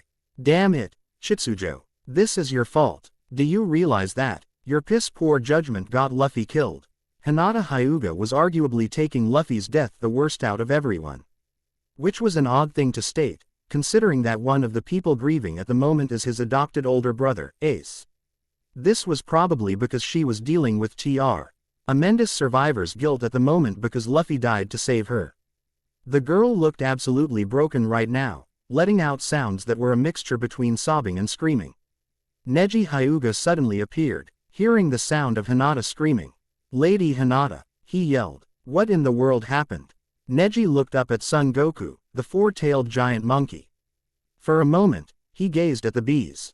In fear before realizing that his mind seemed to be elsewhere. So he took this opportunity to try and get Hinata away from the area. Lady Hinata, he tried to address her. I don't know what's going on here, but you need to focus. Luffy, Hinata sobbed. Luffy, what? What about Straw Hat? Neji inquired. He's dead, Neji, Hinata told him. He died trying to protect me. Neji looked around. I don't understand. Where's his body? Neji wondered out loud. That thing ate him, Neji. Hinata yelled, grief-stricken. That monster ate Luffy. He let himself get eaten trying to save me. Neji looked at Hinata in disbelief. Also in shock over hearing of Luffy's fate. I have never seen Lady Hinata like this. He thought to himself. I should have figured she could have survivor's guilt from people constantly protecting her. It's all accumulated to this single moment. Lady Hinata. Neji gripped her hard. I know you're sad, but we need to get moving, while that thing is still distracted. With those words, Neji orked the grieving Hinata to move away from Son Goku. His eyes were constantly darting back to make sure Son had not noticed his presence. Meanwhile, Son was thinking about his most recent meal. He didn't put up much of a struggle for a kid who I'm 90% certain has ADD. I would have thought he'd struggle a bit more on the way down. Well, I guess we really don't know who we really are until we die. So, N gave a large shrug as he looked around and surveyed the battlefield. Now, what the hell should I do next? Perhaps you should let me take over now that you've had a decent meal. Roshi suggested in their shared mindscape, giving Son a disapproving look. I think not, Son responded, you're still not used to moving around in my body. That, and I can tell you're not very comfortable with what I just did. I don't think you want to be in my body right now. Let me run this thing for a while longer. Roshi sighed, knowing that an argument between the two of them could last until the end of time. They were both immensely stubborn, and as such, an argument would be an eternal stalemate.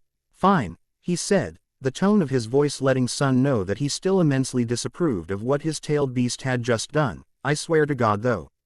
If you take a dump in my mind, we are done. Outside of the mindscape though, Son's words caused a certain individual to completely snap. Portgas D. Ace heard Son note that Luffy did not put up a fight and also remind him that his little brother was dead. And from that moment on, the former captain of the Whitebeard Pirates' second unit only saw red. Screaming with rage, Ace surrounded his body with flames. Hey, you big stupid ape! He yelled, getting Sun's attention. Sun looked at Ace, who formed a giant lance of fire in his hand. "Here's a one-way ticket for you, straight to hell. You son of a bitch." Ace screamed. "Great Flame Commandment. Kagutsuchi." Ace tossed the spear straight into the chest of Son Goku. Sun yelled in surprise as the flames pierced him and then exploded, blasting him onto his back. Sun quickly realized that he might have angered the wrong individual.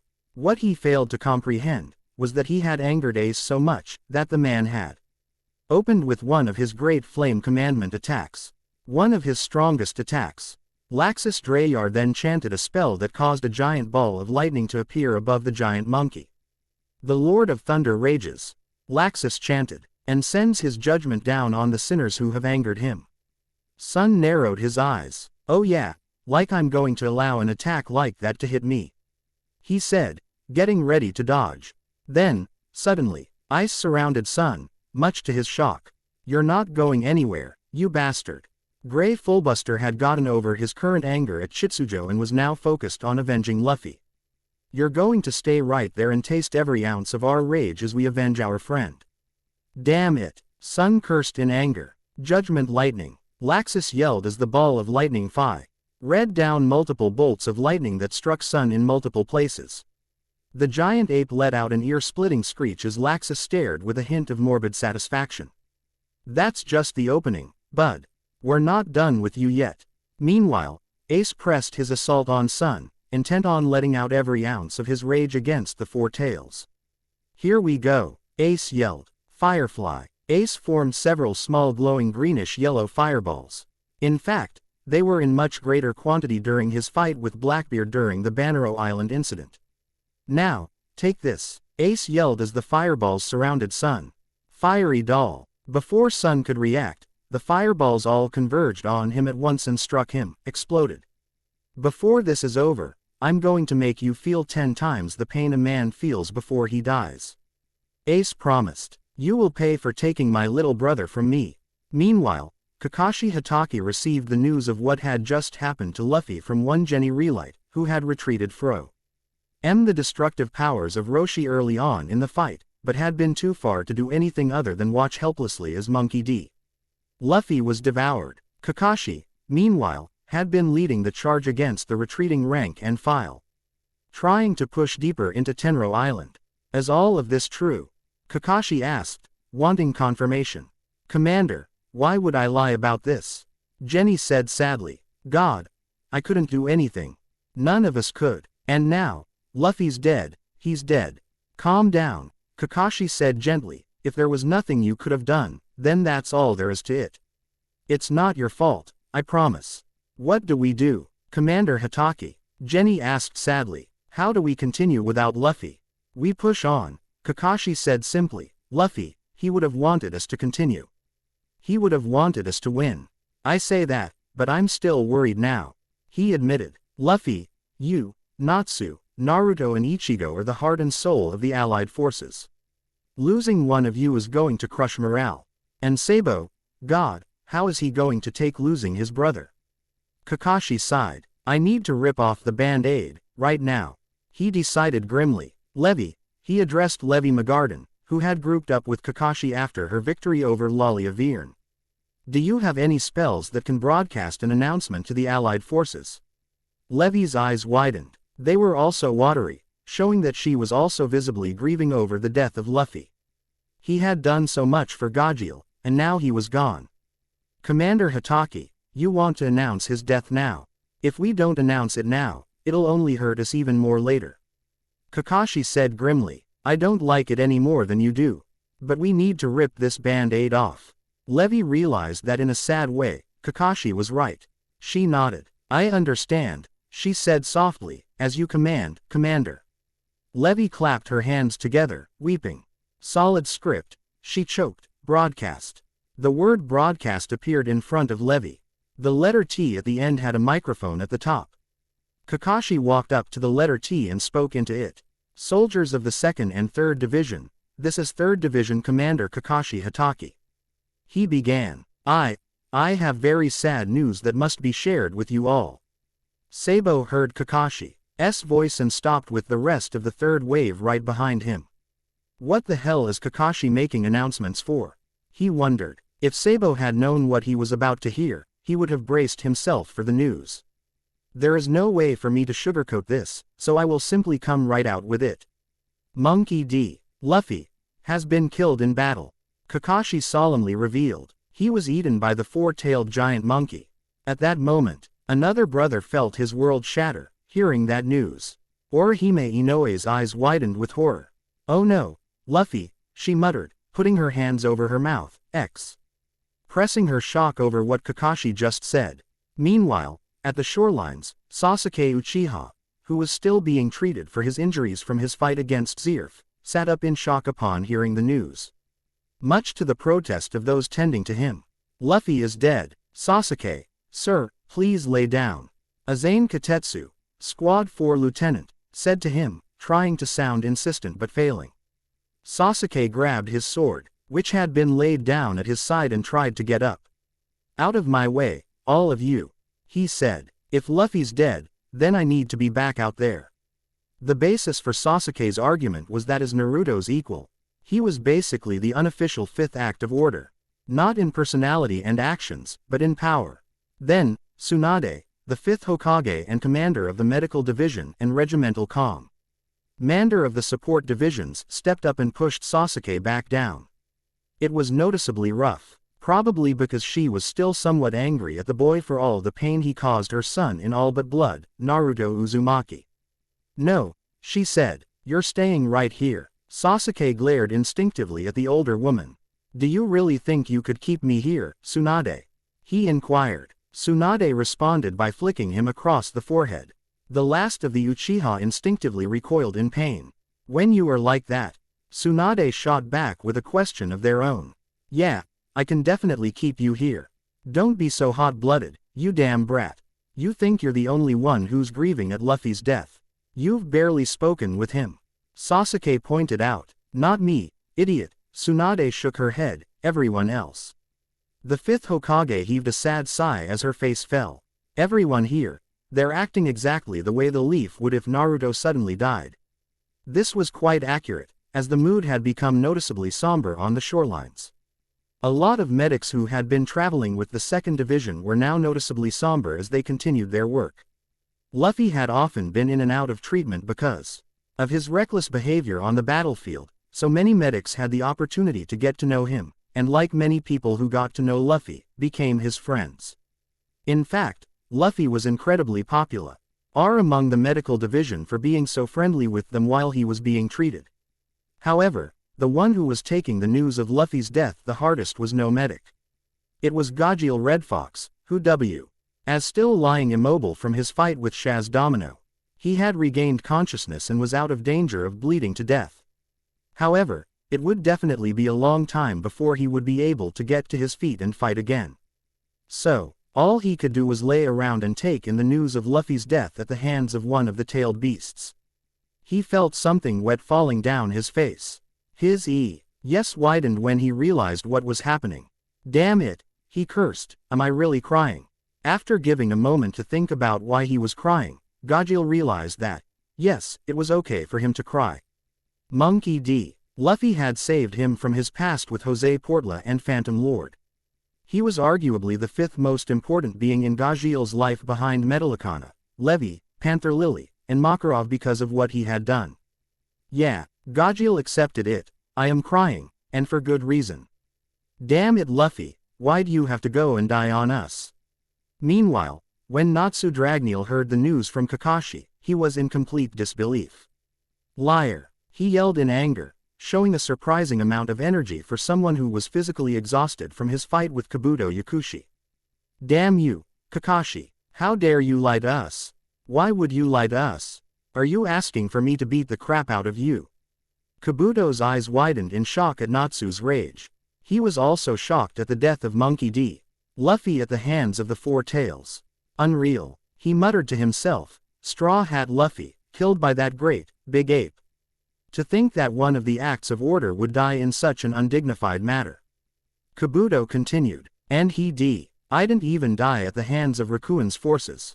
There's no doubt about it, if someone like Straw Hat died against the Four Tails, then there is truly no hope for the alliance against Rakuen. Answer me, Kakashi. Natsu screamed in anger. Answer me. Why are you lying? Luffy wouldn't die like that. He just wouldn't. Then, Kabuto summoned up the last of his strength and chakra to move behind Natsu and strike him in the spine. Natsu gasped for a brief moment before falling over, his body immobilized by whatever Kabuto had just done to him. You bastard! Natsu turned his ire on Kabuto. What the hell did you just do to me? You can thank that Tsunade for this little trick I picked up. Kabuto told him. I just scrambled your nerve system. I'd like to see you try to move now, Natsu. Kabuto heaved a sigh before giving the man a genuine apology. I'm sorry, he said, after all the fun I honestly had with our fight, this was definitely not the way I wanted things to end. However, I am a soldier first and foremost, and I am under very orders. Orders to bring you to Lord Zerf. And just what the hell does that crybaby want with me? Natsu spat. Kabuto had an unreadable expression on his face as he knelt down to grab Natsu. Come with me and you'll find out soon. He promised. Natsu could only lay there helplessly as Kabuto moved to scoop him up. Damn it, I really can't move. He thought. Luffy. I'm sorry, buddy. But I'm going to have to leave the rest up to you. After all, you're coming back.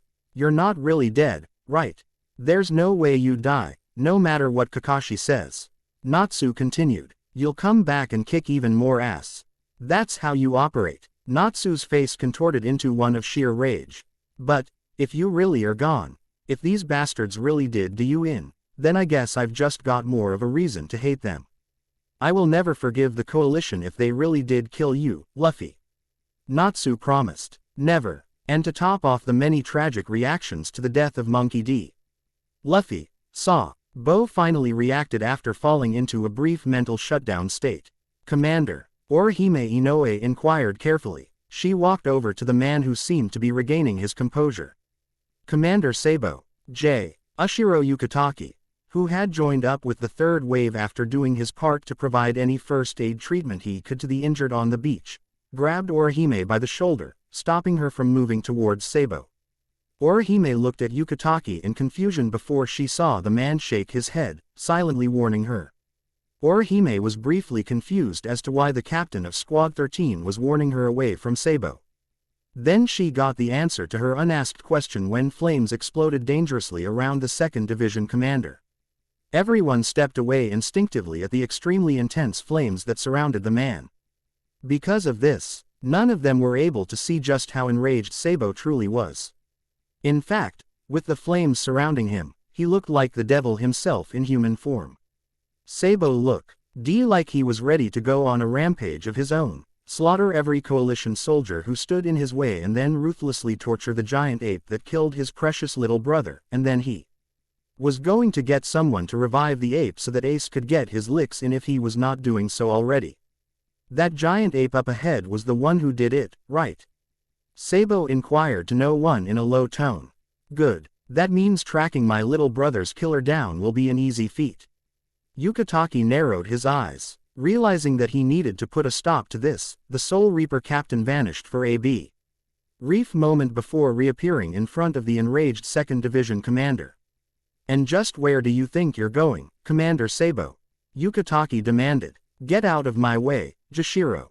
Sabo snarled. Don. Think I won't punch you in order to get to that giant ape? Commander, please compose yourself. Yukitake said firmly. I understand your rage. I understand that you're grieving over the loss of your little brother. Believe me, I know what it's like to lose people you care about. Spare me the crap, Sabo spat. If you cared about how I felt right now, you'd be stepping out of my way and letting me go to work. I won't let you go to work, though, Yukitake said to him, because that would involve abandoning your current work. I am a brother first and foremost, Jashiro, and a leader second. Sabo said firmly. Do you really think I care about my other duties? Yes, well, I'm not really talking about your duties as a commander, as abhorrent as your disregard for them is. Yukitake replied. I'm talking about your duty to protect a certain girl who is key to our strategy. That seemed to have the desired effect, as Yukitake's words were causing the flames to lessen in their intensity. Sabo's eyes widened. Yukatake realized that his words were indeed having an effect on him. That's right, Yukatake said, pressing the matter further, you were chosen to protect Orihime because of your Haki and Devil Fruit powers. Out of all of us, you were the one trusted the most. So not only would you be abandoning your most important duty, to see her reach the Tenro tree and restore it for the sake of our strategy, but you would also be betraying the trust Kakashi, myself, Marco, and Alliance Command put in you. Sabo's rage was slowly lessening with every word Yukatake spoke. Again, I know you are grieving, Sabo. I would never deny your right to grieve. Luffy was your little brother, and losing him was hard for you. Yukatake told him, his tone softening. But you need to keep things in perspective. Yukatake told him, if you charge off and disregard your duties to your men and to protecting Orihime, you are not doing Luffy, or anyone else for that matter, any favors. Sabo took a deep breath and calmed down. He lowered his face so that nobody could see the expression on his face. If they could see his face, they would all see that after looking like he wanted to go on a murderous rampage, now he just looked like he needed a hug. My little brother, Sabo muttered sadly, my precious little brother, he's really gone, isn't he, Jashiro? Yukatake gave a sad nod. Kakashi is not the type to lie, Sabo. He pointed out to him. If he says Luffy is dead, then sadly, he's dead. I'm so sorry. If Luffy is dead, Fried Justine suddenly spoke up, then it is up to us to avenge him. That's right, Haruta narrowed his eyes, I'm sick of standing around here. I want to go out and avenge Straw Hat too.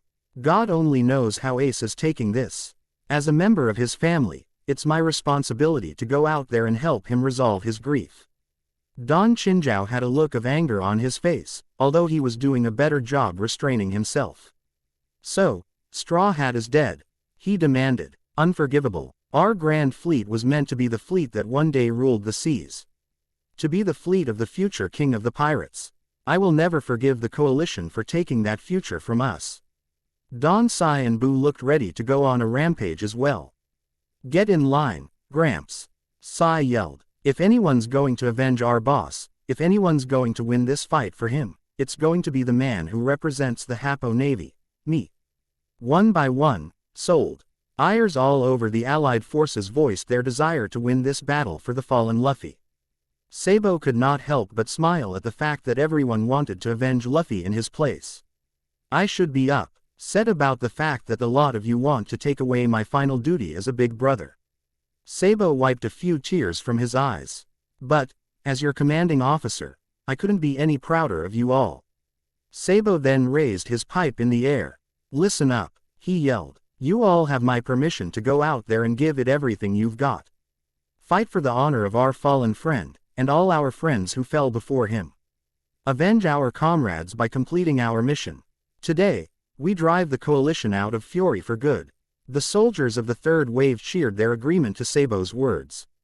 Most of them were cheering, anyway. One in particular had remained noticeably silent ever since the news about Luffy's death had broke. Samui, of the Hidden Cloud Village, sunk into the shadows, out of sight from everyone to take in the news of Luffy's death in private. And she was not taking it well. In fact, it was taking all of her willpower not to suffer a breakdown like she did when her little brother, Atsui, died protecting her from Zerf. Luffy, Samui choked, it's all a lie, you can't be dead. You can't just die on me. That's not cool at all. Samui then quickly realized that basking in her misery was not going to help her. And resolved to find out for herself if Luffy truly was dead. She was currently in first stage of grief, denial. If anyone can tell me the truth about this, it's Hinata. She thought. Ichiya Vandalay Kotobuki vs. Gantenbane Mosqueda. Back at the fight, Ichiya Vandalay Kotobuki fell silent at the news of Luffy's death as he continued trading blows with the Privern Espada 107. Gantenbane Mosqueda in his resurrection form, Dragra. It was a quiet rage, compared to the rest of his comrades. This was probably because Ichiya was already so angry over the death of Ren Akatsuki, he had come full circle. So, Mosqueda spoke up, breaking the silence, with another beloved comrade dead, I'm surprised you're not saying anything right now. At this point, I will simply let my fists do the talking. Ichiya responded, Luffy may be dead, but I must continue on. Men, I underestimated you, Mosqueda noted. You were more focused on your task at hand than I gave you credit for. Thank you, Ichiya yelled. I am the ace of the Blue Pegasus Guild, after all. Mosqueda nodded in agreement. You certainly have the strength to back such a title up. He complimented. Muy bien, Ichiya Vandale Kotobuki. I do appreciate all of the compliments. Ichiya said. After all, I've yet to meet a person who doesn't enjoy getting compliments, especially one as handsome as himself, who is therefore used to receiving a ton of compliments. Twinkling smash, Ichiya yelled, throwing a haymaker at the Privarna Espada. No way, Mosqueda yelled, throwing a punch that matched Ichiya's smiling smash. But, men gritted their teeth from the slight pain of their punches colliding. Amazing, Mosqueda muttered, even with my enhanced hierro, even with my growing power, you can still injure me with your punches. And you are finally able to injure me. Ichiya noted, so even I, the handsomest man of all, can be injured by your punches. Mosqueda had a very deadpan expression on his face at Ichiya's comments. You do realize that handsomeness is not synonymous with strength, right? Nonsense, Ichiya grandly declared. Some are born strong, some have to work for strength. Some are born beautiful, some have to work for their beauty. The same rules. Therefore, strength is synonymous with beauty. Mosqueda looked at Ichiya in sheer disbelief. How in the world have I been locked in a stalemate with this man? He's lacking in brains. After all, the strongest person I know is my honey, the red-headed beauty with immeasurable strength. Far away, Urza Scarlet sneezed before shivering involuntarily, wondering where in the world she was getting this sense of dread. Back at the fight, Mosqueda regained his focus on the fight before launching a counterattack. Not only have I underestimated your focus on what's important, rather than your own rage. You have the insanity to believe every single thing you say, Mosqueda noted, and that means I need to truly take this seriously, and give it everything I have. In the name of God, let us have an ultimate fight. Now, take this, Mosqueda declared, forming spirit energy around his two fists before pulling them back like he was about to throw them. Rugir del Dragon, Mosqueda threw the spirit energy at Ichiya. The ace of Blue Pegasus watched as the spirit energy then formed into the head of a dragon with its mouth wide open. Ichiya then flexed his muscles and held his hands out. Much to Mosqueda's shock, Ichiya caught the Rugir del Dragon attack and then crushed it in his bare hands. Men, Ichiya yelled, do not underestimate my handsome, manly spirit.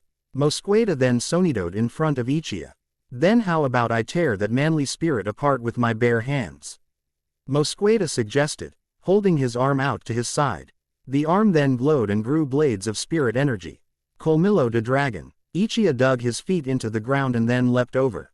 Mosqueda then found himself staring at an upside-down, airborne Ichiya. Ichiya then started sparkling. You will see stars after this, Ichiya declared. Sparkling smash. Ichiya delivered a karate chop that smashed Mosqueda in the head. The Privarna Espada was left in a daze as the muscle-bound wizard landed behind him. Mosqueda was indeed seeing stars from getting karate chopped in the forehead. Ichiya then landed behind the dazed Mosqueda. Twinkling, Ichiya cocked his fist back, smash. Mosqueda recovered just in time to throw his arm out in front of him and blocked Ichiya's punch. His eyes widened in surprise when he felt this arm break anyway from the sheer force of the punch. The force of the punch carried on and blew away much of the area behind the Urankar. This was the same punch as before, Mosqueda noted, frustrated at the fact that his arm just broke. How did he break my arm with the same punch as before? The Urankar's eyes widened in horror as he realized a possible reason why his arm had been broken. No, is he wearing me down? Is he actually getting close to beating me? Mosqueda narrowed his eyes, now frustrated at the thought of losing in such a way. I may have lost my position as an Espada, but I have not lost my pride just yet. I will not lose against this man. Not without giving it everything I've got. Before God decides to punish me for my sins, I will experience my absolution as a warrior. Mosqueda first threw his shoulder into Ichiya, pushing the man away from him. He then held his hands open and to his side. Aliento de Dragon, he yelled, firing a beam of spirit energy. Ichiya moved to the side and dodged the Aliento de Dragon. Mosqueda then sonitoed towards Ichiya, ready to throw more punches. Hiya! Mosqueda yelled, punching at Ichiya with a flurry. Ichiya narrowed his eyes and threw his arms together in an X, and blocked the flurry of punches. Winking smash. Ichiya winked, backflipped and then kicked Mosqueda in the jaw. Blech. Mosqueda yelled in pain, stumbling backwards from the kick. Ichiya then got into a sprinter's stance and then rushed towards the dazed Mosqueda, crouching beneath him. Smiling smash. Ichiya yelled, throwing an uppercut that struck Mosqueda in the jaw, launching him airborne. The Priver Espada landed on his back, stunned by the punch. Ichiya had an emotionless look on his face. If you can still fight, get up. Even if I want to get revenge for Ren, I will not beat down on a man who cannot fight back. Mosqueda narrowed his eyes, gritted his teeth, and returned to his feet. That's right, he said, slamming his fists together in an intimidating manner, I am not done. No matter how this battle ends, I promise you, we will both leave quite satisfied. Mosqueda's fists were then enveloped in the orange spirit energy from before. He leapt at Ichiya before cocking both fists back like Luffy does in preparation for his Gum Gatling move. Dragon. Mosqueda began as they were formed into the pointed fangs of a dragon, Inahado. With that, Mosqueda started throwing a flurry of spiked punches at Ichiya. I will shatter that teeth, Ichiya declared. Men. Like before, Ichiya matched all of Mosqueda's punches like before. Mosqueda smirked at Ichiya's decision. You damn fool, he said, that was not a wise decision for you to make. You have given me this win. I have given you nothing, Ichiya declared. Just the respect of two men trading blows. What could be manlier than this? What could be more beautiful than this? Men, both combatants, then took notice of the fact that Ichiya's fists were actually starting to bleed from clashing with Dragon Inahado. You say that, and yet here you are bleeding. Mosqueda told him, your manliness is something to be admired. But it will only lead to your death, just like your comrade, Ren. The final punch in Mosqueda's Dragon Inahado knocked both men away. However, Mosqueda was quick to prepare for one final attack. When you get to the afterlife, give my regards to Ren. Mosqueda demanded. Let him know that the both of you earned my respect. Mosqueda formed more spirit energy and then prepared toss it at Ichiya like it was a fastball. Dragon. Mosqueda then prepared to toss it like he was a pitcher, Volador. Mosqueda tossed the spirit energy, which quickly constructed itself into an eastern dragon that flew towards Ichiya. Ichiya's eyes widened slightly at the speed of the attack, realizing that there was no way to dodge it. Mosqueda's dragon Volador slammed into Ichiya's stomach. The spirit energy construct then exploded around Ichiya. The ground around him was incinerated and turned into ash. Mosqueda folded his arms and surveyed his handiwork with grim satisfaction. I should be happy, he mused, as I am now. I could reclaim my status as one of the Espada, and not just because Araniero is dead and Grants is a POW. But because I am now truly strong, God be praised. Mosqueda then lowered his head, saying a brief prayer. This was a good fight, he said, but now, be at peace and go and meet your dear friend in the afterlife. Then, a figure started striding out of the smoke and fire. As tempting as that sounds, as I do miss Ren, I have a duty to stay alive. Came Ichiya Vandali Kotobuki's voice. I have a duty to make people happy. To make them smile. That attack had injured Ichiya, as evidenced by the fact that he was covered in his own blood, but he was alive and he was certainly not out of the fight. I am looked up to for my strength and beauty. As such, I am charged with giving people the brightest of smiles. I cannot let them down. That is what it means to be the strongest and the most beautiful, to take on the greatest of responsibilities with no complaint. Mosqueda gaped, shocked at the fact that no matter what he did, Ichiya would not go down. He then regained his composure and gave his foe a look of realization. So that's why you associate strength with beauty. Because people naturally look up to both, I suppose that makes sense. Ichiya nodded. He then reached into his pocket and pulled out a brand new vial of perfume. It had the design of what looked like a normally sized human being. And right next to him was an even larger person. And so, Ichiya said, in order to live and continue to make people smile, let me show you the true power of the ace of the Blue Pegasus Guild.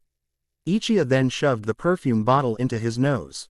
Take this, a brand new perfume bottle, made by yours truly. Ichiya yelled. Giant perfume. Mosqueda watched in shock as Ichiya grew to towering heights.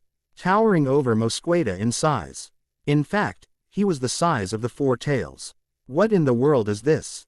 Mosqueda demanded. How far are you willing to go in order to survive? To live for your friends? Ichiya wondered out loud. Are you even willing to take on a form that could very well frighten them?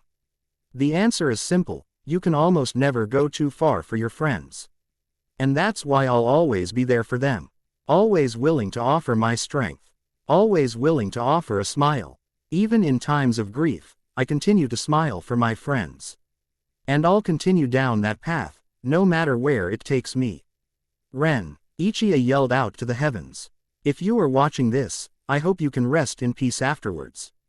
Mosqueda was looking up at the giant in fear.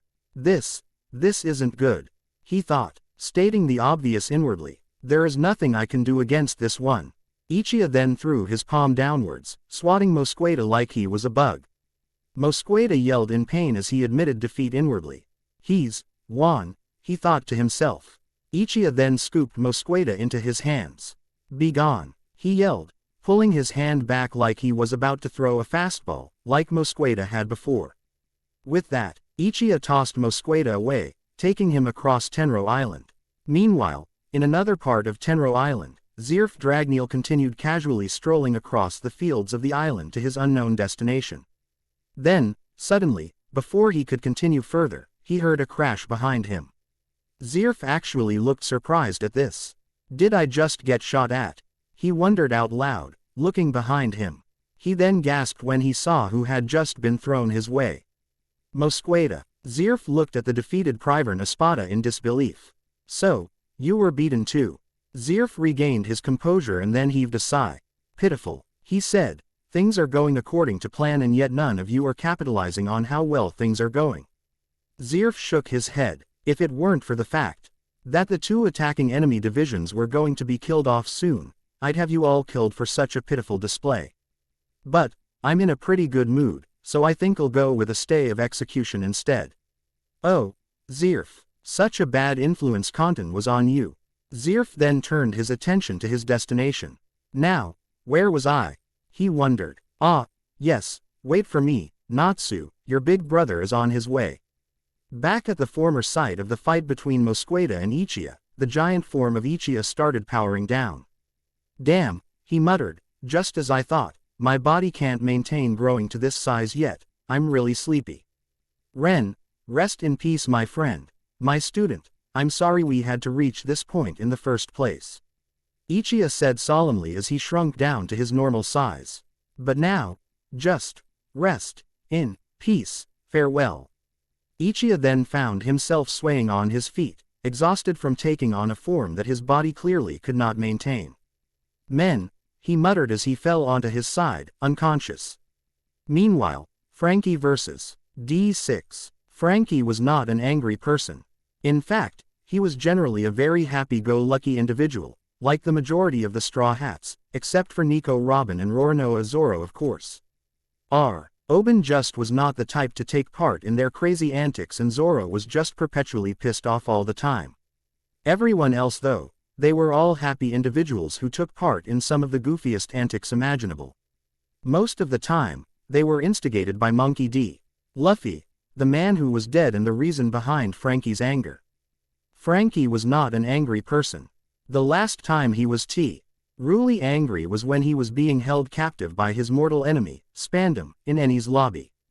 That anger made getting to humiliate him before Robin got her well-deserved licks in on that blasted little worm of a man. But now, Frankie was truly pissed off. His captain was dead. He wanted to believe that Luffy was not dead, but why in the hell would anyone on the enemy side claim that he was dead? What would lying about it accomplish? Luffy was someone who meant a lot to the Allied forces. So his actual death would be very damaging if it were true. So why would they lie about it? Frankie could not deny it any longer. Luffy was dead, and he was not coming back. His dream to become king of the pirates would be left unfulfilled. And worst of all, even if the rest of the crew achieved their dreams, it would feel hollow now. Because their beloved captain would not be there to see it. Brooke was supposed to reunite with Laboon with Luffy at his side. A reunion like that would be soured by his death. Robin would find the Rio Poneglyph. Yes, but without the man who took her in and gave her a home, how could she possibly celebrate? Chopper would feel like a failure no matter what disease he could cure. Because he could not save his captain. Who would eat all the food from the All Blue that Sanji would cook? Nami was going to draw a map of the entire world, but there would no longer be an Advent Chure involved without Luffy to lead the way. Usopp was the support as the ship's sniper. What was the point of being the support when the captain was not even there to lead them? It was the same with Zoro. What was the point of being a swordsman on a pirate crew when there was no captain he respected enough to lead them? And finally, there was Frankie, the man who dreamed of building a ship that would sail across the entire world. What was the point of having a ship capable of such a thing if there was no captain to lead it? There was not a point at all. Luffy was the heart and soul of the crew. Without him, there is no crew. His death had ripped the heart and soul out of the entire crew. That was the true reason behind Frankie's anger. Not only had his captain and friend been killed, but heart and soul had been ripped from all of his friends. He would never forgive the coalition for this. He would take as many of them down as possible before this battle was over, starting with D6.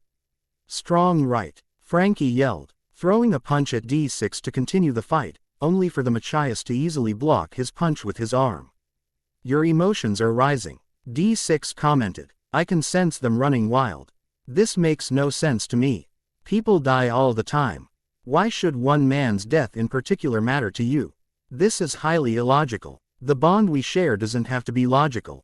Frankie yelled. That's what it means to be friends. You don't need logic, just care for each other. Weapons left, Frankie yelled, firing at D6, watching the bullets harmlessly bounce off D6's body. Damn it, that's one tough body you've got there. Whoever designed your body is a freaking genius. Frankie then took a deep breath. Fine, if punching and shooting you isn't going to work, then I'll just melt that tough body of yours. Frankie fireball. Frankie shot a powerful fireball from his mouth that collided with D6, blowing the Machias away from him.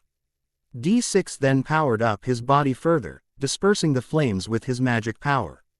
Vanish, D6 demanded, trying to erase Frankie with his signature magic. Frankie Moon Shoes. Frankie's feet fired jets of air that acted as jet engines that propelled him over D6, a beam of erase magic. He then cocked back his fist, proverbially charging it up for a more powerful punch than before. The covering around his hand then opened up, revealing another powerful fist. Strong hammer. D6 looked up just as Frankie punched him in the forehead, making his head snap downward from the punch. D6 then brought his hands together and threw both of his hands upwards, striking Frankie in the head. Both men landed on their feet, taking note of their head wounds from the attack. D6 then fired another beam of erase at Frankie, recovering quickly. A Machias is not slowed down by something as trivial as pain. Pain is barely a thing to me. D6 thought to himself. I will destroy my enemies. And I will do it with no trouble, for I am the perfect weapon for Lord Zeref's will. Star Shield. Frankie formed a shield with his arms and blocked the beam. However, the cyborg of the Straw Hat Pirates was quick to note that the beam of erase was much stronger than before. He then realized that D6 was indeed adjusting his output of power and getting stronger as a result. This guy really is a robotic creature. He noted. He can adjust his output of power at will. I need to try and end this before he can actually get his output of power to a level that could actually injure me, or even kill me.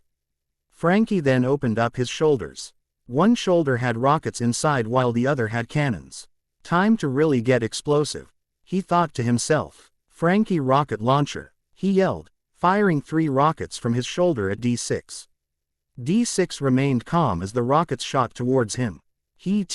Hen fired a beam of erase magic that destroyed one of the rockets, only for the other 2 to get through his defenses and then exploded around him. And here's another move from my shoulders, Frankie yelled, throwing his other shoulder forward. Frankie cannon. Frankie fired several cannonballs at D6. D6 recovered from Frankie's rockets, only to be struck by the cannonballs. Irritating, he muttered. Frankie's chest then opened up, revealing the barrel of 2 machine guns. Frankie machine guns, he yelled, holding his hands over his head and then shooting high-caliber bullets at D6. D6 braced himself for impact and took the high-caliber bullets. He frowned slightly at the fact that his body was actually being slightly damaged by these more high-caliber bullets from before. It appears that I cannot hope to damage you in a ranged fight. D6 noted. So, I have no choice but to initiate a close-ranged fight with you. D6 rushed Frankie, who dropped into a boxing stance, while his shoulder weapons slowly reloaded. Too bad my shoulder weapons weren't enough to take him down, now those are going to take a while to reload. Fine, I'll just punch him again. The two then exchanged blows once more, the IR fists clashing together with each and every blow. You really want to trade punches with a super guy like me? Frankie asked. I promise, you're going to regret it. Your confidence is duly noted, but it does not compute with my superiority. Erase magic or not, you cannot deny my strength, cyborg Frankie. D6 said. I shall punch you until I've found the level of output required to erase you from existence. Big talk from a guy with no personality whatsoever. Frankie yelled. You can't stand up against my mighty heart. A mighty heart means nothing to me. I was designed as the final creation in the D line of Machias warriors. The final creation. The ultimate creation. Your punches will not damage me. D6 declared. Won't damage you. How do you know that? What are you just shrugging off all of my punches? Am I really that weak compared to you that you don't feel any pain? Frankie inquired. Or perhaps because you're a full machine, you're incapable of registering pain, is that it? Does that matter? D6 inquired in confusion. If you really have to ask that question, then I've already won this fight, it's only a matter of time. Frankie declared. Declaring victory already does not compute, D6 muttered. Of course it doesn't. I may be a cyborg, but I would never trade the parts of me that are still human. It's the human parts of me that make me strong, the cyborg parts are just an addition to my strength. Does not compute, D6 repeated. Yeah, I know, you don't have a super hot heart like I do. Frankie yelled. And that's what gives me the advantage over you. With that, Frankie continued to trade blows with D6. My wild spirit, my manly heart, I am the super cyborg, Frankie. The cyborg declared, shipwright of the Straw Hats, and I will lose to no one, least of all, a pitiful robot who doesn't even recognize his own weaknesses that come with his own lifestyle. I fail to comprehend what you are saying. D6 admitted, I can take every blow you throw at me. Can you now? Frankie grinned. How can you say that when you don't even feel any pain? Still cannot comprehend. D6 admitted. Then let me enlighten you, you son of a bitch. Frankie yelled. Pain is important in a fight. It allows you to know when you're in trouble in a fight. And as for you being able to take every single punch I give you and return it, I hate to break it to you, but you're either full of crap, or just an idiot. No matter how much you think you can take from me, there is still a limit to how much you can take. How much I can take? D6 was confused. Yeah, Frankie grinned. And because you apparently don't have any real survival instincts thanks to your mechanical body, you don't know your own limits.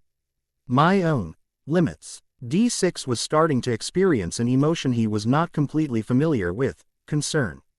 As the two continued trading blows, D6 then noticed something that was starting to increase this new concern he was feeling. His fists were starting to be worn down from the constant punching, while Fr. Anki's fists were still not damaged in any way. Then, suddenly, D6's fist shattered, revealing several wires on the inside of both hands. Oh no, D6 muttered. Looks like you're finally starting to get the situation you're in, Frankie said. If you could actually feel any semblance of pain and fear, you'd know that you should have retreated and healed up sooner. Then, Frankie's elbow opened up and a rocket's booster moved out of it. As for me, I'm going to take it easy for a while after this, because honestly, I'm getting kinda tired from throwing punches at you. I see, D6 resigned himself to what was about to happen. This is helpful data to take into account. The engine then ignited, flames pouring out of it. Frankie rocket punch. The cyborg yelled, throwing a devastating haymaker straight into D6's face. The Machias remained silent as he was launched across the ground, landing on his back. Powering down, D6 muttered as he lost consciousness, or what could be called consciousness in his case. Frankie took a deep breath. Phew, caught me by surprise with how skilled you were, he said, giving a surprising compliment. If I had dragged out that fight for too long, you might have actually won that fight. It's scary, really. You could have been much stronger than me, but you don't even know how to really use all that latent power. Before Frankie could move to cripple D6 so that he would no longer be a threat to his comrades ever again, the cyborg found himself on his knees. Ah crap, well I wasn't kidding when I said I was getting tired. I kinda dragged out that fight longer than I had to. Frankie then felt liquids running down his metallic face. He immediately realized that he was crying. Ah, damn it, he said, I wouldn't trade these emotions for anything, but still. Frankie then found himself being embraced from behind by someone. He looked over his shoulder to see that a tearful Flare Corona, the newest member of their captainless crew, was embracing him, looking for comfort in the wake of her captain's death. I miss him already, Frankie. Flare admitted. I know kid, me too. Frankie said sadly as he turned around and returned the hug. Meanwhile, Laxus Drayar, Portgas D. Ace and Grey Fullbuster vs. Son Goku. Son Goku was tired. Very tired. The tailed beasts were normally invincible weapons of mass destruction, the equivalent of a nuclear weapon in the shinobi world. Just one of them was enough to level an entire country. However, just because they were normally invincible did not make them absolutely invincible. They were still mortal beings, although, mortal was still a bit of a stretch because while they could still be killed, although they would eventually be reincarnated once again, and mortal beings had limits. And right now, Sun was starting to reach those limits. He could definitely blame his current situation on his most recent meal, Monkey D. Luffy. That rubber pirate could have definitely won their fight if he had not exhausted himself using fourth gear. In fact, it actually frightened Sun that there was someone out there who could fight a tailed beast by himself. In his long life, he had only ever considered a few people who were capable of such a feat with nothing but sheer raw power. In his experiences and the experiences of his fellow tailed beasts, Naruto Uzumaki, Madara Uchiha, Hashirama Senju, and now Monkey D. Luffy. Most of the Akatsuki ne-edited tricks to win against Jinchuriki who could transform into their tailed beasts, like that Kisame fellow who captured Roshi. Sasuke Uchiha used the Amaterasu on Killer Bee when he transformed into Gyuki, even Minato Namikaze. The legendary 4th Hokage needed seals and summoning to match Kurama. The fact that Monkey D. Luffy had been able to do this much to him by just pounding the living hell out of him was amazing. And somewhat frightening for that matter. And now, as a result of Luffy's actions, Sun was beaten and exhausted, no matter how much he tried to regenerate himself. Luffy had hurt him that much. And now, he was not even getting the chance to rest and recover from the fight. Not when he had 3 infuriated people attacking him relentlessly. First, there was Grey Fullbuster. Ice Make. Ice Impact. Grey yelled, dropping a tremendously large weight made of ice onto the giant ape, making the tailed beast screech in pain. Then, there was Laxus Drayar. Eat this. Lightning Dragon Heavenward Halberd. Laxus yelled, tossing a halberd made of lightning at Sun. The lightning struck Sun in the chest, pushing him backwards. And finally, there was the man who was most definitely the angriest of the bunch, Portgas D. Ace. He was only seeing red with the death of his little brother, and now he wanted blood as payment. Fire Fist. Ace yelled, throwing a giant fireball from his chest that went straight into Sun's chest. Sun panted in exhaustion, shocked at the fact that he, of all people, was unable to counter them.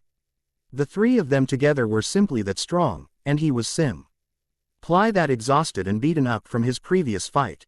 Damn humans, don't you dare think I'm this easy to beat. He yelled, breathing fire at the trio. You're seriously going to try to set me on fire? Ace narrowed his eyes while Grey stepped up to the plate. Ice Make. Giant Wall. Grey yelled, creating a massive wall of ice that blocked the fire. Grey then stood up straight and watched as his ice barely melted against the fire. You're seriously going to try to set any of us on fire? Laxus frowned. This stupid ape obviously doesn't know who he's messing with here, Gray. The two of us spend 50% of our day dodging fiery attacks from a certain dragon slayer, he noted. Laxus then rocketed over the giant wall by transforming into a bolt of lightning. Be silent. I am the great sage equaling the heavens. Don't look down on me. Sun breathed more fire at Laxus. Lightning dragon roar. Laxus took a deep breath before expelling bolts of lightning that ripped right through the fiery breath before striking Sun square in the jaw. Ace then leapt over the wall of ice as well. And don't forget about me, you bastard. Ace yelled furiously. I've got the biggest bone to pick with you out of everyone here. Fire cloud. Ace turned his hands into fire and then sent two large clouds of fire that combined into a giant wildfire that enveloped Sun. Sun grunted in pain as his fur and skin was singed all over by Ace's fire cloud. So hot. As the flames slowly let up, Laxus took this as an opportunity to throw another attack at Sun. Lightning Dragon Breakdown Fist. Laxus punched forward, generating IGH speed lightning in the form of a giant fist of electricity. Before Sun could dodge it, he was struck by Laxus's breakdown fist. The attack generated a tremendous explosion of electricity that sparked around Sun's giant body. The giant ape let out an ear-splitting screech from being struck by tremendously powerful lightning. Sun was then forced to his knees while Ace and Laxus stood by and wondered if they had dealt the final blow. You satisfied yet, Ace? Laxus inquired. Hell no, Ace growled, not until this giant freaking ape is dead at my feet. He killed my little brother. Laxus, that is not something I can just forgive. Yeah, I know, Laxus nodded in agreement, and frankly, I'd be a bit disturbed if it were easy for you to forgive. Although, I think we should consider the possibility that he is being controlled via indoctrination. Indoctrination? You think that's a possibility? Ace was surprised. Hard to say, Laxus shrugged. I mean, I've heard stories of indoctrinated soldiers acting as twisted as the normals of the coalition army, so it's really hard to tell. Honestly, I think the only way to really tell is just to ask. You seriously want to pause the fight just to ask? Ace was surprised. No harm, right? We are overpowering this guy. Laxus pointed out. Hey, monkey, are you indoctrinated? Ace frowned. Wow, you don't beat around the bush. Does it matter? Sun inquired, having recovered somewhat. I killed someone very dear to you. There should be a limit to how much you can excuse, even if someone is indoctrinated. I agree. Gray stepped out from behind the giant wall he had created before. Fact is, the world would be a lot safer if a monster like you didn't exist, indoctrinated or not. Laxus was surprised at this. Hey, Gray, he said, you sure that's a good way to look at things? This guy is basically a demon. Laxus. Gray reminded him. And he killed Luffy. As tiring as the ice guy's rhetoric is, as I've heard things like that for a long time, he's got a point. Sun spoke up. You need to come at me with an intent to kill, before I kill another one of your comrades. That settles it. You are indoctrinated, and if you're not indoctrinated, you're crazy. Laxus said before turning to Gray. Gray, you're not kill him, do you understand me?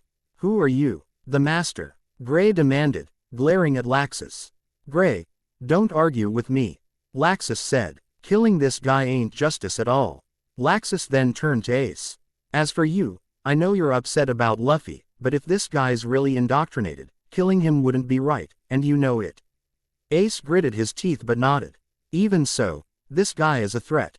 Laxus noted. So, feel free to hit him with everything you've got, if that'll make you feel any better at least. Ace nodded again. The trio then instinctively dodged a giant fist from Sun. Whatever you decide to do, know that I'm not going to go down easy. Sun declared. I am the mighty Four Tails.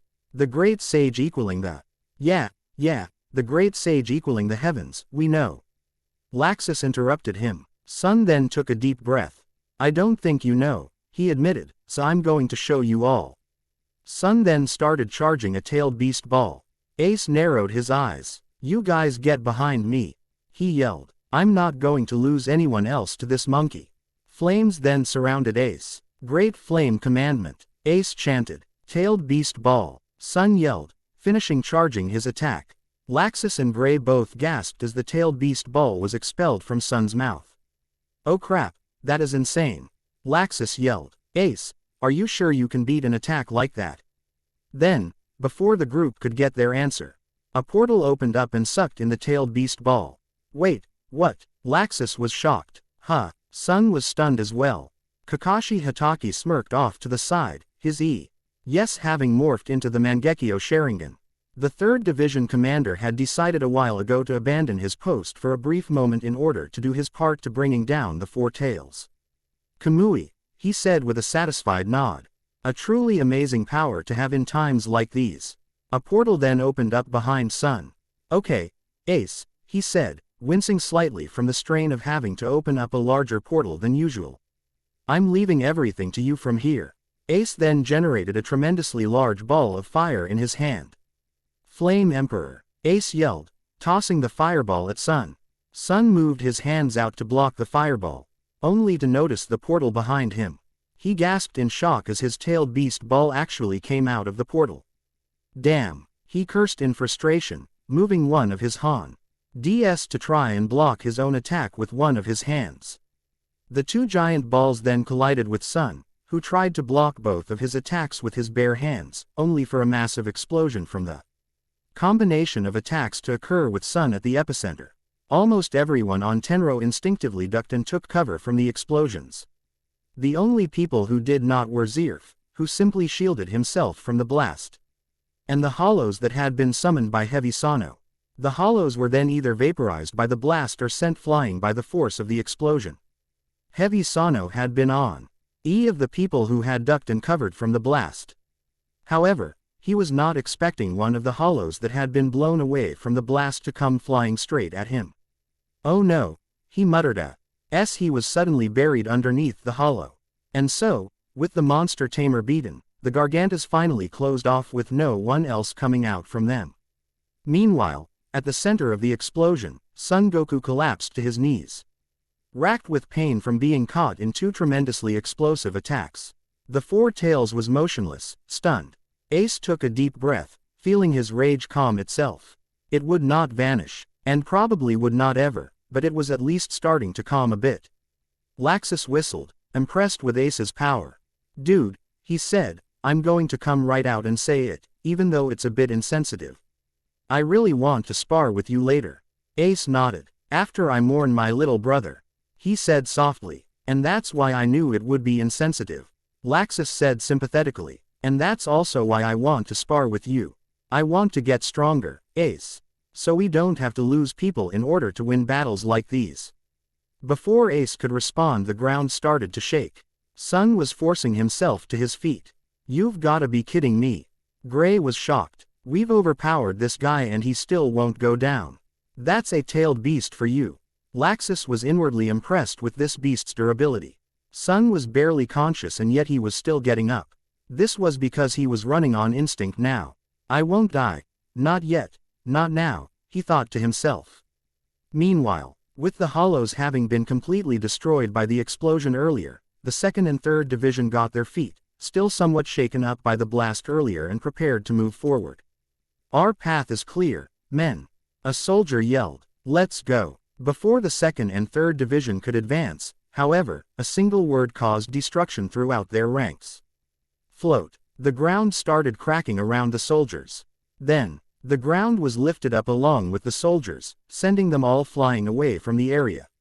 Blue Note Stinger stood calmly, having just pushed back an entire army with a single spell. I wonder, he said. Can any of these people fly? 3 others moved across the island, preparing to confront the Allied forces as the last line of defense. Hanzo the Salamander, Sternritter C, Pernita Perkinges, and finally, Arlok, the Dark Priest. Meanwhile, Boa Hancock still sobbed over the death of her beloved Luffy.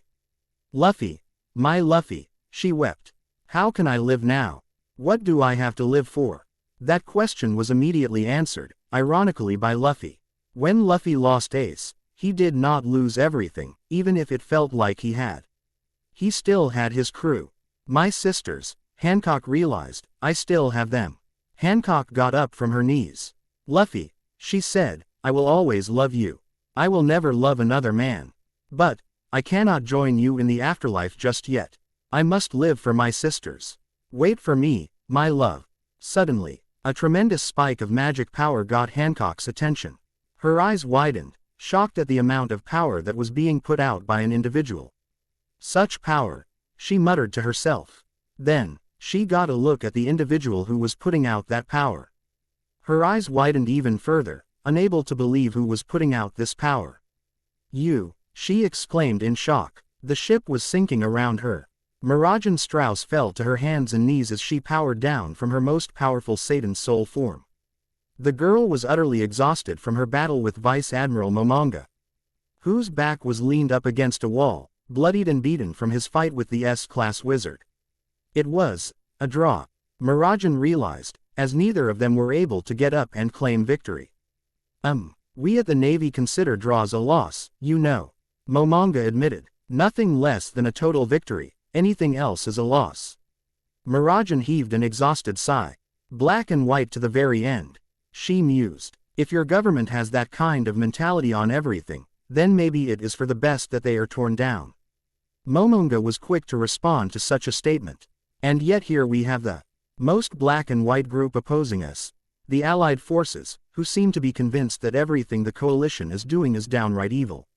Mirajan frowned. That's wrong and you know it, she said. I can't speak for everyone, but I definitely did not go into this war thinking you were all evil. I just wanted to protect my guild, my friends. And I also wanted to protect the people your little conquest was affecting.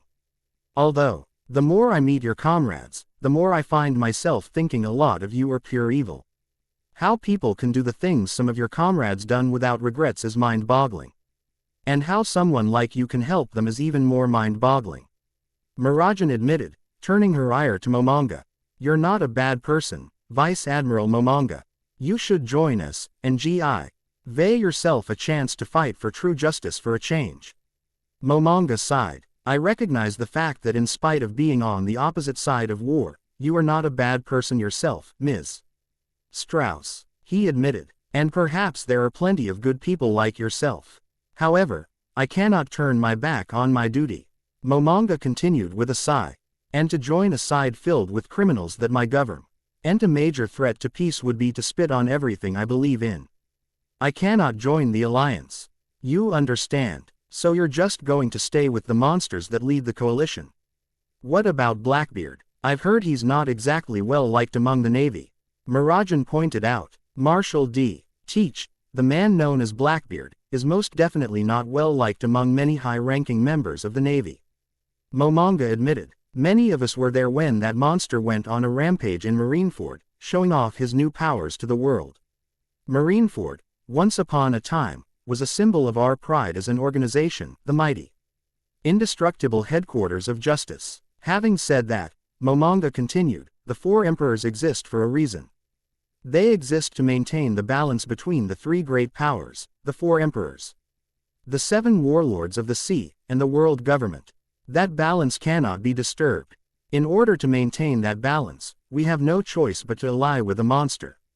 And thanks to the decisions of red-haired Shanks, we have no choice but to kill a part of that balance in order to maintain it as a whole. Do you understand the sacrifices we have made for the sake of justice in our world, Ms. Strauss? Mirajan thought it over for a moment before nodding. Yeah, she said, I guess I do understand, at least to a degree. While I will never not think that your government is a monstrous entity, I can at least understand the actions of a few decent individuals like yourselves. To sacrifice your honor, your morality, to defeat something that you deem evil and protect the only kind of peace you've ever known. I guess to some, that kind of sacrifice is the highest form of heroism you can think of. And that is why, it truly saddens me that we have to be enemies, Momonga. If there is one thing I think we of the coalition, and you of the alliance can think of, is that peace cannot be achieved without sacrifice. Momonga said, and in order to protect the peace that the people of my world have known for years, I will gladly play the role of a villain to three other worlds to protect mine. The balance between the three powers, that has been the key to peace for so long, must be maintained.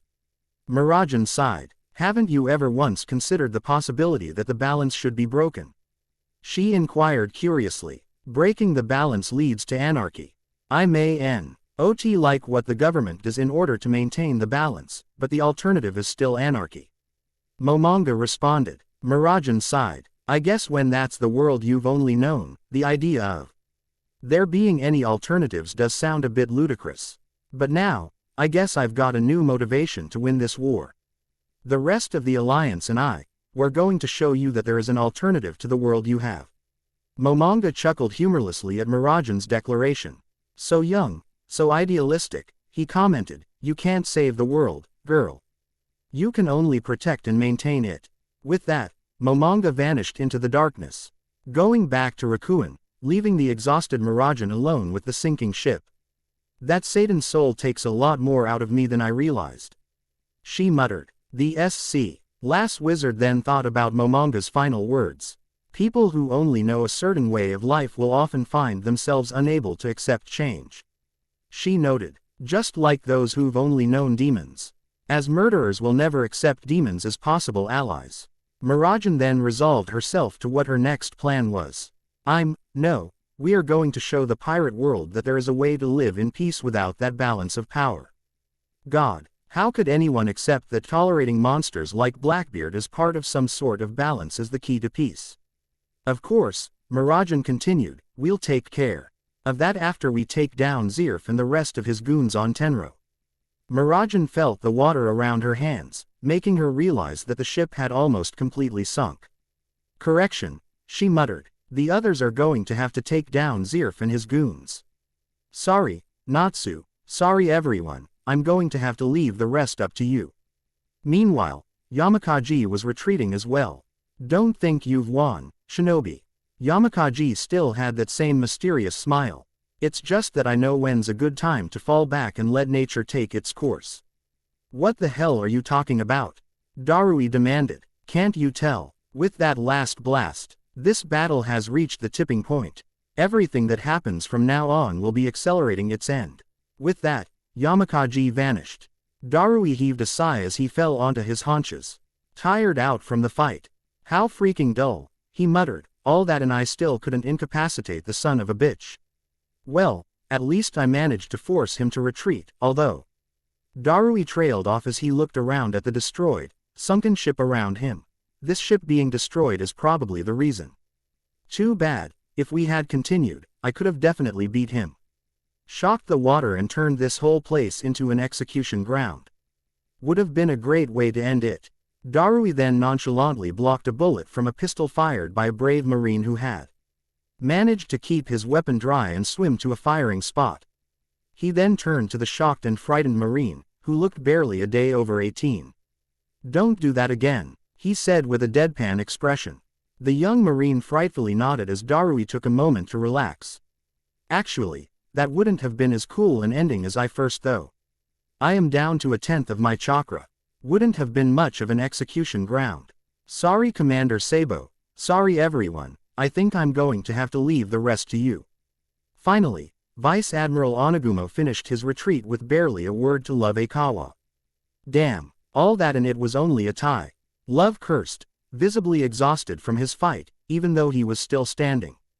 Onagumo had fled because he knew that if he continued the fight, the ship would have sunk and he would have been left unable to swim because of his status as a devil fruit user.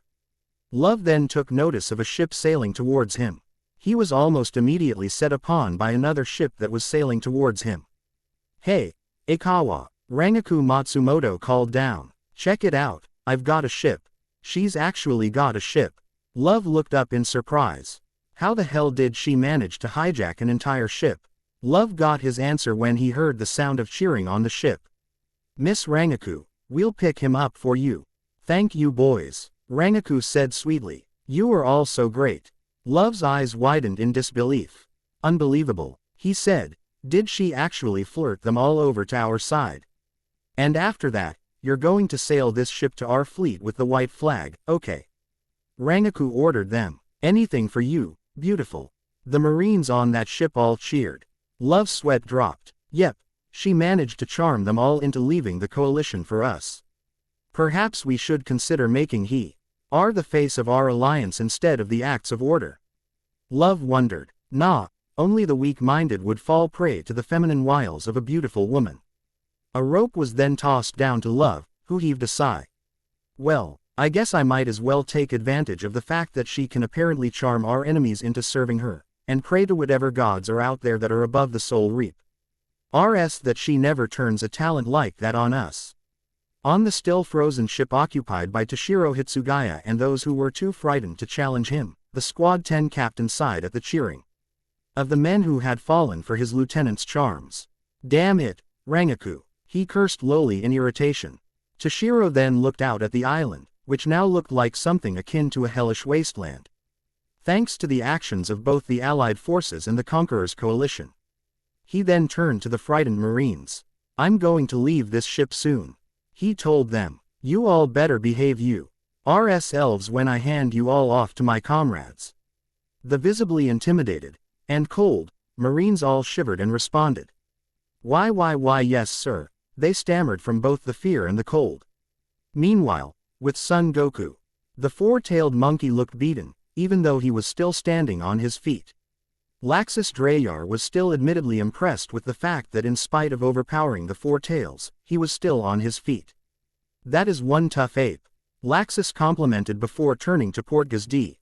Ace. So, Ace, are you satisfied? Ace took a deep breath before shaking his head. No, he admitted, God, I want to kill that thing for what he's done. But you're right, I'm not doing Luffy any favors if I turn into a murderer, especially if this guy is indoctrinated. Laxus nodded in approval and then turned his attention to Grey Fullbuster. And how about you, have we calmed down yet? Laxus narrowed his eyes, challenging the Ice Wizard. Don't make me fight you, Grey. Grey scowled at the S-Class Wizard and fellow member of Fairy Tail. I'm not going to do anything. Grey promised. I can't anyway. I don't have my Devil Slayer magic, remember? Laxus frowned at Grey's attitude. I'm starting to wonder if that's necessarily a bad thing. He thought to himself. Grey, I can tell you are still every bit the loyal friend you always were. You are still the Grey Fullbuster who is unquestioningly loyal to his guild and to Fairy Tail. But, even a blind man could tell that your heart is dangerously close to darkness. Then, much to the shock of the three men, Sun let out one final ear-splitting screech before collapsing back onto his hands and knees. Well, that was a delayed reaction. Ace muttered. Laxus almost nodded at Ace's statement before he heard Sun's next few words, which were let out as groans. That really hurts. The hell is he talking about? Laxus wondered, realizing he was not talking about them. Meanwhile, at the shores, the injured from the massive explosion earlier had just been delivered. Luckily, most of the injuries had not been serious. While a lot of the rank and file had been caught in the blast, it had been Son Goku who had been incinerated right in the middle of the explosion. The rest had only been caught in the force of the blast. The worst injuries were several broken bones and massive head trauma. Tsunade, meanwhile, was barking out orders to her subordinates. Get or fine in the bodies of the least injured and the ones we've already treated. She told them. Focus all your efforts on the most seriously injured that have just been delivered. Come on people, show me some hustle. Our job is to save lives. And right now there are a ton of lives that need to be saved. Tsunade gestured to a member of the medical division who was assigned to record the severity of every injury that came in. Direct me to the most serious injury you have right now. Understood, Commander. The scribe said obediently. Before the scribe could lead Tsunade to the injured one, however, a loud boom right next to Tsunade and the scribe caught their attention. The two looked at the small cloud of sand in shock, wondering what the hell had just hit the ground. They then got their NSWER when they saw a certain individual sprawled on her back. Hancock! Tsunade exclaimed in shock. Boa Hancock, the pirate empress, had been punched from her position on Tenro Island, all the way back to the beach. To give people an idea, she was punched a third of a way across the island. That was how much force she was punched with. What happened to you, Empress? The scribe asked, remembering to address this girl properly, as she was technically royalty. Hancock recovered and got to her feet.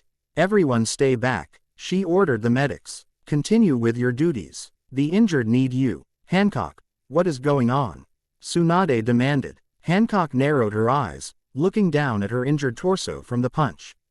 A very dangerous enemy is coming, she revealed. Tsunade wanted to respond by questioning what kind of dangerous enemy this could possibly be, considering that Hancock was the pirate empress, and as a former warlord of the seas, was a tremendously powerful combatant. What in the world could possibly frighten Hancock of all people that much? Tsunade got her answer when another object landed in the sand with a loud boom. It was then revealed to be a dark-skinned woman with white hair, red eyes, and an emotionless look on her face, as though she were devoid of all feelings except for a desire to kill whatever her enemy was. However, what was particularly eye-catching for Tsunade was that her body was radiating visible magic energy that was as red as her eyes. Tsunade's eyes widened, shocked at the power this thing was putting out. What the hell is that? Tsunade demanded. Hancock, what the hell? Do you think I know? Hancock responded. This just happened all of a sudden. Hancock then turned her attention to her attacker. I thought I had killed you, she said, snapped your neck with my last kick. So how the hell are you alive, you damn clone woman? How? The still living Briar did not respond, she simply got into what appeared to be a sprinter's stance. Hancock's eyes widened, she looked over her shoulder. What are you all doing? Get back! She yelled at her allies. The pirate empress then looked back at Briar and barely managed to block a punch from the shockingly powerful Briar with her leg. She even had to use hockey in order to manage this feat. The scribe was blown away from the shockwave delivered from the punch colliding with Hancock's leg. Tsunade's eyes widened from the brute strength Briar was showing. Not only is her power comparable to that of Commander Niki's, but her power is constantly flowing out of her body, almost like she's too strong for her own body to contain it. Just what the hell is she? What the hell happened to make her like this? Tsunade wondered, trying to rack her brain for the answer. Meanwhile, with Arlok, the Black Priest, Arlok was among the first to sense the change in magic power. While one could not see his face due to the iron mask that adorned it, he had a dark look of satisfaction on his face. It appears that the unfeeling has been unleashed, he noted. Just what was the unfeeling? It was another name that had been given to the existence that became known as Briar after a solution had been found to restrain her incredible magic power. When Briar was born, her little body contained so much magic power, it threatened to kill her within a few days of her birth. Her parents were desperate enough to turn to a holy man knowledgeable in magic and seals who had happened upon their small village when their little girl had been born.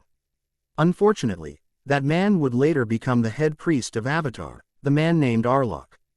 Arlok offered to seal away Briar's magic power.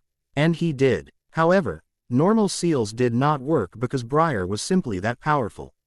However, Arlok quickly realized that the reason he had failed earlier was because he did not have something to act as the linchpin for the seal on Briar's magic power. So, he decided to use that which is connected with one's magic power, one's emotions. Magic is powered by one's heart, one's emotions.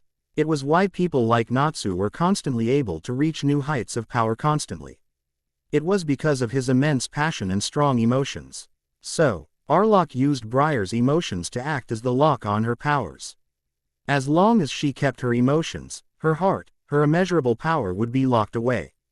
However, if her emotions were ever erased in some way, the being that Arlok would later label as the unfeeling would return, and Briar would become an unstoppable killing machine, because while emotions are the key to magic power, killing intent is all within humanity's instinct. And while you can kill emotions, you cannot kill man's instincts. The only reason such instincts are kept in check is because of emotions such as kindness and empathy. And so, without them, that instinct to kill is set loose. There is another side effect to the seals Arlok had placed on Briar, using her emotions as the linchpin of the seal. Because they were locked by her emotions, she could not properly mold magic. It actually did not matter what was used as the lock, she would not be able to properly mold magic. But Arlok found a loophole. He could weaken the seals slightly by splitting up Briar's magic power. So, when the girl was old enough, he would teach her clone magic, so that she could split herself into several clones with a single emotion for each of them. This would not only cut down her magic power to a point where it could be safely used, but by dividing her into different clones with different emotions, Briar could also properly control her power, as it was now more than ever connected to her emotions. Yes, Arlok would teach her all of this, after burning down her village, killing everyone in it, including her birth parents, and taking her in and raising her as his own weapon. It was actually why Briar was always so informal with him in Avatar. It was because out of everyone, she knew him the longest. Unfortunately, the poor girl was never aware of what Arlok had done to her birth home, her family. Even worse, Arlok knew that if her clones were killed, she would return to life as the Unfeeling and go on a rampage before her body runs out of magic power and dies again. He knew this, and he did not care. Too bad, Arlok said uncaringly. Briar would have been useful to the coalition in the long run. But, if she really did become the Unfeeling this early in the war, I guess it was only her fate. Her fate to sacrifice her life for a coalition victory. Farewell, Briar, you will be remembered for your sacrifice. Meanwhile, back at the beach, the attacker separated herself from Hancock, seeing her attack had failed. Hancock stared down the monster that was once known as Briar. Now, she would only be referred to as the Unfeeling, because that was what she was at this point. Come on already, Hancock yelled at her comrades. Get away from here. Do you really think you're doing me any favors by staying here? Tsunade snapped out of her shock at the new situation and addressed her subordinates. You heard her, she yelled at the people who had gathered around. Get away from here, we still have a job to do. Hancock. Tsunade turned her attention to the pirate empress. You better get that thing away from here.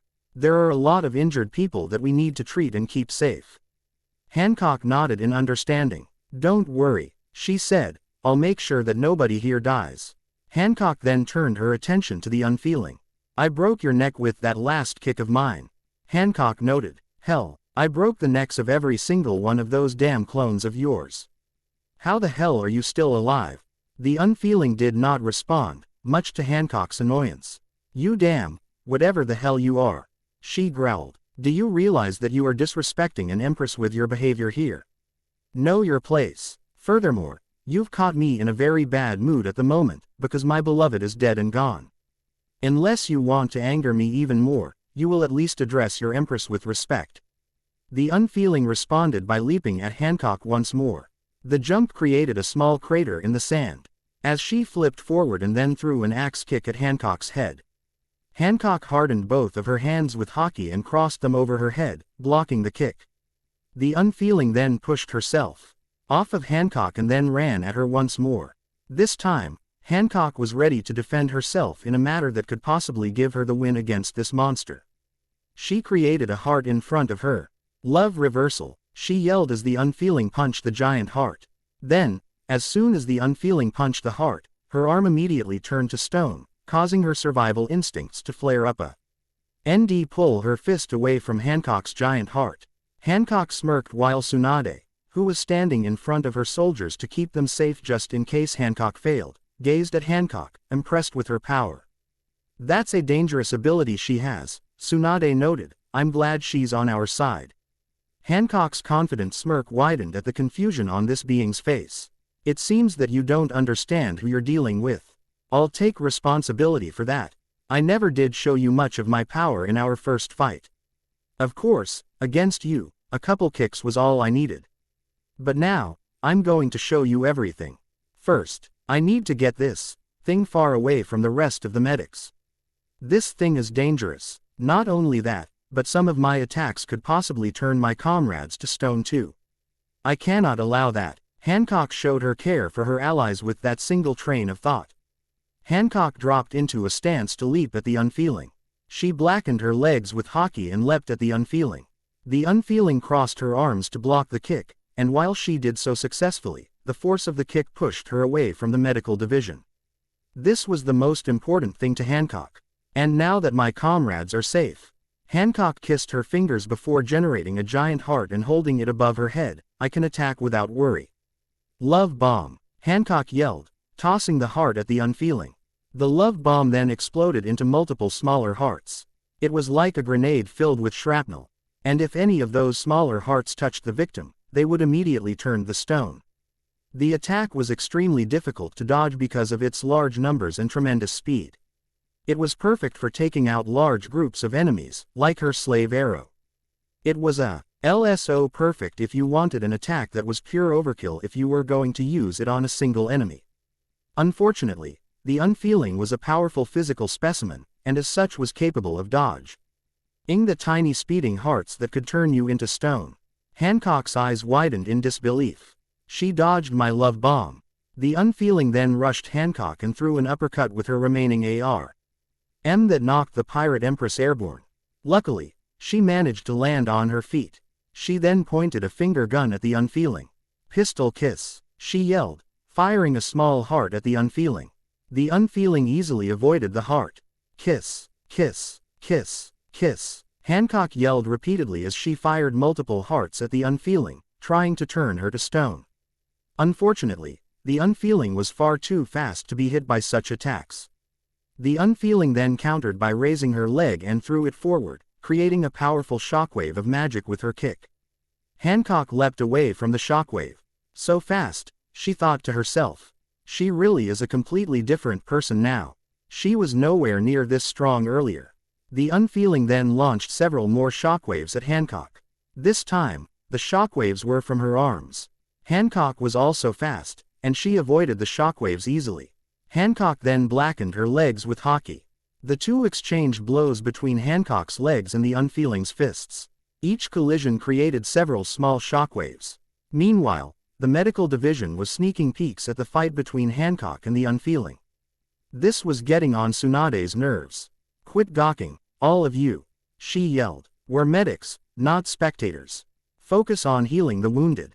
If you're all that worried about Hancock, then you can just heal her after she wins the fight, do you understand me? Ah, sorry, Commander Tsunade. The medics all yelled frantically as they went back to work on healing the wounded. Tsunade, however, found herself acting the part of the hypocrite, looking back at the fight between Hancock and the Unfeeling. I say that, and yet even I can't worry. That thing is something else. It's matching up against a warlord with nothing but brute strength, enhanced by its own magic power. Hancock, you may be the Pirate Empress, but you've got a hell of a fight on your hands. But damn it, you better win. You have to. That's just all there is to it. Sometimes in life, you've got no choice but to do something. This is one of those times. We've reached the end of our journey here in Fury. And now, we have to close the deal, no matter what. Hancock then blew a kiss, creating multiple hearts that were connected to each other. Love knot, she yelled, whipping the rope of love towards the Unfeeling like chains in an attempt to wrap around her. Hancock's love knot was quite different from a certain Sternritter's heart-based attacks. This rope made of hearts would slowly turn its victims to stone as soon as it wrapped around them. The Unfeeling easily dodged the rope of love before sending more shockwaves from her arms towards Hancock. Hancock then grabbed the rope with both hands, held it out in front of her, and then blackened it with hockey, blocking the shockwave. However, this left her wide open to a kick to the face, and the Unfeeling was more than happy to deliver. Hancock grunted in pain as blood flew from her nostrils. The woman gritted her teeth in anger as she wiped the blood from her nose. Damn beast, she growled, you have some nerve kicking the face of an empress as beautiful as me. Hancock then created a giant heart. Let's see you dodge this attack, she yelled. Slave arrow. With that, Hancock fired several high-speed arrows at the Unfeeling, only for it to show its tremendous speed once again and dodge all of the arrows, much to Hancock's amazement. First you dodge my love bomb, then you dodge my slave arrows. Nobody has ever done either of those things before, she muttered. If you weren't infuriating me with your very existence, I would actually be impressed with you. The Unfeeling responded by pulling her fist back. Magic power then gathered around it. Hancock's eyes widened, realizing what she was about to do. Don't you dare, she yelled, too late to stop what was about to happen. The Unfeeling punched the ground, creating a large explosion that blew Hancock off of her feet. Tsunade found herself shielding herself from the blast. Son of a bitch, she cursed. Even after Hancock managed to push her away, we're still in danger. Damn it, Hancock landed her back from being caught in the blast. Before she could get to her feet, The unfeeling pounced on her and punched her in the stomach. Hancock gasped in pain before coughing up blood from the blow. She got a good look at the unfeeling's eyes and took note of how dead and soulless they seemed. The unfeeling then moved off of Hancock, only to kick her in the side and make her skid across the ground from the force of the kick. Hancock grunted in pain as she got to her feet, swaying slightly from the force of the attacks. The unfeeling refused to let up and rushed Hancock once more. Love reversal, Hancock yelled, creating the giant heart in front of her once more. The unfeeling then surprised Hancock by throwing her arm of stone that broke right through Hancock's love reversal defense, striking the pirate empress in the chest. She then threw a haymaker that struck Hancock in the face, sending her stumbling backwards. The unfeeling then leapt up and kneed Hancock in the stomach, making Hancock's eyes go wide and her mouth drop open. She's pressuring me, Hancock realized as she managed to land on her feet, in spite of being subjected to a brutal assault from the unfeeling. Damn you, the former warlord cursed her assailant. Hit me all you want, you won't get the best of me. The unfeeling responded by throwing another punch at the pirate empress, who managed to block it with a blackened leg. The exhausted pirate empress soon found her leg being pushed back from the unfeeling's tremendous strength. Meanwhile, Tsunade turned her attention to her division. Hey, is there a scribe here who's done a rundown of the entire wounded? She demanded. A male scribe immediately ran up to her. Yes, ma'am, he inquired. Is there anyone who absolutely requires my attention? Tsunade inquired. The scribe shook his head. No ma'am, he said, there are some badly hurt people here. But Captain Perliuzuka and Lieutenant Katetsu can definitely treat them. Tsunade turned her attention back to Hancock and the unfeeling. Good, she said, before leaping from the crowd. Then, the unfeeling sensed Tsunade coming towards her and turned her head to the fifth Hokage. However, she could not do anything to defend herself or dodge the attack and was sent flying by a haymaker. Hancock's eyes widened in surprise at being saved. Tsunade. Unbelievable. Tsunade shook her head, making a medic step out onto the battlefield and fight. You really messed up, Hancock. Hancock blushed in embarrassment at this. Excuse me. The pirate empress was furious at being told such a thing. You can't just jump in and then say something as rude as that. Who the hell do you think you are? Luckily for you, Tsunade ignored Hancock's ramblings. I'm not just your average medic. I am also a fighter, just like you. Tsunade then turned her attention to the unfeeling. Be warned, whatever the hell you are. Tsunade addressed the emotionless being. You're not just dealing with the pirate empress. You've got the fifth Hokage now. I really don't think she cares. Hancock pointed out, calming down surprisingly quick. She hasn't said 2 words ever since she got up from me breaking her neck. Is that how it went down? Tsunade was visibly surprised. She should be dead. Yeah, I know, but as you can see, she isn't. So, what happens now, Tsunade? Hancock inquired, wanting to know if she had any ideas for their now shared opponent. Tsunade nodded. We're dealing with something that relies solely on brute strength enhanced by magic power. If anything, I can probably compare what she's using right now to my chakra-enhanced strength. However, Tsunade narrowed her eyes to a grim gaze. There is something that bothers me about what she's doing. She's attacking you with absolutely no control over her own powers. And because of that, she's draining herself quicker than someone using shadow clones. Someone who's not Naruto, that is. She added inwardly. She's draining herself that quick and she's still overpowering me. Hancock was in complete disbelief at the thought of it. Just goes to show you how much power she actually has. Tsunade pointed out to her. Now, unfortunately, even with the 2 of us, we're in for a tough fight.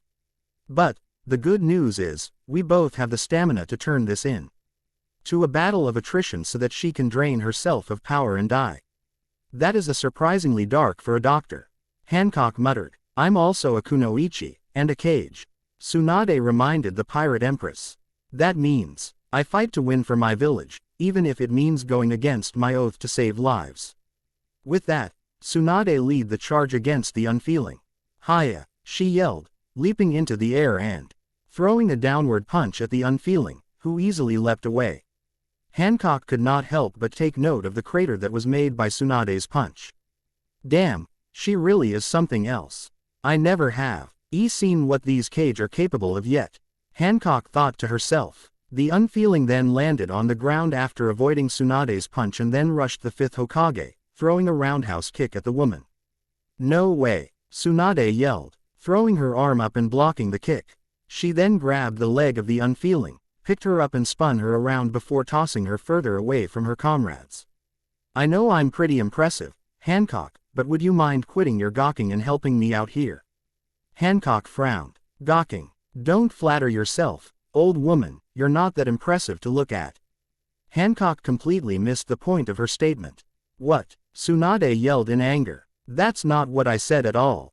And what do you mean I'm not that impressive to look at? Age notwithstanding, this rocking body of mine is in the prime of its youth. Hancock then rushed to Tsunade's side. I'll show you how a true goddess of beauty and grace takes on her enemies, she declared before doing a handstand. Feel free to follow up as best as you can, no matter how pathetic it turns out to be.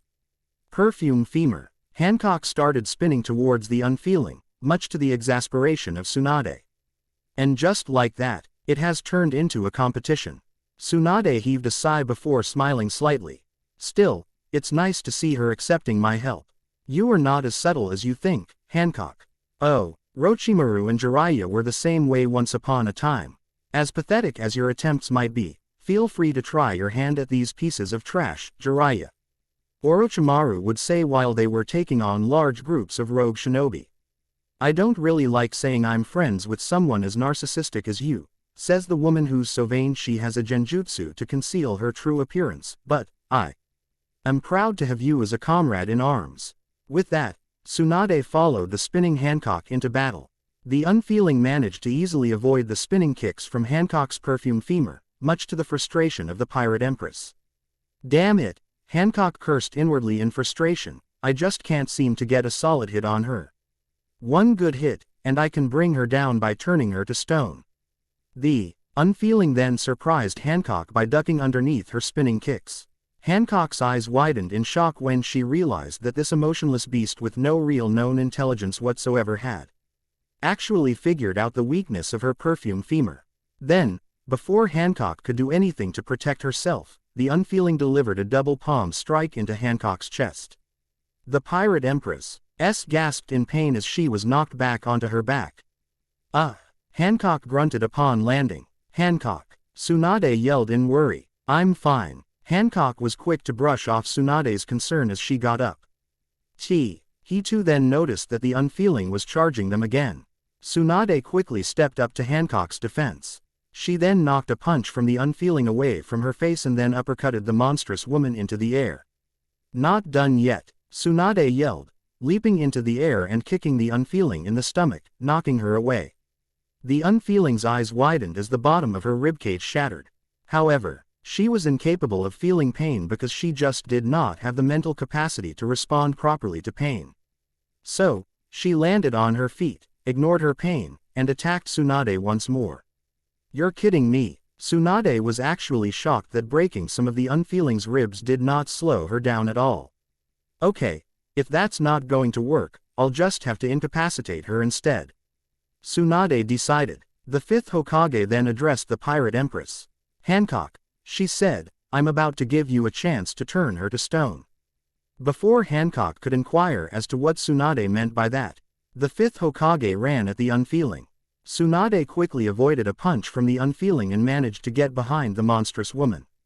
She then struck the unfeeling in the spine, ambling her nervous system the way that Kabuto Yakushi had done to Natsu Dragneel earlier. The unfeeling collapsed onto her stomach, trying to figure out why her movements were now completely messed up and was now immobile as a result. Hancock's eyes widened, realizing that this was what Tsunade was talking about. I suppose that was adequate, the pirate empress said, not wanting to deliver a genuine compliment to the fifth Hokage. Much to her exasperation, Hancock then pointed a finger gun at the unfeeling.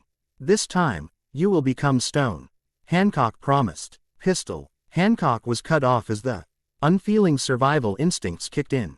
Hancock and Tsunade were suddenly blown backwards by a sudden burst of magic power that manifested itself as red, like the unfeeling's eyes.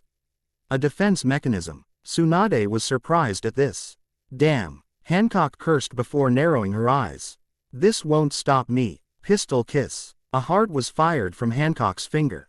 As soon as it got near the unfeeling, however, the visible magic power disintegrated the heart, much to Hancock's surprise.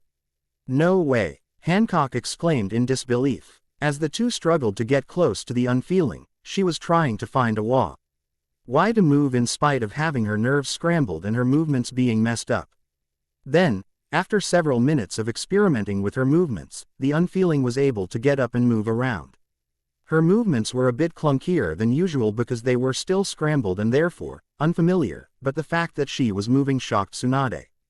I thought she didn't have any mental capacity. Tsunade muttered before gasping in realization. No, it's not a question of intelligence. It's her instincts. Her instincts have helped her figure out how to move now in spite of having her nerves scrambled. The unfeeling then turned her attention to Tsunade and threw another shockwave of pure power at her. Crap! Tsunade cursed as she was struck by the shockwave. Tsunade! Hancock yelled, showing uncharacteristic concern. Mainly because Tsunade was a valuable ally at the moment. I'm fine, Tsunade said, although, I think I speak for the both of us when I say that waiting for her to run out of power is not going to cut it anymore. Hancock nodded. Yes, I am loath to admit, but this brute of a girl has managed to overwhelm the both of us. How shameful. The pirate empress backed into a corner like this. How do you think I feel? I'm one of the legendary Sannin, the 5th Hokage, the slug princess of the Hidden Leaf Village. I've got a reputation to uphold as well. Tsunade pointed out to Hancock. We both have reputations to uphold. So, I've got a proposition. Yeah, Hancock nodded. I think I already know what it is you want to propose, and I agree. With that, the two spoke in unison. Let's work together. But only for 5 minutes, Hancock quickly added to Tsunade, do you hear me? I can only stand working with someone like you for 5 minutes anyway. Someone like me? Just what the hell is that supposed to mean? Tsunade demanded. Your claim to royalty, I just can't stand it. Hancock exclaimed. Not only that, but you're also somewhat beautiful, almost as beautiful as me. With your beauty and your status, you are without a doubt a rival in love for my fiancé, Monkey D. Luffy, the man who will be king of the pirates. He may be dead, but you are still a rival. Tsunade blushed in embarrassment at this. What? She screamed in rage. Why the hell would I be interested in that brat, huh? Whatever. Tsunade shook her head, figuratively shaking her anger and confusion at Hancock off of her. Don't worry. I have no intention of pursuing Luffy. I can't promise to make myself less attractive, but I won't pursue him. Now, Tsunade said before her and Hancock spoke together, let's end this woman. With that, the two rushed the unfeeling at the same time. So, what's the plan? Hancock inquired curiously. I don't think we'll be able to bank on killing her, so I think we're going to have to bank on incapacitating her in another way. Tsunade responded. We'll need your love fruit for that one. We've tried turning her to stone though, it didn't work before. Hancock said. Oh, NLY because we messed up in not keeping her in place and let her use moves that would stop her from turning to stone. Tsunade said, throwing a powerful punch at the unfeeling, who easily leapt over the punch. But this time, you've got me on your side. Don't flatter yourself. Hancock smirked as she leapt into the air and kicked the unfeeling in the stomach, sending her flying. You're as impressive as your reputation states. But you're just an old lady past your prime, trying to pose as a beautiful young thing like me. Tsunade rolled her eyes. Yeah, she muttered, 5 minutes is definitely all I can stand working with you. Tsunade then sped through some hand signs quickly. Earth style. Earth spikes. Tsunade yelled, palming the ground and making a row of spikes appear above the unfeeling. The unfeeling then surprised them by grabbing the tip of a spike and prop herself upside down. Well, she's graceful, Tsunade muttered. They then watched as the unfeeling pushed herself from the spike and landed beside the spiky row. Here we go. Hancock and Tsunade rushed together now, yelling in unison.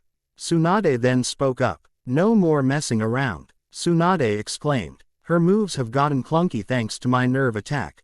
And she can't handle the two of us if we work together, so follow my lead and be ready to turn her stone. Hancock nodded. Do you have a plan to keep her in place? It's gonna look pretty desperate, Tsunade admitted.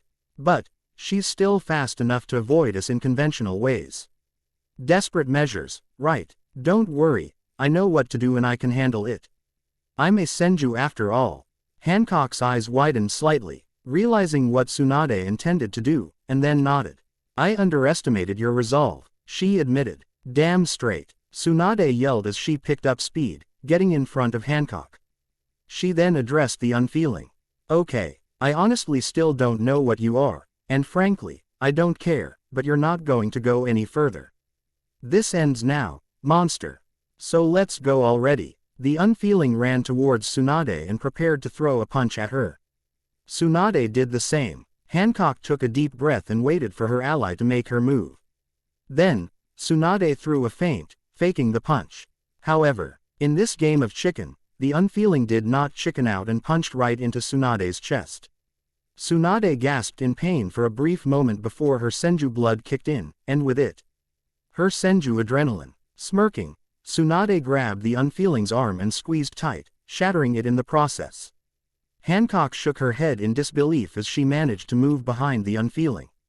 How unladylike, she said, something like that would kill a normal person you know. You're lucky we're not normal. We're quite extraordinary you and I. Extraordinary and beautiful. Enough, Tsunade shook her head. Just turn her to stone so we can put an end to this already. This isn't exactly painless, you know.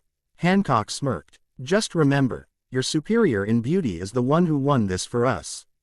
Hancock then added with a slightly fond smile. But thank you, I couldn't have done it without you. Hancock then placed her hand on the back of the unfeeling, whose magic power flared up. Both women winced slightly, being lacerated by her sheer power. That's out of you, Hancock said. Love beam won't cut it. There are too many who are capable of breaking free through strength of will. So allow me to put an end of you with a technique that goes even further beyond. A heart-shaped stigmata appeared on the unfeeling's back. Eternal love, Hancock chanted as the unfeeling's body began to turn to stone. This technique is a perfected version of the love beam, and as a result it requires actual physical contact for an extended period of time.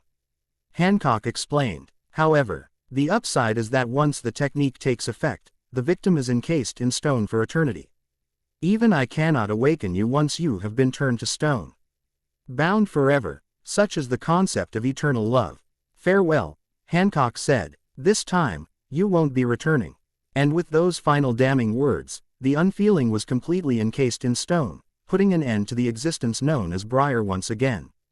Tsunade took a deep breath and then wrenched herself free from the stone statue of Briar, showing no discomfort whatsoever. She then put her hand over her open wound to stop the bleeding. Well, I guess I'd better get this looked at, or just get it healed. She said. Nice job, Hancock, I knew you'd bring her down. Although, I have to ask, is there a reason why you didn't kick her head or something else like that? You saw it earlier, Hancock said. Having parts of her body turned to stone didn't slow her down at all. So, I had to go for a complete petrification. Hancock then turned, away from Tsunade and the petrified Briar. Time's up, she said, our partnership is officially over. Tsunade smiled slightly. Oh yeah, I guess those 5 minutes are up. What are you going to do now? I'm going back to help my comrades. Hancock responded. I won't be satisfied until every last coalition bastard has been taken down. They took my beloved from me, and I will never forgive them for that. Tsunade's face fell at this. Having heard of Luffy's death like everyone else. Not that I'm not all for you doing that, but are you sure you should be moving around so early? You took quite a beating from that girl earlier. You know, I'm not sure you should be fighting so early. This is nothing, Hancock said firmly. I am the Pirate Empress and my beloved's fiancé. He may be gone, but that does not change our status at all. I will continue to fight for my beloved's honor and his memory. And I won't let anyone stop me. Are you that desperate to join him? Tsunade asked sternly. Before Hancock could retort, the woman collapsed to one knee in a delayed reaction because of the injuries she had sustained in her battle with the unfeeling. Damn it, Hancock immediately started to weep, feeling her pride shatter and realizing that she could not continue to avenge her dead love. Tsunade sighed and walked over to Hancock. Then, with a display of physical strength, easily tossed the injured Hancock over her shoulder in spite of her own injuries. I'm not going to bother commenting on your delusions, because in a way, I find them kind of admirable, if not creepy, she said, making Hancock pout. But, I think you need a doctor. Tsunade started walking Hancock back to the medical tents to the cheering of the medics who were not currently on duty. They were all cheering for their victory over the unfeeling. You did well, Hancock. I think Luffy would be proud of you, Tsunade gently told her, but you should never feel like you have to move heaven and earth. It's a lovely gesture, but take it from someone who had a love once. Moving heaven and earth is not always the best display of affection. Just be you, and that's enough. Tsunade smiled at her. You do that, and maybe the guy you'll secretly fall in love with will realize the two of you are meant to be together sooner. Tsunade added inwardly, still somewhat creeped out by the fact that Hancock was obsessing with someone who was way too young for her. Tsunade did not obsess over something like age that much, but there did come a point when the age gap becomes a bit creepy. But the only man I love is dead, Hancock said sadly. I know, Hancock, Tsunade said sympathetically. I know. Meanwhile, Renji Abarai versus Jerome. Renji Abarai narrowed his eyes, realizing that he had probably taken too long in beating Jerome. Now I get it, Renji realized. The longer this fight takes, the more of a threat he becomes, because of his damn dark sword. The more time passes, the more he corrodes, and the more he corrodes, the fewer safe places there are on the battlefield. Renji shook his head in disbelief. I can't believe it, I screwed up. Jerome smirked. Looks like you've realized it, he said. Yeah, I've seen that look on plenty people's faces before. The realization that they are trapped and unable to get away from me and my dark sword. Yeah, I've been in this situation plenty of times before. Jerome then pointed his dark sword upwards toward the floating Renji, crouching down and preparing to leap at Renji. Now or never, I guess. Renji immediately eyed the destroyed Zabumaru, which was nothing but a hilt now. He quickly stepped towards the hilt and grabbed it before the corroding ground could come into contact with it. I don't know what the hell you are planning to do, Jerome kept his sword trained on Renji, but I promise you, it's not going to work. This time, the purification plan will go off without a hitch. Lord Zerf will annihilate you all. With that, Jerome leapt right over the corroded area towards Renji. Renji quickly dodged to the side and then pointed the hilt of Zabumaru downwards. Prepare to lose, Renji said, to a swordsman with no blade. With that, Renji slammed the hilt into the back of Jerome's head, flooring the man instantly. Jerome gasped in pain as he was slammed face first into the ground. Renji panted slightly, relieved at avoiding what could have been an awful situation with Jerome's dark sword. Damn, that was too close for comfort, Renji said. Then, before Renji could bask in his victory further, he felt something cut into his legs. Renji's eyes widened in shock as Jerome managed to push himself from the ground and then cut both of his legs open. The cultist had played dead for a brief moment so that he could catch Renji off guard. Although, that blow earlier still hurt. In fact, Jerome would be sporting a nasty concussion for quite a while. And now, this is my victory. Jerome smirked. Too bad for you, Soul Reaper, you've lost, and now you're going to die. Renji's eyes widened as his legs immediately started to corrode, much to his horror. Oh crap, he yelled in horror. You need to run and find someone who can heal you. Jerome smirked. Oh wait, you can't. Once the dark sword begins corroding your body, it won't stop for everything. And of course, I'm not really going to let you leave, so it's kind of a moot point. Renji was fearing death for the first time in a while. Before he could contemplate his escape route, the two men heard a loud screech that made Jerome want to cover his ears. Is that stupid monkey? Jerome exclaimed, annoyed with the beast. Renji then stepped away, taking advantage of Jerome's distracted state. Damn it, Jerome cursed in frustration before regaining his composure. Oh well, he's going to die soon anyway. There's nothing that can heal my corrosive black magic. Now, Jerome turned his attention to Son Goku. What seems to be the problem?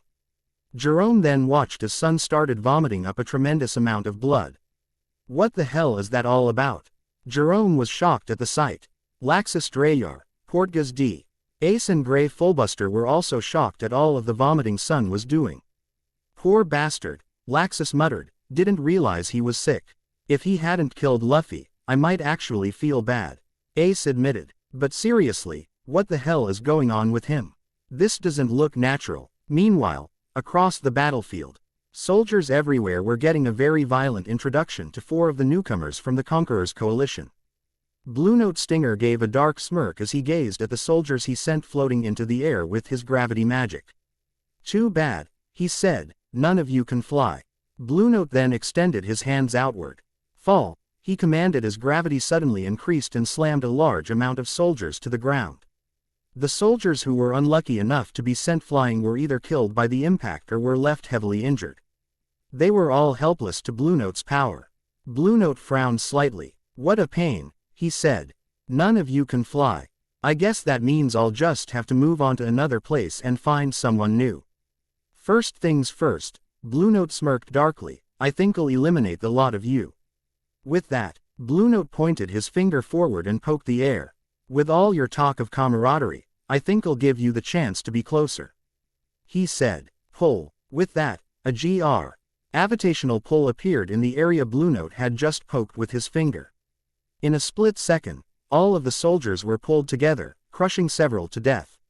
You can stay like that for a while, Blue Note said darkly as he casually strode past the soldiers. Meanwhile, Hanzo the Salamander twirled his kusarigama as he carved his own path of destruction on the battlefield.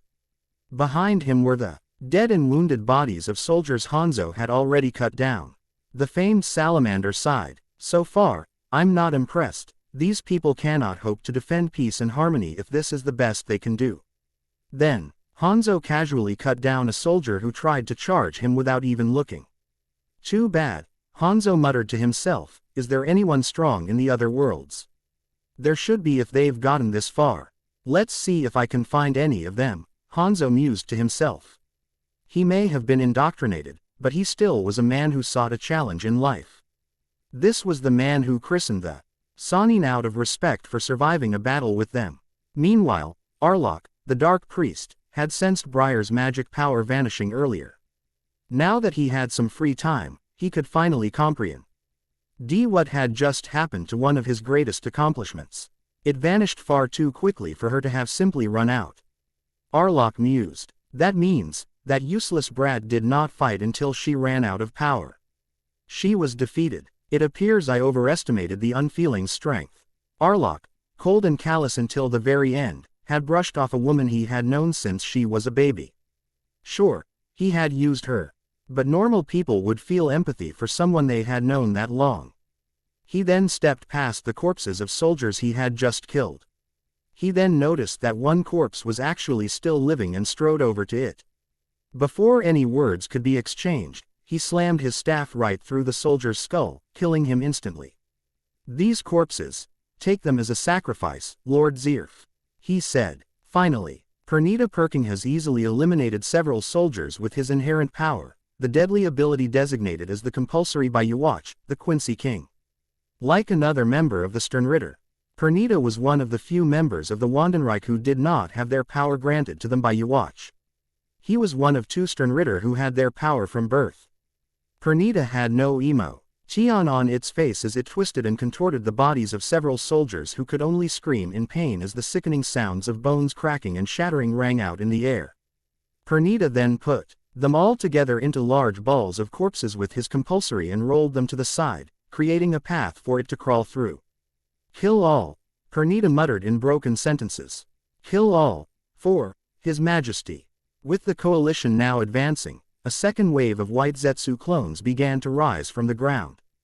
Damn it, no, Makarov Dreyar cursed in frustration. It can't end like this. I'm afraid it will. Zetsu responded as he stared down his 4 opponents. As all of this death and destruction began to happen, Mary of Avatar laughed in glee. Lol, isn't this fun? She asked to no one in particular. All this death, all this destruction, it's like my dream come true. Your nightmare is my dream. Mary then instinctively dodged a black sword. Her smile faded as she now frowned in annoyance. What, was a stomach virus not enough for you? She demanded. Rado Namiyashi gritted his teeth as he pointed his kokudo at Mary.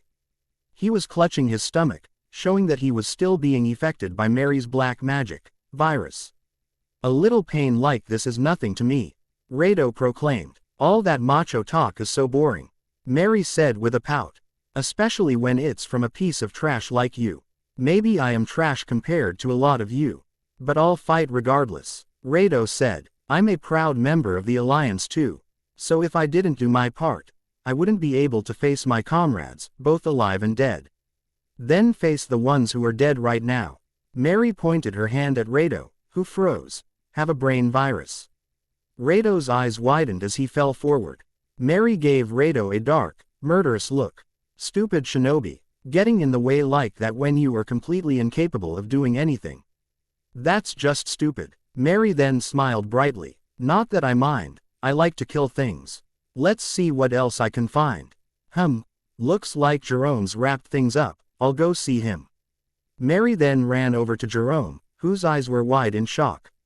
As this was happening, white Zetsu clones were being eliminated with the greatest of ease. Something was running past them and their heads were exploding into paste a second later. Laxus, Ace and Gray were all watching this in shock as well from a safe distance. Mary, Bine, someone who could be very scatterbrained sometimes, failed to notice this and continued running towards Jerome. Hey, Jerome, she called out to him. Let's team up for a bit. We can really kill some guys if we work together. Jerome's eyes widened. Mary, fall back, he yelled to the girl, making her stop in her tracks. What's this all about? Mary asked. Something dangerous just appeared. I don't know what it is, but it's dangerous. Jerome exclaimed fearfully. Look at what it's doing to the white Zetsu army. Mary finally took notice of the destruction happening nearby and smiled brightly, especially W. A bunch of Zetsu clones inexplicably blew apart. Whoa, so much death. No wonder you're scared, Jerome. I'd be too. Mary then giggled. JK, lol, I'm not scared at all. I'm just going to kill whatever it is. Mary grinned darkly. How about a heart virus? She suggested. Whatever it is, it's got a heart just like the rest of us. So die. Then, Mary suddenly found herself airborne and weightless. She then moved upside down and saw the rest of her body from the neck down. Wait, what just happened? Mary's severed head managed as it hit the ground. The headless body, blood spurting from the stump, fell to the ground as well. Mary, Jerome yelled in horror at the death of his comrade. Behind Mary's corpse, a demonic-looking entity stood with its arm outstretched and its hand out like it had just thrown a horizontal karate chopped. Whatever this thing was, it had just karate chopped Mary's head off. Just what the hell is that thing? Jerome demanded. She had arrived at the battlefield a few minutes ago, arguably as fast as her speedy commander and his charge, whom he was supposed to be protecting throughout the battle. And when she arrived on the battlefield, she immediately came across the woman she was looking for. Needless to say, Samui was horrified when she saw the state that Hinata Hyuga was in. The poor girl looked absolutely broken, emotionally. She was leaning up against a tree, staring off into space. Neji Hyuga was standing guard over her, making sure that no one came after her. Neji, Sabo arrived shortly after with Orihime Inoue in tow. Report. Lady Hinata is not doing too well, sir. Neji responded. She's fine, physically, but emotionally. She's kind of broken. Sabo fell silent for a moment before responding. Is it safe for you to move? He asked. Neji nodded. I don't know what happened to the coalition's reinforcements, but they seem to have had their numbers cut down by something. Every time I try to get a look, the attacker just vanishes, like it's too fast for my Byakugan to keep up. Commander, I think this goes without saying, but be careful, there is something dangerous out there. Sabo nodded. Thanks, he said, I'll be sure to keep an eye out. Nay, I paused for a moment before speaking again. Also, Commander, there's something else I feel like I should tell you. Neji, Sabo cut the Hyuga prodigy off. Unless it's something that I don't already know, I advise you to remain quiet. I can't afford to waste any time here. Orihime has an important date with the Tenro tree. Neji fell silent at the meaning behind the hidden message and nodded solemnly. I understand, Commander. he said softly. I'm going ahead, Sabo said, the others from the third wave know this. Jashiro, Marco and Kakashi are the people you answer to for the duration of this fight. Orihime, let's go. Yes, Commander, Orihime said solemnly, knowing that Sabo was still hurting. Samui then walked up to Hinata. Hinata, she said, it's Samui, can you hear me? Neji was instinctively on guard, remembering that this girl was a Cloud Kunoichi. It was understandable, considering the history the Hyuga clan had with the hidden Cloud village. He then felt his blood run cold when he heard Samui's next question. I need you to confirm something for me. Samui looked visibly disturbed by what she was about to ask. Is Luffy really dead? Neji's eyes widened in realization. The girl's in denial, he realized. Hinata's eyes widened as well at the mentioning of Monkey D. Luffy. She then started screaming, much to Neji's horror. Yes, she yelled. He's dead. He died to save me. Samui's eyes wide. Ned for a brief moment at the confirmation before they narrowed in fury. He died to save you. Samui snarled in fury before grabbing the broken girl by the shoulders and bringing her to eye level. And, just what the hell were you doing that made you require saving, huh? Hinata did not respond, making Samui even angrier. I loved him, Hinata. Samui yelled angrily. I loved him, and you got him killed. Do you even realize what you've done to me? Then, before Samui could rant any further, she was grabbed by an angry Neji. And what the hell do you want? Samui demanded. I understand that you are angry. I understand that you are grieving. Neji said calmly before adding with a firm tone. But if you continue speaking to Lady Hinata like that, and acting in a way that I think threatens her well-being, I will paralyze your vocal cords with my gentle fist. Besides, don't you see that she's suffering enough as it is? She just had to watch someone dear to her sacrifice himself for her. Neji reminded. Sam. Ui froze at this as those words in particular triggered her. Someone dear to her. Sacrifice, she thought to herself before remembering Atsui. Samui found herself subconsciously letting Hinata go. Neji breathed a sigh of relief, inwardly glad that he did not have to get violent with the girl in order to protect Hinata. Even if he was doing his duty as a member of the branch family, he was also an alliance soldier. And attacking an ally would look bad on him, even if it was for what he believed to be a good reason. Neji then decided to point out something else that he thought would calm down Samui further. If you really loved him, be proud of him, Neji said. After all, I may not know much of Luffy, but I do know that he was a big dreamer, like Naruto is. The man you love was willing to throw away his dreams and die just to protect a friend. Be proud that you fell in love with such an unselfish person. And be proud that he was so unselfish. Samui started to weep. I know, she said, but I'm still going to miss him. Neji nodded in approval. You wouldn't be human if you didn't miss someone you cared for. He pointed out sagely. Now listen, Neji said, I understand that the two of you are grieving. But look at where we are right now. We are out on a battlefield where more people are dying.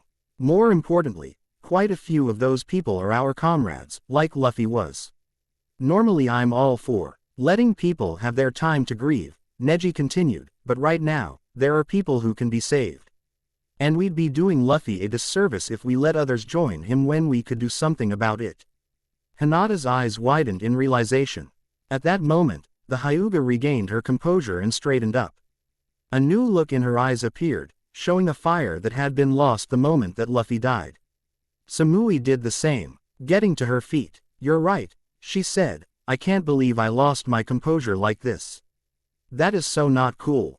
Hinata nodded. The best way to honor Luffy is to do exactly what he would have done in this situation.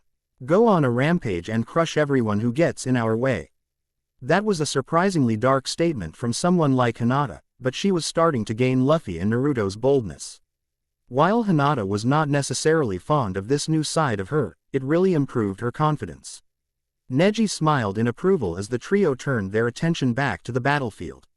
All right then, he said. Now that we've all got our minds right, let's get back out there and fight for Luffy's memory. Right, Samui and Hinata said in unison. Meanwhile, Portgas D. Ace, Laxus D. Rayar and Grey Fullbuster all stared in a mixture of shock and horror as the monster that had just appeared ended its rampage across the field, killing every Zetsu clone it came across, along with a dark wizard that idiotically appeared. Dark Sword Jerome, on the other side of this field of destruction, gazed at the headless corpse of Mary, his fellow dark wizard and cultist, in horror and shock. He grimaced for a brief moment before shaking his head. "Damn it, Mary," he muttered. "I tried to warn you. This is your own damn fault." The monster that killed Mary then turned its attention to Jerome. Arami's eyes widened in horror as soon as he saw this. "Oh hell no," he yelled, immediately exiting the battlefield with the use of Kako. Laxus shook his head. "That guy has got the right idea," he said. "Even I wouldn't want to be anywhere near that thing if it had me in its sights. Which reminds me, what even is that thing?" Laxus looked back at the spot where the four-tailed monkey had collapsed. "Son, just started vomiting blood all of a sudden, and then next thing we know, that thing comes out and starts rampaging all over the place." Laxus then noticed that Sun had reverted back to Roshi due to the both of them losing consciousness. Wait, now he's back to being his Jinchuriki. Wait, how does that even work? "Laxus, I think we have bigger problems at the moment." Gray yelled at him. "Like the thing going on a rampage. We don't know if it's friend or foe. It could turn on us or any of our friends at any given moment. I don't know if we necessarily have to worry about it turning on us as the thing." Ace spoke up. "What do you mean, Ace?" Laxus inquired curiously as he looked around the giant puddle of blood that the new demon had been in before it got up and started carving its path of destruction. "Well, when that thing came out of Sun's mouth, the first thing it saw was us, right?" Ace asked. "If it was mindless and only bent on destroying whatever came into its sight, it would have attacked us. But instead, it took one look at us and then ran past us to attack the Zetsu clones and that psychotic dark wizard that came by." "I think you're overthinking things, Ace." Gray shook his head. "And I think you're underthinking things."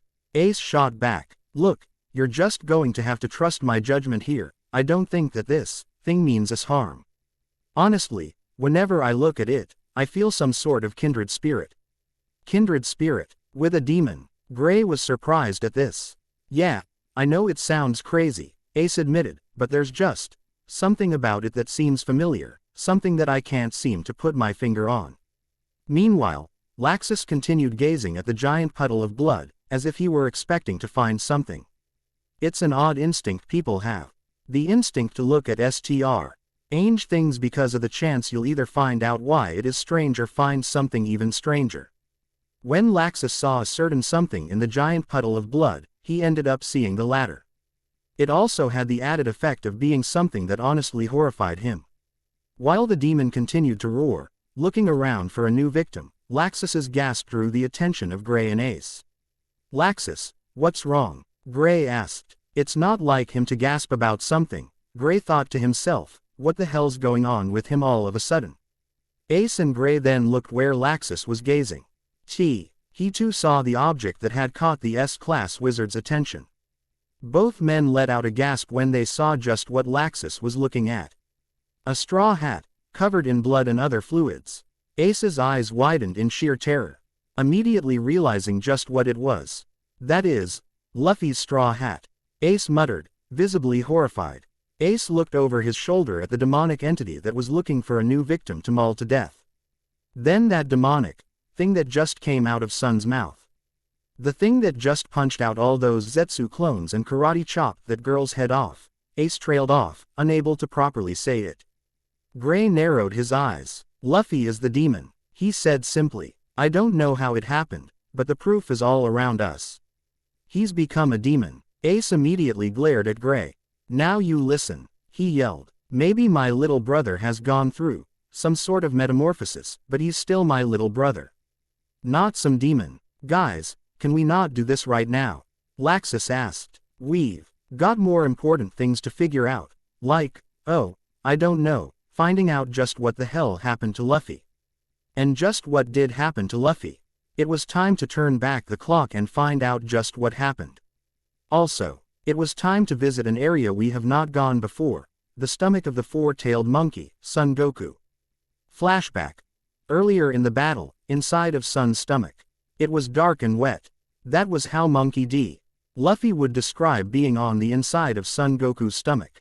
At least he would take the time to describe it if he was not already trying to find a way to escape this blasted stomach he was now trapped in. Luffy's anger began to rise as his strength slowly returned to him. As a reminder, he had lost it after using fourth gear. I will never regret doing what I did for Hinata, he said. She was my friend. What kind of king would I be if I can't protect anyone? But listen up, Luffy yelled to no one in particular as he stood in the fluids of Sun's stomach. I may not regret what I've done, but I'm still not the kind of man that's going to die in a place like this. You hear me, you stupid ape? I'm going to survive this. Luffy then started punching the inside of Sun's stomach repeatedly. Take this, and this, and this, and this, and this, and this, Luffy screamed repeatedly. Luffy continued striking at Sun's stomach. He started running around while punching Sun's insides repeatedly, making sure to get every part of Sun's body that he could get his hands on. I'm going to make you pay, Luffy yelled. You're not going to get away with eating me, you hear me? At that moment, Luffy came up with a brilliant idea. So, you think you can eat me, huh? He asked. You know, I think I once said to you that if you bite me, I'll bite you back. Luffy grinned in a surprisingly evil manner. Hey, big monkey, he yelled. Guess what? I'm gonna keep my promise and bite you back. At that moment, Luffy bit down on Sun's stomach and tore out a chunk of it with his jaws, showing surprising jaw strength in the process. He then used his jaw as a way to keep himself held up on the walls of Sun's stomach. He then started climbing up Sun's stomach, grabbing onto places he had bit down. And here's another bite, Luffy yelled before biting into Sun and tearing out another chunk of him. Luffy continued trying to use Sun's injuries from his bites as footholds to climb. I'm not going to die here, he yelled. I'm going to climb right out of your damn mouth and then kick your ass some more. As Luffy did all of this, he failed to notice that his actions were starting to have an effect on him. With every bite he took, some of Sun's DNA got inside of him, no matter how much he spat out. And as a result, his stomach was starting to burn up from the inside out.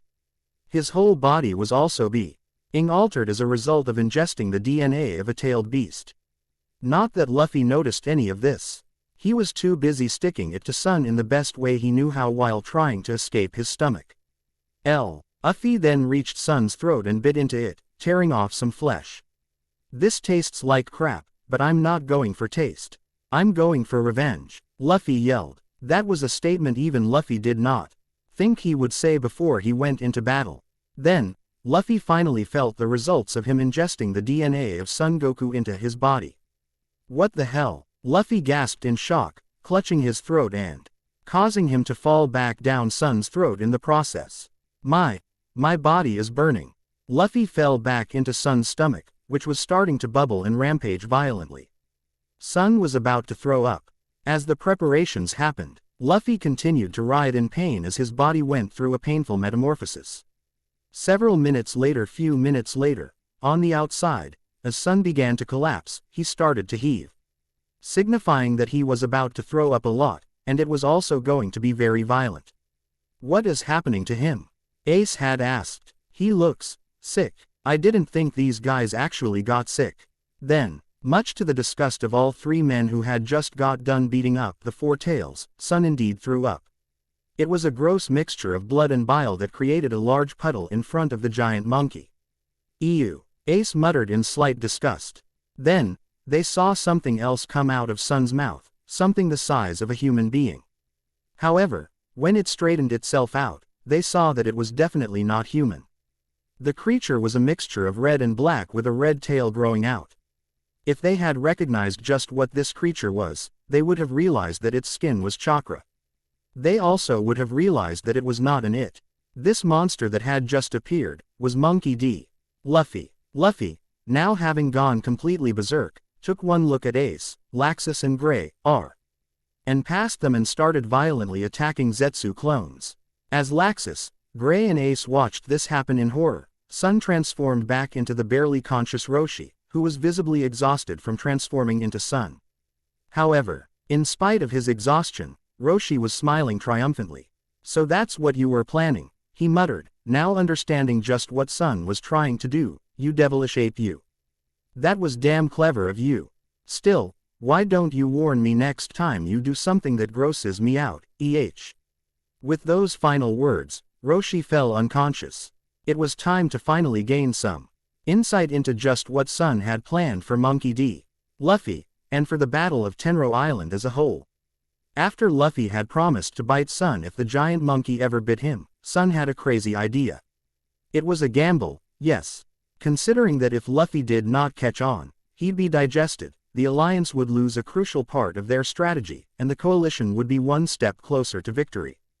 That being said, with everything Zerf had planned for the Alliance on the chance that they made it to him, they would be dead men walking anyway. So, it logically made sense to make this gamble to try and give the Alliance a chance to win when they would just lose anyway. Even if it was a reckless gamble that could make the situation even worse, they were doomed anyway. So, Sun decided to take the gamble and give them a chance if it paid off. The gamble was quite simple.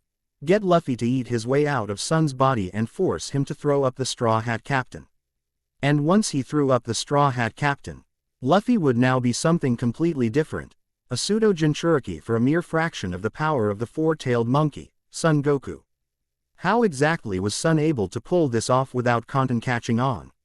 He disguised all of this as sheer bloodlust, an intent to kill, a desire to kill Luffy in the most painful way possible, by devouring him and then digesting him.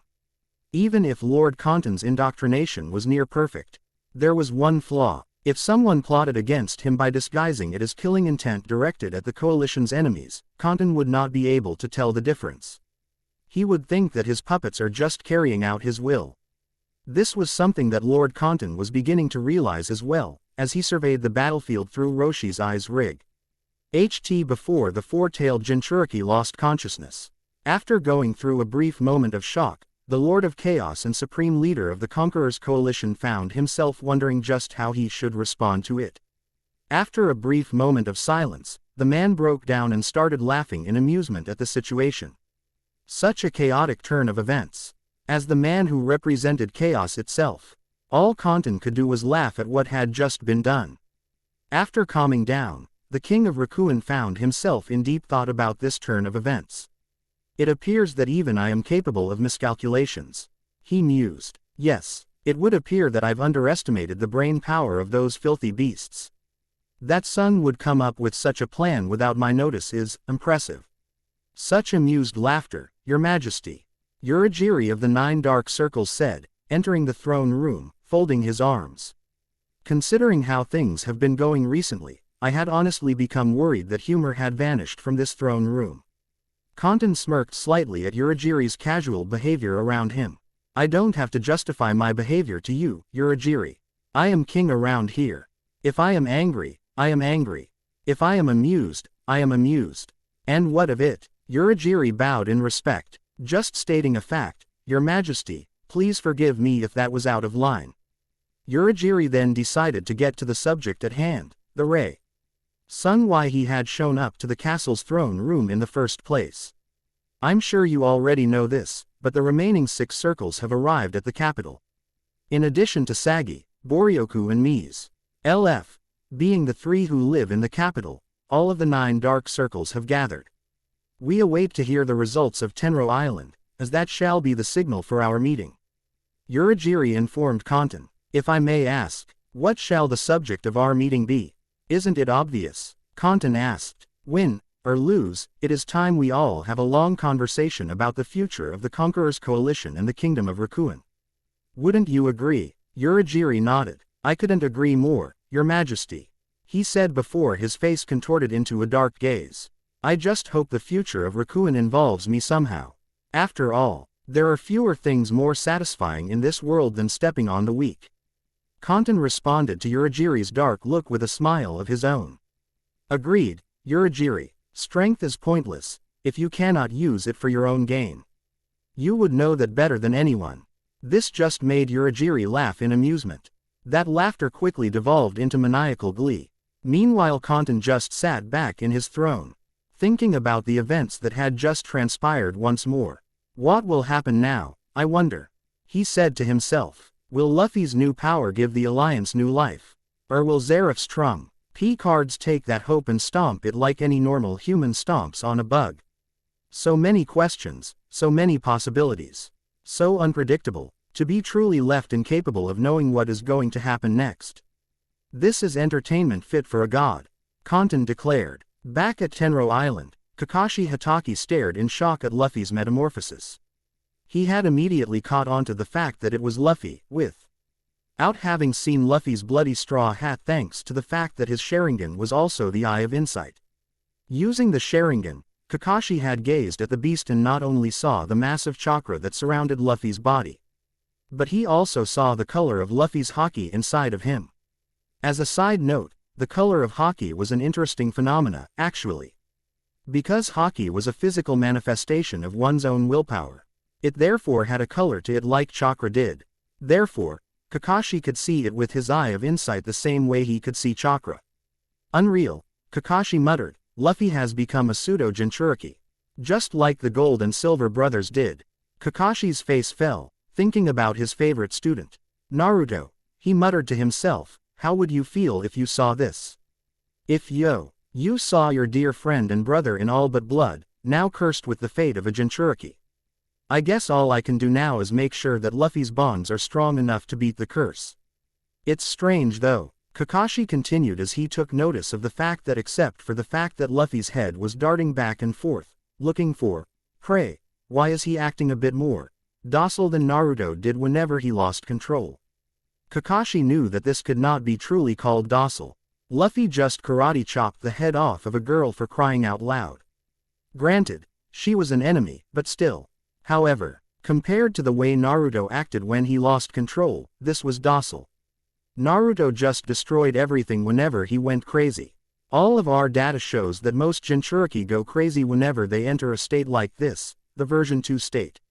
Kakashi noted, this is especially the case for young and new Jinchuriki, like Naruto and Lord Gaara. So why? Kakashi wondered, in the back of his mind happy he had the luxury to stand and think at the moment. What's different about this situation? Kakashi looked at Luffy once more before noticing a possible reason behind Luffy being more docile compared to Naruto was back then. He was now looking up at Luffy's head. He saw the color black moving around Luffy's head. The color black was the manifestation of Luffy's will, his haki. That was the case for everyone with haki. As the color of manifested armament haki was black, it was swirling around his head, violently, like a rampaging storm in Luffy's head. His brain is normal sized. Better et Kensai know that he owes me money for losing that bet. Kakashi took note of his brain before getting back to the subject at hand. His will, his haki, it's working overtime right now. Kakashi noted before realizing what was happening.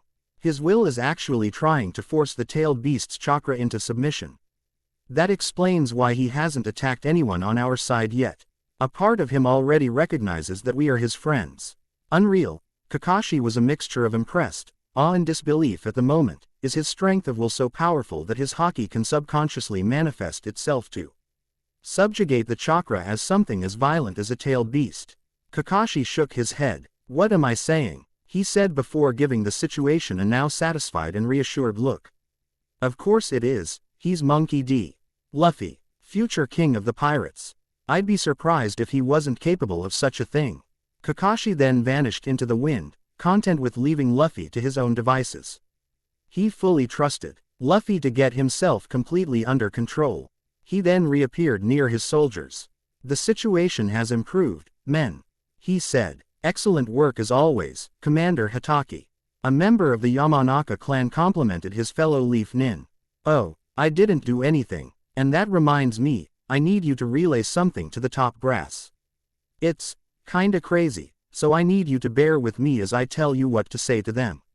And so, Kakashi relayed just what needed to be said to the Alliance headquarters. The Yamanaka clansmen gasped in shock, but loyally followed Kakashi's orders. Meanwhile, back at Mercurius, the intelligence division and the Alliance's top brass had this new information relayed to them. Everyone went through a mixture of emotions as they were informed of what was happening. Red hair. D. Shanks was visibly worried about the boy he entrusted his hat to. Is Luffy going to be alright? He asked in concern. He's going to be all right, right? Monkey D. Dragon was surprisingly the voice of reason for Shanks, even though he should have been the most worried over his son's current state. Kakashi said that Luffy should be fine, correct? His haki is in the process of subjugating the Four Tails chakra. That is what Kakashi said in his report. Shikaku Nara nodded. Kakashi's an honest man, and he doesn't often overlook things. If he says something is happening, it's happening. I wouldn't worry too much, boss. Ben Beckman spoke up. These guys are knowledgeable on this kind of stuff.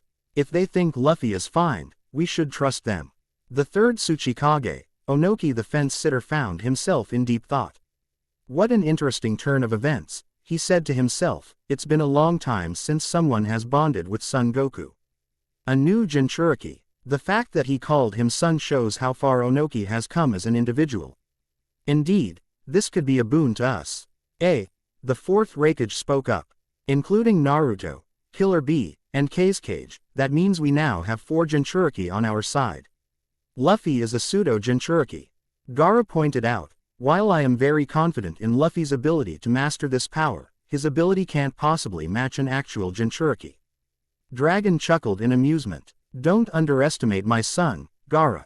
Dragon told him with a hint of pride and smugness. If anyone can break the limits of a pseudo-Jinchuriki's power, it's my son.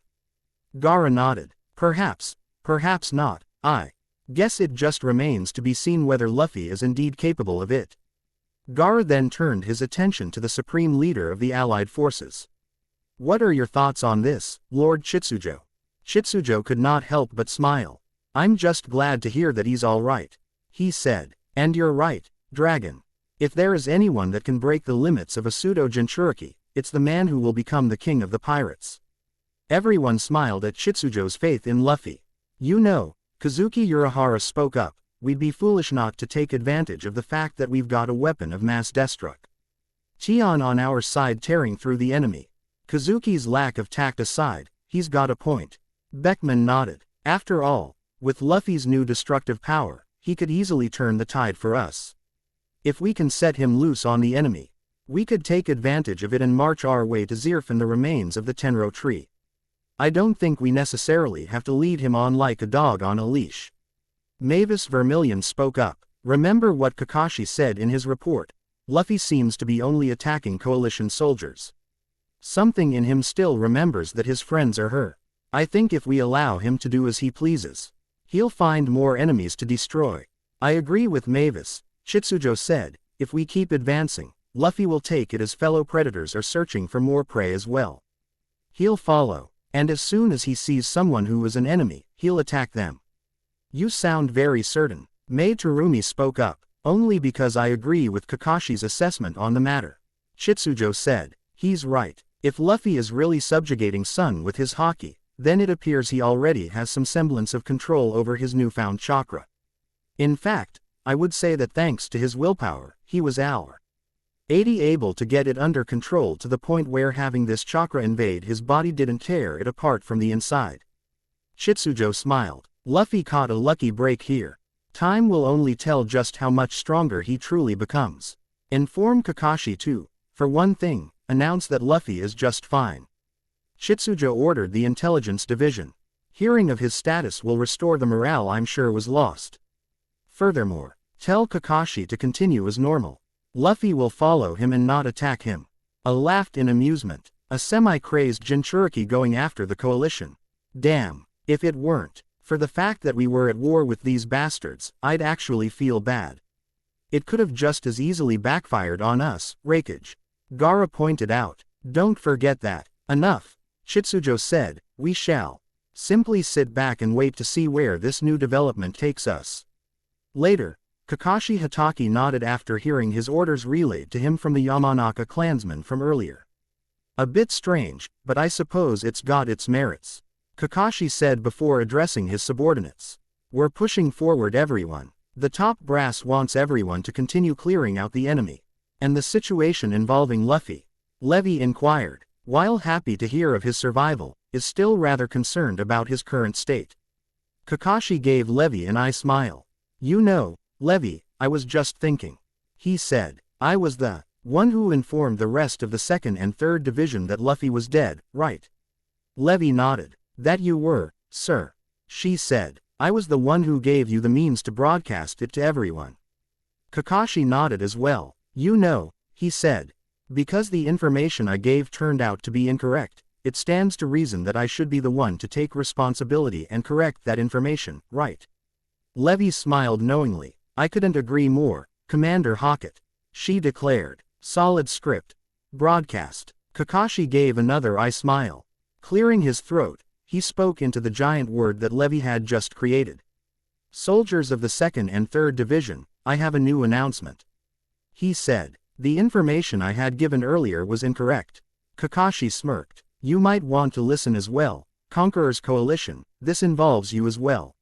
He said. Monkey D. Luffy is alive. Neji Hyuga gasped in shock.